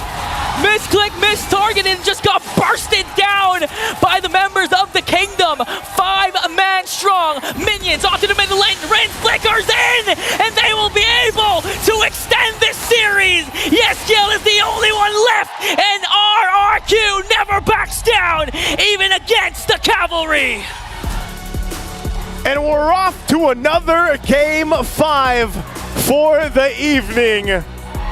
Man, oh man, I hope you guys have your snacks and your drinks, because it's been one hell of a night of MLBB for the teams fighting for that opportunity to move on to the top 4 in Axiata Arena, waiting to just battle it out. And it looks like RRQ Hoshi is on par for revenge here from the Indonesia Grand Finals, because right now what we know is it all comes down to one single game ahead of them. But before we get there, our panel, we have to hear their thoughts on Game 4. The Bandung Brawl never ceases to amaze. You expected a certain kind of matchup when it comes to these two teams, and you get that certain expectation because they're going all the way. Ladies and gentlemen, we're going to Game 5 for this upper bracket semi. And technically, if RRQ Hoshi can pull this off, that's a reverse sweep in their hands. Now both sides, one more match to go. Trex, we did it again, the 50-50. I'm blaming it on RRQ TLID. Reverse sweep, just like what happened in the upper bracket in MPL ID. So, I mean, maybe it's not us. Maybe it just is what it is. We had nothing to do with this. We had nothing to do with this at all. 10 games in one day. What more could you ask for from M6? That one is on us. Speaking of on us, let's break down that 11-minute game. Yes, ladies and gentlemen, RRQ just seems to be going faster and faster and faster. That's a carry line, but here it was Skylar's Beatrix that actually turned it up a notch.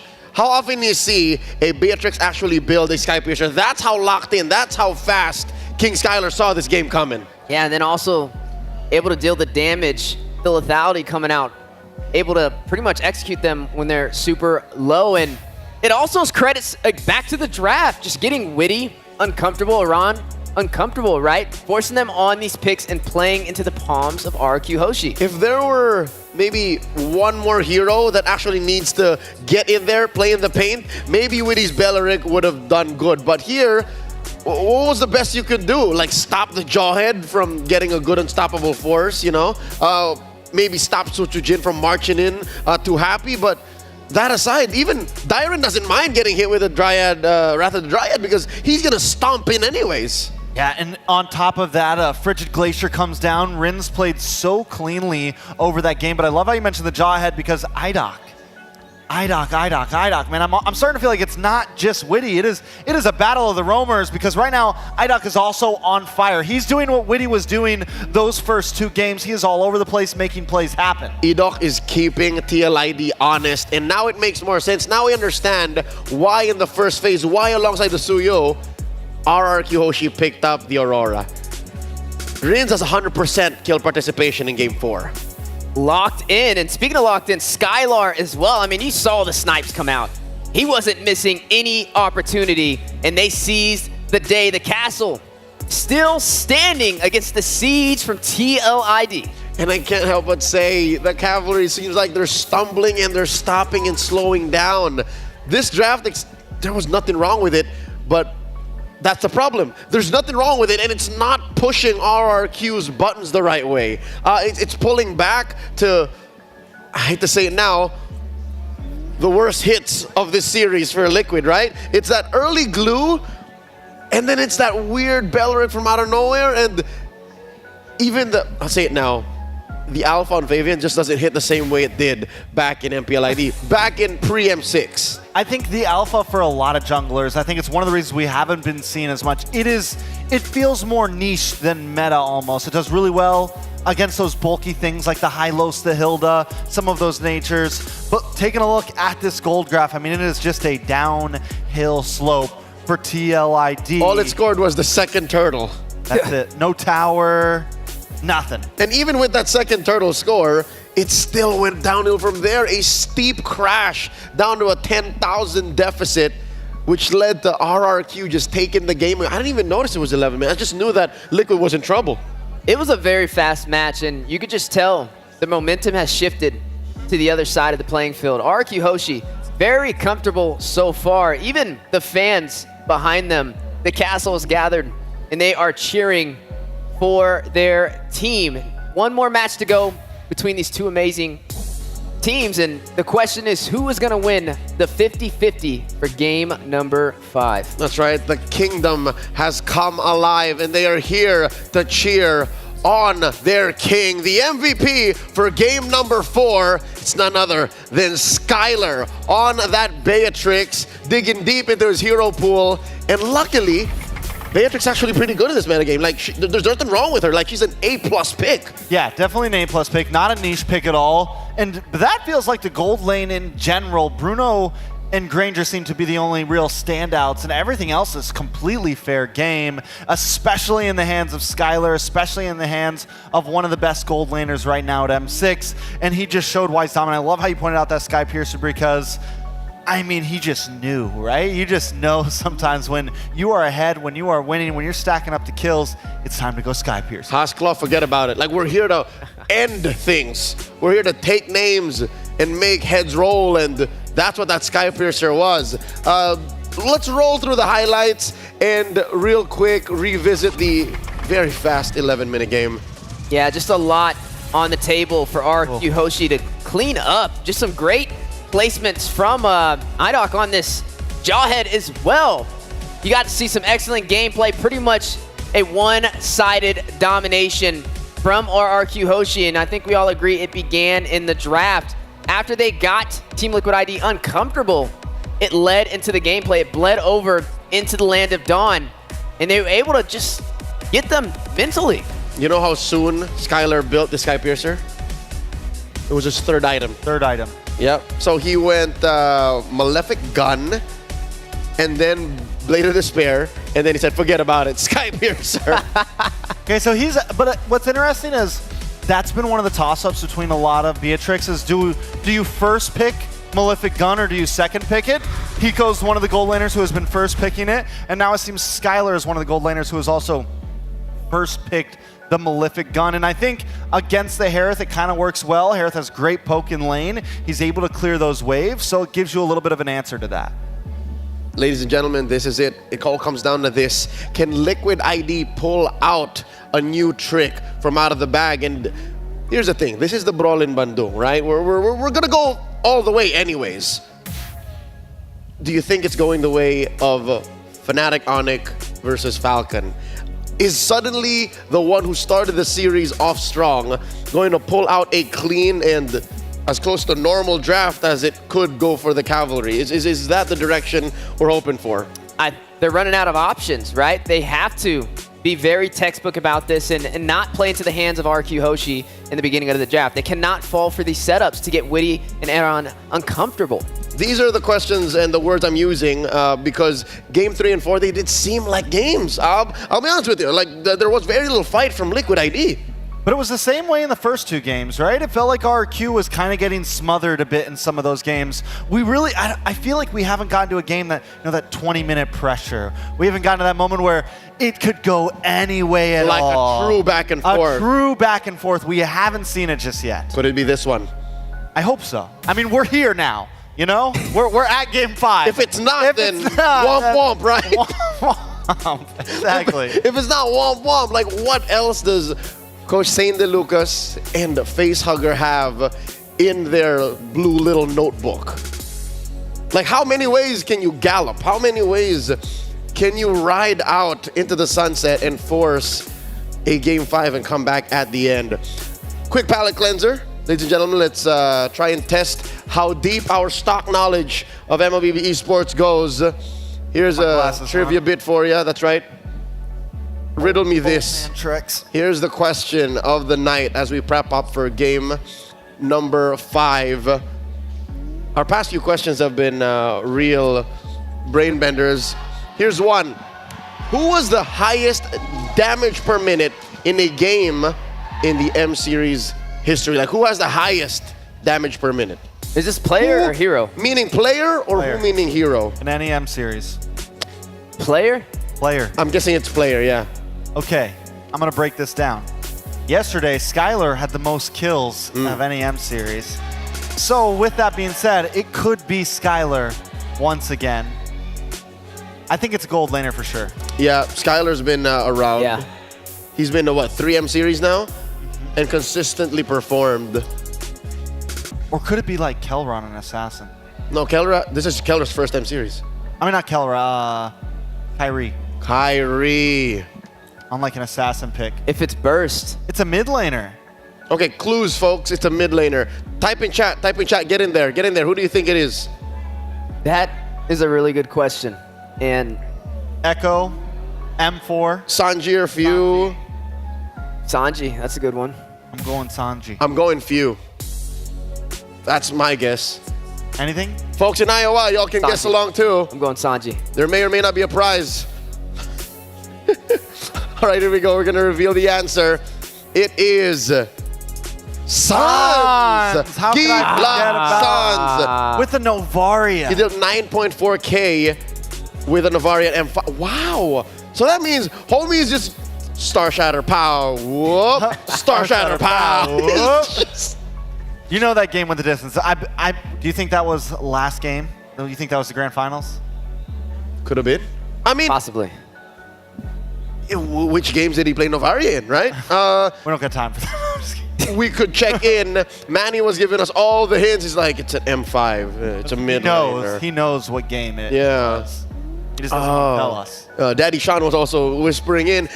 I am curious, all right? I'm gonna look into this because I'm gonna lose sleep over figuring out which one it was. But I got good news for y'all, folks. Game's about to begin once more. Let's go on stage and resume this bout. One more game. Satu. One more in the Bandung Brawl rematch here at the M6 World Championships, the knockouts.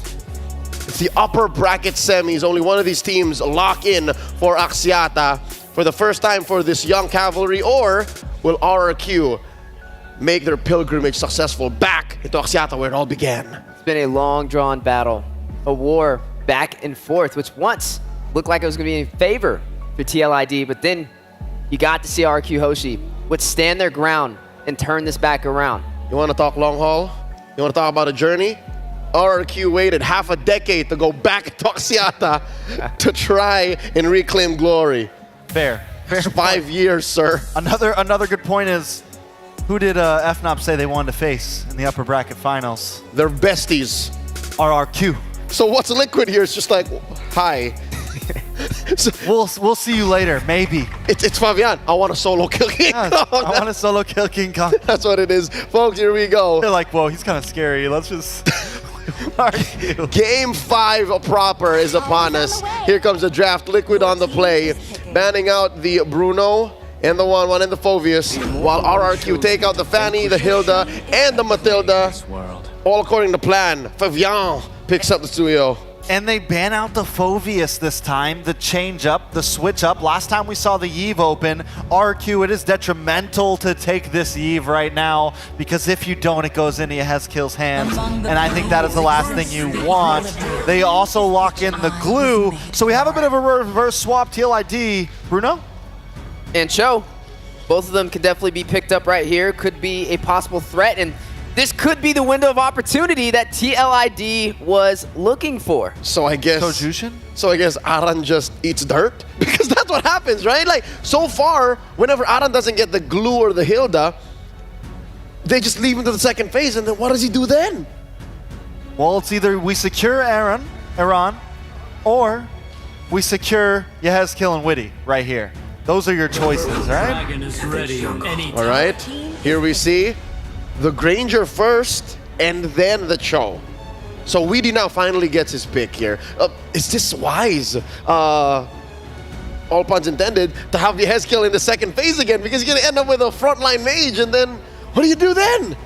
It's definitely going to be very challenging. Well, technically, Barza is still on the table. Barza is still available. Not for long. Not for long, though. You can go edge to edge. Do they ban the Farsa and the Vixana come second phase? there's Valentina too, but we saw what that did. Yeah, we did. There is a clutch pick that could come towards the end if it doesn't get banned out. What is that? The Lu Yi's open. Could see the Lu Yi as a very end of phase pick. Oh, hold on. Whoa. This is not a drill. Ladies and gentlemen, the first phase alone. Game 5. This is game 5, Shenanza foot. I asked Sutsujin, the mercenary here, to his face. This was a first pick remix. I said, Sutsujin, what hero would you use to describe yourself? He said Ling. He is Ling. He is him. Ling is him. He is putting all the cards on the table right now. Now, you know who else could be picked up technically because there's a glue on the other side? The Faramis could sneak up in here. To me, it's Faramis or Vexana. Like, both do the same thing just to pop those glulings. That's true. And both can be very effective. But with this Ling on the table, right? I mean, you have that invulnerability with the tips of blades. You have the mobility to cut to the side lanes. It's going to create an element for RRQ that TLID has yet to face this entire series. It's a tempo breaker. It's a gut check. It's like, hey, are you ready to face this? Game 5, do you have anything left in the tank to face Sutsujin's signature pick? It's up to Fabian now. It's up to Flavor Flav, the usurper, to try and shut things down. The Ruby, that's Edok special banned out. You know, they won their game yesterday with the first phase Ling pick against Vamos. Were able to clean through. So this isn't, I think, this isn't like uncomfortable for them. How's it gonna work? I think it really depends on how well Edok, Skylar, mid are able to control, and the XP lane are able to control, because Sutsujin's gonna need a little bit of time to get to those pop-off moments. There's the aforementioned Lu Yi. So it's just down to the Vexana, the Farsa, or the Faramis. Odd one out, which one is likely to end up in the hands of the Ghost of Jakarta. One last ban for Team Liquid ID, taking out Edok's favorites. There's the Franco. Now, oh, this is getting spicy. You know what? No, because I have CEO already, so this is going to be challenging. The Faramis could be good because they'll have sustainability, but they'll be lacking in the crowd control department with just only Cho to kind of rely on. But technically, they could flex that Cho into the XP lane. They could still maybe go for something with more crowd control in the XP lane as well. There's still some options. This is an odd Belleric. I got a feeling because, yes, it stops the Cho, but that aside, there's nothing else it really interacts with in Liquid ID's draft so far. So it might feel like Widdy's Belleric from Game 4. And at this point, TLID, I'm guessing most likely we see a range mage. They could go back to the Novaria if they wanted to, something of that nature. Of course, the Ling caused a little trouble with that. Ling answers to a lot of, it's almost a future sight to any of those backlines. And with the Lu Yi gone now, yeah, you got to pick something a little closer to home. So very double poke lineup. There's the Hylos going into the hands of Aran. What does the Ghost pick up? What does Yehezkiel end up with? Is that a little girl? It is! I've been waiting for this pick. Tis a debut. We're at 74 unique picks now in M6. Let's make it 75. Nope. Ooh, I got that. We tried. Nope. So close. Iratel, a specialty pick for Skylar, making its breakout in the MPLID Season 14 playoffs. This is the final lineup for the final game in this best of 5. One of these teams are headed to Axiata as we head to the desk with Ingan and Naisu. Thank you so much, panel, for breaking down the draft one last time. It's getting a little hot here, man. This is now the second match going the distance. And again, we wouldn't have it any other way. This is the spot top 4 and Axiata that we're talking about. Ingan, there's another new pick here that we get to witness now brought to the table. Let's take a look at the draft one more time. Who are you feeling more for Game 5? I mean, in terms of the late game, you can't go wrong if you have a Lilia or Cecilia. In this case, for TLID, first time picked Lilia for Yehezkiel. But on the side of RRQ Hoshi, man, Sutsujin brings out the Ling along with one of Skylar's signature. The Irathil is back. The Irathil is back, and will it be enough to cap out a win here? Is it going to be the Kingdom RQ Hoshi, or will it be the Cavalry, Team Liquid ID? The revenge for both teams on the table here going into Game 5. The endurance test of TLID after being 2-0, and now RQ Hoshi has brought it down to a single game, just like we saw earlier. Now talking about the draft here, the fact that Yehezkiel's brought out so many new heroes. From what we've seen in the mid lane so far, now how are we thinking this Lilia is going to work against a pick we see so often in the Eve? Yeah, I mean, he did put out a savior, even the Navaria. A lot of first-time hero pick was cause of Yehezkiel, but Witty, very aggressive. Just they want to put control on the mid lane, as what we've seen in their first 2 game wins, and that's what they're planning to do up against RRQ again. So they're going to have to do. Witty, so aggressive and so proactive on the Cho. He might get, you know, sometimes a little overzealous and get punished, but nonetheless, he's had a phenomenal performance up to this point. And looking at the emblems here, you know, this is the other thing. Susujin, like our panel said, you know, they asked him. He is the Ling, and he runs the war cry here. Fabian, though. Okay. Uh-oh. Quite low. A good response coming in from RRQ Hoshi. There's a thought from Idok to Widdy, and he's now going to focus his attention onto Rins. All the while, Yehezkiel just trying to poke down Sutsujin. Wow, there's enough of blooms there. Forcing out the Tempest of Blades early on. That was a good play coming in from Yehezkiel. Now Fabian, he has the Queller, and not going to connect. Sutsujin remains unbothered. Really limit testing, you know, in the early game at this point. Already getting those Tempest Blades out. Oh, in a hook! Fabian goes in and picks up the kill. That's a solo kill right there, and now Turtle for the taking. Okay. All the while, Sutsujin just focusing on his purple buff, while Yehezkiel zoning out the jungler of RRQ Hoshi. TLID starting out strong. A kill for Fabian, plus secures the turtle. So already off to a good start. Team Liquid ID, based off that whole interaction they had. You know, even right now, just it's proven a point that actually this Lilia pick's really good. Able to slow things down. The Bloom's always a surprise amount of damage early on, even before she gets items. So still, you know, RRQ Hoshi gonna have to adjust from it. Nothing too crazy to work from. They are playing with a Ling, and we know how important these buffs are gonna be in the rotation for the Ling, for Sutsujin. Relying on the team to help him out if the pressure starts. That's the one thing you want to avoid, is a too big of a lead to build for Team Liquid ID to the point where they're just always in Susujin's jungle here. Yeah. But at the same time, RRQ Hoshi, they have to wait for the fact that Susujin needs to scale up. And looking at the proper targets that he could go for, I mean, Yehezkiel has the Black Shoes, so at any given moment, if Sutsujin decides to dive, he can just pop off that Black Shoes and remain safe. And Sutsujin is not gonna get the kill that he's looking for. That's part of it. There's the initiation already. Idok out of the picture again. Susujin will jump in. He dives in with the Tempest of Blades. Gonna connect on to 4, but when he manages to flicker out, here comes Skylar though. No casualties yet for TLID once again, but they were able to take down Idok. Not a strong start. A 0-2-0 for this Belleric. Yeah, very tough. Even utilizing the Revitalize that time, but still just overloaded with damage. You know, kind of dealing with this. Again, 0 and 2. He's going to be fine, though. Diamond will take some damage. They still might look to fight even further around the purple buff. Just the Ring of Punishment just being a thorn in the neck for the whole squad of RRQ Hoshi. And now they're trying slowly, bit by bit, applying a bit of a pressure onto the jungle of Sutsujin. Again, this is a Ling that scales up pretty well towards the late game.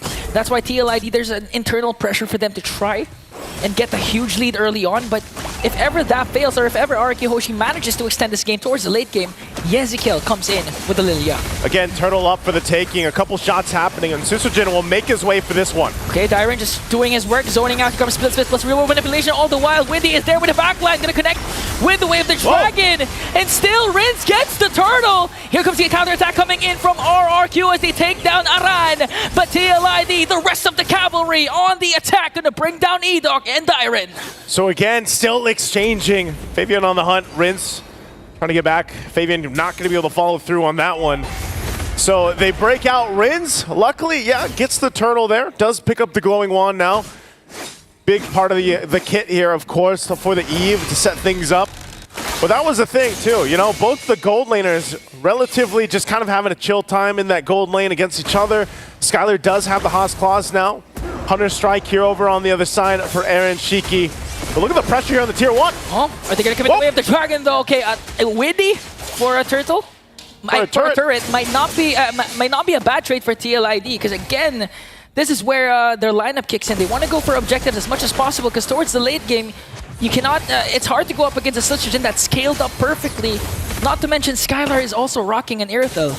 Yeah, this is the part too, you know, because of the fact that Fabian was part of the early kills that he got. He is scaling up. As long as Susagen doesn't go down and he's able to go ahead and just keep focusing on the farm, then at least you're in a position where you're not too outscaled. You should be able to go ahead and fight. And again, it's one of those things with a Ling where you can always just try to go ahead and sweep on in and maybe steal the Lord, or at least cause enough of a chaos situation where then it comes down to a 50-50 for the Retri. But right now, it's RQ Hoshi just trying to keep things from getting too out of hand. Witty has been a nuisance, a part of this. Both junglers here. Jungler 1v1, okay.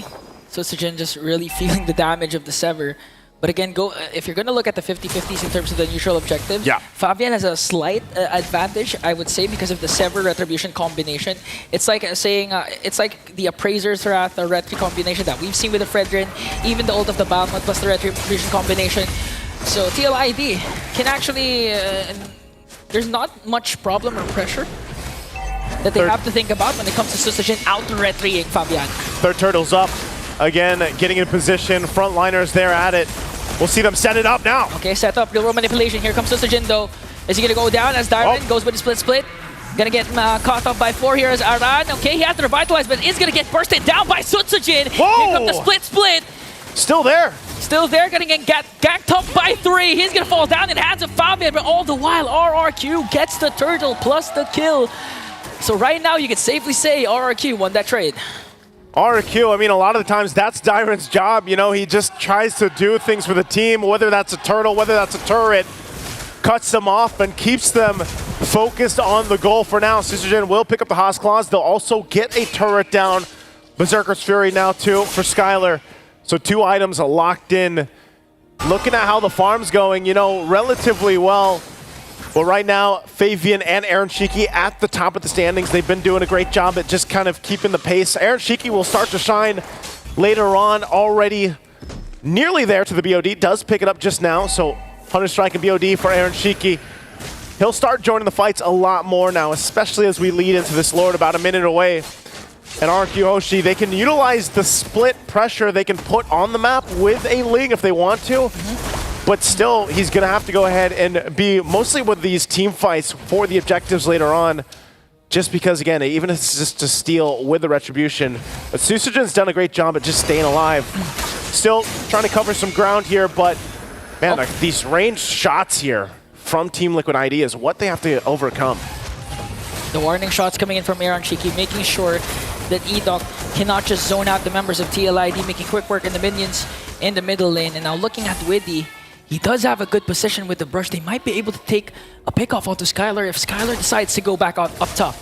See how they go it again. Look at the positioning right now. Skylar approaching. Okay, here comes the wave of the Dragon Flicker combination. Red Spike back with the real manipulation, but they're trying to cut off the exit route. Here comes Aran. Here comes Winnie once again. He's E-killed with the glooms. Gonna bring down 2. RRQ Hoshi, no answer as Susagen is just trying to go for the bottom lane push. He pushed in the lane a little bit. Lord's gonna come up.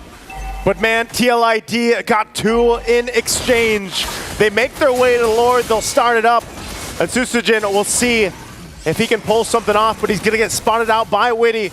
Not sure if he's gonna be able to actually find an angle or a window to go in here. Dyron already taking the damage, split off. Okay. There's the kick. Here comes the glorious pathway. Widdy just trying to zone out Susagen. Forced to use out the Templates of Blade. Here comes Skylar though, gonna pick up again also Aran. And now a double man knockoff coming in from Widdy. RRQ Hoshi not backing down, trying to poke down Widdy. And now they're back on this Lord fight. Enough to go ahead and stall things out and go for the reset.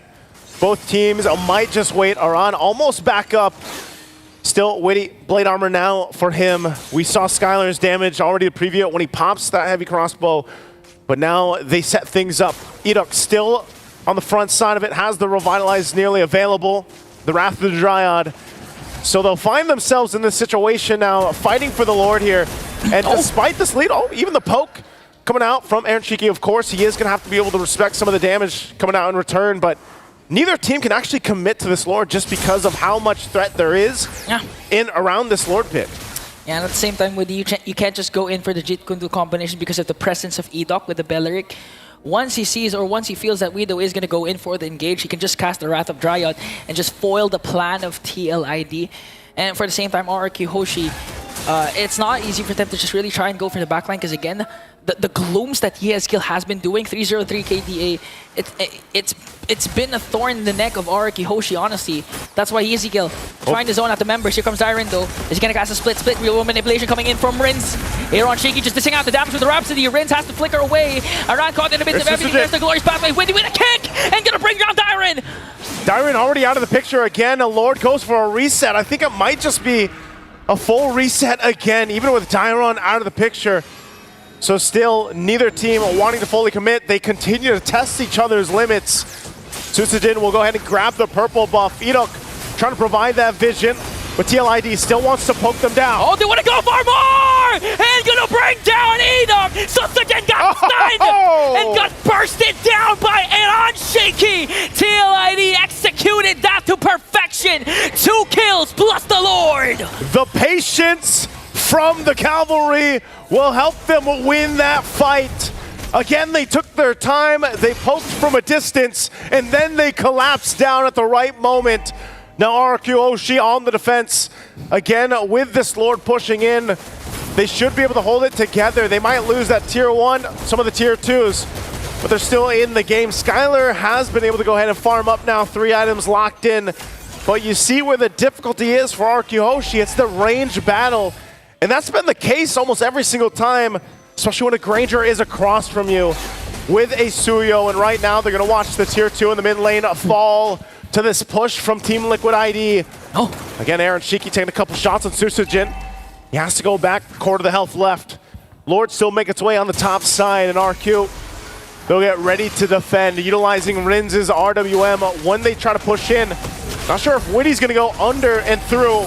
They're going to go in. Okay, Cheat Kondo is there. Oh. Real world manipulation coming in from Rins. The Glorious Pathway is also there, and they're going to make quick work of the Lord. No inhibitor turrets will be taken down for the side of Araki Hoshi. Clearing it out. Susujin dealing with that bottom side. Ultimately, dealing with the Lord, they're going to be fine, but they are going to lose still more in the jungle. You're seeing the gaps here between the gold lane, between nearly every single lane at this point. And you got to start to think, all right, Araki Hoshi, how can they actually turn this game around? How can they win a team fight? Even if it comes down to the base, it might be up to them. But Edok, this Belric has not been working out the way they've wanted to. A lot of the times he's just kind of slowed down and caught out. Yehezkiel as well. You know, the Gloom's enough for burning him down. I mean, this guy's got the Enchanted Talisman, the Glowing Wand, and the Wishing Lantern. And it just seems to eat away at the tankier members here of Araki Hoshi. Yeah, honestly, the Belric, it's more of a reactive type of hero wherein you're going to wait for TLID to go in full commit with the dive and then cast your Wrath of Dryad. But TLID knows this. They actually used this previously. Yeah. And they know how to work around Edok. So right now we have to commend Aran because Aran's been providing a lot of vision for TLID, enabling actually Widdy to find the proper angle for those Jeet Kundos. He doesn't even need the Way of the Dragon. The Jeet Kundos alone has been connecting to at least 2 members of Araki Hoshi, setting themselves up for the burst that can come from Aaron Shiki. And now you got to see Halbert locked in here for Aaron Shiki. He's also got the Wind of Nature, so he has enough defensively, but also offensively to deal with that healing, that sustainability from Araki Hoshi. Whether that's the Revitalize being dropped down, but so far, even without the Sea Halberd, they've just been able to overload the damage. I mean, look at the shots here. Able to just take down, you know, almost a half health with the Death Sonata alone. The fight once again for the purple buff with the Lord coming up. Araki Hoshi, they're going to have to deal with that, so it looks like no purple for Susujin. And we know this is a tough place to be if you're a Ling and you're also just this dependent on the purple buffs.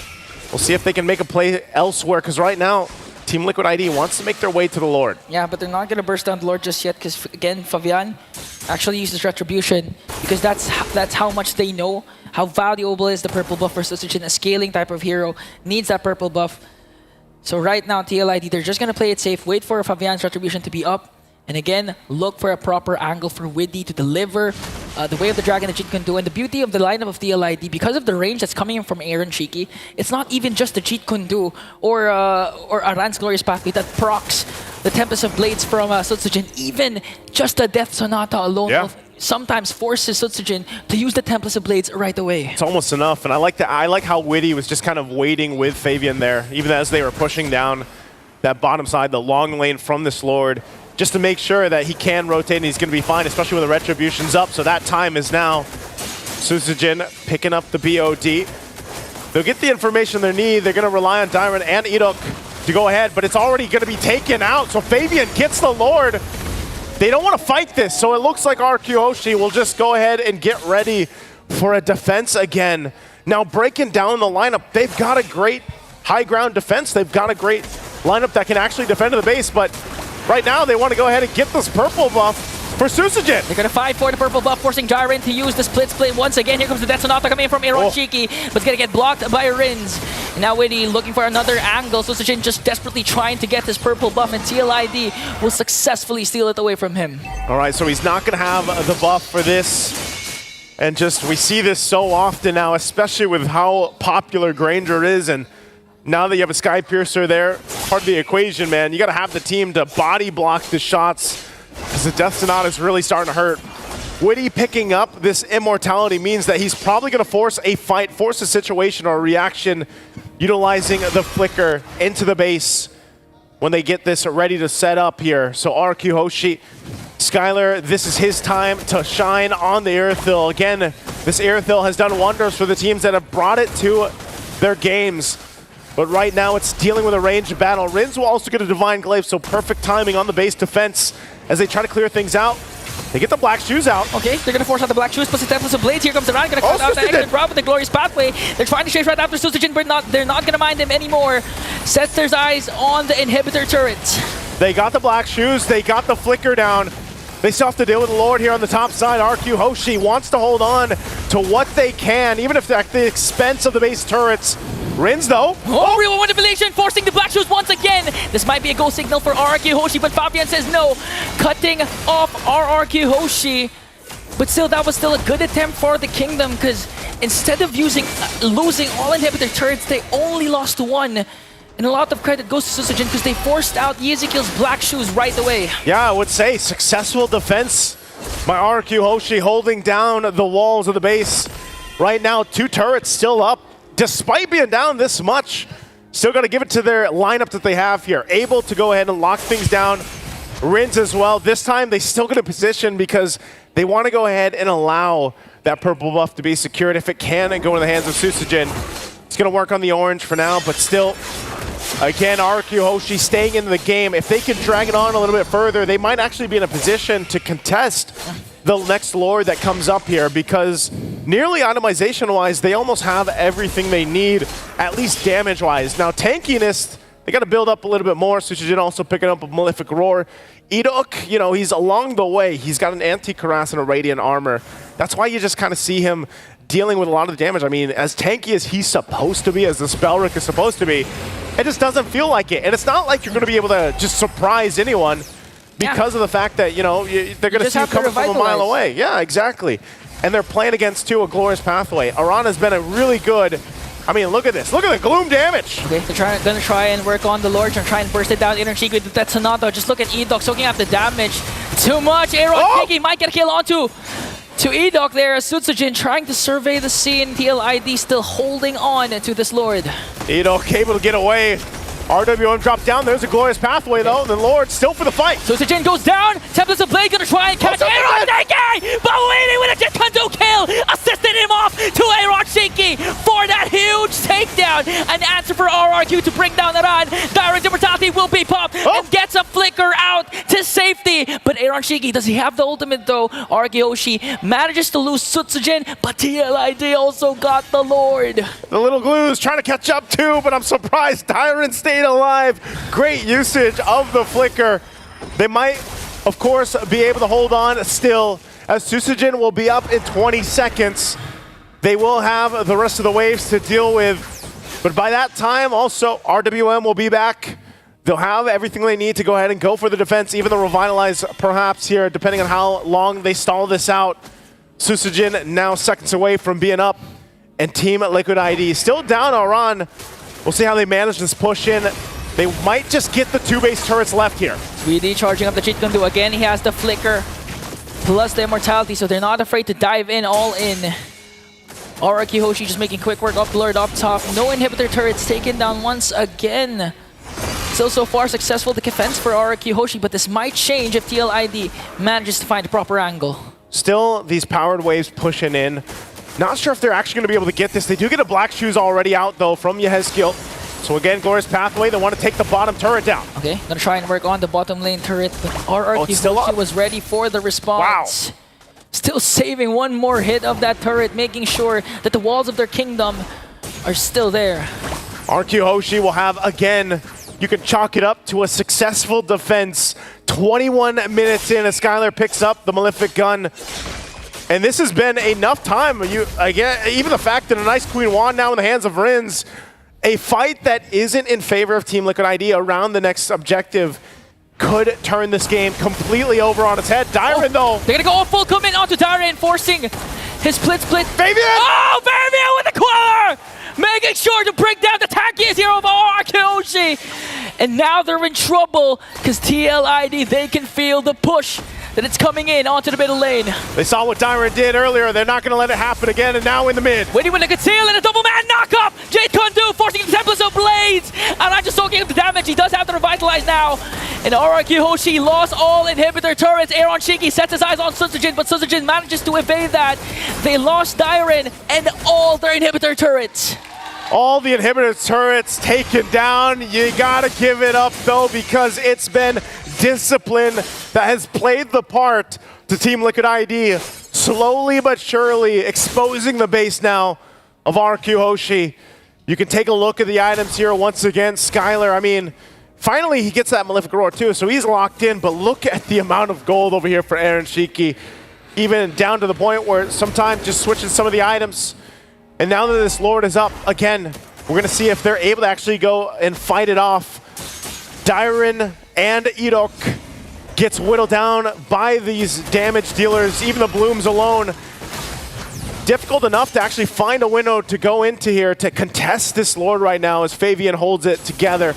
Witty's positioning as well. Might look for a play, but they take their time. This has been the story so far for Team Liquid ID, is just taking their time when they know that they have somewhat of an advantage against RQ Hoshi, but still respecting how this can change in the course of a team fight. Yeah, there's a fat wave up top building for TLID. Eventually, someone has to deal with the wave up top as Sutsujin works on the purple buff. Just look at that Sonata forcing Rins and Edok to walk away. Aran cuts the exit route off with a glorious pathway, but gonna get a shutdown onto Ezekiel. A kick coming in from Witty. The Vertate will be popped and will be brought down by Aaron Shaky. The Death Sonata was just too much for them to handle as Sutsujin will fall down. Now they have to worry about the minions. The minions are already pushing into the base, but the Lord is secured by Team Liquid ID.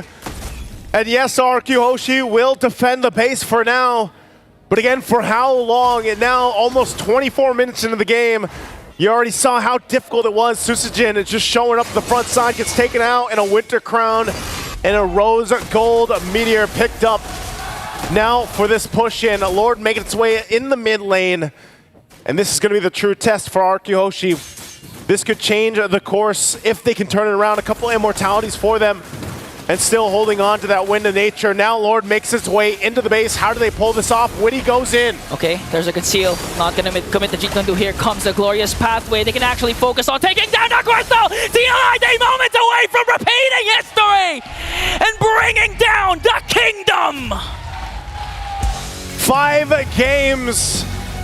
And history for now will be repeated as the cavalry goes through the gates of the kingdom. RRQ Hoshi, as now they're one of the teams to represent Indonesia in the top 4 and going to Axiata Arena. What a match we had. What an evening of matches we've had. Absolute great gameplay, absolute cinema for a lot of people that would be watching this. Again, from the first match to now, it's been great to call the games here. Again, I'm Nice2, that's Singon. We're going to throw it back to the panel to break down the last game of the series. A match and what a day. Liquid ID secures Axiata, extending the journey back to where it all started for the kingdom. Gentlemen, was that last chapter in this 5-game series of an epic worthy? Definitely worthy. The cavalry able to withstand their siege and push through the kingdom of RQ Hoshi. Yeah, I think it was, we got our 20-minute plus. We got our 20 plus on there, so I'm happy with it. I wish it was a little more back and forth. It felt more like RQ was kind of hanging on, just doing the best they could to make that last as far as possible. In the end, TLID, though, a methodical approach, able to just come out on top, get those Lords, get those objectives, and eventually smother down onto RQ. We gave Liquid ID an ultimatum. Come up with something new, a pocket pick, a pocket strat to put them back on the up and up, and here they did. They brought out and debuted successfully a Lilia in the hands of the Ghost of Jakarta, and luckily, despite not picking up a Purify, the Black Shoes was enough to keep him at his quota. Just one death on this Lilia, and all is well. Again, same story here for Weedy. We talked about how the mid was the priority for Team Liquid ID, and they secured both and got the win. You know, for a second there, I thought we were going to get a repeat of Season 14 of MPLID. In the upper bracket, yes. Close. Close. But looks like we got a repeat of history of what we saw in our first series today, when we got to see Fnatic Onyx up against Falcons. Same exact way the matches played out, but they were able to find victory at the very end, able to find their composure. Just imagine if any of these were Game 7s today. What was that? 14 for us in 14 total? games, yeah. Why would you do that, Why would Weezy? you do Why? that? I'm not doing it. They're doing it. All right? You're putting it out there. Putting the energy out there. Hey, you can't I'm talk. not vibing with it. He ate all the Hello Panda today. Don't He bring does up the not past. forget. I have not forgotten. Never forget. I've been starving. This is just how the Florida brothers roll. How we roll. You put us together in a hurricane forms, hot and cold. Oh, yeah. Miami. There you go. Heat. No, that's the part where you say where you're from. Oh, I'm from Tampa Bay. Jacksonville. So shout out to everybody from Florida. And out. If you guys don't know, Leo's from Miami. He doesn't tell anyone. He says he's Filipino, but really, he's a Miami native. I've never been to the... Don't lie. I've never been to the East Coast. Don't lie. Look, we're Furthest from I've been Florida. is Oregon. That's it. That was off of a domestic flight stopover. I've never been to the East Coast. But we'll call this the Florida Man Trio, and we get the longest series of them all. On Steph Weezy's debut, we go all the way. Well, more on the long series, more on the matchup that we just witnessed in just a bit. But for now, we are going to be throwing over to the stage. Rose is standing there with Team Liquid ID, and she's going to ask how they went. The Calvaries has just sent the Kings of the Kings to the lower bracket. And right now, Team Liquid Indonesia holds top 4 this M6 World Championship. Right now, I'm with Widdy and Coach. Widdy, how are you feeling? Congratulations on top 4. I feel really happy, really, because I got the tough game. And like, yeah, they are pretty opponent, but we can execute them better. So yeah, I feel very free. And You feel very happy. I can see you're sweating. Was it a very intense match, Widdy? Intense? Very. Very intense. It was a 3-2. Now, Coach, how are you? Congratulations on top 4. Okay, feeling good. Feeling good. Okay, now, Widdy. We know that RQ Hoshi was also your opponent in the MPLID Grand Finals. How is it like rematching against RQ Hoshi and still winning? Very happy sih. Karena apa ya, mereka punya banyak potensi, terus juga resource yang mereka punya tuh sebenarnya emang potensial banget. Jadi ya kita pasti bisa belajar banyak lah dari mereka.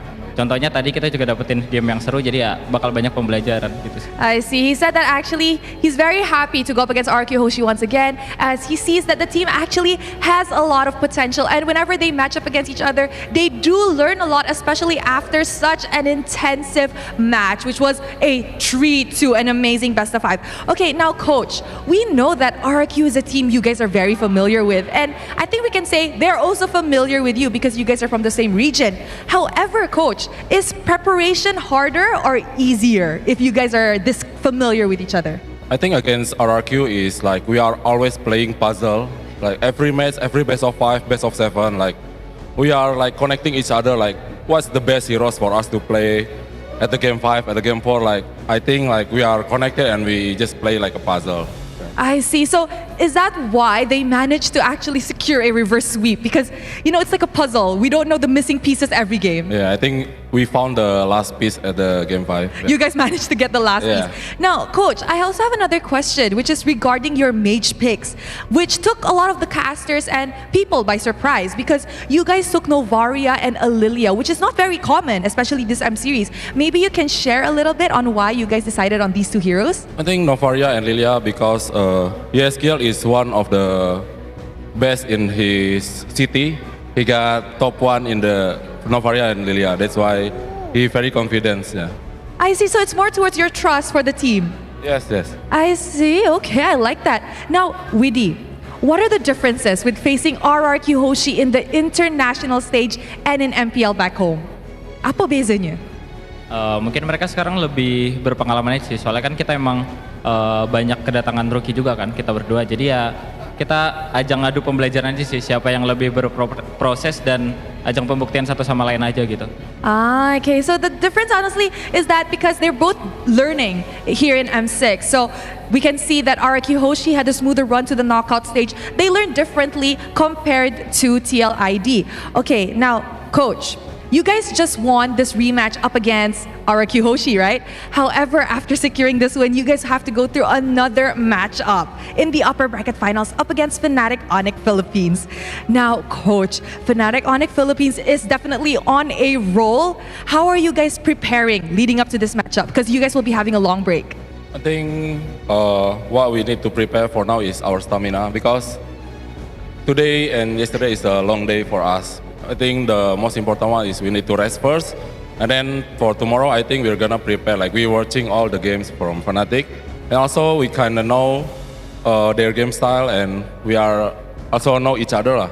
But yeah, best of 5 I think is more entertaining later. Yeah. Yes, I agree. Best of 5 is definitely very entertaining. Our casters are very hyped and obviously losing their voice as well. Now, we can also imagine the stamina it needs our players to have, especially long games. Look at Widdy. He's sweating.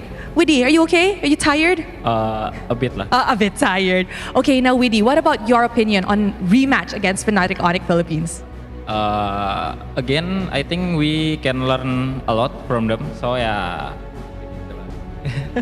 we just prepared ourselves and give the best learn lah. Give a good game, right? Now, Widdy, do you have anything to say to Fnatic Onyx Philippines before we wrap up? Give all the viewers best game. Give all the viewers the best game. He told me just now, my mom don't let me taunt, so, okay, you know what? We respect that, okay? So, thank you very much to Widdy and to Coach. Congratulations on top 4. And with that, let us join back to the panel to break down this amazing series up against RRQ Hoshi. Anything my mom says I can't do, I definitely will not do. Great hearing from Widdy the Wise and Coach Saint DeLucas from Team Liquid ID. Class act every single time. Still very humble all the way till the end, right? Still giving credit where it's due, respecting the power of RRQ Hoshi, even though they were able to find victory over them. And that just showcases the caliber of these teams, not only in the game, but outside of it as well. Yeah, Coach T? Coach T? That's me? Sorry. Yes. I think overall, in the end, there were so many choices in draft, as we saw. RQ kind of caught some pacing there in game 2 and 3, but I love the way that TLID said it on stage during an interview. We just found the last piece first. In game 5, they were able to finally found the play, and that's what we saw. Now, taking a look at the Lilia, if this is something you want to play now in the current meta, even though a lot of people haven't, there's been some changes. You used to go for the Ice Queen wand. No more. Yeskiel, bringing in the lantern, the old lantern. That too, as well, no build up on the Holy Crystal. I would reckon, number 1, they don't need the Ice Queen one because numbers-wise, stat by stat, it doesn't provide, besides that slow, what Team Liquid ID was looking for. Same for the Holy Crystal. Like bang for buck, you would rather build these other items than, just invest a good chunk of money into just raw damage. And the damage was able to prevail overall for Team Liquid. Able to push on forward 3-2 in this best of 5. I mean, this was a situation where Widdy found his composure. We also got to see Aran find his composure as well and able to push on forward. And look at all the defensive emblems on the side of RQ right now. They knew what was coming for them. Everyone's got a tenacity locked in. They knew the aggression that TLID wanted to bring, and I think the goal for RQ was we waited out, we tried to hold on, but they were never able to grab a hold of the rhythm. Yep. Again, even in the emblem setup, you saw that the Kingdom was setting up for the defense, which maybe if you first phase pick a Ling, might not be the best go. More on that in just a bit. We will see the highlights as to how Sutsujin was kind of compromised. Quick gasp here. Is that the damage on the untouchable Aaron Shiki? Yes. The Ghost of Jakarta over there with 127,000 damage. But look at Rins as well, though, on the Eve. Tell me you did not just call Aaron Shiki the Ghost. Oh! You're right. Yeheskill. Yeheskill. He did his job. He did a midway job of being a core. Forgive him. And a utility. It's been a long day and it's his first day. he just flew for 30 hours. So. I did. That's true. The ghost is gonna haunt you, bro. You get today as a break. No, you look Yeheskill in the eye. Yeheskill is gonna haunt me now. The ghost. You say Ma'af. That's Bahasa. I'm sorry. But yeah, no. Both cores were very impressive. Yeah, overall, I think just in the end, TLID came out on top. Crazy damage. Iran, once again, is able to do his job with a tanky frontliner, absorbing almost 200,000 damage himself, and just not even going down that much either. A good chunk of that, I reckon, would be from Rins, because he dealt a respectable 122. It's just these fights went on so long that a lot of the damage would go on Aran. He would heal off the Revitalize, off the Glorious Pathway, get out of there. Go on Yeheskill, because look, 60k on a winning Lilia, it means he would just eat up a lot of that damage and then just get away with it. Just press the black shoes. And this is a 24-minute game, and I mean, look at Skylar, right? 53,000 damage, just not even able to find those. Exactly. Which means he was not able to find that window of opportunity in that entire game, and you know what happens when the king falls. Which is explained by the gold as well. Sutsujin is your secondary king, maybe even Rins, but nothing comes close to the actual Monarch. We're about to give our nod here for the Game 5 MVP. Ladies and gentlemen, bow down to the untouchable Aaron Shiki. You can't even look at him. You can't even see him. That's how untouchable he is. Oh, with the pose too. I love it. They're representing. They feel good. They just guaranteed themselves Axiata Arena, upper bracket finals, 5 rookies, 5-0 and 5, just to match on. I like it. And a guaranteed top 4 for Indonesia as well, which is also something that hits home. Right now, we still got a lot of teams. We still got more days to go inside of the knockout phase. We got to figure out who's going to claim those 2 remaining seats. That's right. Aaron Shiki here. Amazing use of the space and the ramp up that his team laid out for him. Early, mid to late, he was always on point. You'll see here in the highlights how as early as what, 7-8 minutes? Oh, he was just looking for the king. That was an amazing pickup by Witty, gotta say. Yeah, just overall flawless execution. Aaron Shiki getting the job done on this Granger, who we've seen time and time again test the mettle of the meta, right? We see it go up against the Bruno. We see it be such a hot topic in M6. And you can see so much Sutsujin doing everything he can to try to turn these fights around. But every time he goes in, Witty's waiting. Witty is always waiting for the perfect time to kick you in the face. Whenever Witty's not doing anything, it's not like he's just standing there. He's waiting. He's waiting. And Witty the waiter. Maybe we'll not. workshop it. Yeah. It's an amazing setup because, again, Liquid ID figured out a way to do it, much like RRQ in Game 4. They ended up with 3 cores. They ended up with Fabian on the Suyo. They ended up with Yeheskill on the Lilia that deals a lot of damage. And then they also have our MVP, the untouchable Aaron Shiki, on that Granger. Just another great series in the books for M6. Both matches today, both series, able to go the distance. The Florida brothers, I know you're Floridian. Look, a true Floridian can tell when I'll take it. to another. There you go. I'll take it. Thank you.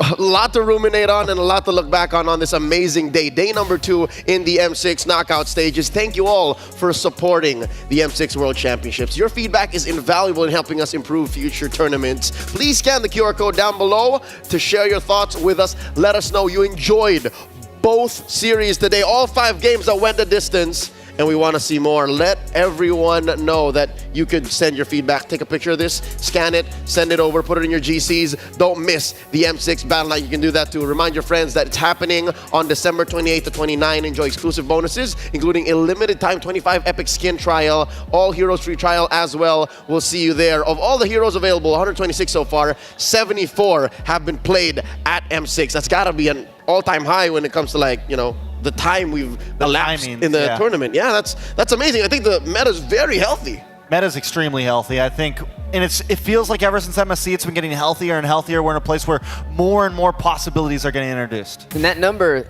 is going to continue to climb as we get closer to the top of the ladder, and I can't wait to see which way it ends out. Real quick, let's take a peek at the brackets.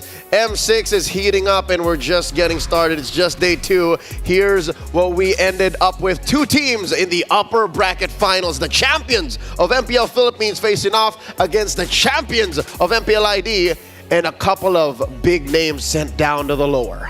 Yeah, the lower bracket. Another chance for victory in a best of 5. SRG, Nip Flash, Vamos, Team Spirit.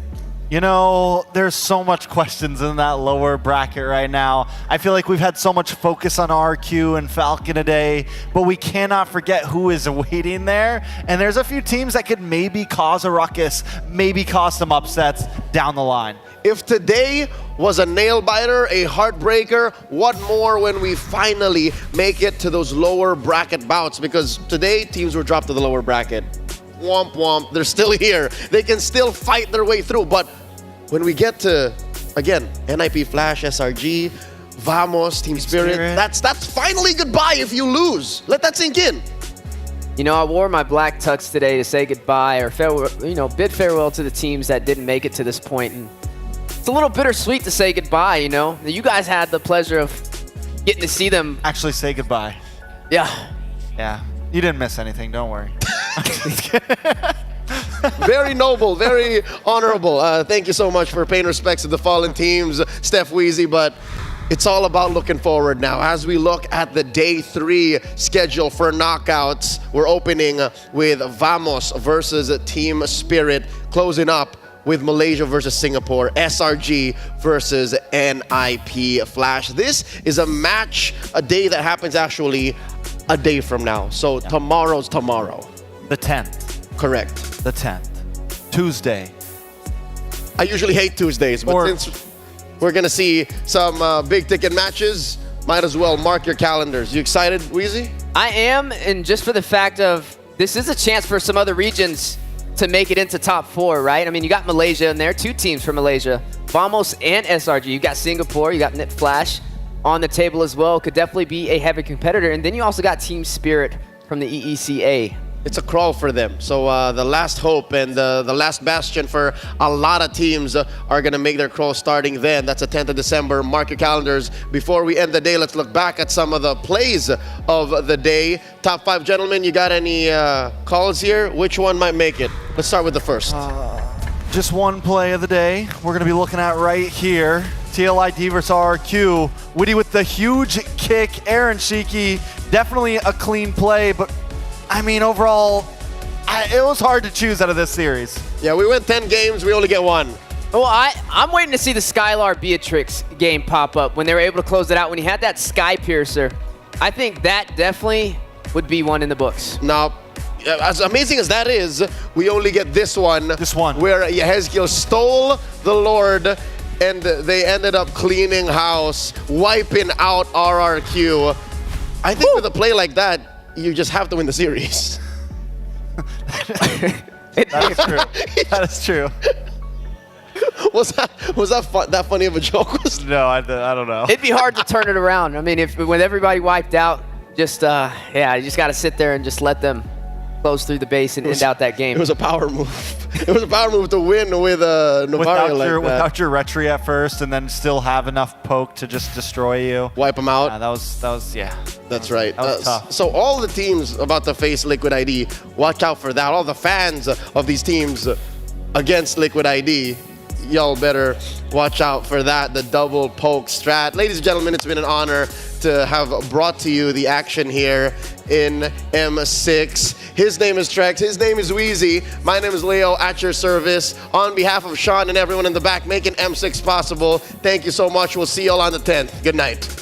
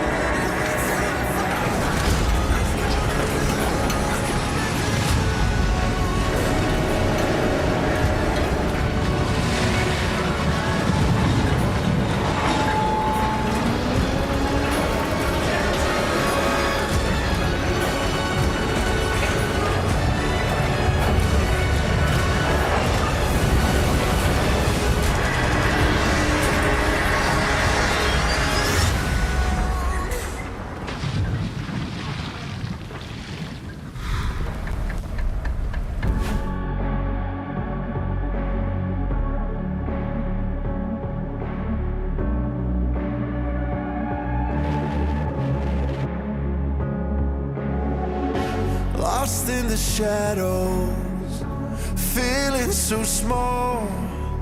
But I've got a fire, won't let myself fall. Every hit taken, every scar earned, lessons in pain from which I've learned. When the world says I'm done, I'm just on in my run through the darkest of nights.